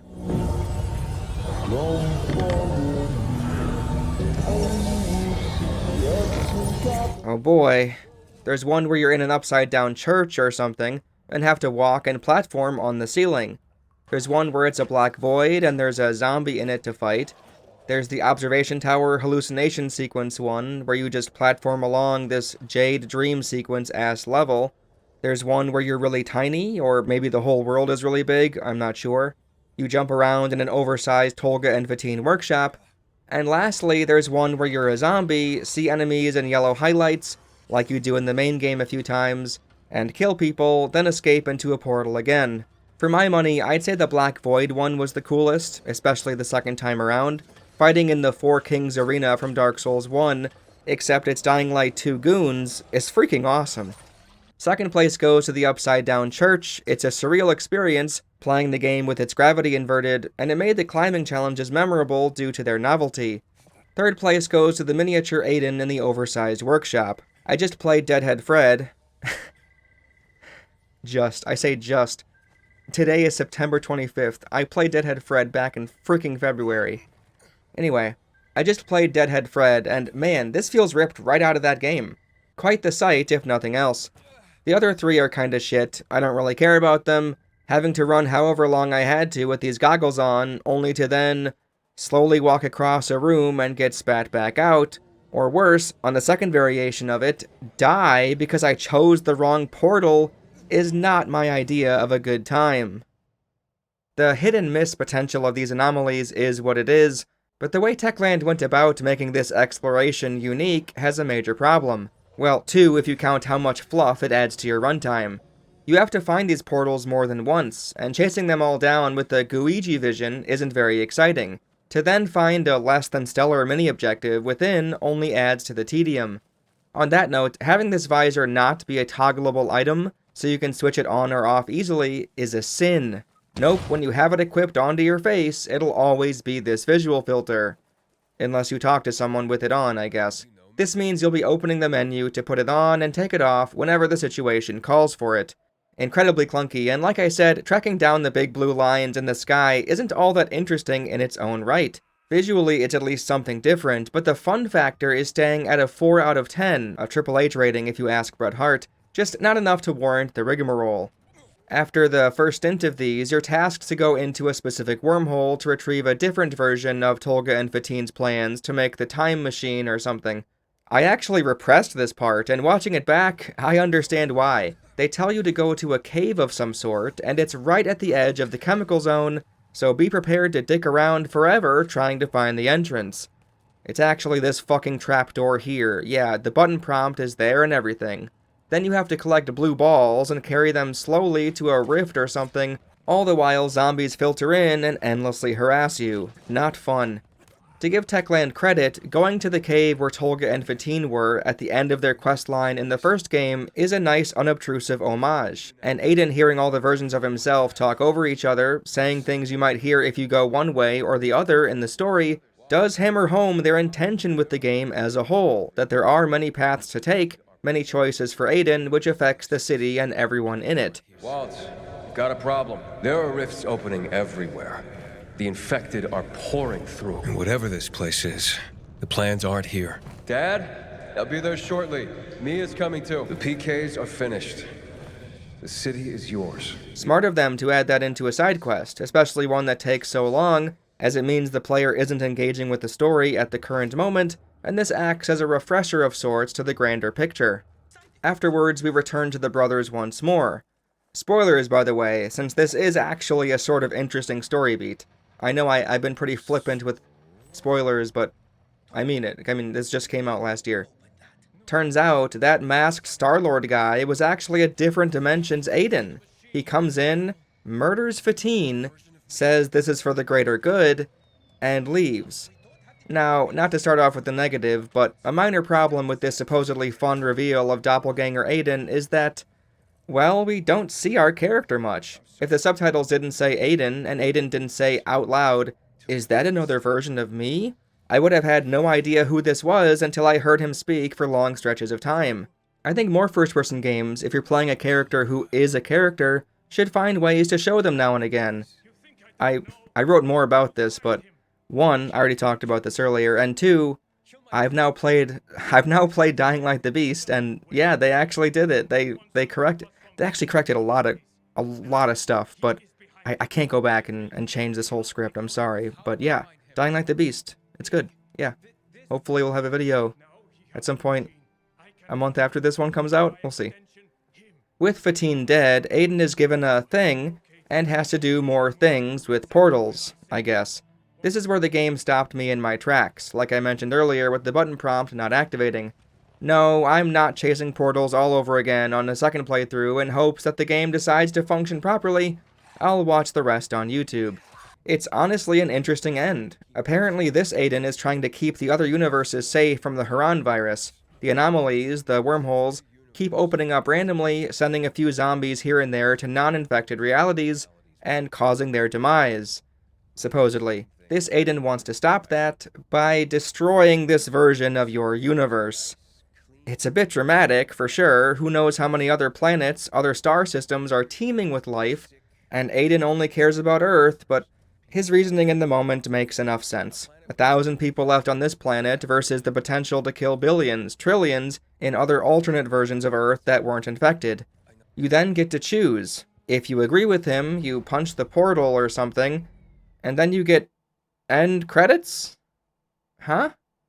They really went with the game over idea, I guess. It's actually pretty cool. I guess Aiden's universe is destroyed, all with the Captain Falcon punch of all things. Wild. Refuse the Rocky 3 freeze frame ending, and you fight a lot of clone Aidens, and because our Aiden is infected, he gets to go gremlin mode on their asses. Yes, Aiden, send them into the Aurora Borealis kitchen. I'm improving a lot this recording session. After you murder Star-Lord Bobaden with a stomp, you stop the machine, teleport back to your universe, and Tolga and Fatine's workshop is completely gone, just a bare room with a goodbye letter on the table. Overall, if viewed as a single side quest chain, this is drastically longer than any other in the game, unless you count the DLC. It's certainly unique, but the jump to sci-fi, with its wormholes and multiple dimension stuff, it's very wacky. It does fit with Tolga and Fatine though, given they're meant to offer a change of pace with their style of dialogue in the first place, but the objectives being pretty lackluster, and the banter between the brothers being more of the same from the first game and the following DLC, I'm not sure it's worth it. If you count the time spent running around with the goggles, the majority of this quest is chasing blue markers on the map. Unintentionally or not, it felt like padding for this content, just milking more of the player's time so they'd view this as a big step up from the other side quests. If you think I'm doing the same for this video, I apologize. I should really stop talking about this and move on to the next big section. The DLC Bloody Ties was released shockingly soon after the game's initial release. February of 2022, Dying Light 2 was launched. Then in November, 10 months later, this substantial DLC expansion was available to purchase for $10. It's free with the current iteration of the game, so nothing to dwell on, I suppose, except people who paid for it, I guess, when it came out. It unlocks once you hit a certain part of the story, and then you'll get some random guy radioing Aiden about wanting his help to infiltrate and shut down a corrupt gladiator arena. First of all, it's incredibly annoying to boot up the game and have the first DLC quest shoved in your face each and every time. First blood, first blood, first blood, first blood, first blood. I held off on the DLC content until my second playthrough on hard mode, and I saw this text my entire first go-around each new session, and the same goes for my third and fourth playthroughs. Stop it, Techland, cool your jumbo jets! Secondly, and most importantly, let's cut to the chase. In this DLC, you'll travel via vehicle fast travel to a new location, Carnage Hall, an arena where people in Villador come to witness bouts between champions and infected, to see acrobatic feats, and to watch roided-up humans beat the piss out of each other, even going as far as slaughtering their opponents.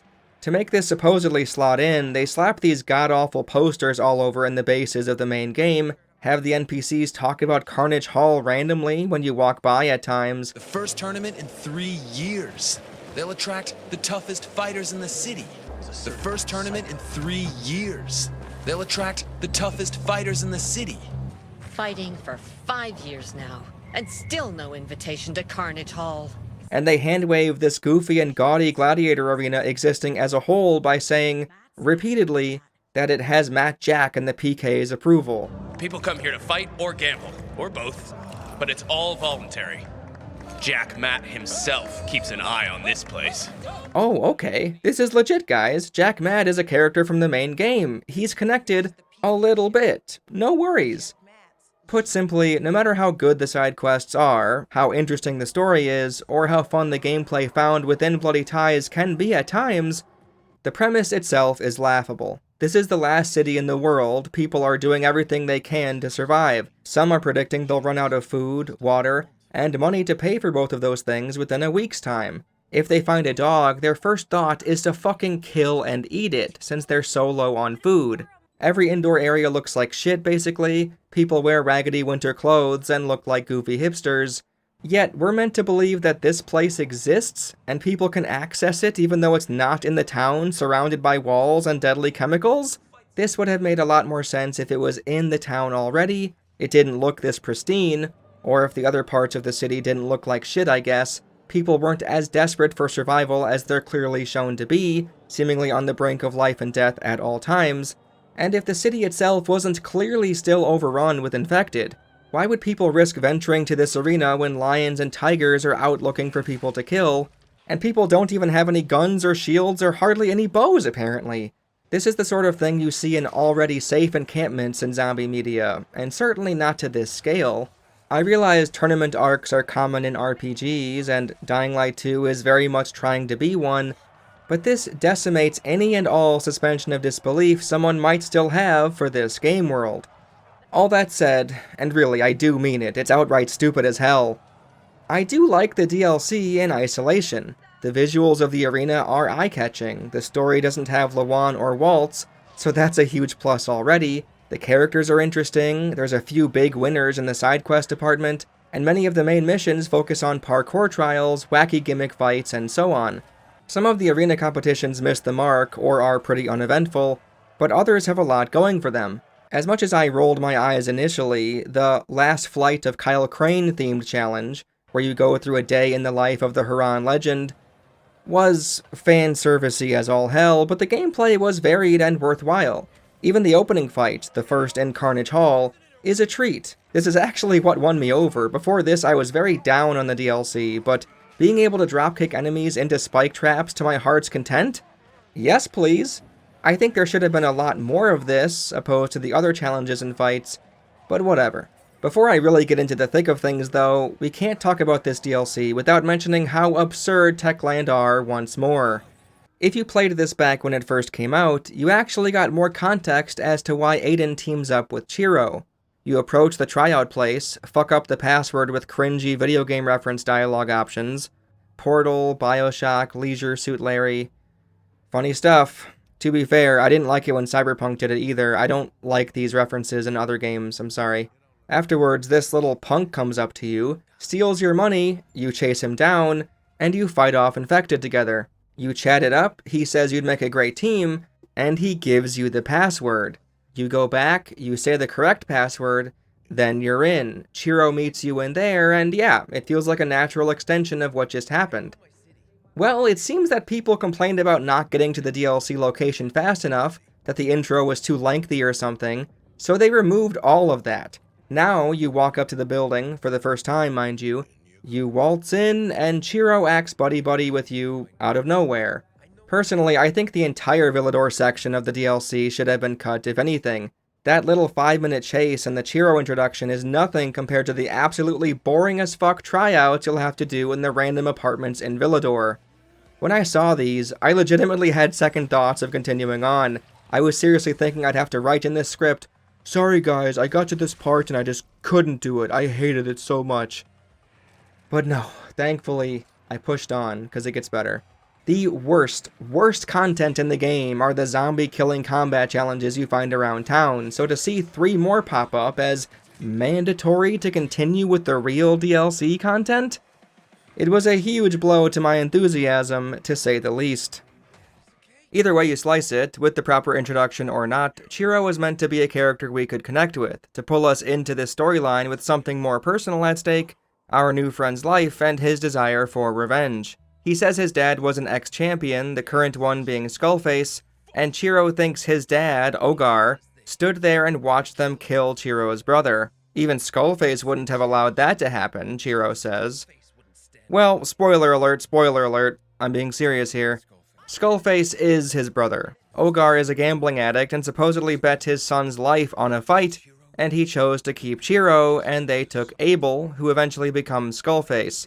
Even more, Skullface, the antagonist for the DLC, is the guy who radio called Aiden in the first place to shut this arena down. He has some double personality at this point, his conscience barely holding on.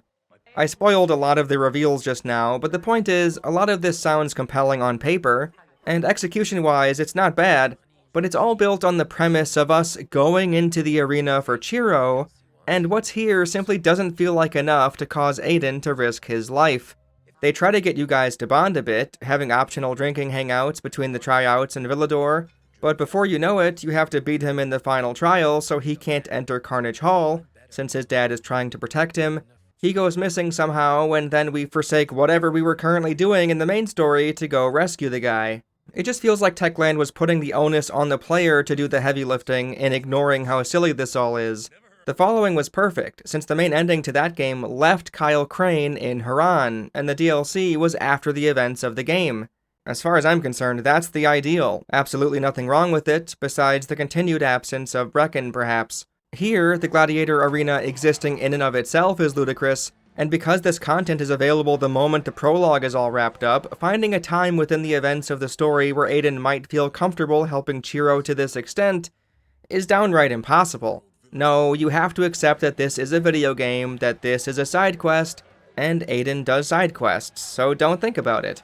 Sure, I'm glad they didn't involve Walt in this at the very least, so maybe we should take the win while we can and move on. After you complete your first Carnage Hall bout, you're asked to pick your gladiator name. Since we're here to shut down this place, since it's corrupt and killing people, I told her to eat shit. Sadly, you can't be called Eat Shit during the DLC. I really wanted that to happen. So instead, she assigns you the name Night Runner. How very boring, thanks. What caught me off guard, once I finally got into Carnage Hall anyway, was the gameplay loop. The gameplay loop Bloody Ties seems to want you to think it has isn't the gameplay loop that Bloody Ties actually has. You have a room you return to after each competition, and you're meant to sign up for new challenges and bouts by talking with Severus. The goal is to rise the ranks to eventually be worthy of taking on Skullface. Well, out of the 16 challenges, I only had to do 8 of them, none on the highest tier are even required, wild enough, and somehow there were only 2 times I did Gladiator Trials back to back. You'll be constantly interrupted by Ogar, Astrid, and Severus, asking you to do this and that, and before you know it, you're in the final round, the majority of the content being normal side quest stuff and exploring Villador again. And don't get me started on the doofus fanboy who fawns all over Aiden after competitions. I really wanted an opportunity to kill this guy at some point, but telling him to fuck off was enough, I suppose, and he does have critical information about the lore of the corrupt arena, so fair enough. At 2 points in the DLC main quest, you'll have to sneak into an area. In one of them, you venture into the dungeon to find Chiro at Ogar's request, and the other, you slip into Skullface's private room to uncover his secrets at the request of Astrid. Neither of these were worth their inclusion. However, it is impressive that they managed to make sneaking missions in a game with stealth mechanics feel so out of place. This is the Miles Morales Mary Jane stealth section of Dying Light 2. If you're caught, you instantly fail and start over. I think I was more open to these missions in the main game, since they were a part of an entirely different third act with Juan. Without that specialness, the monotony of these is harder to ignore. I'm all for changing up the pacing and wanting variety, so I can't hate too much, but I have to admit that these simply didn't work for me. Not enough non-violent mechanics to take advantage of. There's a surprising amount of storylines happening all at once during Bloody Ties, and while I think some of it could have been handled better, it's not all that bad. Severus simply acts as the mouthpiece to Astrid and the arena. He doesn't have much, but Astrid, Chiro, Skullface, and Ogar all have their own motivations and secrets, which results in a decent storyline unfolding. Aiden's main goal is to save Chiro, and works with Ogar to accomplish it. Aiden's other goal is to have this place shut down, since the radio stranger said it's corrupt and, you know, people are coming here and dying, some even being used to turn into more infected for Skullface to crush. What a dystopian nightmare, holy fuck. When speaking with Astrid, she views Aiden favorably since the crowd likes him. That's why she rescued him from Skullface. She's a typical girl boss character, which induces an eye roll from me, but thankfully she stays on track with the plot after her lame backstory introduction. It's clear she views Carnage Hall as her proudest achievement and doesn't want it to be closed down by Jack Matt, which we see through letters that he's almost ready to do. Aiden and Astrid should be at odds with that in mind, but she actually needs his help. She's as afraid of Skullface as the others are, and since he's the one who's going apeshit, not getting enough of a rush out of normal competition, leaning into gruesome murder for his kicks, she wants to crown a new champion to keep the doors open, and Aiden might just be that guy. That said, she's still at fault for all of this. This fucked up gladiator arena and everything that happens within these walls is all on her, as is the choice that Ogar was forced to make regarding his sons. Fucking hell. Skullface is hiding his own share of atrocities, even more than what we see in Carnage Hall. Breaking into his private room reveals a map of Villador, with dark zones marked off, and you go investigate one. Astrid and Aiden wanted to figure out the secret as to why Skullface isn't bothered by the zombies. The infected seem to ignore him. Well, we get our answer. He's been dragging competitors who get too high in the rankings all the way here, locking them in cages, having them turn into virals before his eyes, so he can harvest their guts for camouflage. Astrid even says they tried this in Haran. You then get this blueprint forever. You can make zombie camouflage whenever you'd like, and I ended up using it on my second playthrough in the Volatile tunnel. Remember how the firecrackers didn't work basically at all here? Well, fuck off, I'll use camouflage instead. Excellent.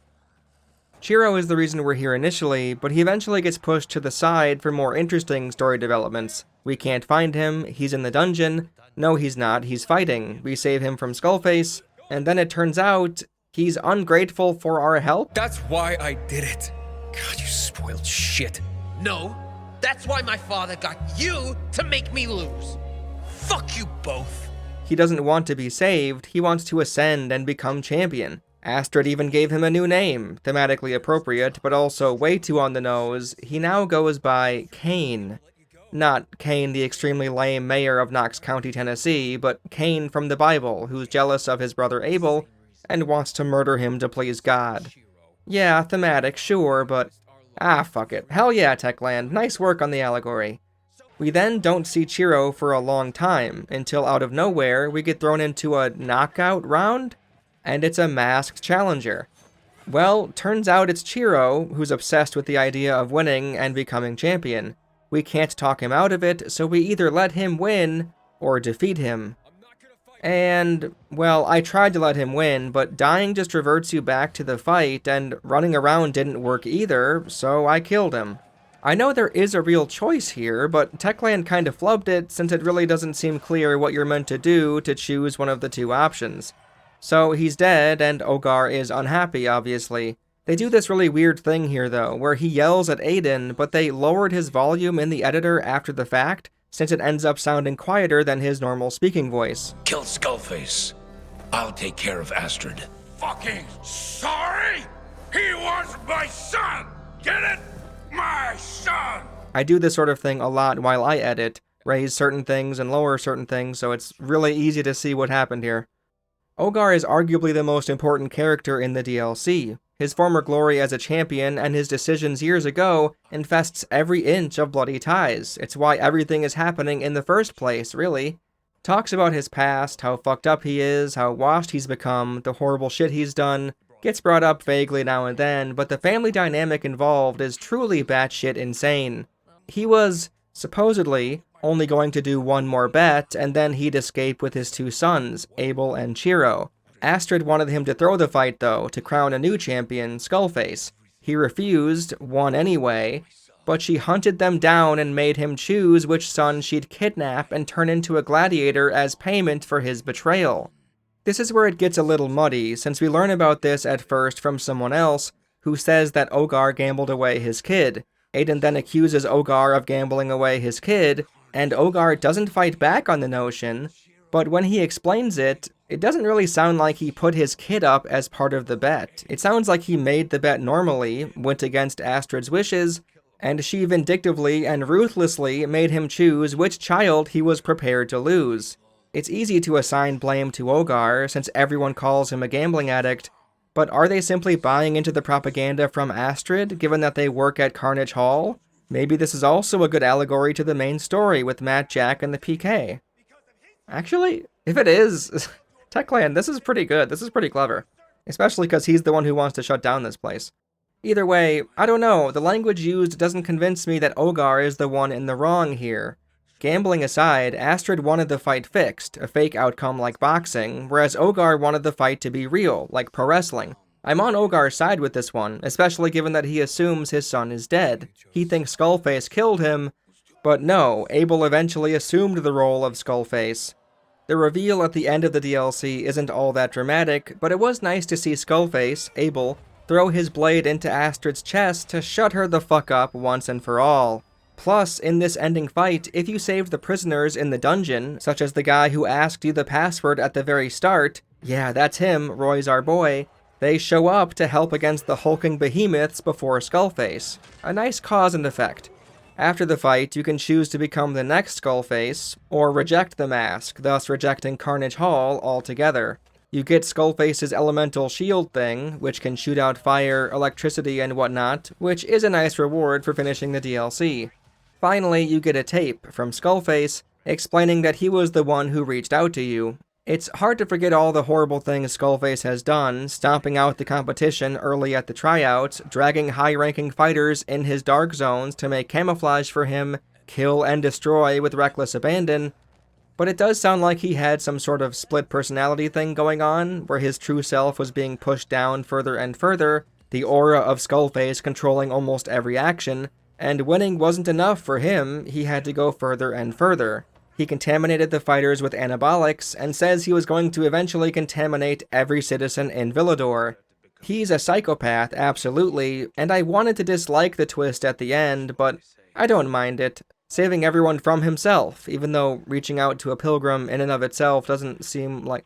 Whatever. I don't want to go down the road with logic too much, since the whole premise of the tryouts and opening Bloodbath in Carnage Hall makes no sense to begin with. If you're wanting more fighters, why kill 99% of them in the opening matches, especially in an empty swimming pool with no paying customers? Wild. The side quests found within this DLC are really strange. I do think, on the whole, they're a lot more conceptually solid than the base games, but asking the player to go back to Villador to fetch something there, like, seriously? You have to sprint all the way out of the arena, back to the car, take the fast travel prompt from the car, then fast travel from Villador to the nearest metro station, do the quest objective, fast travel to the nearest metro closest to the car, fast travel through the car again, and sprint back to the arena, or heavens forbid, Ogar in his subway hideout behind the arena. People complained about running through these gardens over and over, and yeah, maybe that's the feedback Techland should have listened to, not chopping off the introduction to Chiro at the start of it. Like usual, I don't want to talk about every quest, and I don't even have a series of points to go through, like a competent video essayist or something, so we'll just frame this one as such. Here's some good, some mediocre, and some bad. As much as I don't love having to travel back to Villador, both of the good quests I'll discuss fall into that camp. At some point, Severus will ask Aiden another favor, one that I declined initially, but took a chance and went with it. I'm glad I did. His champion posters were stolen, and you have to find out who did it. This leads you to the artist who painted them, who's drunk, and spills the beans. He never would have agreed to create the portraits if he'd known half of them would wind up dead, so he decided to steal them back and return them to the dead champions' families. He gives you a map, and you have to go track them all down to get this artist out of hot water. He has the spots circled, meaning you have to cross-reference the sheet he gave you with the map in your pause screen. I had to piece together the positioning of roads, buildings, the landscape as a whole to figure out where this treasure chart fit in with my overworld map. This is the type of landmarking exploration I love to see. More of this in the main game would have been welcome, something tactile, real, a physical hand-drawn signposting of where to go. I don't want to do this again, but man, Dying Like the Beast. Dying Like the Beast, man, I'm telling you, they have that exact thing in it, and it's amazing. When you get close enough, you will get an objective marker popping up, which is a little too lenient for my liking, but even still, this feels great, and the rewards are creative and worthwhile. The portraits themselves look visually splendid, and they even have details about the fighter, their attributes, loves and dislikes, their signature move, and more. Even better, after you collect them all for the artist, he makes one for Aiden. Speed is maxed out, he hates slipping, and his signature move, dropkick. Hell yeah. The Only Hope quest is great for two reasons. First off, you get to fight a blind man in the dark. I wish there was more context than that, but that's genuinely about it. You go back to Villador to get Ogar's old armor. This retired fighter has it these days, it seems. He tells you it's downstairs, here's the key. Oh, he can't show me since he can barely get down the stairs due to his eyes these days. Well, you do the Batman vision, investigate a thing, you get ambushed, your flashlight drops on the floor, and your playing field is now even. A blind man versus Aiden in the dark. It's really silly that this is the only time Aiden's flashlight comes out or isn't workable in some way, so it comes across as contrived and random at the same time. I'm not sure how they could have worked a natural way for him to remove the flashlight without causing suspicion, but I suppose an act of God is good enough of a reason, right? The gimmick is interesting enough to look past that silliness. Afterwards, he thinks you're someone named Abel and starts talking about Ogar's gambling history. This is where we learn about Ogar giving up his son to pay off his debts. You return to Ogar and he tells the whole story from his side. I won't get into all of it, but this is phenomenal. This is what side quests should be about, diving into side characters and uncovering more information, learning about them, making the entire experience richer for the added depth it provided us. I'd almost argue this should have been simply a main questline in the DLC, since it's really vital to understanding how fucked up this all is, and missing out would be unfortunate, but it really is what the word side implies. This isn't necessary for Aiden to reach his goal here, thus, yeah, this is the perfect side quest. Chef's kiss. Golden. Why did I write that? When the fuck do I say that? Now onto the mediocre side. The fanboy who annoys the piss out of me eventually has something useful to say. He claims people are taking inhibitors to buff their strength and agility, and he overheard a fighter named Kane is back at Villador finding and huffing them right now. It's nice that this explores the idea that some of these fighters are pumping themselves up with the same shit Aiden's been drowning himself in already, making them strong and unstable, and hints that Shiro might be on a dangerous path of revenge. But it's a bunch of nothing. You go back to Villador, chase footprints, find empty chests, and go back to the arena. The information it contained was worth it, I suppose, but it feels like a time waster. One of the first side quests you come across in Bloody Ties is Good Fight. Someone named Ruth asks you to meet her in the back for an exhibition, and it turns out she wants more women to compete in the arena, and her plan is for Aiden to lose against Ingrid, the only woman she's gotten so far to sign up, to make women look better. At first I was rolling my eyes at the premise of this, since it's like, oh sorry, you want equality so bad so that women can die horribly the same as men are? What are we doing here? But no, it actually has a funny conclusion. Ingrid can't speak English, so you're meant to go over when you're ready to fight. You do so, take her down, and Ruth gets all upset. Aiden tries to explain the situation to Ingrid, but she doesn't understand. See, Techland can be funny. They definitely have it within themselves to play with the game's systems and writing to offer up some humor. Alright, listen, yeah? Ruth is hiding something from you. Carnage Hall is not good. Yes, Carnage Hall. Not good. With women better. That didn't work. You can just keep trying to explain over and over and over, Aiden flapping his gums for seemingly no benefit. Women will die. Ruth? Yes, Ruth.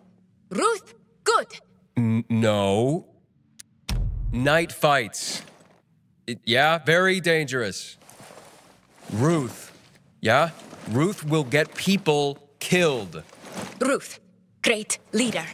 I'm just not getting through.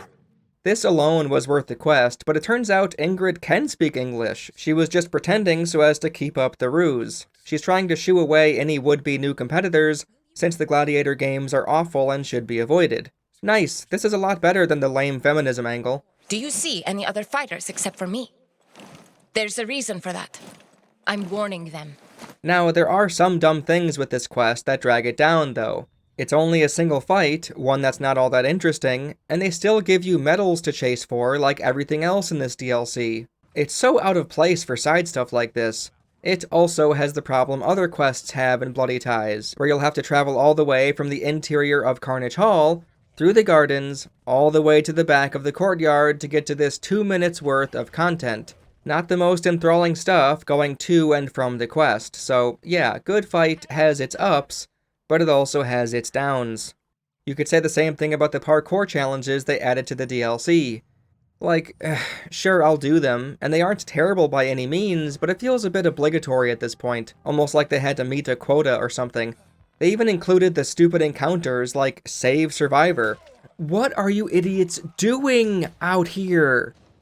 Speaking of meeting quotas, the first of the bad quests is, well, it's a small part of the main mission, fame or infamy, but it fits. Dying Light 2 is all about choices, right?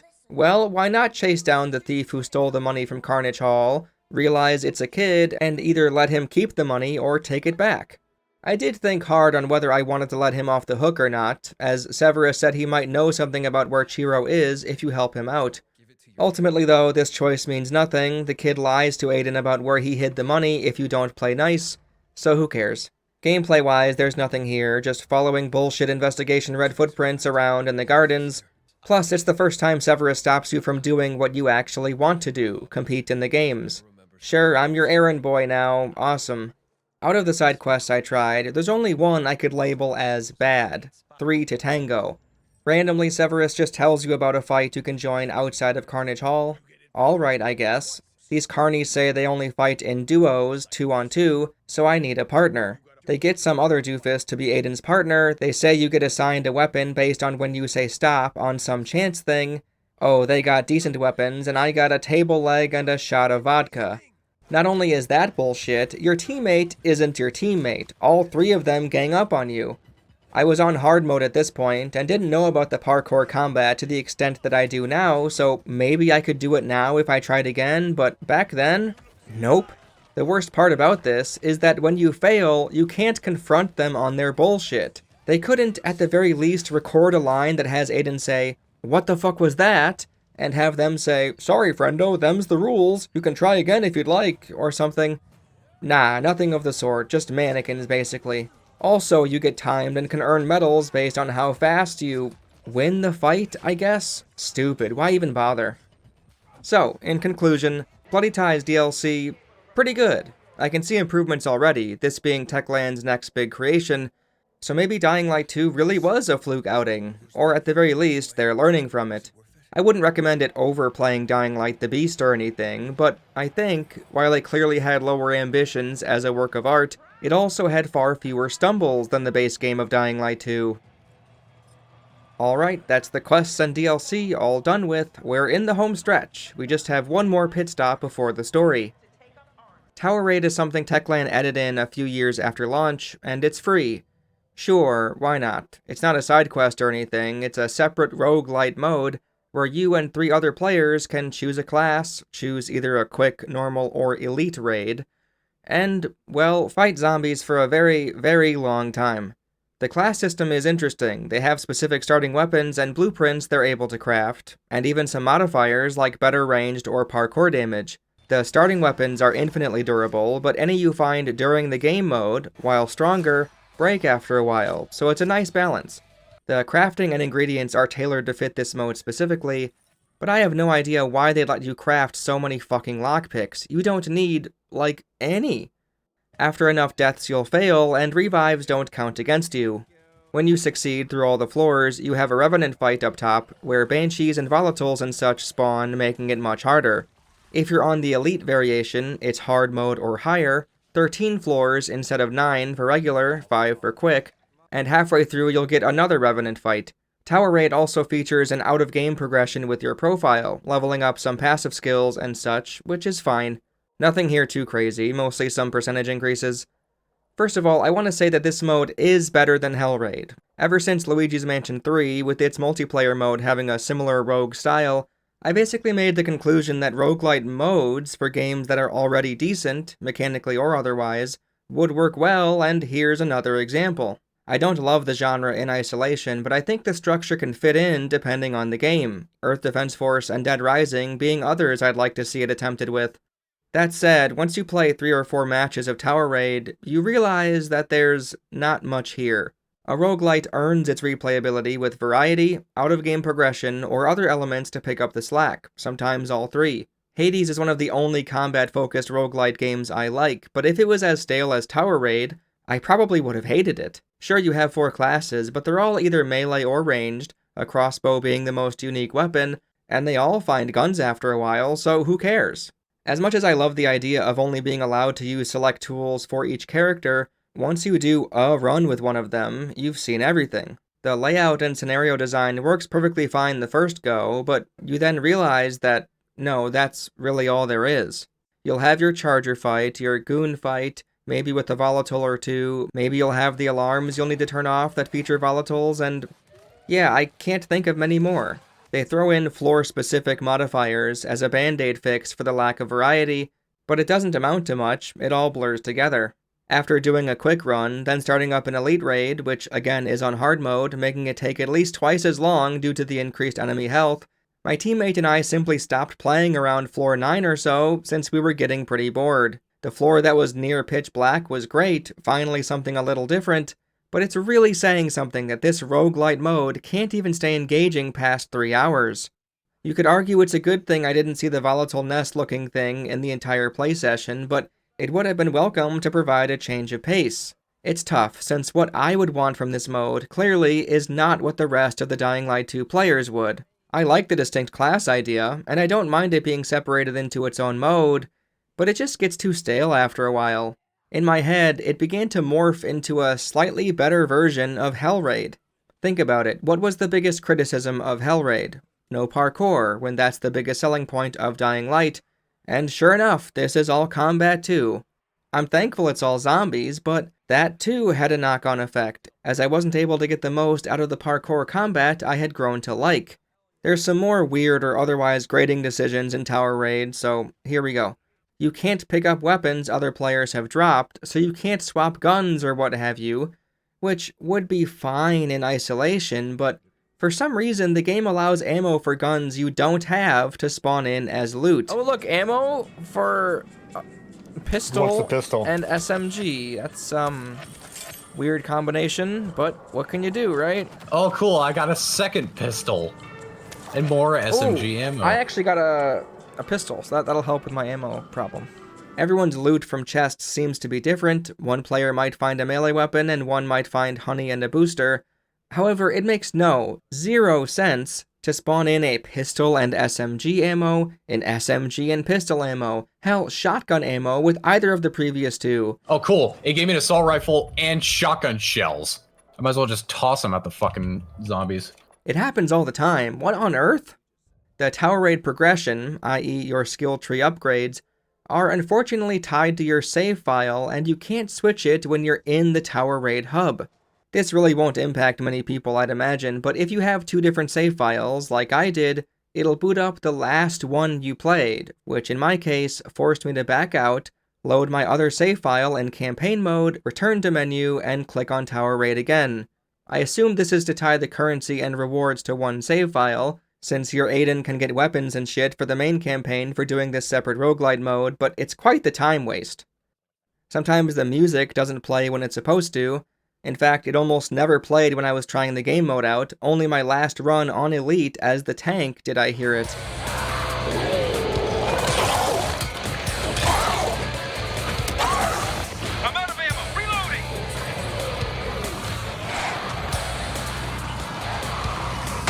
There's also the very out of place and awkward wooden barricades blocking your path, which you'll need to break down, but it doesn't look like your swings are doing anything until it finally breaks.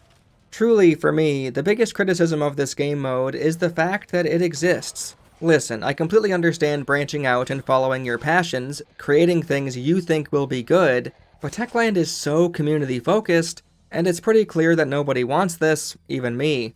I would have liked that time spent working with Dying Light the Beast some more, or even fixing some of the comical little problems that still exist in Dying Light 2.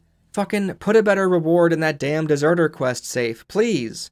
It's uncharitable to view this as a zero-sum game, to bitch about what the team decided to prioritize, what they decided to work on over what I would have wanted, but it's sadly something I could never really get out of my head. Here's another extra out-of-game thing to do. Great. Add it to the pile. The hardcore users needed more to do, I guess. I think if this was a spin-off game on its own, maybe something like Elden Ring Night Rain, it could be genuinely decent, but as it is now, not horrible by any means. I had fun with it for 5 or so hours, but I don't feel the need to play it again. The story of Dying Light 2 is fascinating, as it has foundational hiccups that irrevocably harm the overall narrative, pacing issues all over the place, barely any characters that aren't awful or annoying in their own way, and the structure with how it relates to the faction system, and the notably urgent either-or decisions made along the way, seems at odds with itself at best, and confused, clunky, and disappointing at worst. While Dying Light 1's opening left a lot of potential on the table, and overall disguised how basic a narrative the game has with its throwaway lines and expository dumps when jumping out of a plane, Dying Light 2 has something similar happening, and it reminds me of Star Wars The Force Awakens, or really any TV show or movie series that started interesting, but ultimately didn't deliver. In short, it's actually really easy to make the beginning of a narrative compelling, since in the back of the person's mind who's experiencing it, the player, the viewer, the reader, there's this sense of wonder at play. This could lead anywhere. Sure, you have to rope them in a little bit, but the well has been poisoned by the person engaging with it in good faith. A player doesn't normally go into a video game wanting to dislike it. Hell, remember my Dead Rising 4 video? I wanted to like the game, and I thought the intro was, if you can believe it, interesting. Cool, they're doing something with Frank's PTSD. Okay, let's see where this goes. The problem is, the creators eventually have to draw the rest of the fucking owl, and that's the hard part. Far Cry 3 and 4 had phenomenal introductions, but after you set foot into the open world, the narrative drives off a cliff. While those are mostly due to gameplay being prioritized over story beats playing out, it's certainly not the only reason this sort of thing happens, and it seems to happen more than it should.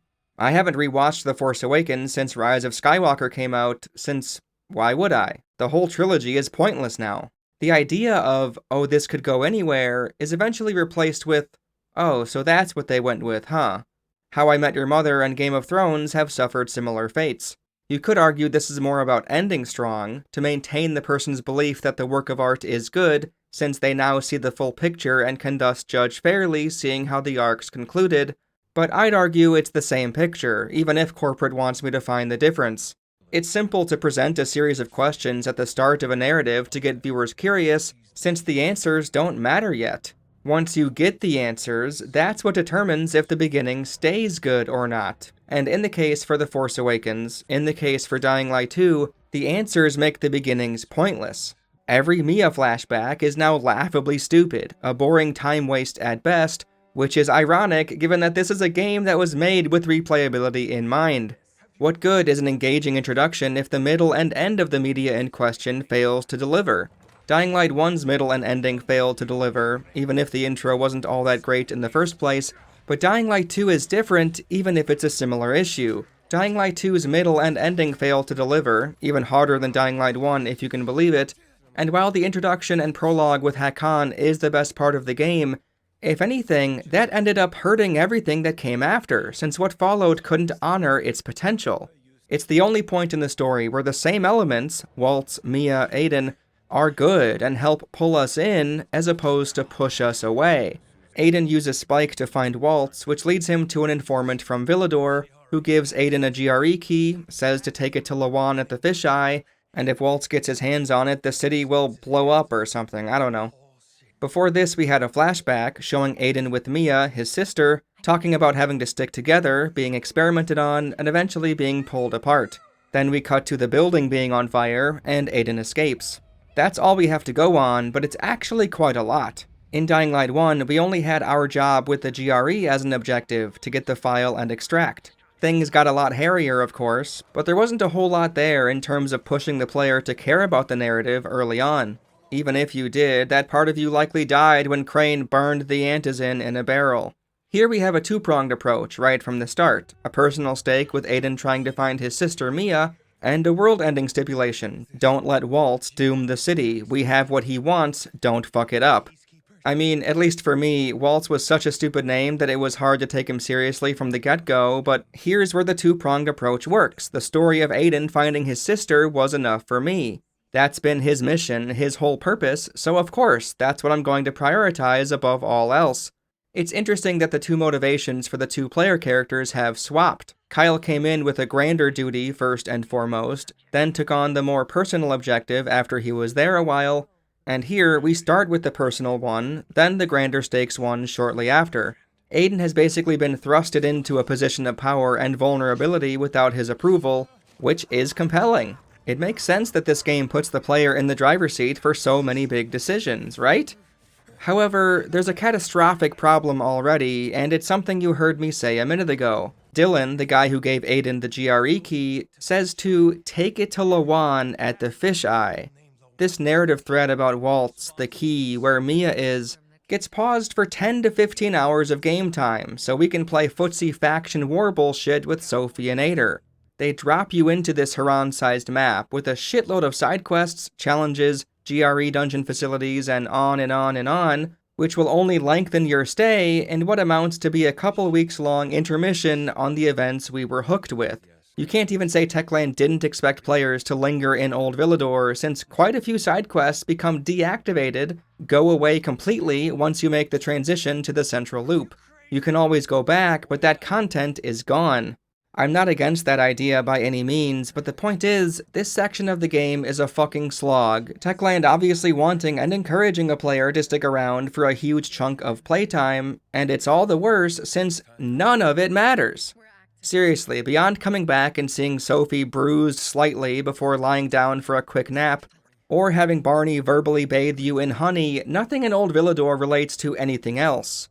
Well, except if you choose to stay with Hakon or not after he gets shot, but that's already near the butt end of your stay, right before you go meet Waltz for the first time, and it mostly changes the very, very silly fight with him later on, where you can choose not to kill him only if you helped him before. Sure, that's substantial and worthwhile, but everything else? Sophie's choice, Herman's fake death, working for Ader or not? Nothing. Again, that Ader side quest that happens in Central Loop is really cool, but no matter what, you'll have the opportunity. See, while the game does diverge and allow for some choices, it always ropes you back in. A lot of games do this, since it's almost impossible to allow for dozens of branching decisions in a game that's not a visual novel or something simple like that. This is to be expected on some level, but I think it speaks to why so many players felt their decisions didn't matter much. Yes, it's great you can either plant the bomb and see Alberto's character highlighted in a really fun way. You have to go back! And? And plant it on... place it on... Put it on... Plant it where? On the generator? No! Not there! Where? Damn it, toss it in the fucking river? Such language! Why so nervous? Which leads you to destroying the big windmill and dismantling the peacekeepers. Or the opposite, you let the survivors fend for themselves, which results in the PK dismantling them, while you explore a dark tunnel with Hakon, trying to get to the central loop this way. The latter mission feels extremely pointless, and I may talk about it more in depth, but hey, it is drastically different from what you would have done in the Survivors run. Same goes for Central Loop. You can either stay true to Matt Jackelson, chasing down UV lights, which sees you rescue some soldiers and climb some buildings, or if you agree to Juan's betrayal, you get sent to a cathedral with fun platforming, decent parkour, and a mix of puzzle and zombie combat. You also see Kurt, who's a goofy little guy. Surprise!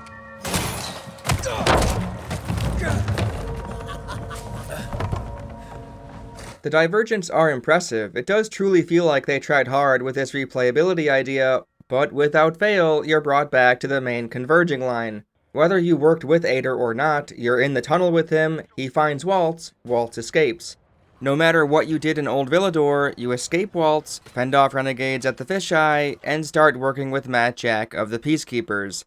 Basically, the only act that has more going on is Act 3. Working with Frank, working with Matt, and working with Juan all provide their own distinct missions, dialogues, scenes, critical background on some characters, and explanations for how we get into the Butcher's compound, and modifies what happens with Colonel Williams himself, where he even ends up in his final scene. Funny enough, even these three major paths, which feature alterations inside them, aren't presented as equal decisions, pick one of three. No, you pick one of two twice, Matt Jack or Juan, and whoever wins that matchup advances to the next choice at the radio tower. Frank gets a bye in the first round, I guess. To an extent, this is impressive. On my fourth and final playthrough, seeing the stealth missions with Juan genuinely floored me. I couldn't believe another layer was right here for the taking. But if this is what Techland were hoping to hang their hat on, they might as well have cut out Act 1 entirely. This takes way too long to get to, and players might not even realize this is one of a few different missions and paths to take in the first place, let alone if the faction decisions have played any sort of role in it. The amount of minor variations near the end of the game, though, is worth praising, to the extent that I'm almost willing to point to Dying Light 2 and say, I want more of this in modern video games. Driving to X13, you'll always crash, sure, but you could have renegades to fight alongside the remaining Night Runner survivors, you could fight them all by your lonesome, Once you might fight the PK by yourself, taking on Matt Jack one-on-one, and the next you have backup for the PK fight. Except, since Frank is alive this time, he's able to prove Matt tried to kill him, the PK chicken out, a missile strikes, and nobody fights at all, everyone scatters away. This is good stuff, undeniably, but so many people would have no idea since they've been forced to play the game for 30 to 40 hours to beat it once.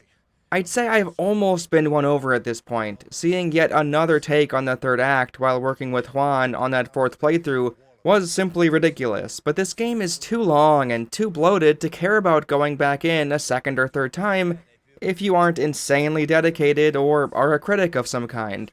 In contrast, Silent Hill, Resident Evil, and even more cinematic stuff like Until Dawn or Heavy Rain, which also feature impactful choices, take roughly 8 to 10 hours. Now those are replayable, digestible experiences. I don't blame anyone for not going in a second time with Dying Light 2 given its length, especially when factoring in how subtle some of these changes are, and for how little the Sophie drama connects to any of it.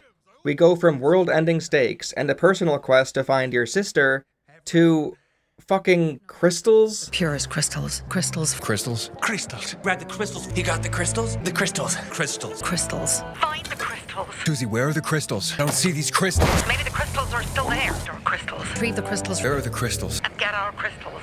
Fast.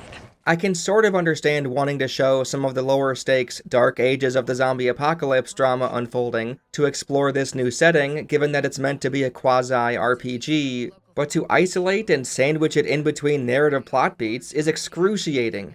If we came back and did side quests with Sophie afterwards, with Barney, maybe it wouldn't sting quite as much, but the moment we see Waltz in cuffs, we toss the last 10 to 15 hours of dialogue and story into the garbage. They did the easiest thing imaginable. They reset the player completely once the central loop section starts. Is Old Villador meant to be the Great Plateau? This entire thing acting as an extended tutorial? I'd assume not, but Techland didn't do themselves many favors in making it all synergize. As bad as the story is in Dying Light 1, you meet and interact with Rise many times in the slums, and you also meet and interact with Jade and the Tower people many times there too. Once you go to Old Town, you're chasing Jade, and Rise is still a major player on the second map of the game.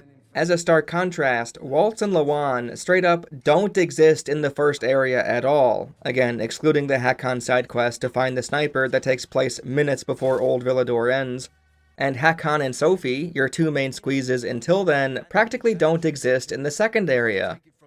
As bad as all that is, I could still sort of see how this could work if, at the very least, the first 10 hours placed you onto one of two paths, working with one of the two factions, survivors or peacekeepers, your decision to help or work against either one significantly factoring into what you're able to do in the central loop, who will even talk to you, maybe even what type of equipment you're afforded.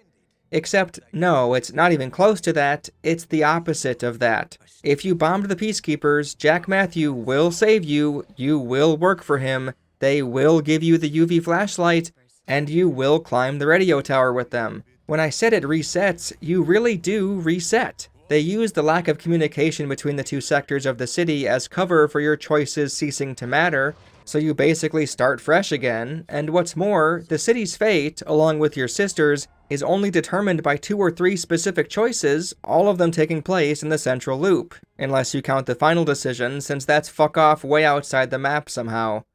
Not only does this significantly hamper repeat playthroughs, but Techland seemingly went out of their way to make sure your first one was as agonizing as possible. You have an authoritative police force faction, and the survivors faction, who value freedom. Gee, I wonder which one players will view as good and bad. Well, Techland clearly knew this decision would make itself, so they intentionally made the game worse to make up for it. The first time you show up at the bazaar, you get strung up right away without any thought. The Bazarians immediately start to hang you because they're afraid you'll turn into a volatile or something because you have no biomarker. Plus the guy at the bazaar says he's an outsider, he must be killed afterwards, so, like, you know, fuck off. He's an outsider. He must be killed. This isn't just to make you hate the survivors at the bazaar, it also serves to indebt you to Hakon. They do the exact same thing at the fisheye, having Aiden get snuck up on somehow, even Lawan is overpowered. with a slight push or something? No idea. Aiden is about to be killed by a renegade, and Matthew Jackoff Sampson comes in for the save. Great. Anyway, the game isn't done trying to get you to hate the survivors. No sir, not by a long shot. They try to hang you, Hakon saves your life, and when you two are out exploring to find a biomarker, night strikes. Regardless of which version of the game you played, Howler launch version or Volatile update version, you go to the bazaar gate and ask to be let in. The doorkeeper wants to see biomarkers, Aiden doesn't have one, and he doesn't accept a bribe from Hakon, so he closes the door. Sure. But then he also turns off the UV lights? Remember the safe zone UV lights? I showed them off in many examples earlier. You can basically stay in them and be perfectly safe from the infected. Nope, even though they always have them on, he turns them off for Hakon and Aiden. What, in an attempt to murder them? What else are we meant to infer? But wait, there's more. When you go back to the bazaar the first time after meeting with Ader, you're funneled into a cutscene. Sorry pal, other entrances don't work this time, and if you have the glider on New Game Plus, this happens.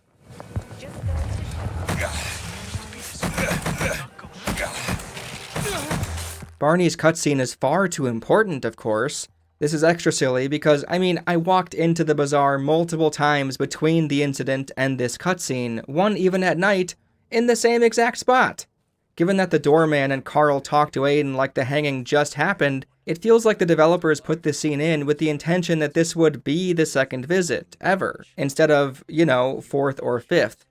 Honestly, and I mean this, you could pick apart little shit like that for hours on end with this section of the story. Remember my intro? I basically got some of that out there. It's unbelievable in that regard. Anyway, hey Barney, who clearly teleported in from out of nowhere, you're a raging asshole, huh? And now we talk to Sophie, and immediately Herman starts choking Aiden and lifts him in the air by his throat. As you're seeing, at every turn, the survivors come across as complete cunts, over and over and over.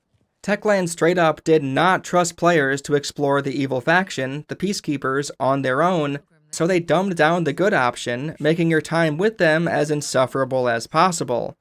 This is ultimately why I went with the PK on my first playthrough, since, obviously Barney is a red herring for who killed Lucas, but I didn't give a fuck. I wanted to see him burn. Sophie at one point says he's unshakably loyal, as a reason why he's a good man to have by your side, but I call bullshit on that. We just went through one of the dumbest quests, where Aiden has to find Barney, who was holed up in a dark zone closet or something. He refused to listen to reason, even though we have fucking Sophie, his sister, on the radio with us right now, which works in some quests, but not others, I guess.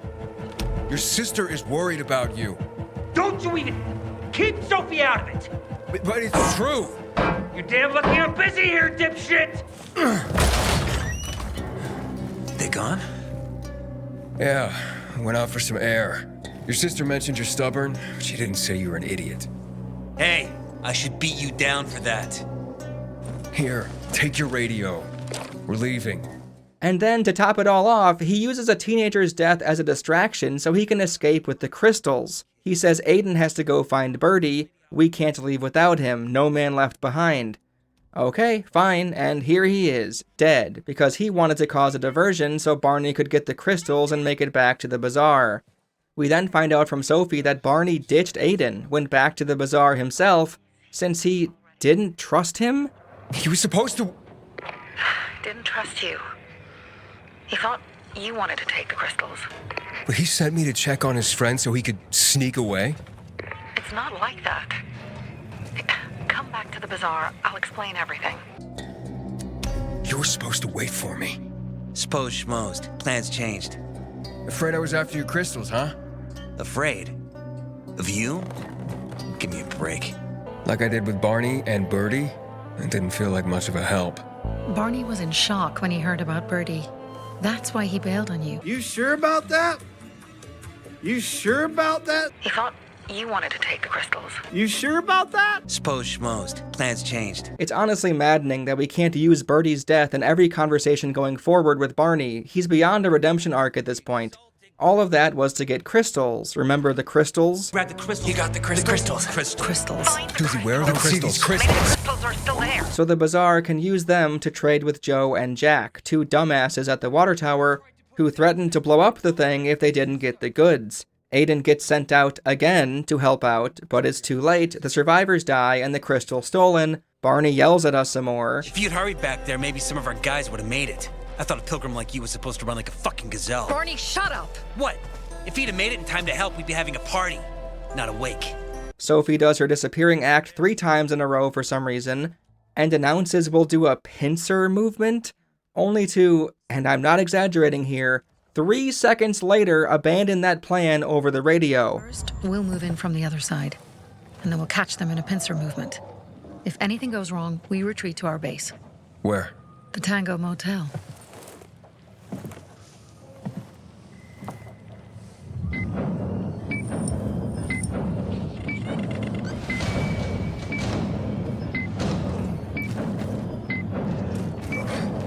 Change of plans, Aiden. They attacked our safe house. Who? Sophie? Oh my god, I'm gonna go fucking insane. If you're lost, by the way, I don't blame you. Aiden is doing all of this because he wants to get to the central loop, the second of the 2 big maps in the game. There's deadly chemicals between the 2 parts of the city, so he can't just waltz over there. He needs to find a way, which is why he's helping out both sides, like Mac, so he always comes out on top. So, in terms of time spent until we meet Lawan, we have roughly an hour of I need to find my sister and waltz, an hour of I need to find a biomarker or I'll die probably, then 10 or so hours, 14 for me on my first go-around, of I have to help Ada or Sophie so they can tell me how to get to the place I actually care about. On my first real playthrough, by the time I got to the GRE tunnel, I was so unbelievably bored with the story in the game. I was genuinely thinking of stopping altogether. And I don't blame my past self. Nothing has happened yet. Going with the PK side definitely tainted it for me even more though, since the replacement to the Water Tower Alberto mission is you and Hakon going through the metro tunnels to get to the central loop, only for it to go wrong and for Aiden to end up in Old Villador again. I was stunned. This can't be real. I'm still not there yet? It was also hard to believe that Barney wouldn't outright kill Aiden at this point for setting him up, but that pales in comparison to the fact that even when I finally got the goddamn mission to get into the goddamn central loop, the goddamn game said, hang on a goddamn second, and sent me back to the goddamn Old Villador map again. Ooh, sorry player, you're not quite there yet. Now you'll have to do the real mission where you go to the central loop, and it's really long, so have fun. They dangled this carrot for so many boring hours already, and funny enough, I thought I was in the central loop when I woke up right here. But no, the carrot ain't yours yet. Go find Waltz. The central characters of the game, the ones that actually matter anyway, are Waltz, Hakon, Lawan, Jack Matt, Juan, and Frank. Oh, a lot of those rhyme. Hakon is easily the best of the bunch. His voice actor is really good, his personality is fun, and it's enjoyable to pal around with him. This could be due in part to the fact that he's the only one who pals around with you, the only one who can move freely through terrain on his own. Maybe if I actually did a mission or two with Lawan that didn't include paragliding or finding her fucking shoes, I might like her more. I would have loved to see a version of Dying Light 2 where Hakon is simply your companion, or has a chain of side quests Aiden can help him with and such, but it's not to be. Characters in this game are either integral to the structure of the plot itself, or completely disposable, and Hakon is more of the former. He has to be a boss fight at the end, and if you'll indulge me, it's time to fucking talk about his boss fight, since it's batshit insane. Have any of you seen IT Crowd, the episode where Douglas breaks up with his girlfriend and they have a fist fight? He comically keeps jumping back up after he looks to be down for the count.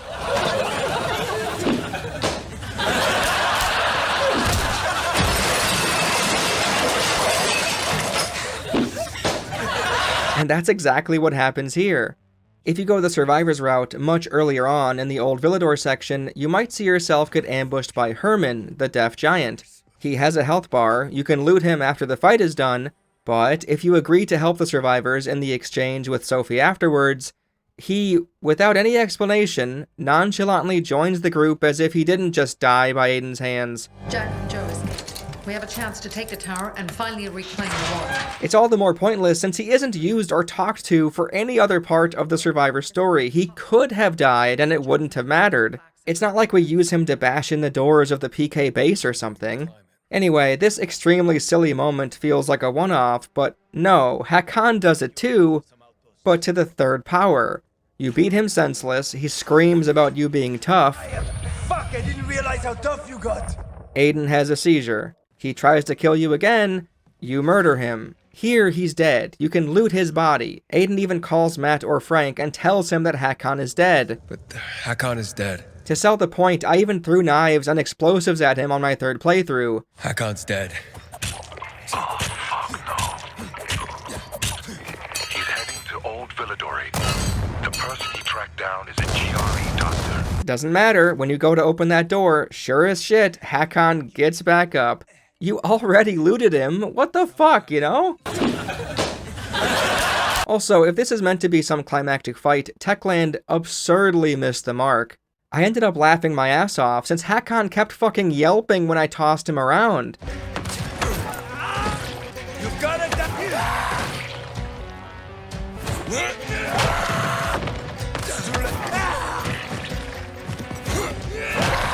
He even said, "Oh, letting me catch my breath, huh?" As I was beating him into a pulp.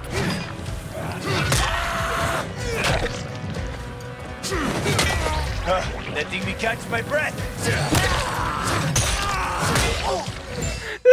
This is pure comedy. In my third playthrough, I kicked him into oblivion. Fucking hell, what a goofy encounter. Wait, I was gonna move on, but I can't. I looked back at the footage and it's insane. I have to, please, I have to keep going. So after you beat Hakan senseless the first time, he says, "Oh, you got so strong," and you collapse in a seizure again. Then the screen goes black. You wake up for what seems like 30 fucking seconds. What is the pacing of this boss fight, Techland? And then he says, "We've both seen your biomarker. You won't be able to find me before you run out of time." And then immediately you can see my UV light immunity meter thing slowly start to rise, because UV light's all fucking around us.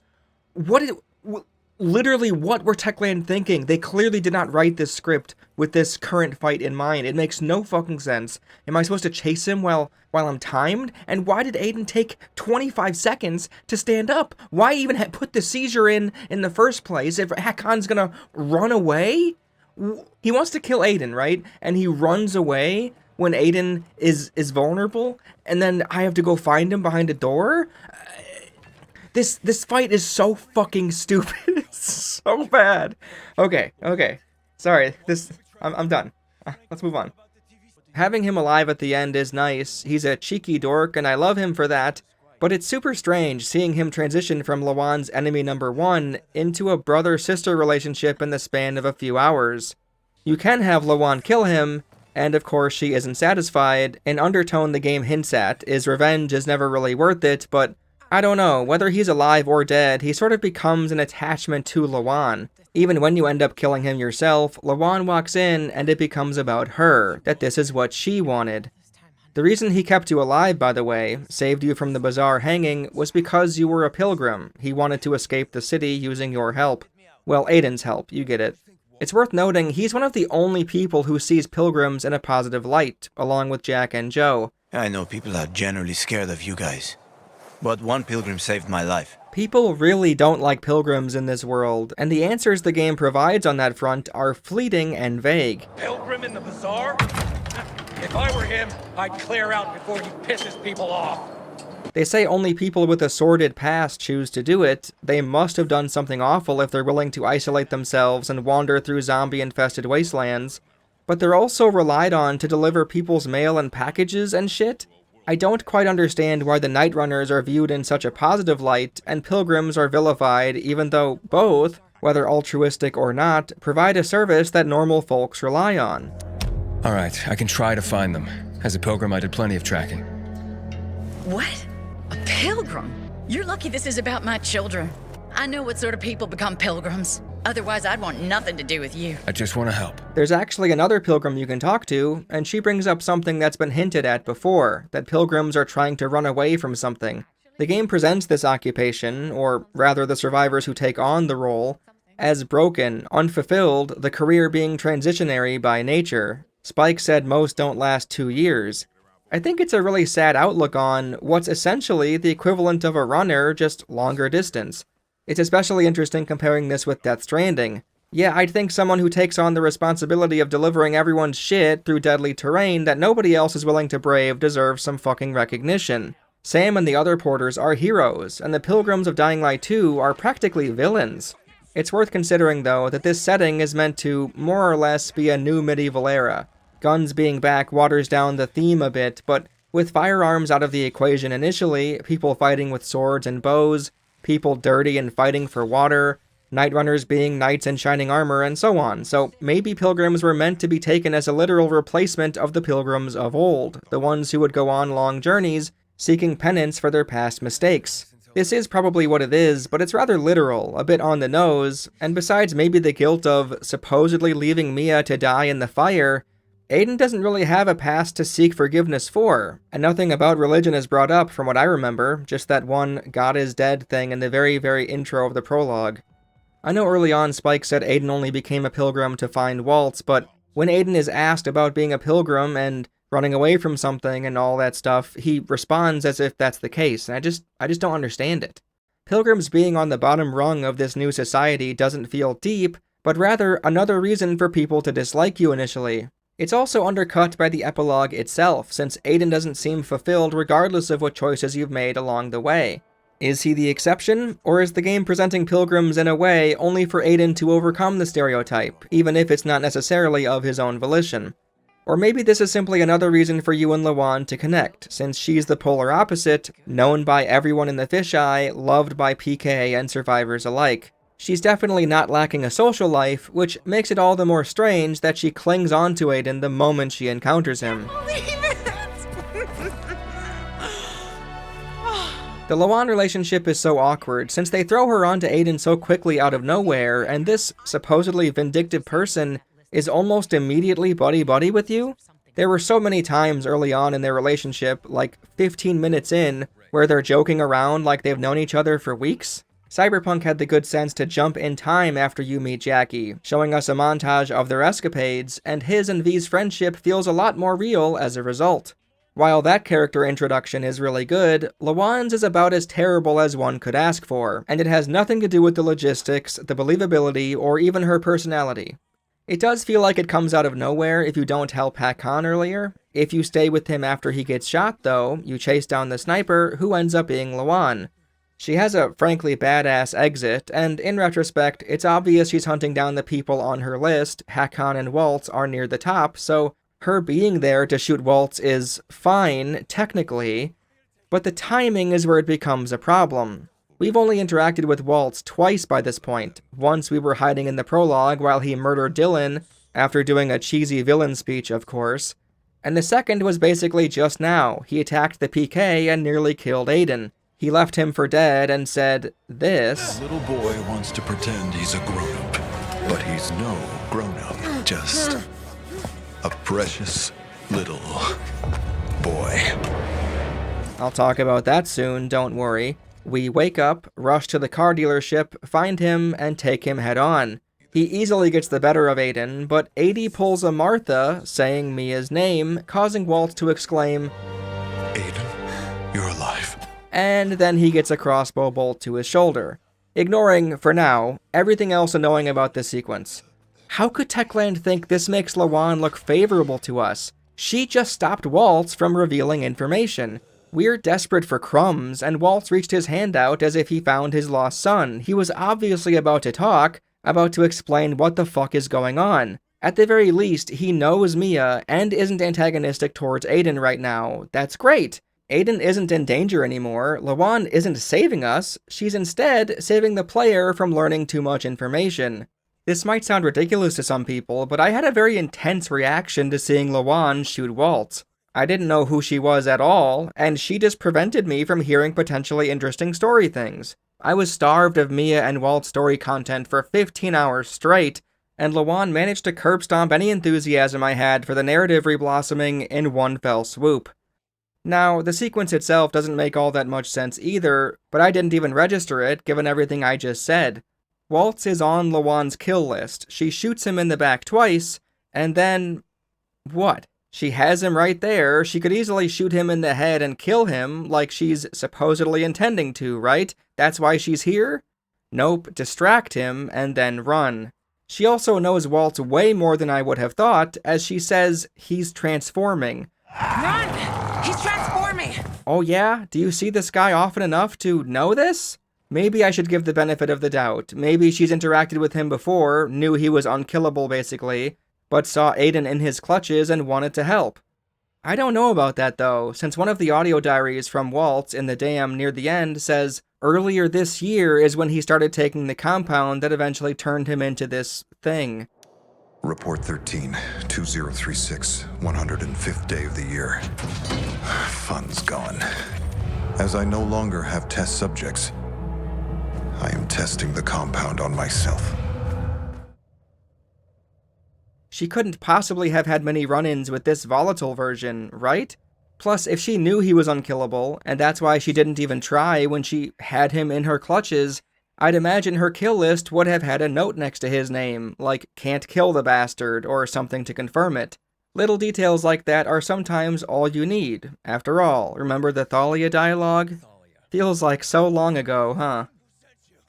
While I can understand why many people view Lawan as inexplicably competent, seemingly always presented in a way to make her look cool, after all, she's the only one with the glider and one of the only people with the crossbow, and she's talked about like the second coming of Jesus. These days, seemed only one person in this city could fly.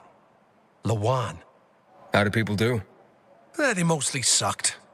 Except for Lawan.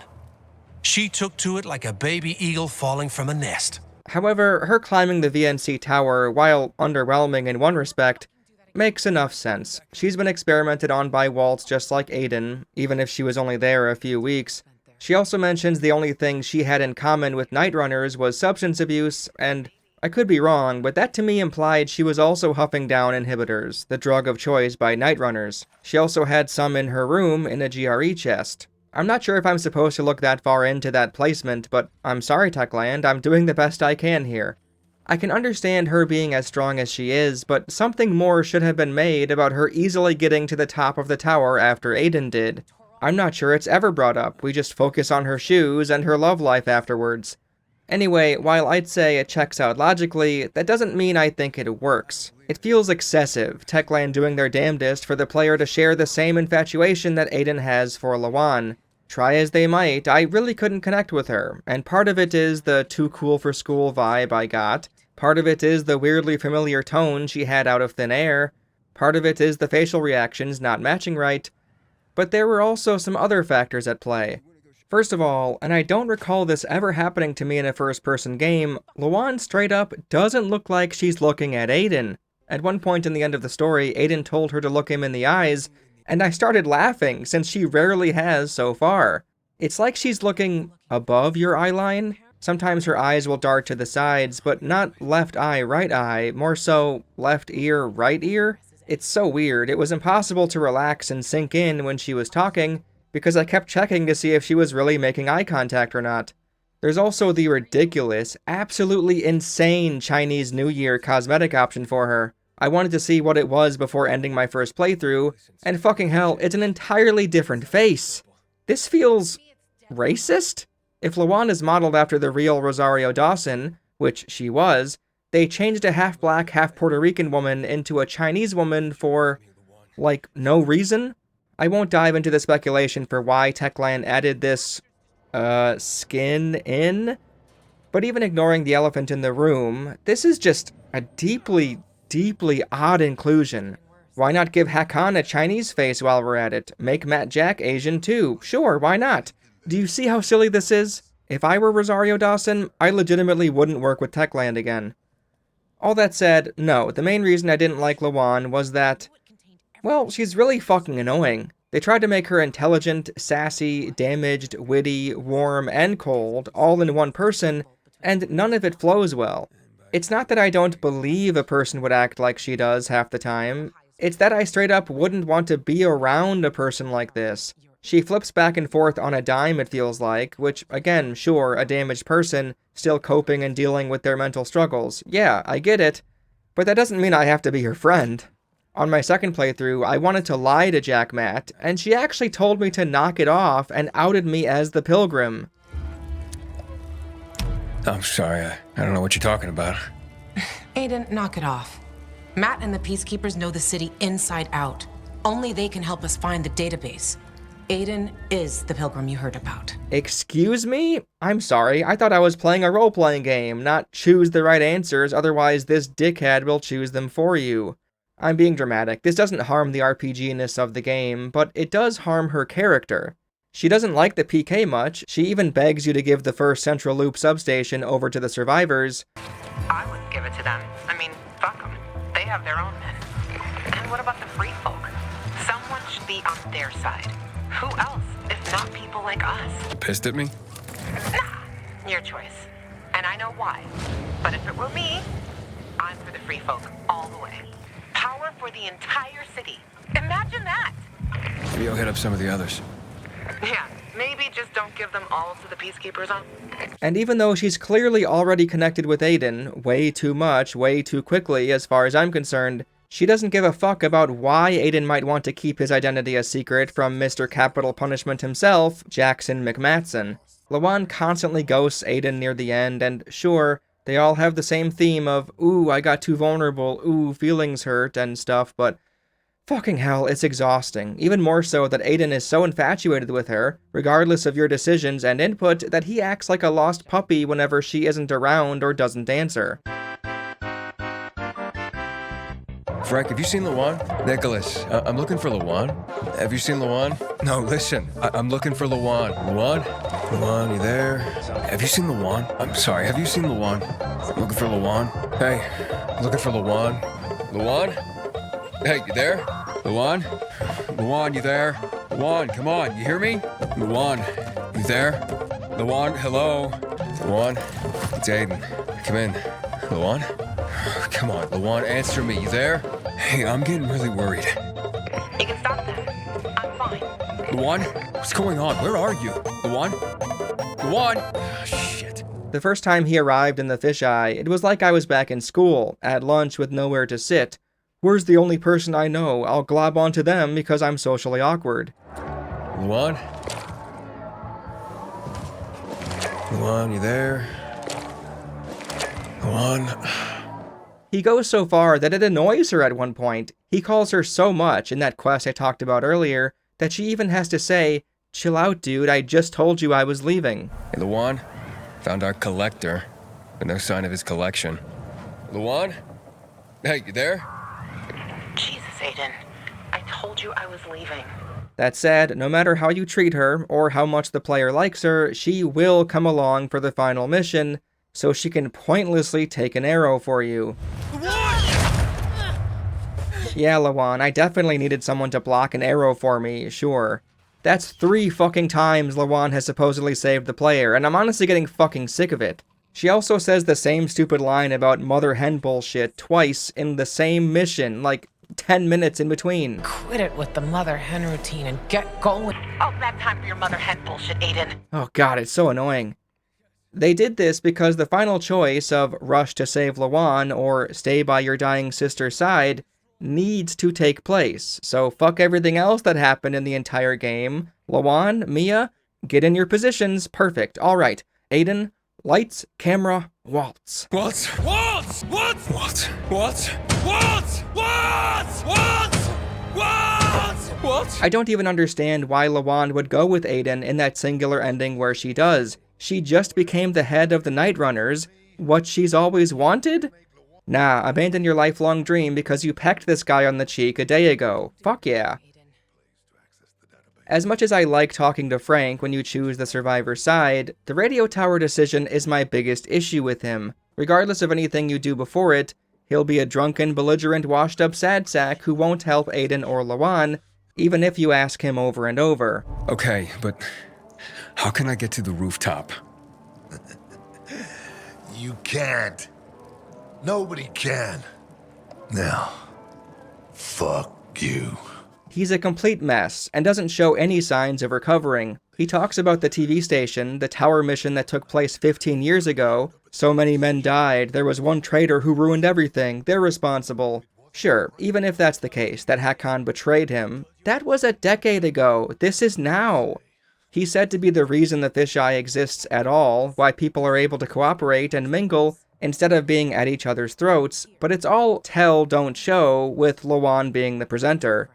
The reason all of this is relevant is the radio tower mission. You'll make the climb that nobody has ever been able to make before, and at the tippy top, you're given a choice. You either follow through with your plan with Matt or Juan, whoever you decided to work with earlier in the game, or you can give the radio tower to Frank. This decision is the most consequential in the entire game, and the mission itself is built up just fine. They sure talk about it enough, but the either-or choice isn't built up at all. It springs out of nowhere. On the climb, Lawan gets Frank to advise Aiden.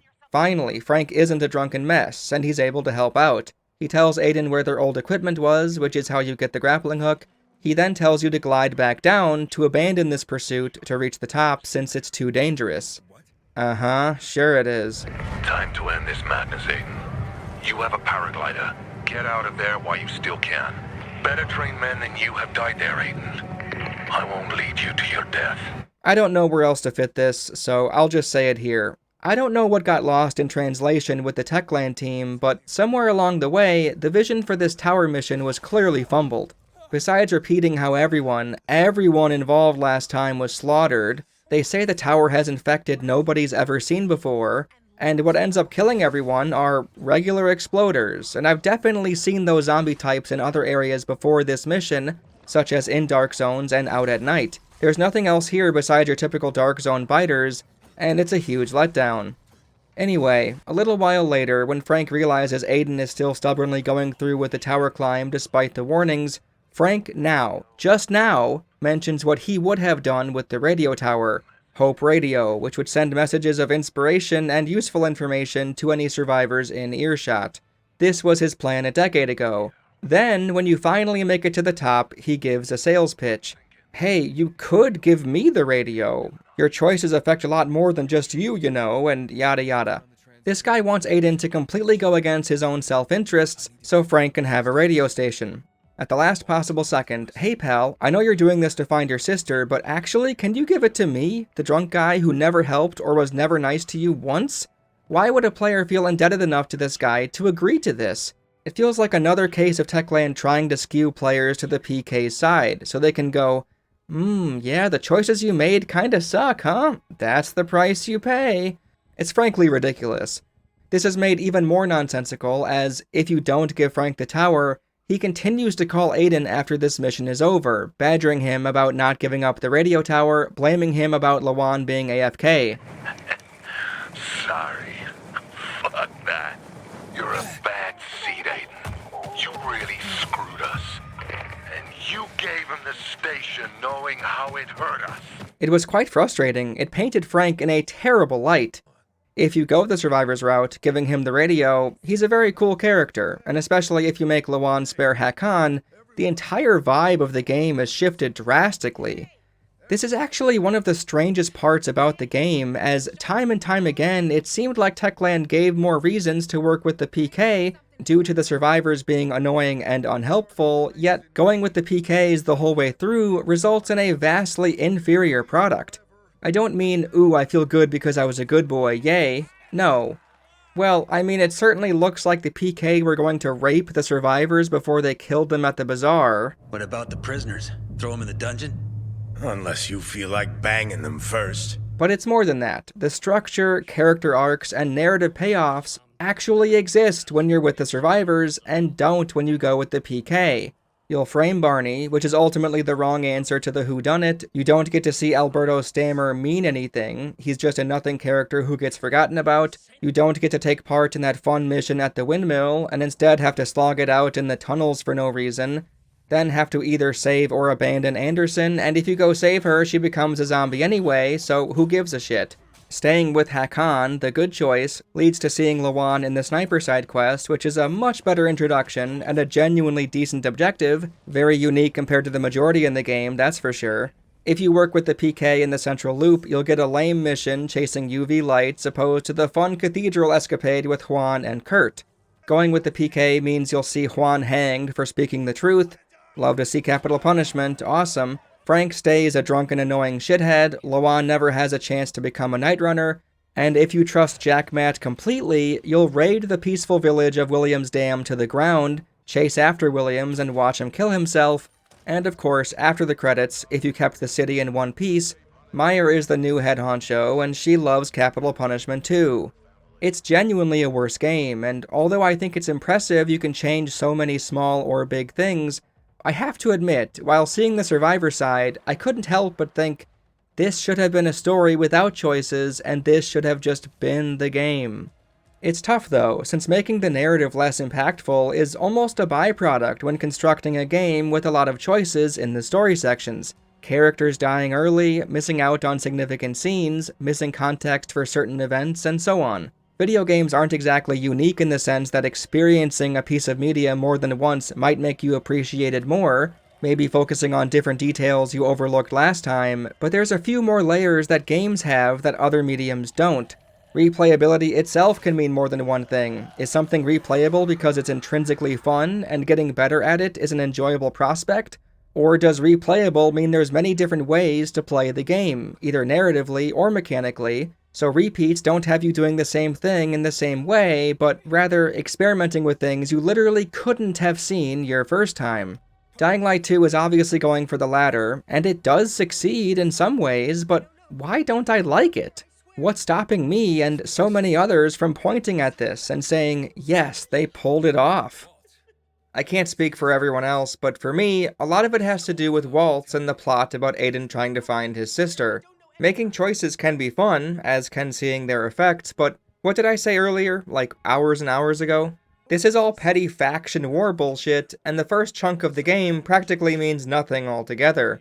When you extract the parts about Waltz, Mia, and Aiden's backstory, this plot, supposedly the main plot of the game, gets maybe 15 minutes of screen time, and a lot of that is Waltz beating the shit out of Aiden, or flashbacks with Mia that we know now aren't even accurate. For how little there is here, it's stretched incredibly thin, like butter scraped over too much bread. I wish that was the only problem, but the actual content of the story, with its reveals and implications, is shallow, stupid, and practically undermines the entire game that came before it. In every act of Dying Light 2, to keep Aiden's main motivation fresh in the player's mind, you'll see flashbacks of his past, showing him and Mia in the lab where Walt experimented on them. It's been built up the whole way as Aiden wanting to find his sister to keep his promise of sticking together no matter what, and to, of course, get revenge on Waltz for torturing them in the first place. Waltz has been presented as the boogeyman essentially, being evil guy number one, and nothing suggests that it was all a misunderstanding. The renegades we see are all him. He drugged up the previously normal soldiers under Colonel Williams' command. Dylan was killed since he took the key from Waltz. Waltz ordered Lucas's death, who apparently found the key in the first place, so he could stir up unrest between the PK and the survivors. He's apparently still been capturing people to run experiments on them, kids they said. He's the one who put a hit out on the Carriers Guild, and on and on and on. He infests the entire city. He's not a good guy. But it turns out, Aiden was remembering it wrong. Waltz wasn't torturing them. Heck, going off the letters you find, most of the kids liked him. He was nice and playful. More importantly, Aiden didn't promise Mia all those years ago. He actually made that promise to Waltz. People want to stop my research. They can't see how close we are to finding a cure. Whatever happens, we must. Whatever happens, we must stick together. No. You didn't promise her. You promised me. No. Huh? This is where the entire narrative ceases to make any sense, the game puking and shitting all over the floor in an attempt at providing a twist for the sake of it, and Techland doesn't even have the manners to clean up the mess they made. Aiden isn't said to have had amnesia or anything, he just forgot certain details and imagined he was Mia's sister when he wasn't? Walt says, "Why do you keep pretending you don't know the truth?" like there's something more under the hood, and if this was a Metal Gear Solid game or something, I bet there'd be like 7 more reveals after this one, and they'd all be fun and engaging, but no, this is the only reveal, and it doesn't even pose further questions, it just stops the conversation, basically. There's nothing to explain why Aiden has held this belief that Waltz was torturing them, why he thought Mia was his sister when she wasn't, and the new knowledge doesn't benefit, or do anything, really, to the game in retrospect. Playing it through again, nothing in the story feels at all different with the twist in mind. I imagine we're meant to have a bit more sympathy for Waltz, given that you might have been doing what he was doing, sacrificing everyone around you for the goal of saving Mia, but there's multiple degrees of separation between refusing to help the survivors with their squabble, giving the radio antenna to Matt instead of a drunken idiot, and everything Waltz has been doing for the past 15 years. If anything, this twist makes the moment where Lawan shoots Waltz when he realized it was Aiden all the worse.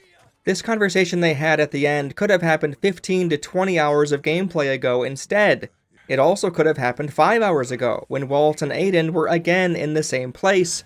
But nope, Waltz decided to aura farm as a villain instead of trying to reconnect with Aiden. He could have easily explained where Mia was, got Aiden on board, and they both would have gone to X13 together. Hell, in X13, Waltz still maintains his stoic antagonistic demeanor. Waltz! Waltz, stop! Stop him. Mia! What? Waltz! Waltz! Waltz! Waltz! Waltz! What are you doing?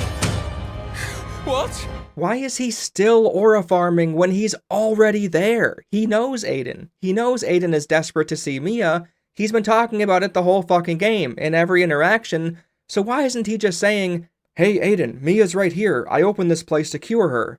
He's implied to be much, much stronger than Aiden until the very end. He obviously doesn't feel threatened by him, so why the mystery? Waltz's actions seem less and less comprehensible with everything in mind. He calls Aiden a little boy who thinks he's a grown-up before he knows it's him. Boy wants to pretend he's a grown-up, but he's no grown-up, just a precious little boy. Yet after he realizes and gets shot by Lawan, saying Aiden, You're alive. he reverts back and calls Aiden 12346 randomly in X13 for no reason. You won't stop this 12346. It's over now. In the fight outside the observatory, Aiden is asking where Mia is, and Walt says she's long gone. Why? It's as if Walt is working with the writers, knowing Aiden is the player, and thus shouldn't be privy to important information yet. When choking Aiden, Walt says, "You should have died years ago," when, like, we've seen the flashback, he was nothing but nice to Aiden. This obviously isn't trying to imply that Waltz burned down the facility to cover his tracks and kill everyone inside, right? No, as a different flashback right before the end shows Waltz freeing Aiden and telling him to run, that he'll find Mia. At one point, Waltz in the boss fight says Aiden has always been so honest and noble, and that's why Mia loved him so much. You've always been like this, Aiden. Honest. Noble. That's why she loved you so much. Bro, they were 5. What are you talking about? What is this writing? They were 5! Even Aiden, when seeing the picture of Mia holding her birthday balloon, says this. Why can't I remember taking this photograph? Who wrote that? Aiden, do you think that you, at 5 years old, took the picture? Is that what you're saying to me right now? It's all so scattershot and pointless. The foundation for this narrative twist is built on random selective amnesia, which doesn't feel satisfying whatsoever, and they move on from it almost immediately like it barely mattered.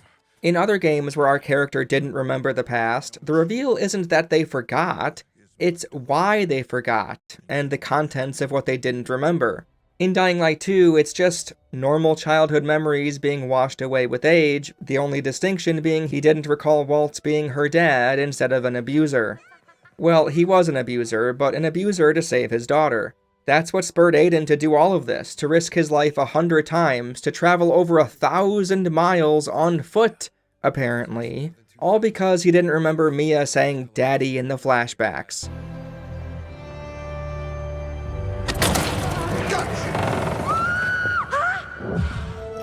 Got you. You won't hide. Monumentally underwhelming. It's also unclear why X13 even matters. On the GRE key. This means that it is possible to enter X13 again. The only chance for progress is to go back to X-13. There is a chance to further this research.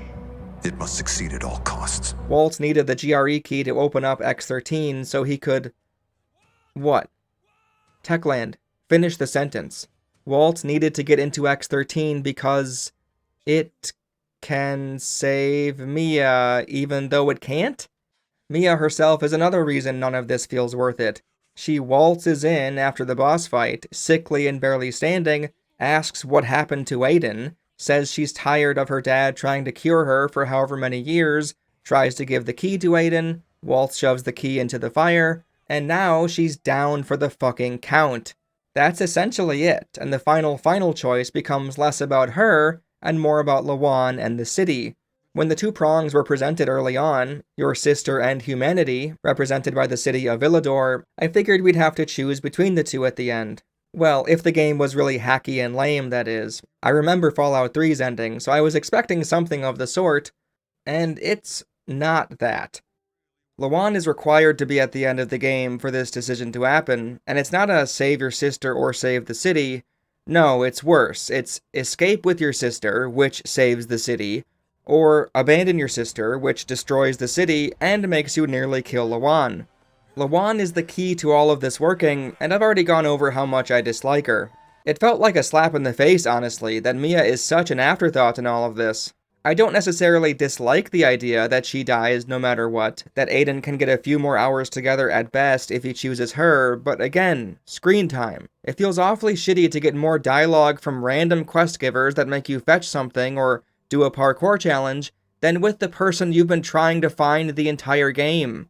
Hell, the cutscene with Spike walking into the fisheye was given more priority over Mia, which is fucking insane to think about. I don't give a fuck about Spike. Stop it, please. Maybe this would be a pacing issue for the last stretch of the game, I don't know, but showing Mia and Aiden talking, her explaining things from her perspective, even just getting to know each other again before she passes, would have felt far more satisfying than this. Maybe he could even bury her under that tree that they talk about. That would be a fun, sentimental way to end this, but no, they dangled the sister angle at the beginning of the game, but the end of the adventure is way more focused on how the city ended up, and showing how Spike has refined his palate, I guess, going from making fun of Aiden for not liking flat beer to exclusively ordering beer that's not flat. It's gone flat. Look at you and your sophisticated palate. Drink. What's your poison? Beer, but only if it's not flat. Actually, I guess it's all Spike. They barely even touch on the city. I figured we'd get something more from the Juan ending, but nope, it's just a different paint job and that's about it. I really wanted to see that trial, but instead we get teased and it's glossed over. Anyway, I wanted an emotional connection to Mia, I really did, but it was so hard to get attached in the flashbacks with her just shouting nicknames at Aiden over and over, and instead of a fun twist like, say, Lawan or Veronica being Mia the whole time, it's a person on death's door whom we don't even get to talk to. You might think that sounds silly, since Veronica is apparently old enough to be Aiden's mom, but she didn't look all that old to me, and her character interactions were a lot more engaging than basically anyone else in the game, save for maybe Hakon. They even featured a twist moment with her too. Once Aiden realizes who the GRE scientist is that he needs, he says this. She's one of the first people I met after entering the city.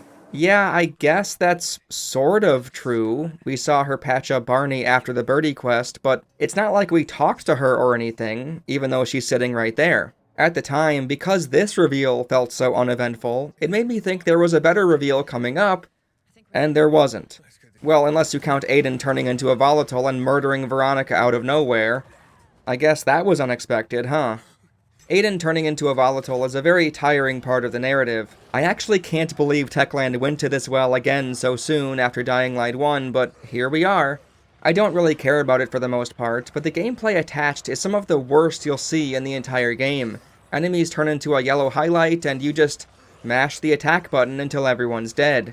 Your attacks are extremely simple, yet somehow, even still, they feel unresponsive, as the hitbox flat out feels wrong half the time. You'll whiff even when it looks like you should have hit someone. Plus, Jesus goddamn Christ, it's so fucking annoying seeing Aiden have his seizure thing and fall down over and over and over and over. I swear it happens like 4 times in a row when you're entering X13, and one of them lazily, incredibly lazily, just teleports you onto a bridge closer to the base you're trying to get to. Overall, I truly despise these sections of the game, especially given that the Be the Zombie mechanics from Dying Light 1 were right fucking there and went ignored, but all of that is peanuts compared to the final boss of the game. You fight Waltz because, why not, right? He needs this facility up and running to save Mia, or something, but the power being turned back on triggered the GRE failsafe, which automatically launches missiles at Villador, even though they're delayed and not at the same time. I don't know why they'd space the missile strikes out. I'm, again, improving again. I just, there's so much about this story. Seriously, this is gonna sound insane. There's so much about this story I held back from this script. I could have easily gone more in depth. It's 6.5 hours, I know. I could have gone more in depth. There's so much about this story and the story scenes that are so fucking dumb. Okay. Aiden wants the key back to stop the missile strikes. Waltz wants to keep X13 open to save Mia. The first phase is you in your human form, and Waltz continues to aura farm, acting nonchalant for most of his attacks. They place you on a small platform for some reason, and if you get hit from his shitty ground pound garbage, you'll get knocked down and have to climb back up. What are we doing here?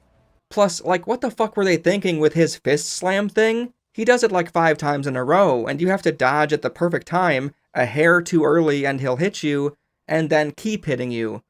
Fucking terrible. I did this 4 goddamn times, and I hated it each time. Already off to a terrible start, but it gets so much worse. At one point he jumps around in a very goofy fashion, and keeps running away, only to charge back in now and again. If they were trying to emulate a stalker hiding in the shadows, waiting and planning when to pounce, they failed miserably. It's a zombie jousting match, a silly visual more than anything else, and it takes up so much time you just sit there waiting for him to come back. You eventually turn into a Volatile again, and here's where it gets painfully bad. I have no idea what this boss fight is meant to look like, but when you connect with your swings, he gets shoved back, so you can't combo him at all. He then goes on the offensive and hits significantly harder than you do. Seriously, your hits are pathetic. The best strategy for me, in all 4 of my fucking playthroughs, was to stunlock him against a wall and get lucky. This fight sucks. It's one of the worst final bosses I've seen in the last few years, honestly, and it's all the more saddening since Techland already did a better version of this. The following had this almost exact setup, and that one felt perfectly fine. Even worse, we get another round of, you beat this guy senseless, he should be dead, but he's fine, actually, afterwards.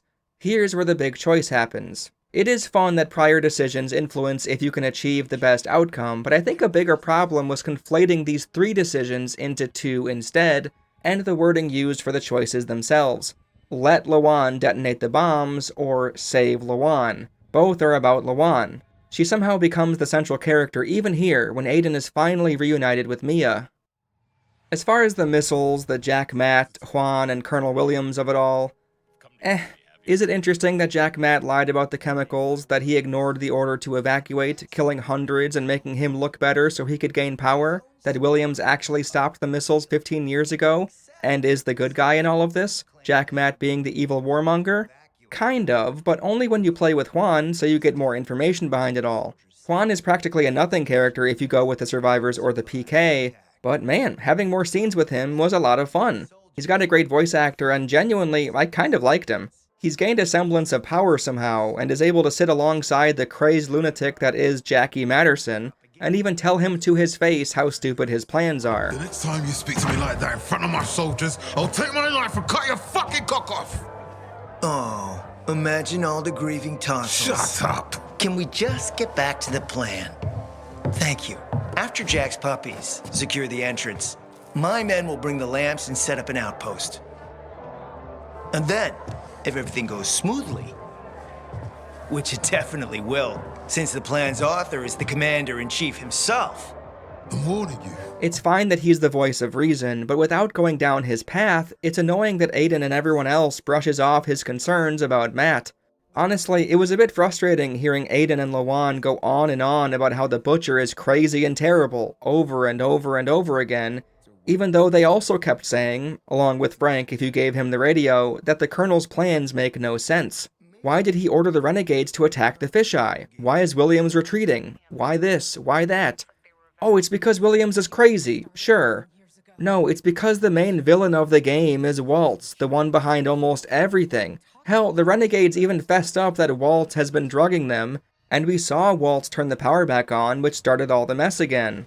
Nope, clearly all Williams' plan, even though nobody can make any sense of it, and Williams hasn't attacked the survivors or PK in over a decade.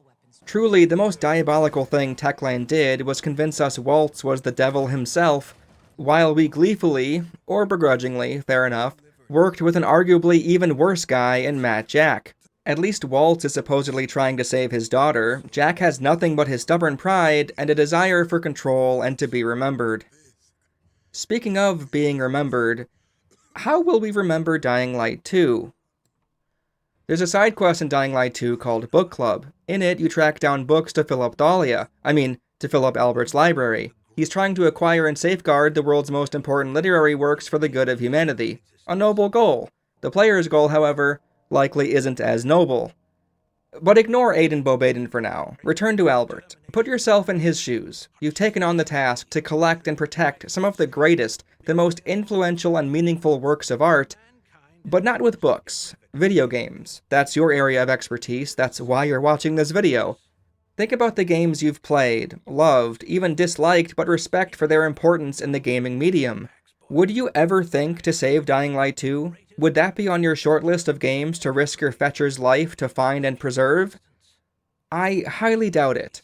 I've seen some people pick Dying Light 1 to be a game they take with them in the silly Desert Island hypothetical. You can only take 3 games with you to play forever: Elden Ring, Dying Light, and some hentai game, I don't know. And to that end, I can somewhat understand. The Dying Light part, I mean. Techland doesn't exactly offer replayability so much as endless content to consume, all within a framework of zombies and parkour. If you're staring down the barrel of eternity and need some slop to keep your mind busy, Dying Light 2 might not be a bad answer. But if we're holding ourselves to the standard Albert has set, I think it's best we stop kidding ourselves. Dying Light 2 is no masterpiece. That's probably obvious, but hey, it's fun to say, right? Truth be told, I fought hard over these last few months, rationalizing my feelings on this game. I went through the range of emotions many times over, a roller coaster, up and down and up and down. We start in the pits with Spike, a terrible low point, but the prologue with the gorgeous vistas, Hakan, the focus on zombies, a high point.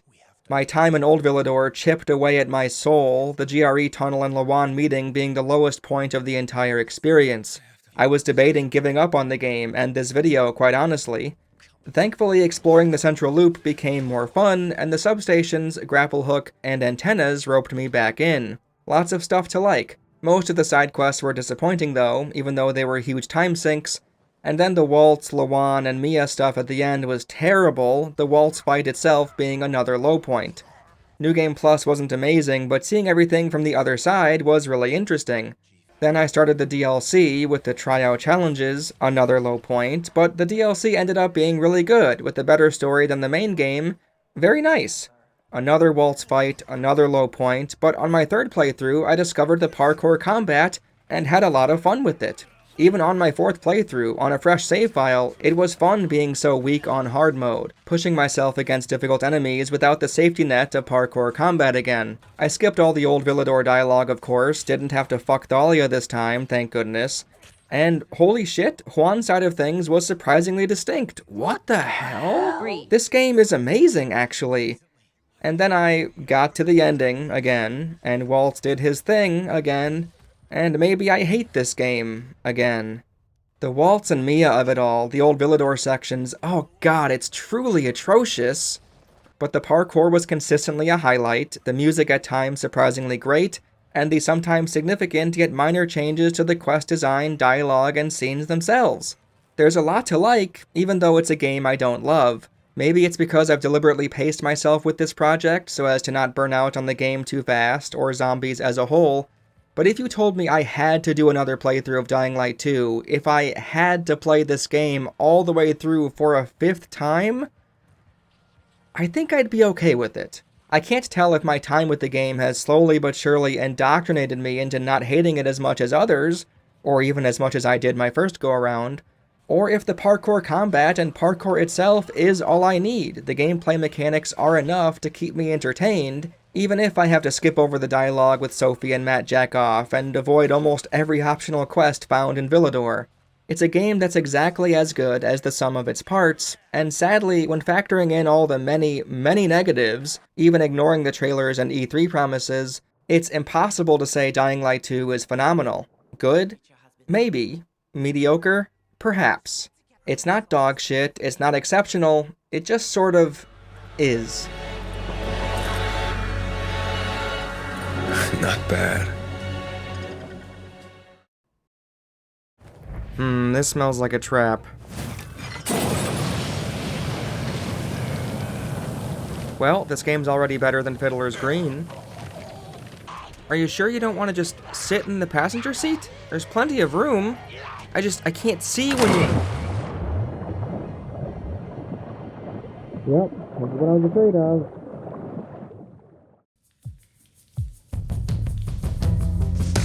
Dying Light the Beast released in September of 2025, a surprisingly quick turnaround for Techland after the 2022 Dying Light 2. It originally started out as DLC for that game, and once the scope had grown, they decided to make it a standalone title. Hang on a second, haven't I heard this story before? Dying Light the Beast might not hit the highs of Tears of the Kingdom or Silksong, but it's a stark improvement over Dying Light 2, while also being a step down from Dying Light 2 in some significant ways, sadly. If you're curious about my full thoughts on Dying Light 2, I made a 7-hour video on it recently, and while you'll have more context and possibly better understand the critique you're watching right now if you've seen the 7-hour behemoth, I'll do my best to make this as standalone as I can. For as critical as fans were with Dying Light 2, it's only fair to start the video pointing out the plethora of minor tweaks and fixes, almost all of them being a net positive to the overall experience.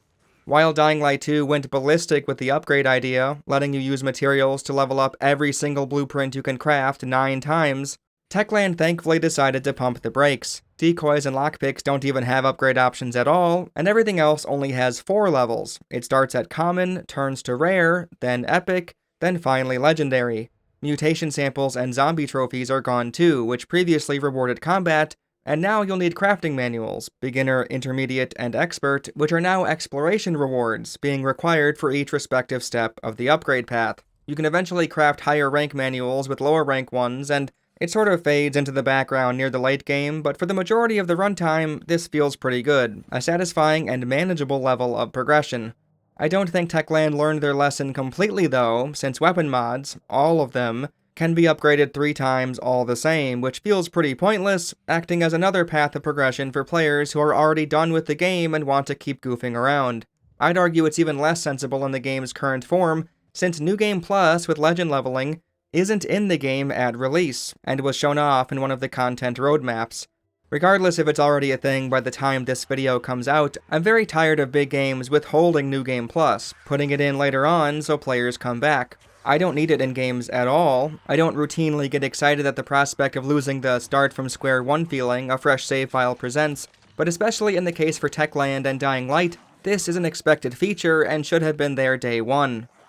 Speaking of the blueprints, they're now exploration rewards too. Instead of finding gadget blueprints for sale at vendors across Villador willy-nilly, only 2 are for sale, 1 at each of the 2 shops, a couple of blueprints are given out as quest rewards, some are locked behind perks on the skill tree, and the majority are placed in locations for you to find on your own once again, like in dark zones or safe zones.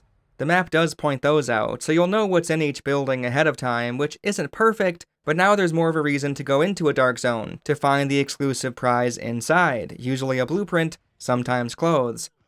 On the topic of clothes, Dying Light 2 hid so many pants and shirts in locked chests, it's a wonder how half of Villador wasn't running around nude. The game showered apparel items at you, shoving it down your throat seemingly as punishment for the crime of wanting to open and loot every container you came across in a post-apocalyptic video game. Their stat boosts were negligible, and on anything hard mode or higher, they barely sold for anything either, a complete wet fart each time you engage with a locked chest. Well, Techland didn't do away with the idea entirely. Clothes are still here, but they aren't generated endlessly. There seems to be a static number of them, placed in dark zones and other locations as unique rewards. One set even says definitively, this is the best defensive rating out of anything, so Fair enough, I'll stick with that. I still don't think we need it in the game, but I'm a single-player focused guy, and can admit this reduction in apparel items makes them more meaningful, so I'll count it. This is better. Using Survivor Sense in Dying Light 2 caused Aiden to put his weapon up, pointlessly blocking your view when scoping out the terrain, and that's not the case in Dying Light Beast. In fact, the sound effect attached is less obnoxious too, meaning it isn't as disruptive when needing to use it often, and since the controls have been changed, you can now use Survivor Sense when a bow, crossbow, or gun is equipped.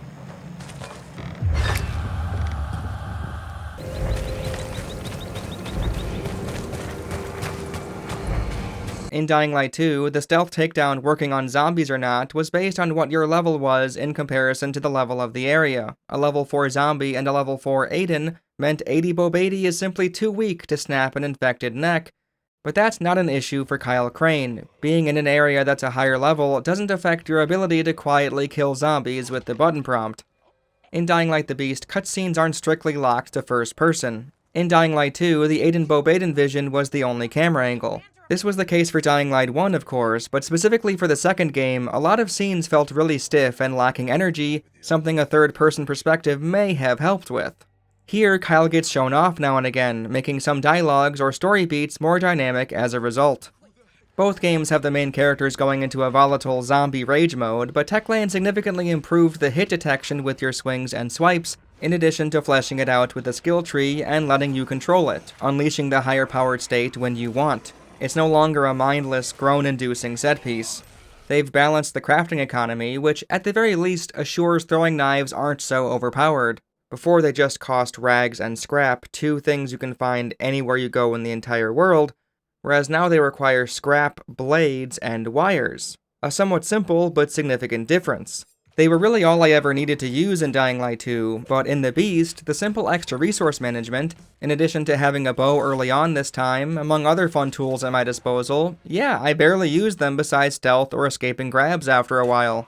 On the other end, bandages, your craftable healing item, are much easier to make in bulk, since it requires alcohol and rags, and not chamomile and honey like in Dying Light 2. I rarely ever had enough chamomile early on in 2, so this was a good change for the early game of the Beast. It does get a bit out of control though, since resin is the limiting factor for any flame weapon like Molotovs or fire arrows, meaning you won't be using your rags or alcohol as much for other things, meaning you might be able to craft, oh I don't know, 70 of them or something near the end. There aren't a dozen no-name vendors all over the map this time. There's one shop per base, a total of 2, and the person running the shop has real dialogue exchanges with Kyle. They even get their own side quest. This helps make the world you're inhabiting feel that much more alive.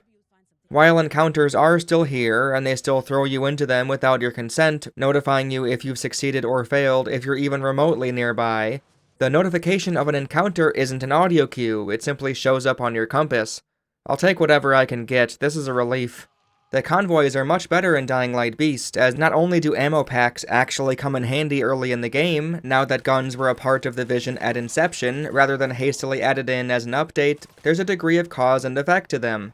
The main doors to the good stuff can't be lockpicked, they require a keycard, found on one of the tougher regular zombies nearby. Sometimes you might not find the right enemy, even though you looked everywhere and killed everything. Maybe it was bugged, I don't know, but it works more than it doesn't. Even if it only adds a single step to the process, keys being used to unlock a door is my sort of jam. It's extremely simple, but it works. This also goes for a few doors found within Dark Zones. You'll have to access the valuables room through unorthodox means, and in it is a key to unlock the door from the opposite side.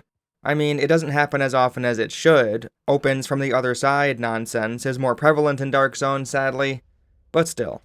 Keys, yes please. Having to defeat certain infected to get the keycard rounds out these repeatable loot areas, making them feel more like an activity that has a start and end point, even if nothing gets checked off on your map. Zombies are a much bigger focus than they were in Dying Light 2. They didn't bring back the volatile nests to clear out like they had in the following expansion for Dying Light 1, but there are volatile nests for some quests and story events, and some other crazy shit I never thought I'd see Techland go for. It was rad as hell. There's also plenty of boss variants, and they're not banished to the label of encounter either, like the Black Volatile was in Dying Light 2.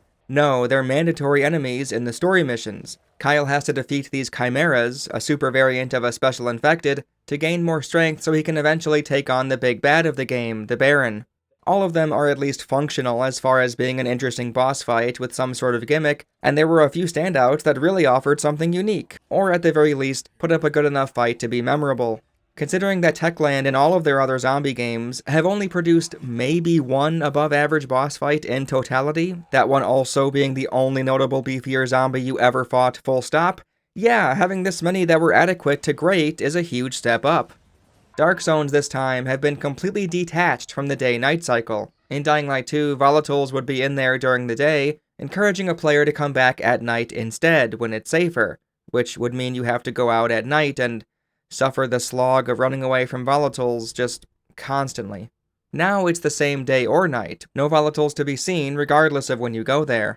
Cleverly, they repackaged the Howler zombie, removing them from the outside world and making them exclusive to Dark Zones instead, and now they're the thing to watch out for. They patrol around the indoor area, and if they spot you, they'll do their patented scream and the entire floor will move in for the kill.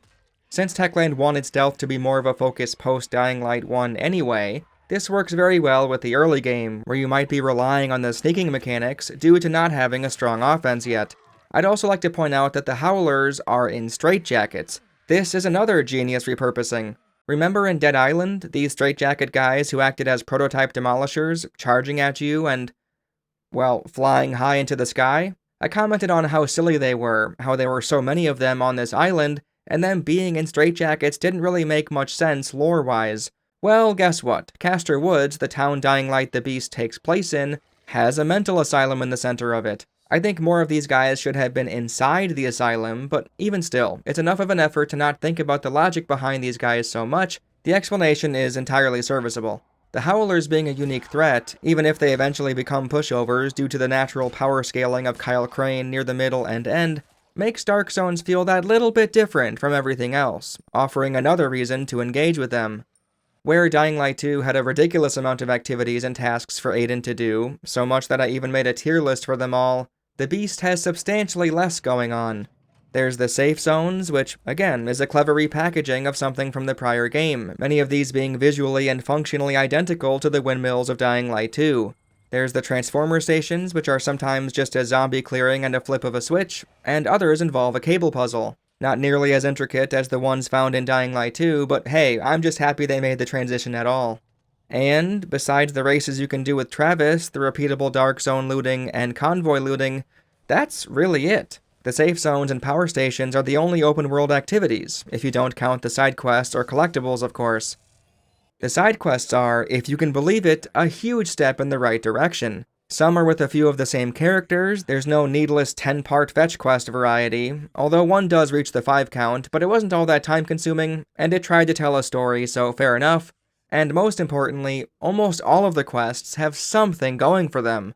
Could a few of these have lived up to their potential even more? Absolutely, but what's here is pretty good.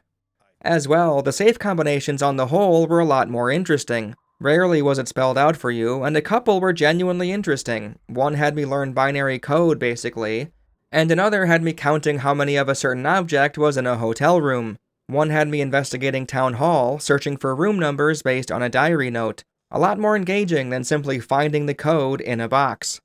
The vast majority of humans you'll come across are either enemies or are holed up in one of the two main camps of the game, meaning no longer will you be interrupted by dummy NPCs bumbling around without a care in the world, getting stung by bees and whatnot. The isolative, almost oppressive sensation of wandering through the city by your lonesome, like how it felt in Dying Light 1, is back. Finally, the open world itself is far, far better to simply exist in and explore. Icons still get placed on the map, and the binoculars are still here, but now there's treasure maps you can find, which encourage you to engage with the terrain with your own eyes, lining up the drawing with the environment, and crazy enough, they oftentimes lead you to areas that don't get labeled in any way, sometimes offering rewards like legendary weapons and equipment, and many even come with a miniature narrative attached, via the backstory diary entries and the environmental design. These were so enjoyable, they became some of my favorite moments of the entire game, and since we're done going through the list of improvements, let's dive into a few of them to show what I'm talking about. Since Dark Zone looting isn't strictly for filling your reserves up, as they now offer a tangible rare item or blueprint not found elsewhere, that'll even be checked off the map once obtained, this led me to clearing every single one I came across as I was making my way through the game, one of them being a hardware store. Inside, I found a treasure map with a note, the people who were here before me talking about spotting a cottage nearby. I had to figure out where it was on my own, using the drawing provided. When I got there, humans attacked me, and I sort of felt bad for killing them. I did look hostile, so maybe I was intruding on their home? Well, I found a diary afterwards, from the same people who wrote the treasure map note. The group found the cottage, there was someone already living in it, growing her own food. They said to kill her if she put up a fight. Well, here she is, dead.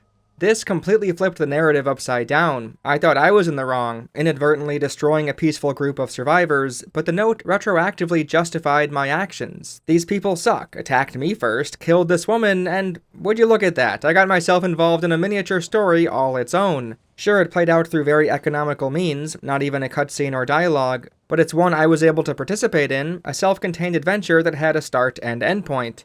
A different treasure map found in a high-up safe zone led me to some nearby ruins. There was a cable in the shed neighboring it, and the hatch was guarded by zombies. I took them out, plugged in the cord, and explored the basement.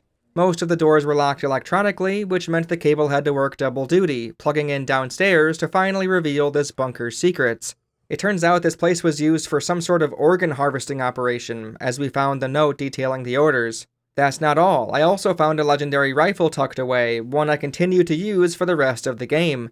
So not only did we get some unobtrusive yet disgusting backstory on this bunker and its prior inhabitants, we were also given a material reward, one not found anywhere else. This is exactly, almost word for word, what I said I wanted in my Dying Light 2 critique for the Dark Zone GRE hospitals. It's even better here, actually, as this area wasn't labeled on the map. This was strictly pointed to via the treasure scavenger hunt drawing. One could argue that because the treasure maps are most often found near activities, i.e. an icon on the map, this taints it, undermining my point, but I disagree.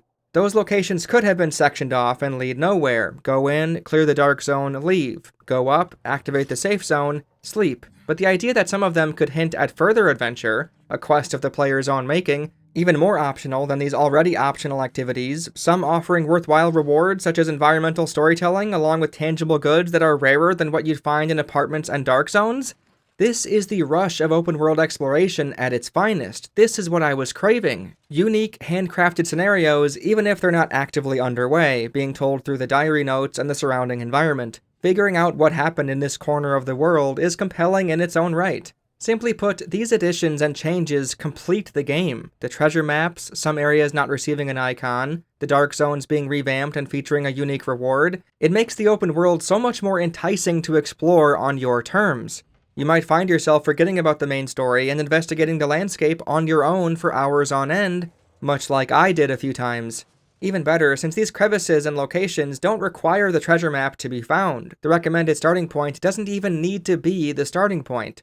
I never found treasure map A4, but that's the one that leads to this ventilation shaft. I had already finished the game, was going back in to hunt for some Easter eggs, and voila, I spotted the grating, hopped in, and stumbled into a bunker of sorts. Some backstory behind the place and its people, a distinctive piece of treasure and a clothing item, and, holy shit, a boon of legendary gadgets, UV light sticks. This is what these games need. I would have loved to randomly find something like this in Dying Light 2.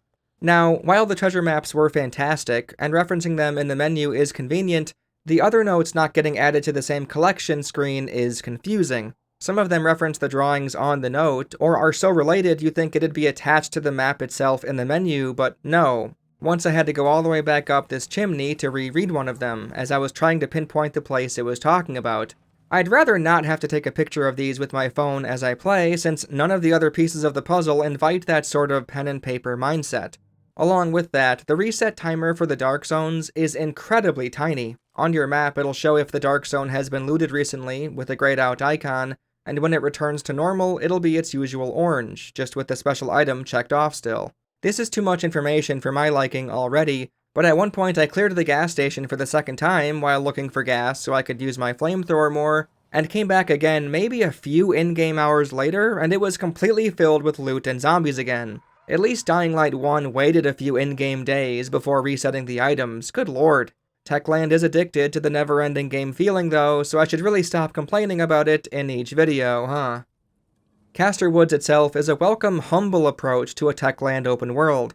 Dead Island had 3 maps, Riptide had 2, Dying Light had 2, albeit they were much larger and more open, and Dying Light 2 also had 2, even larger than the previous game. Here, there's just one single map. Lots of open world games slowly unlock the play space via story progression. Far Cry, Dying Light, GTA, heck, even Elden Ring does it. Dying Light the Beast is quite refreshing in that regard, only having the single map to explore without any "but wait, there's more" moments.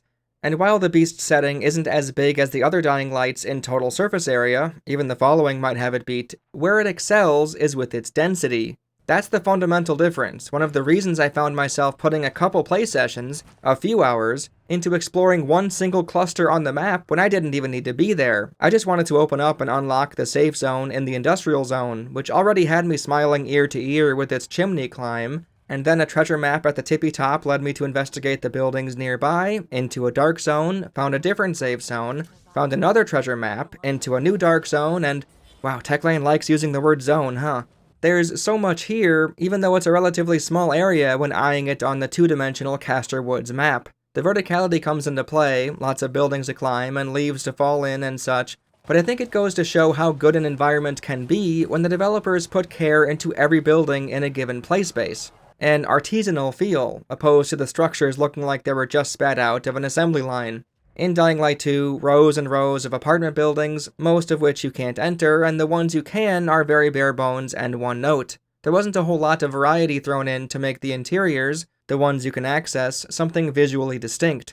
I praised that first Dodger mission for having a decent dark zone to explore, and of course it did. It was a parking garage thing, a setting not seen much anywhere else in the game. Maybe if there were a few more rundown schools, police stations, courthouses, hotels, gas stations, and so on, maybe people would remember Villador more, be excited to explore it. Nope, GRE hospitals and apartments, that's the main course, dig in. There's also more to find as you're wandering around, too. There's fewer activities, of course, and no inhibitors at all, so what do I mean by more to find? Well, in addition to some collectibles like audio diaries in various formats, the charming spray paint art, which was in Dying Light 2 as well, I'll admit, and the beavers in a few key locations which dole out some backstory of the town in a goofy way, there's something else, and it's not in the form of a collectible. Small bits of environmental storytelling, showing the results of some event that happened in this spot. Find some binoculars and blood smears which lead into this train car, and it turns out this was a hiding spot for a survivor however long ago. He must have got injured and crawled back in, and here's his final resting place. His loot being the prize to this find, including a legendary ranked gadget, is perfect. No notes, no diary entries, not tied to anything else as far as I'm aware, just a fleeting scene to discover on your own. Not that notes are always a negative for these sorts of things. There's a garage near a gas station dark zone which had a note about the power getting short-circuited, which meant the door to the office was inaccessible, so you have to go into the gas station to grab a fuse, replace it, and then the office can be entered, which has loot, including another UV bar and a military medkit. It also provided quite the scare, as once the fuse was put in, the garage door opened up unexpectedly, which caused virals to come pouring in. Since this took place for me when the sun had recently set, the chaos of it all left me in a panic, worried that volatiles might hear the commotion and join the fray. The gas tank zombie walking in and causing even more havoc was something out of a horror movie, a melting pot of blood and dread that caused me to back into the office I unlocked and wait for the all clear. What a great time. Handcrafted events, no matter how small, are a boon for open world design. You also have your Easter eggs to find, which Techland is getting pretty good at. Platform 9 3/4, you can then walk through the wall, break down a bunch of Minecraft blocks, find gold bars, and a new consumable? Some weird magical attack explosion. There's also the bike, the insanely placed out-of-the-way bike in the woods, which starts up a time trial race. It's not exactly fair to compliment the Beast specifically for these, since I didn't talk about the awesome Plants vs. Zombies or Mario level in the first game, and Dying Light 2 has its own share of Easter eggs, but even still, it adds to the Castor Woods map more stuff to uncover on your own. Slowing down and goofing off in Dying Light the Beast was surprisingly effortless, investigating stuff because you wanted to, and having a blast killing zombies in the process. It helps that it's not just a town setting either. The forest dominates the majority of the landscape, and besides the industrial zone, there's a village, some barns and fields, and a nature park of sorts, with caves you might venture into for certain quests. It's not a bad map for an open-world game, but as much as the variety with its structures is a plus, the flavor of your immediate surroundings being ideal to keep things fresh and interesting for the whole runtime, even if you decide to 100% the game, we have to admit to ourselves, Dying Light the Beast suffers from the exact same problem as the following did. The core appeal to Dying Light, compared to other zombie titles, is the parkour movement system, and yes, in Old Town you can use it to hop around rooftops, swing from monkey bars, ropes, and so on for fun or to escape from chases, but the vast majority of the map simply isn't suited for freerunning. Kyle Crane's arsenal of platforming tricks don't get put to the test when on flat land in a field or in the woods. Heck, there's rarely an opportunity to do anything else besides sprint towards your destination. Much like the following, and Dead Island I suppose, you can drive a vehicle. Here the flavor is Forester pickup trucks which respawn in certain spots. Unlike the following, however, I don't think the map suffered due to the decision to include driving. In the expansion, it felt like the oversized play space was a result of making the buggy a core feature. No, if anything, driving this time feels more like a way to make up for the lack of fast travel.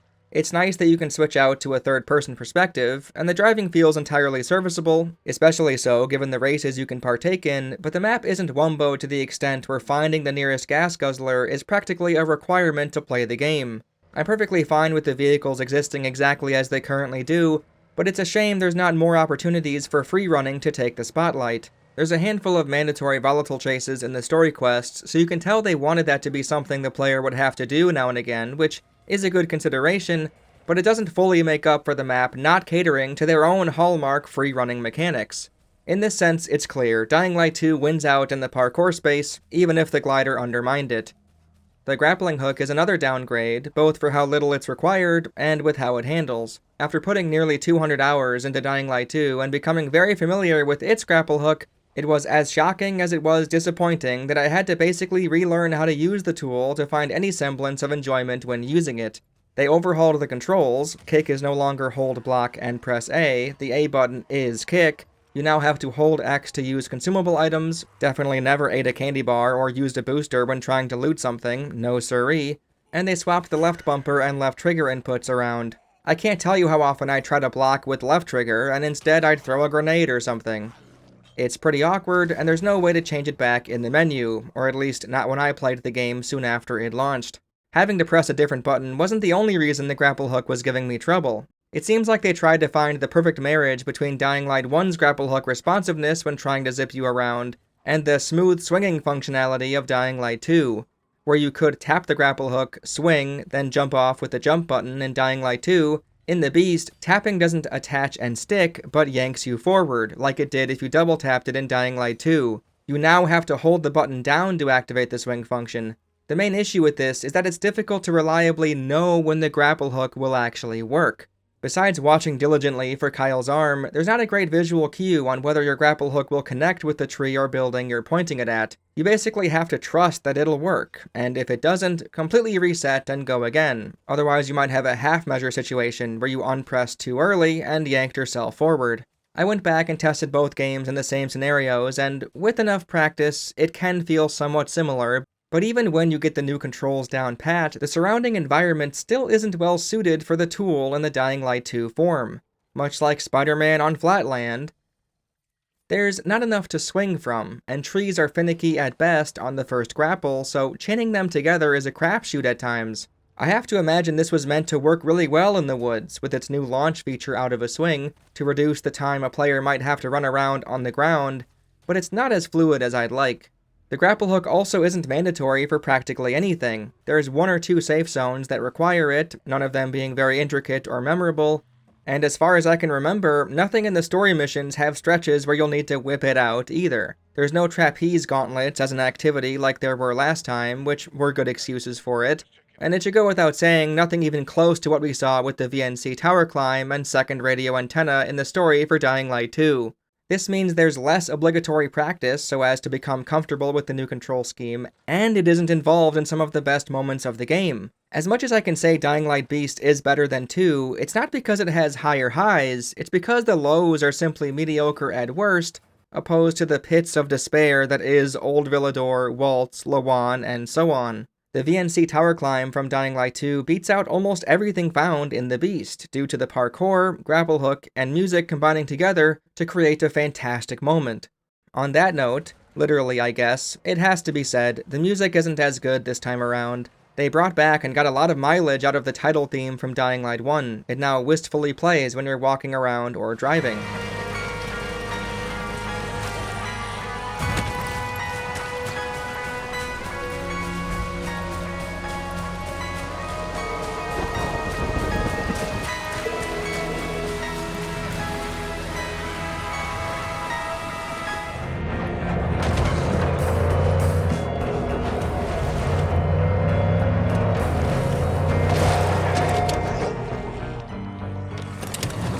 Some people may feel less immersed because of the obvious non-diegetic background track, but personally, it set the mood really well. It's a track that, as far as I'm concerned, went underutilized in the first game, and it seems they wanted to make up for it.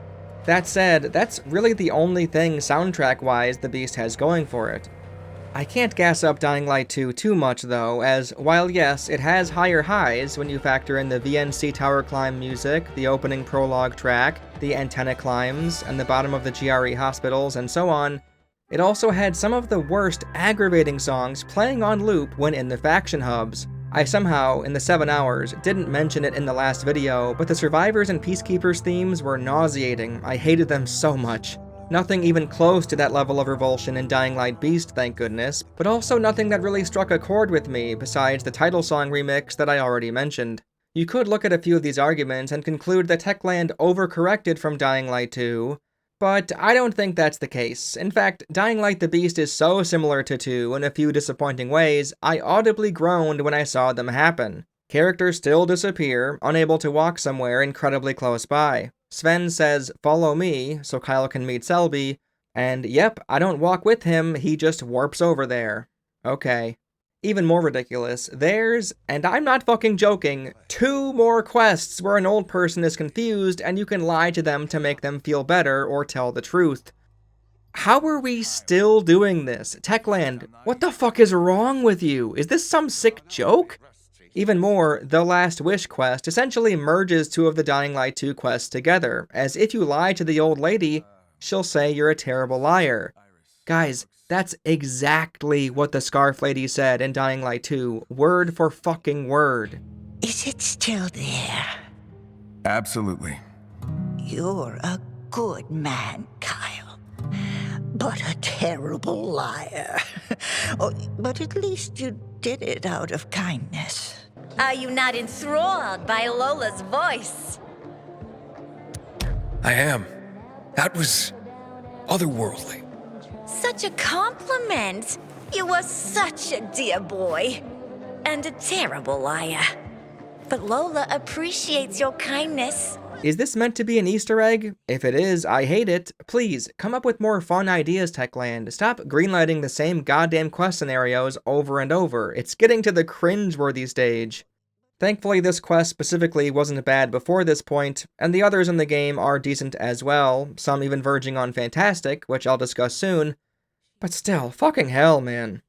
Now, I could sit here and say the cable puzzles aren't nearly as complex or interesting here as they were in Dying Light 2, tallying another loss for the Beast in comparison, and while that is true, I don't blame Techland for wanting to cut those huge substations out. A smaller game requires less to do, and I don't think those were all that popular, so I understand.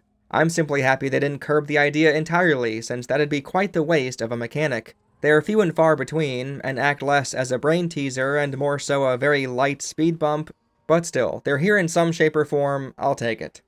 You could argue that the lowered emphasis on parkour combat is another way Dying Light 2 wins out. I couldn't even get the grapple yank into vault kick to work at all. How lame, right?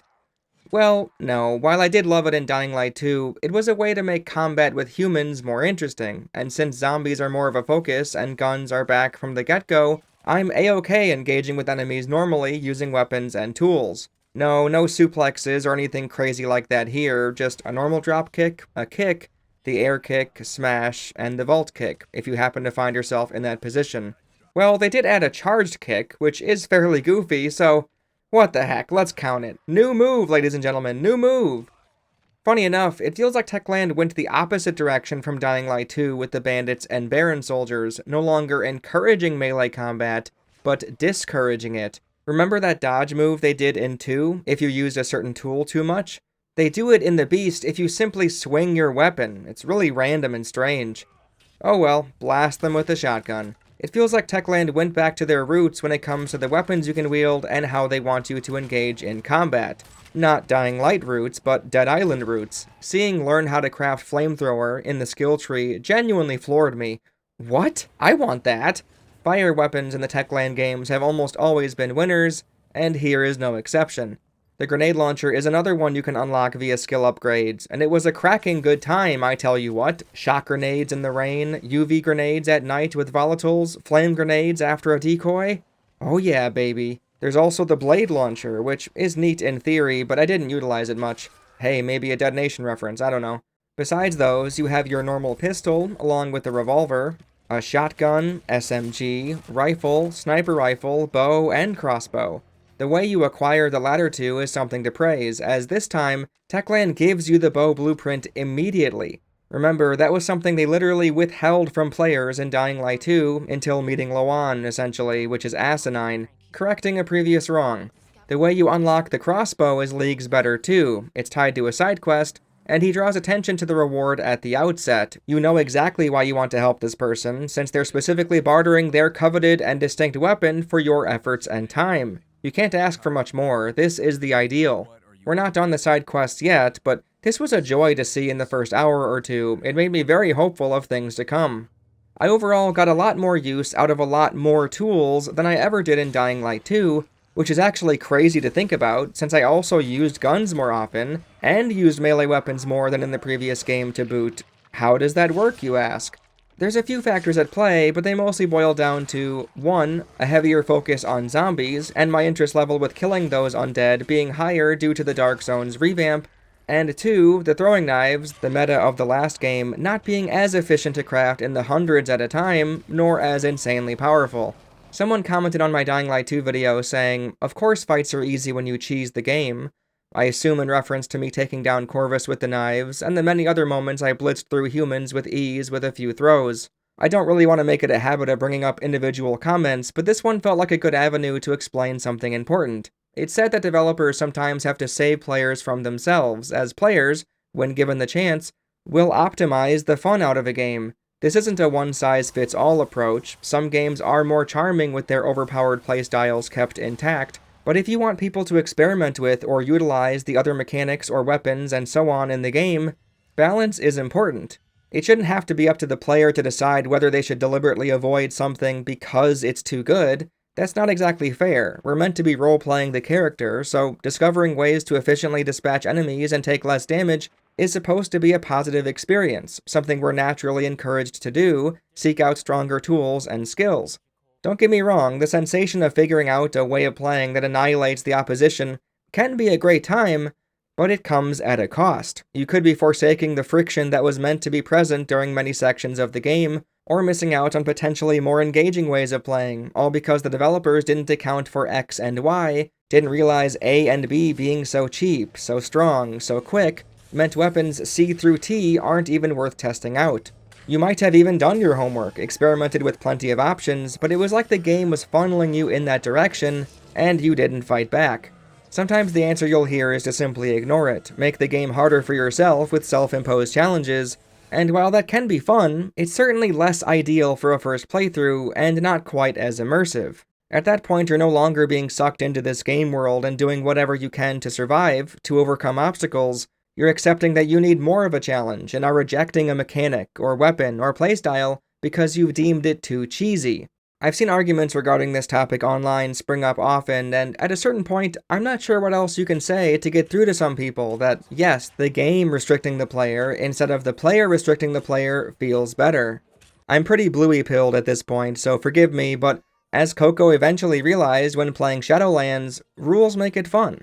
This is why balance patches for single-player games exist. This is why some critics might comment on builds that are seemingly too effective, since it undermines a lot of the other parts of the game. The mini chainsaws are fun in Dead Rising, but Like I said in my re-review video, experimenting and eventually discovering viable alternatives for boss fights was something special, something the chainsaws were actively blocking me from. In Dying Light 2, could I have stopped using throwing knives? Yes, and I did after a while, but goddamn, they were so easy to craft and easy to use and so easy to kill things with.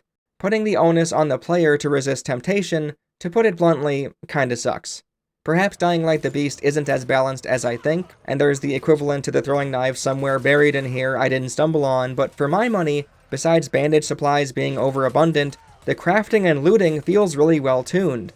I think the highest number of knives I had, when I was still very early in the game without many other good blueprints, was 29? I was exploring Dark Zones, remember, so I was getting supplies, far more than I was in 2 voluntarily, and yet I couldn't craft 100 knives, or even a dozen of my favorite this time around, Molotovs. I could craft a few Molotovs, and maybe a few decoys, and combine those together to have the time of my life. I had guns, but I didn't have enough ammo to spam them non-stop, even with buying all the ammo at the shops and looting every guard after they went down.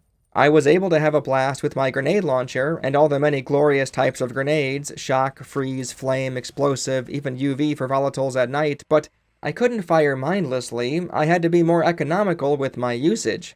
Melee weapons didn't break as fast as I'd like, possibly the only weak link in this chain, but still, I got better weapons at a rate that didn't feel overwhelming, nor made the entire looting process trivial. Gas can be used for flamethrower fuel and filling up your car. Cans can be used for grenades for the grenade launcher, or the advanced speaker decoy. Resin can be used for Molotovs, fire arrows, or certain throwable grenades. Wiring is used for throwing knives, and a whole host of other stuff. Could it have been clearer which materials you're costing yourself elsewhere by crafting a certain item? Yes, perhaps, and the weights were given away like candy on Halloween for as much of a stockpile as I had of those. But for the most part, I almost never had an overabundance of the good thing, but a dwindling supply of many things. In fact, I used so many weapons so frequently that I actually think this game could have benefited from Dead Island's wheel system. Having only 4 equipped at a time is pretty rough for as many fun tools you're given here. I mean, I'd love to see the return of the harpoon gun from Dead Island Riptide, but what's here is already quite a lot, so I can't possibly be upset.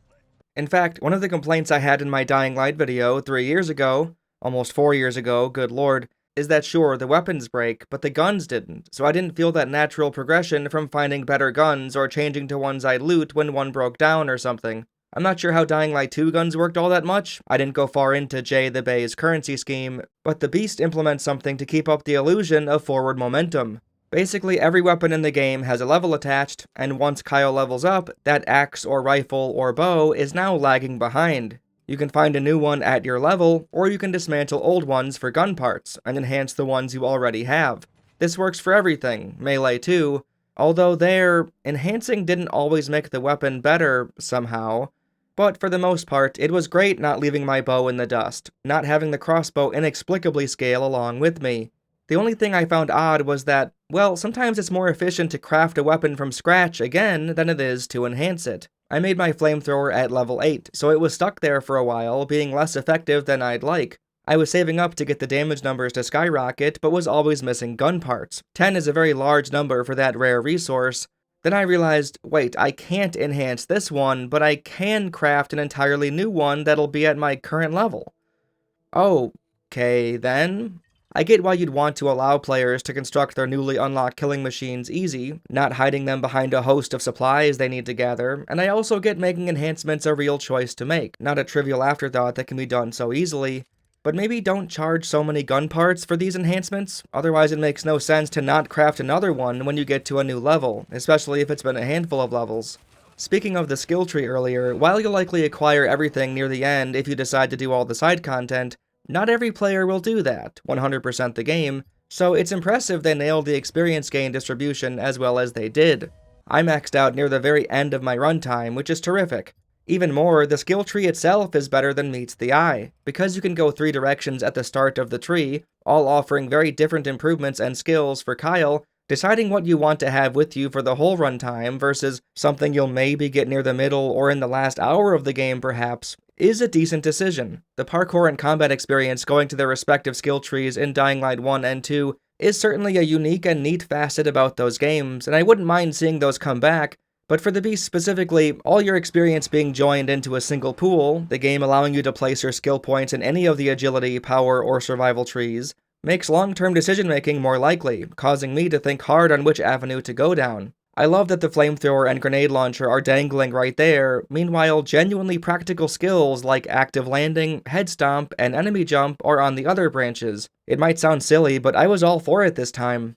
I was also all for us finally having the slide move unlocked at the start. Holy shit, I've been talking about this for years. In fact, a whole host of Kyle's skills are already there at the outset, including ledge kill, and look at that, because it was already something I had access to, I found myself in the right position randomly early on in the game, and did it. 180 hours in Dying Light 2, no ledge kill, 3 hours of Dying Light the Beast, ledge kill. Inconceivable.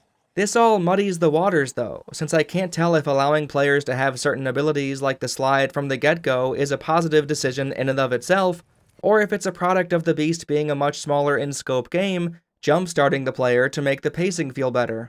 Either way, it's nice that it only takes 15 levels to unlock everything, each level up feels more significant because of it, and I'm glad we had so many of these moves unlocked at the beginning, so the results are a net positive, but the reasoning is up in the air. We'll have to see what Techland decides to do for Dying Light 3 or Dying Light the Beast Mobile Gundam or something. The way you simply gain health and stamina each time you level up was a relief to see, especially because stamina really only affects combat for the most part. Techland altering Dying Light 2's stamina system, removing it from climbing, meant the decision to upgrade stamina or health becomes a lot less meaningful, and certain obstacles don't even exist any longer. Roadblocks that were put in place won't register as roadblocks at all without the early game limitation. I still don't quite understand it, but some theorized that they wanted to make the Dying Light games feel more uniform with climbing. If only Dying Light 2 had it, then yeah, I don't know. Since the Beast wasn't designed around the idea of stamina being integral to climbing, this is fine. There's a lot more mandatory cliff and ledge ascensions this time around, where you'll jump for handholds in walls and maneuver yourself around the structure or make your way up a cliff. I feel like Techland took the climbing is fun praise a little too literally though, as while these sections aren't bad or anything, they show up so often that you start to wonder how much fun we're meant to be having with them. These aren't as tense or interesting as figuring out the right way to reach the top of the antennas in Dying Light 1, these feel more like playing Assassin's Creed or Uncharted in first-person mode, and as far as I'm concerned, the third-person perspective makes the process in those games more enjoyable, as you're able to see the full picture as you go. That could easily be a positive for some people though, being limited in the moment, but seeing it through Kyle's eyes beforehand, tracking from the ground floor which handholds to go for, which path you'll need to take, and then go for it when you're ready. I suppose it's a horse apiece, really. Another miscellaneous talking point that I can't not bring up, you can loot and stockpile candy bars and drinks, which act as healing items when you decide to use them, granting a very minuscule amount of health. This almost feels like a compromise of sorts, as Dead Island and Dying Light had energy drinks and candy bars respectively, which healed you right then and there. In the Beast, you can find dried meats and drinks and so on, but you don't consume them automatically, you store them for later, being a consumable item in and of itself. Given that healing bandages are so simple to craft, and they're much better at the outset even at level 1, they don't take as long to use, their legendary rank variation healing almost immediately, I'm not sure I see the point of the snacks and drinks, but it doesn't really harm the game, so whatever. The rage system is decent, but if it were removed, I wouldn't exactly be losing sleep over it. If it means I don't have to see the main character get seizures all game long and be subjected to boring mandatory rage mode set pieces, I'll take it, I suppose. You can throw around big objects like rocks and do some powerful attacks once you unlock the skills, but it's nothing all that crazy. My favorite part about it is when Kyle randomly decides to punch a hole through someone's chest or tear their head off. Again, you just press the right trigger over and over, but sometimes he chooses to go a little bit more bananas. You can also perform finishers with the elite zombies, and even though it's the same animation each time for each respective infected, it's a pretty cool visual. The one for the goon I saw the most often, but man, when you get to stomp a Volatile's head in, come on, that feels pretty great. Now, as powerful as this looks, don't get too excited about your new strength. Kyle in Rage mode is no match against even 2 Volatile sometimes. I figured it would be a smart way to save yourself during a chase, but good lord that's not the case. They wipe the floor with you. The visuals of the game are a treat, especially when it rains. Honestly, even when just isolating this one moment when it downpours, this is better than anything found in Dying Light 2. It's so atmospheric. As a whole, the wood setting might not be ideal for parkour, but to exist in and look around? Yeah, not bad. You can even climb that monument in the center of the map and have a gander.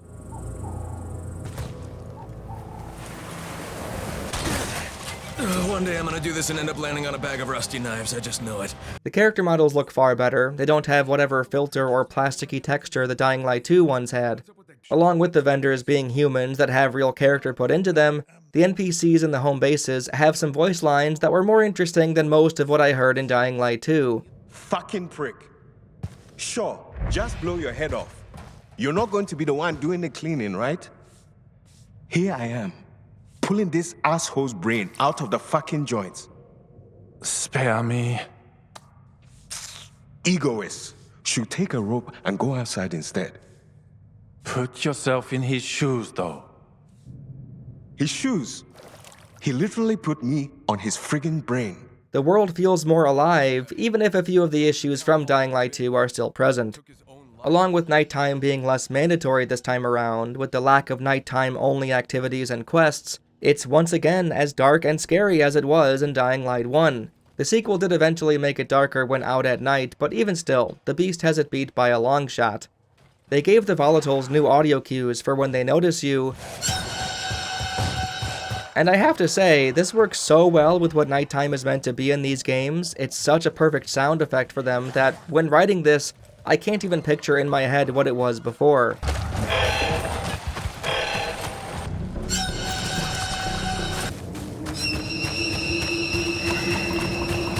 It's distinctly a horror type of noise, with the strings meant to enhance the visuals on screen, but it's so staccato and sudden that it can provide a scare in and of itself, yet it lingers, as if reverberating off the walls, ringing in your mind long after. The knowledge that a volatile might know where you are is already meant to be stressful, but the piercing dagger of an audio cue diving into your eardrums makes it even more haunting than it was in the previous games. Great work, Techland. This isn't even something I would have thought to recommend tweaking, but it definitely did its job to be scary, while also giving the beast some unique flavor when it comes to nighttime. The Volatiles behave similar to what you'd expect from Dying Light 2, everywhere in ludicrous numbers, and no mini-map for millennial-age Dorkaxe. Therefore, yeah, I'll sleep anytime I can to play during the daytime. I didn't do much testing with their movements, besides that one night where I couldn't reach the safe zone I was trying to activate and just clung to the bars until dawn hit. Yep, I got to see them walk around quite a lot in this position, none of them having any idea I was above them. From what I can tell, it's the same spawning, same pathing, same everything. At least they look grosser again, I suppose. I've already gone over in depth why the pathing and spawning of the Volatiles isn't to my liking in the last video, so I won't waste your time. The only thing I did test again was where they went at dawn, and they seem to run into the woods faster than you can sprint, which lets them get out of your range and despawn. Given that they don't show up in any of the dark zones this time, and we see a few nests up close in some quests, it's not hard to come up with a headcanon reason for why they're going where they're going. They're running to their hideouts in the mountains or caves or something. Why not? It works. Let's go to lunch. That said, I can't lie, I was a little disappointed we never got any volatile nest clearings. The biomes are chilling and atmospheric, everything I would have wanted in the quest they show up in, but given how this feels like the following 2.0 in many ways, I would have loved a handful to venture through on my own. You can spot some red stringy gooey shit now and again, and I thought maybe this is where the Volatiles would be, a small hive, but no. I love that two horror-themed games that released in September of 2025 both feature red gooey plant shit all over. Silent Hill F and Dying Light the Beast double feature. Seriously though, I've seen people discuss these things online, and the tutorial for the bolter mentions hives, so maybe this is something and the game is sometimes bugged. I came back at night, even after my playthrough was finished, to see if anything would happen, and it didn't. If this is a thing in the game, they should have made them more frequent, and possibly fixed how they function during the day or near dusk. That's sort of the problem with reviewing this game so early though, since, well, it's a Techland creation, meaning they'll keep updating it for years, potentially invalidating half of my arguments. Maybe if you're viewing this video in 2027, these hives are a really cool addition to the game, and I missed it by being a beta tester of sorts. Something in the developer blogs they keep doing, hinting at what's to come, caught my eye, and it's sort of indicative of how utterly ridiculous Techland are with how they develop their games. In the content roadmap update, they talk about implementing a nightmare mode, and specifically talk about the AI of the volatiles. They said, and I quote, "On top of that, we're also considering some neat tweaks to our volatile enemies. These are just intentions, so I don't want to promise too much, but we're looking at games like Alien Isolation or Resident Evil 3 Nemesis for inspiration," unquote. I'm sorry, you're looking at some of the most iconic Predator-Prey survival horror games of all time as inspiration for your update to the volatile AI for a new, harder difficulty mode? RE3 and Alien Isolation were literally built around the idea of these creatures chasing you. That's a part of their core identity, and Techland are throwing out essentially brainstorming sessions for everyone to read. Hey, wouldn't it be cool if our game looked fundamentally different? I mean, maybe, but surely such lofty ambitions should be saved for a future game, not haphazardly applied to your existing product? This is what I was talking about with Dying Light 2 and the removal of stamina for climbing. It just doesn't seem like Techland can stick to a core vision and refine it with small fixes. They keep chasing the pie in the sky, adding or removing things at the behest of whatever the fans ask for that week. For all I know, they'll do a great job with implementing Nemesis-like set pieces, somehow, in an open-world game with the volatiles. Good luck with that. And I'll look foolish in a couple of years, but I sincerely doubt it. Anyway, let's continue with the Special Infected. I've mentioned the Howlers and the Dark Zones, but there's a few other ways where they modified the zombie types. The Charger, in addition to looking different, gets dazed if you dodge him enough times. This lessens the need for you to position yourself in front of a flush, flat wall, which was sometimes a hassle. The Leaping Biters aren't here, and instead they kept that move with the Banshee exclusively. It gives these gals more room to shine. I've had a few moments early on where they were a genuine threat, harassing me enough to consider fleeing the situation. The Exploders have even more leeway on their death blow. You can kick and easily step back in time. The Spitters having arcs for their shots to hit you behind walls or buildings, along with their gaseous poison effect, makes them deadly and something to focus on, yet still fair. In a couple of substations and safe zones, these guys are placed in very strategic spots, shaping the battle with their high ground fire. The Revenants are essentially absent from the game, save for one encounter and a side quest. This is probably for the best. I'd rather them remove an enemy variant if they couldn't find a way to fit it in, and the game has enough going on as it is, so yes, no issue with them being practically exclusive to Dying Light 2 as of now. The Chimera fights are a highlight of Dying Light Beast. I know many fans of these games don't particularly want zombified boss encounters, but I'm such a sucker for boss fights, I really am, and this is basically exactly what I was hoping for.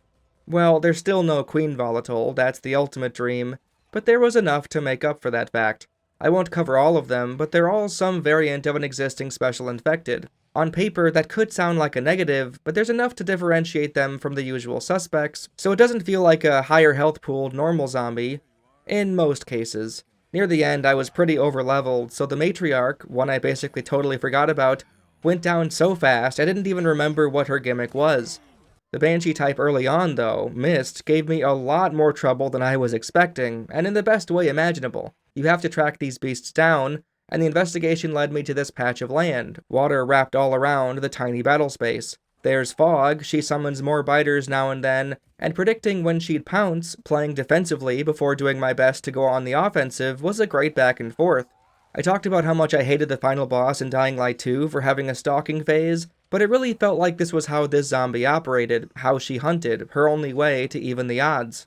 It did help that I was at a very low level without much stamina, and hardly any tools or weapons, my axe not doing much damage with each swing. The feeling of doing what I can with what little I have is exhilarating when done well, and here, it was. The finishing blow was cathartic, as Kyle yanked at her leg and just...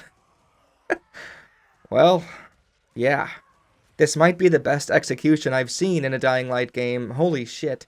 Each Chimera gets a unique flourish like this, but I can't pretend they're well utilized. When I had much better gear later on, I kept forgetting to slow down near the end of their health pool, would swing one time too many, and missed out on a potentially cool execution. I'd almost rather the X button prompt be mandatory, make them invulnerable when they reach 1 HP to assure we get to see it. To avoid a player possibly dying when they should have won the day due to the damage negation, have the boss stagger, limp, or drop to a crawl, allowing a player to close the distance and reliably trigger the unique celebratory death animation.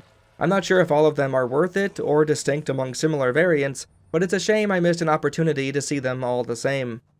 My favorite Chimera was the camouflaged Volatile, the Wraith.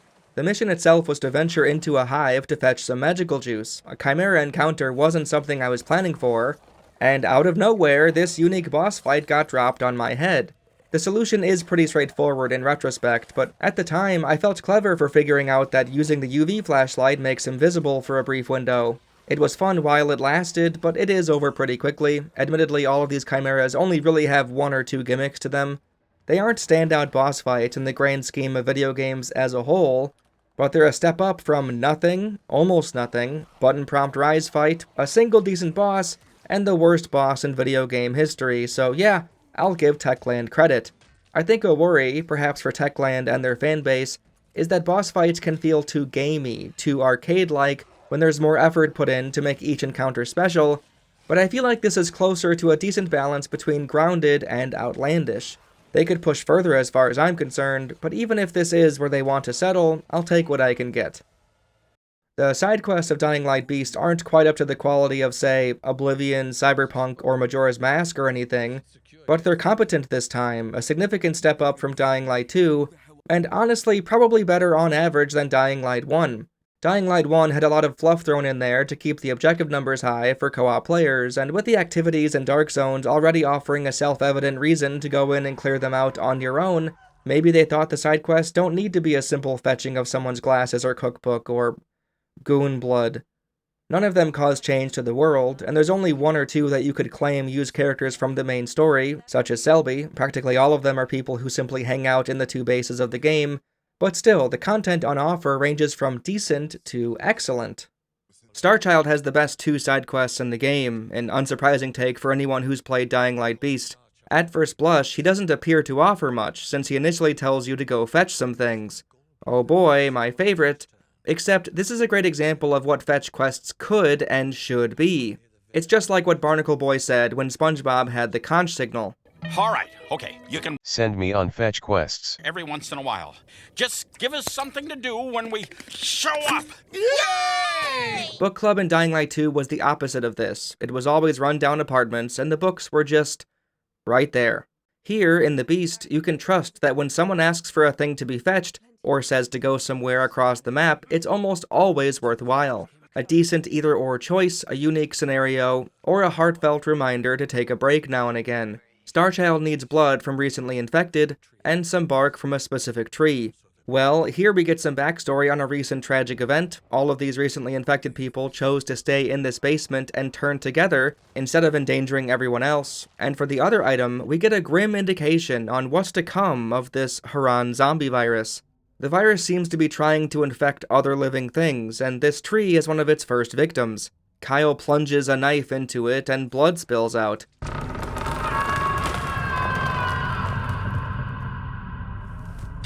What the fuck? He pulls the bark off, and the tree screams in agony, summoning zombies to fight you, forcing you to escape the woods. Starchild says he doesn't understand either, but the infected go to that tree to die off. Even if this is all this quest was, return with these two items and that's it, it'd already be better than almost everything in Dying Light 2. The landmarks we're told to run to both contain compelling backstories, making you think about the setting in a different way. However, there is more to this quest, and it's something I really didn't think I'd see. Crane gets thrusted into a drug-induced hallucination, not beating these Far Cry copycat allegations, are we, Techland? And in here, we see not a refusal to acknowledge Crane's backstory, but a hard look at it, the game pushing Kyle's nose and the fact that wherever he goes, the people around him die. This is our protagonist's inner psyche, his insecurities, his regrets, his guilt. He's lost so many years of his life being a test rat with the Baron, and this could be a way to lampshade the absurd time difference between Dying Light 1 and The Beast. But it worked. I felt Kyle's pain. He thinks he's a murderer, and he's even worried the same things will happen with his new friends, Olivia turning just like Jade did. And at the perfect moment, I turned around and saw Jade. This moment was the closest I've ever been to being scared by a Dying Light game. I won't argue the semantics of it being in the survival horror genre or not, but it always seemed like a cheesy trope-filled zombie action game with horror elements at night. This, though, walking down this hallway made me anxious. Seeing Jade freaked me out. I had no idea what was going to happen in this hallway. For all I know, Jade could have been a ghost and broke out of the window to attack me. All bets are off with hallucination sequences. At the end of this, you fight a Revenant, the only one in the game, and if this is all that it was, I might have been a bit underwhelmed, but it's not. He's backed by an overwhelming number of Kyle Cranes. Kyle has been battling himself in his head for so long, and it becomes a reality in this nightmare of his own making. We're seeing him literally beat himself senseless. The arena is uniquely creepy, and the fight isn't something exceptional on a mechanical basis, but since everything else is so outstanding, the overall encounter is incredibly engaging and memorable. Believe it or not, Starchild's second quest is just as interesting. He says there's been a problem with the telepathy waves, there's a block somewhere preventing communication. You go check on what's causing it and come across something you haven't seen in a Dying Light game before. This is also connected to the events we've heard about already. Not everyone agreed to lock themselves in that basement as they were destined to turn into a biter. A mother and her 20-year-old son ran off on their own. You start to hear another voice in your head besides Starchild. It's reaching out for help. Need your help. They're attacking me. You slaughter all the Baron guards, like the entity asked of you. Sure, those are the bad guys, of course. And you're eventually beckoned inside. The voice says the infected won't harm you, don't worry. It keeps referring to itself as we, which is a worrying sign that perhaps you're dealing with some sort of hive mind. We won't hurt you. Come to us. On the way in, you come across a radio from one of the Baron's men. They were planning on blowing up this tunnel. Holy shit, this must have been serious if even the Baron didn't want to exploit this for his own gains. You finally step into the belly of the beast, and it's just a disgusting miasma of corpses, blood, a web of infected and disease. The person in the middle of all of it is the son, Rick. He fights back at the hive mind controlling him just enough to explain that he thought he could enter the minds of the infected and control them. It got too much for him, and the infected turned the tables on him. It's unclear if this swarm entity is a being of its own, or if this is a window into the thought processes of the zombies. They're all a collective, and this is a vocalization of what's been going on internally the entire time. If it's the latter, holy shit, this is fucking incredible. This both changes how we think about zombies in previous games, while also setting future titles up for success to build off this point. Honestly, even if that's not what it is, and this is a separate swarm hive mind being that somehow came into existence, it's terrifying on its own. Rick speaks long enough to beg Kyle to shoot him in the face. We oblige. Thank you.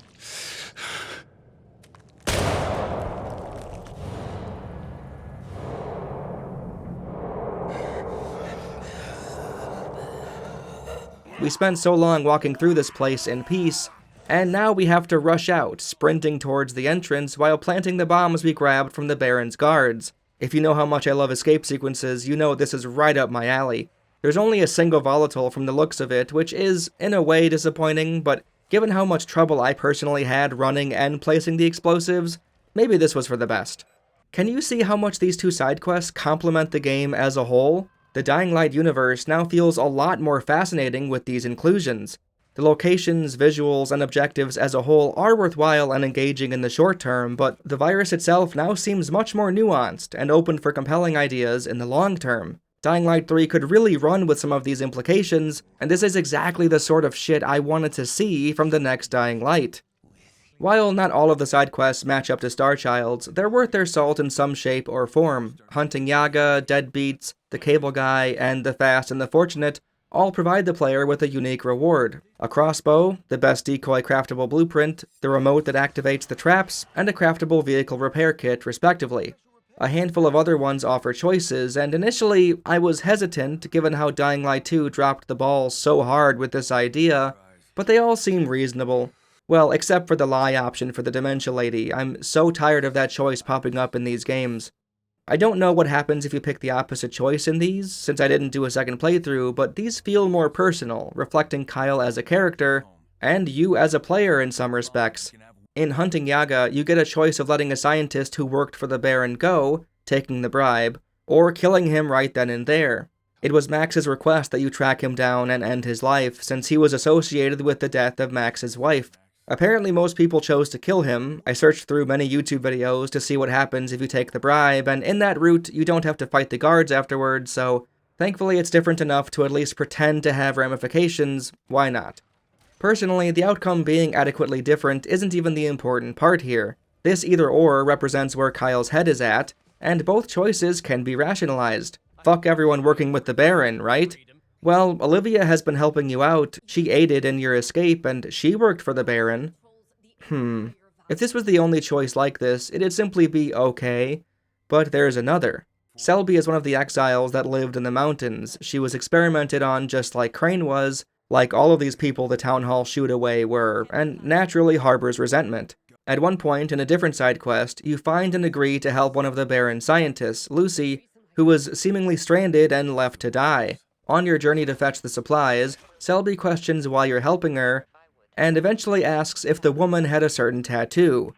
She does. Uh-oh. After you finally load up the supplies, Selby calls again, and says she'll go help Lucy on her own, don't bother coming. Just don't fucking go there, okay? Uh-oh. You then have to race back to the house within the time limit, a fun objective that shows up now and then in the game, and when you arrive, you're given a choice. Leave the room and let Selby get her revenge on the person who tortured her, or talk Selby out of it, put an end to this cycle of death. Again, I can understand how a person could justify either decision. Can people change? If you're more hopeful than I am, you might say yes, but personally, I just didn't buy it. Lucy worked for the Baron for how many years? How many experiments did she do on people? Yeah, Selby, I'll let you handle it. I guess I better get going. What? Close the door on your way out. You're fucking crazy now, please! Selby isn't all that happy when it's done, and when you talk to her back in the camp later on, she doesn't even want to talk to Crane. Honestly, I wish they did something different with this. I wanted Selby and Crane to have a real talk. Kyle could have genuinely given some good advice on what it means to take a life and live with it, but Selby wants space, and you never get to hear from her again. Pretty frustrating. Either way, this decision is tied to the events of the story, and connects to a player's headspace, regardless if they're role-playing as Kyle Crane or not. I could see someone sparing the first guy, but allowing Selby to make her own mistakes, saving both, killing both, or executing Scientist 66, and later realizing it was the wrong way to go. Now, admittedly, the first choice you'll come across, if you do every side quest when they're available to you, isn't good. It's that stupid old man has memory problems shit I mentioned earlier, but the quest itself isn't bad, as we're tasked to go into a volatile nest and destroy it. We have to climb around, stealthily avoiding volatiles to make sure the explosives are all hooked up. Then you explode the nest. This was awesome to see so early in the game, if only for the setting and the focus on zombies. There's a different quest where I thought a choice would have been appropriate, but there wasn't one. In Killing Streak, the vendor from the town hall has you help him out, some of their people keep dying, and it turns out to be a lot more than random bandits. Doug downplays it each time, and it eventually culminates in the discovery of a group of people who were denied supplies from the town hall. Lots of backstory notes here that shed light on the situation, and Doug explains that both sides did horrible things to each other back and forth, who can say who started what, but now it's over. This sort of feels like we were dropped into a certain country that always has a big conflict going on, and we slaughter the remnants of the losing party simply because we were told to do it. It's a throwback to the Dead Island days, where you're meant to shut up and execute the orders without thinking. Got it, quest giver. Murder mode activated. At least the library was a nice setting for a trap, with the humans and zombies rushing in after the alarm went off. There's one more side quest that I wanted to mention, but it's not one that features a choice, nor does it give you a blueprint or weapon as compensation. It's just a really interesting concept. It's called Hydro Puzzle. You have to figure out why the water isn't working like it should for the town. You go to a few places, see some schematics, try this, try that, find dead end after dead end, until you check a specific pressure gauge and see that it is working, but there's a clanking noise. I'm done checking these pressure gauges. Kai, still there? Yeah, there's a clanging noise coming from below. It's rhythmic, as if someone or something is deliberately causing the sound. You have to follow the yellow pipe, follow the clanking, to the source and figure out what's going on. There's even a wandering volatile down here, which could have been utilized better all things considered. His pathing didn't really make it hard to avoid him, but still, it was neat. After defeating a lot of zombies, you find a family hiding away. The father was trying anything he could to help. He turned off the water and was banging on the pipe as an SOS message. He turns the water back on, you clear the way ahead of them, and they're all saved. Good job, mission complete. It's simple, and I would have liked the follow the noise portion to be a little more challenging and lengthier, but what's here was intriguing and fun. Overall, you could pick any one of these side quests I talked about, and if you nestled them into Dying Light 2, they'd end up being the best that game had to offer. That should tell you how much of a step up the beast is with its side content. Some last-minute things to praise before the story section: when you drive a truck and run over zombies, the windshield wipers clean the blood away. The map, when outside in the rain, has drops and trickles of water going down the edges. The physical Castor Woods map that Kyle holds is already a plus. I love a more in-world approach to showing the player where they are.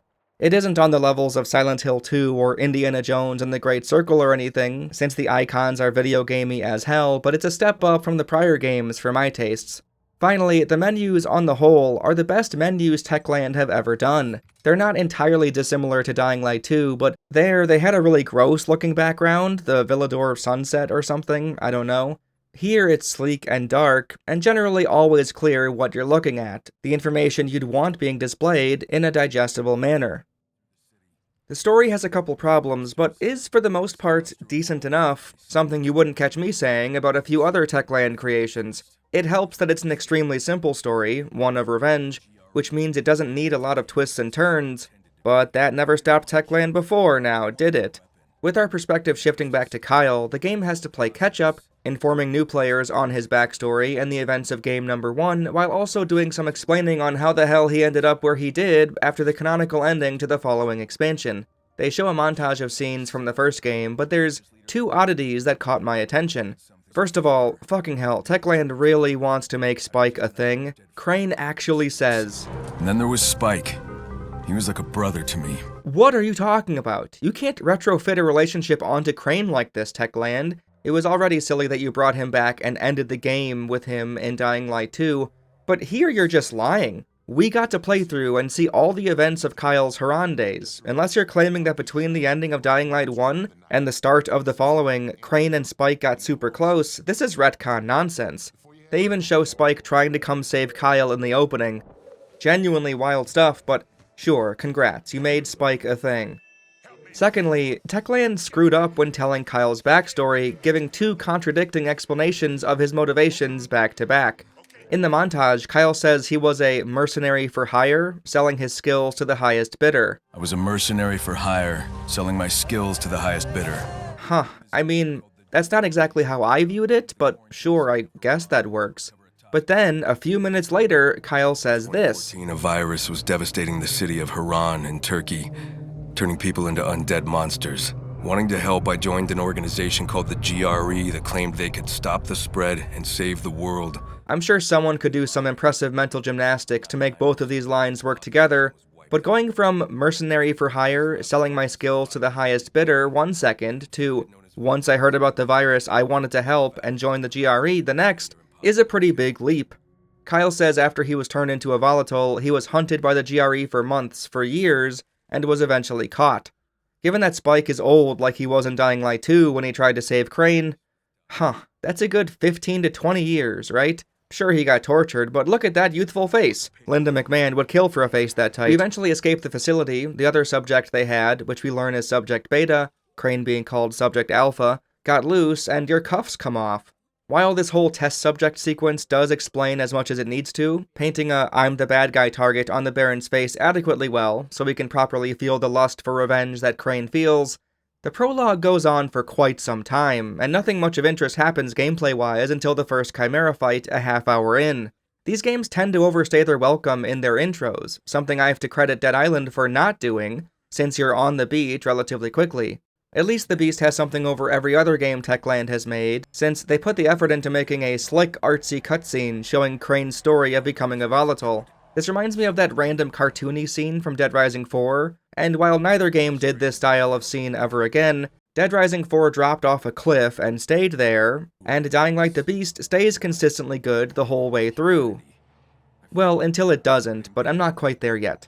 Olivia is presented as the main partner for Kyle at the onset of the game, but she eventually slides into the background, only calling now and again to tell Kyle where the next Chimera boss fight is, all the while the Sheriff, Sven, and Lydia steal the spotlight for the majority of the missions and scenes in the game. It's a bit of a shame, since Olivia's chemistry with Kyle is quite good. She helped him escape the facility, she was working there and apparently found an opportunity to make things right. She has a lot of optional dialogue in the first half of the game. You can ask her questions, and the interactions with Kyle are entertaining enough. The snazzy artsy cutscene I showed earlier was found within one of these optional dialogues. You'll notice that while there are dialogue options, which Dying Light 1 didn't have, the Beast doesn't pretend you're making decisions all the time. It simply allows you to get more information if you want it with the non-yellow selections. Now, as much as I like Dying Light the Beast and the Chimera fights, I have to admit I was more excited at the prospect of what I thought it was offering than what it actually offered. Olivia says if you want to get revenge on the Baron and his men, you need to get a lot stronger. Chimeras are horrible creatures that the Baron and his scientists have created, and after you take one down, Olivia injects its blood into you to supposedly save your life. It works, and this becomes the method to get stronger. Each Chimera has its own unique GSB, as she says, which will help Crane get more powerful to take down the Baron when he's ready. To me, this sounded a lot like an open-ended main objective, like in Breath of the Wild, where you could do however many shrines to get more health and stamina, you could do however many divine beasts to weaken Ganon, but you don't have to. It's freeform and of your own volition. I was picturing the Chimeras out in the open world somewhere, and I'd have to continue the main story while making time to take down the monstrosities roaming around to keep getting stronger. Well, no, it's not like that at all. Out of however many story quests and objectives, a quarter to a third or so are dedicated Chimera interactions. Every now and then, the Town Hall or Exiles don't require your help at the moment, and Olivia calls and says she found a new Chimera, tells you its location, and you go hunt it down. This needs to happen for the next part of the story to progress. It's like a mandatory intermission. Again, I like the Chimera fights, and hunting them down in some missions felt satisfying, but you don't have anywhere near the level of agency in this series of hunts that I was hoping for. While this game doesn't feature 2 individual maps to explore, one unlocking near the halfway point, which is a staple of the Far Cry and Dying Light games, there are 2 distinct groups of people you help out in their respective bases found in Castor Woods, and the transition between working for one instead of the other feels a lot like the middle of the game new map moment from previous entries.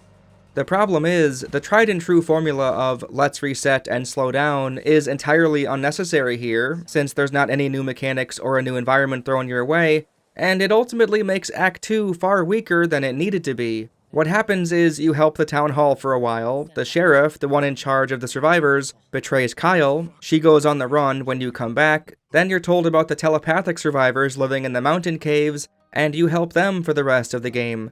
I'm thankful we didn't get launched into an entirely different map, truly I am, but the game starts to drag on near the middle when working for the Exiles. We just had a standoff with the Baron, saw the Beast, saw the sheriff betray us, and all of that gets pushed aside for a very long time while we try to get the Exiles on our side. Climb some antennas, hook up radios for them to listen in on the Baron's broadcasts, stop the Baron from blowing up the town hall, go retrieve research from the school, which involved sending back a scientist. Oh, he didn't make it back, so we gotta go find out what happened to the scientist.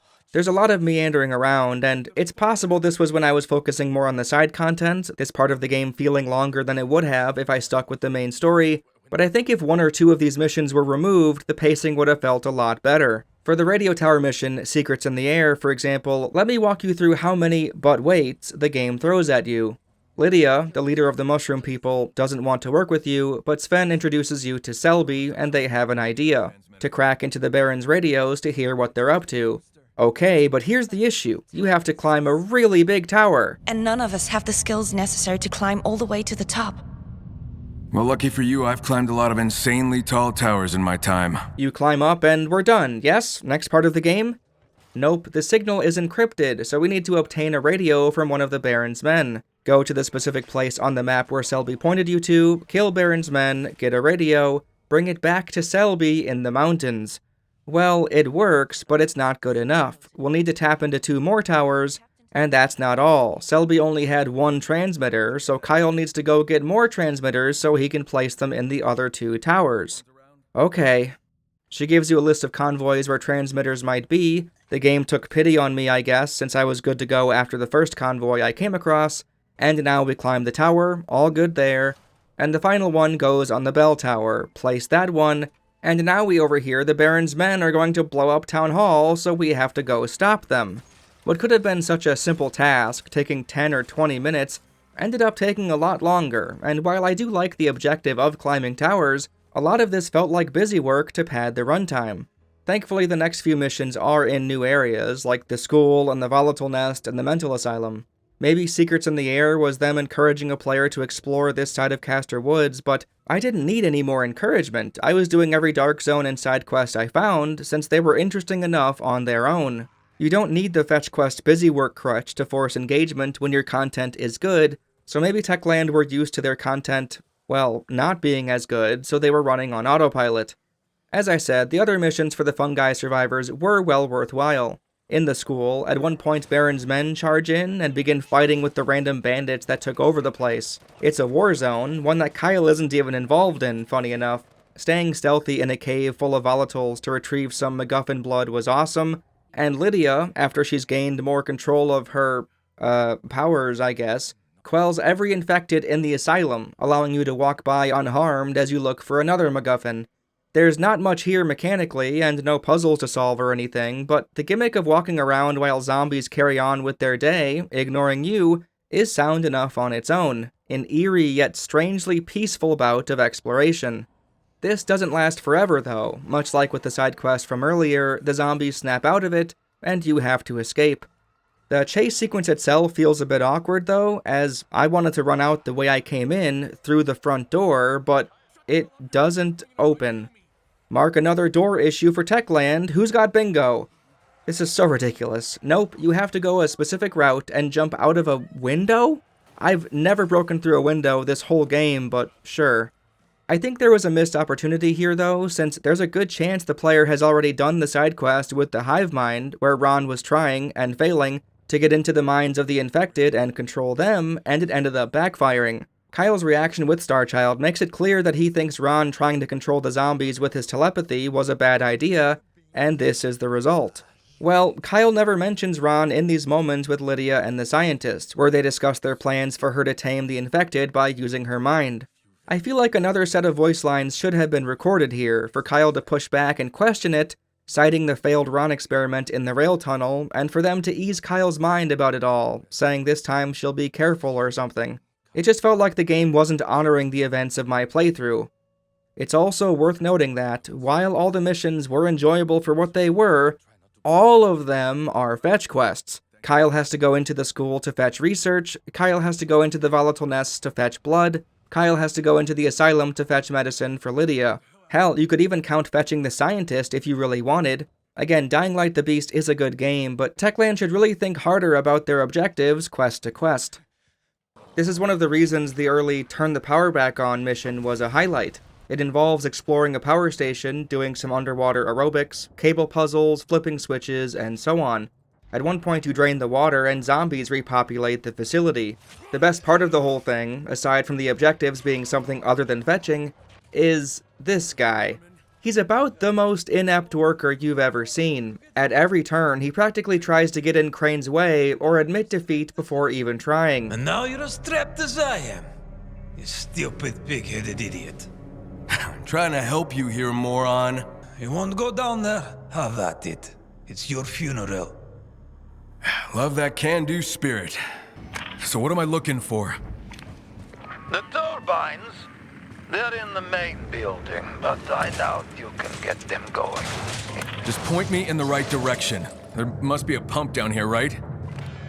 On the ground level, I think. Doubt it's working, though. Love that optimistic attitude. Can we use that line to power up the pump or not? Probably not. Well, since you've been wrong about everything so far, I'm gonna look for a backup circuit. That's your funeral. It got to the point where I was looking forward to the next time Crane asked him a question or presented him a new problem, as I wanted to hear the sloth incarnate verbally throw his hands up in exasperation, groaning at the mere thought of doing an ounce of work. Well, there must be a way to get water to him. There's an auxiliary water intake, but that's probably busted too. Told you, you're wasting your time. You are just a ray of sunshine, you know that? Hey, Largo, I'm seeing a red pipe. Is that the other water intake? Could be. To tell you the truth, I'm kinda colorblind. It pays off as well as you could expect. He's working for the Baron and was intentionally trying to impede your progress. Perfect. Now, I mentioned earlier I had two main problems with the story. Act 2 dragging on is a bit fatiguing, sure, but that's nothing compared to the utterly terrible sheriff betrayal. You help her and the town hall out for a few quests, then she tells you she has eyes on the Baron at the salt mine. You go in and she stays behind. You murder plenty of guards on the way, and eventually you call the sheriff to tell her you're in, and this happens. Sheriff, you copy? Yep. And I'm sorry, Kyle, but I need to protect my people. After you escape, she then says this. You're alive. Yeah, and I'm coming for you. I'm sorry, Kyle, but I had no choice. It was either that or... And is AFK for the rest of the fucking game until she abruptly decides to apologize and help out again at the very end. I owe you an apology. Fuck that. Apology not accepted. If I didn't give you up, he would kill not just me, but every single one of my people. It was either give up you or everyone else. It was an impossible choice. So you made a deal with the devil? Things are so black and white for you, but things are never that simple. She did it to protect her people. The Baron scared her, and that's why she abandoned them for days. During that time, the Baron tried to blow up the town hall with explosives, and that's what spurred her to come back to the good side. The story then continues with the Exiles leader and the Survivors leader working with Crane along with Aiden. They obviously wanted this foursome to be a thing, but it would have worked just fine with the sheriff working with Crane the whole time. This betrayal is so pointless, and if anything, hurts the game, since you're likely thinking revenge against the sheriff is next on Kyle's objective list, but it's not. We forget about her after Jacob says she ran away, and don't even, for 1 second, think about trying to find her. Given how she slides in like nothing happened in the final act, really, what would have changed if she didn't betray Crane? You won't be visiting the town hall as much after this mission anyway. Jacob could have told us about the Exiles with or without the sheriff going AWOL. All this did was make Act 2 feel emptier than it would have otherwise, as chasing down the sheriff was an idea inserted into my brain and excised minutes later. This is to say nothing about how insanely stupid the ambush moment itself was. This was all a setup, right? So the Baron planned on a whole bunch of his guards dying, huh? Whatever, he wanted the sheriff to lure Kyle to the mines, she did. So why does she need to be there to reveal herself? She isn't important to the events on screen, she just outs herself for no reason, then aims a gun at Kyle. Obviously she assumed Kyle wouldn't live through this, that he wouldn't escape like he did, I get that, but being there makes it look like she was a bigger part of working with the Baron than she was, and her completely swapping over to join us in the final act feels entirely unearned. You could argue it was meant to build up the Baron, especially given that another betrayal happens later on with Olivia, even if it's a fake out but not really since people still died. But I'd argue it doesn't help sell the influence and power of the Baron, and it doesn't make the sheriff a more interesting character. It's a floundering nothing. Oh, you caught that a while back, huh? Yeah, Aiden Bobaden is in the game! Hey, I warned you about spoilers, man.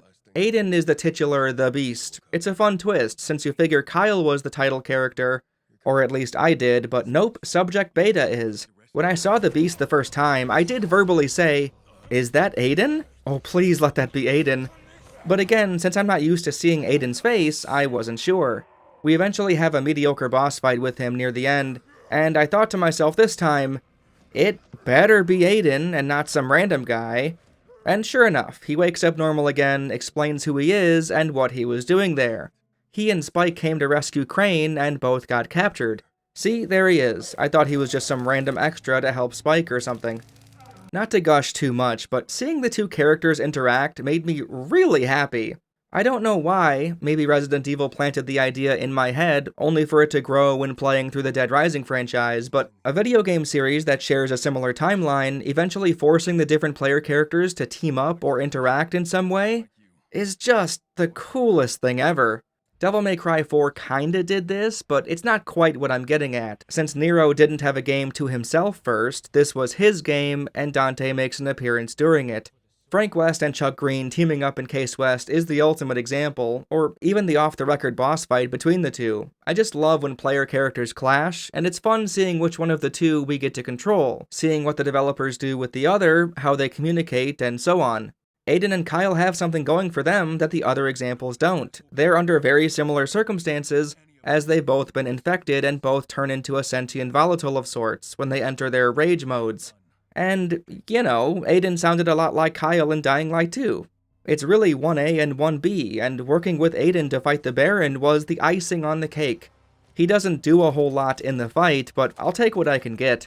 It certainly helps that it's a genuinely decent boss encounter, featuring 2 phases, one where he's a grenade launcher doofus, and one where the Baron is a mutated zombie. Boy, Techland loves ending their games with this sort of thing, huh? Better than Rise, though. The Baron feels like another attempt at recreating a Far Cry 3 villain, but at least this one is so over-the-top evil that it ends up working in the end. When it comes to creating a good antagonist in a video game, screen time, for me, is one of the most important factors at play. Rise admittedly feels like a better villain than Pagan Min from Far Cry 4, since we at least interact with Rise more than at the beginning and the end. Is his writing good, or arguments compelling, or his boss fight satisfying? No, not at all, but his presence is felt.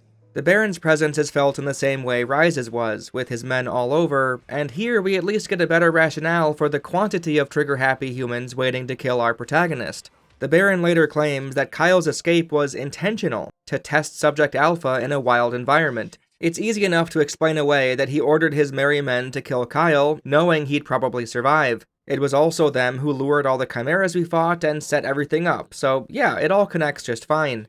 The Baron doesn't show up as often as Rise does, only once in the middle of the game during that salt mine ambush, but given that this is such a one-dimensional plot, it doesn't harm the narrative as much as it could have. For instance, Waltz from Dying Light 2 got more screen time than the Baron, but that's a much longer game, with a story that got out of control in a hurry. Since this is a much smaller experience, the ratio feels more ideal, and because the story is far simpler this time around, it works to the game's and Techland's writing skills' benefit. The Baron is practically chewing the scenery in his interactions with Kyle, he's hamming it up as the #1 evil guy in the room, and really, when it comes down to it, this is practically all there is and needs to be for this narrative thread to work. Besides that awkward moment where the sheriff betrayal took center stage, it's always about the Baron, getting stronger through chimeras to eventually face the Baron, track the Baron's movements and plans, get research from the Baron, obtain items that'll help Lydia get more powerful to, in turn, help Kyle fight back against, you guessed it, the Baron. Because the plot is so straightforward, for the most part of course, the game as a whole doesn't feel like it's trying too hard, and in the places where it might feel like it's not trying enough, it doesn't matter much, since, again, this is a simple revenge story. I'm gonna kill you. After all these years, you still have some fight in you. It would be admirable if it wasn't so pathetic. The gameplay feeds into the narrative of Kyle gearing up to get back at the Baron, and everything extra is also, in effect, helping Kyle to gear up to get back at the Baron. I won't pretend he's a hallmark example of what a villain should be, but he's so serviceable that, for a Techland game, it's quite refreshing. I mentioned Olivia's betrayal earlier, and while I was rolling my eyes when it was announced at the dinner party, and rolled my eyes even harder when she turned around and said, "I was fake betraying you, I swear," the fact that Techland actually went so far as to slit Spike's throat in front of your eyes is just insane. I don't know why, but this felt oddly personal. I had written my Dying Light 2 script a long time ago at this point, but the video itself came out after Dying Light the Beast released. Of course this wasn't aimed at me, how could it be? And yet, I remember how much I bitched about Spike in my last video, my ranting was fresh in my mind. It was as if Techland said, "Oh yeah, Dork, you don't like Spike, huh? Fine, there, he's fucking dead, are you happy now?" And while I think it's incredibly silly for us to simply go along with Olivia and trust her even though she let it get so far, to have the Baron murder our people in front of us before she made her move, I have to respect it. This was hilarious. I genuinely didn't think Techland would go this far, but they turned their cheesy sliders all the way up for the final hour, and I think it made everything in the game that much better, especially when considering how this story ends. Was Kyle Crane's slow-mo dropkick to set up the Baron for the killing blow ridiculous? Yes, and it was magical and amazing as well. Leaning into this schlock, being unashamed of going bananas, is praiseworthy. Sincerity makes all the difference with nonsense like this, and I bought in. However, that's not even the best part. The fucking GRE lady, the one who radioed Crane and gave him orders from the first Dying Light, makes an appearance in a helicopter at the very end, saying that the GRE has been working underground all these years, the Baron was one of their men until he went rogue, and it would be more beneficial for the GRE and Kyle to work together instead of against each other. Well, you proved to be an exceptionally valuable ally. Enjoy your freedom. You've earned it. I won't let this go. Not this time. Leave the past where it belongs, Kyle. Focus instead on the good we can do together.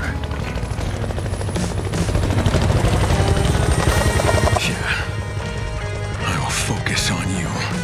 Before the title drops and the credits play, Kyle proclaims he'll go after her and the GRE next, and Lydia and Aiden come into frame. Boom.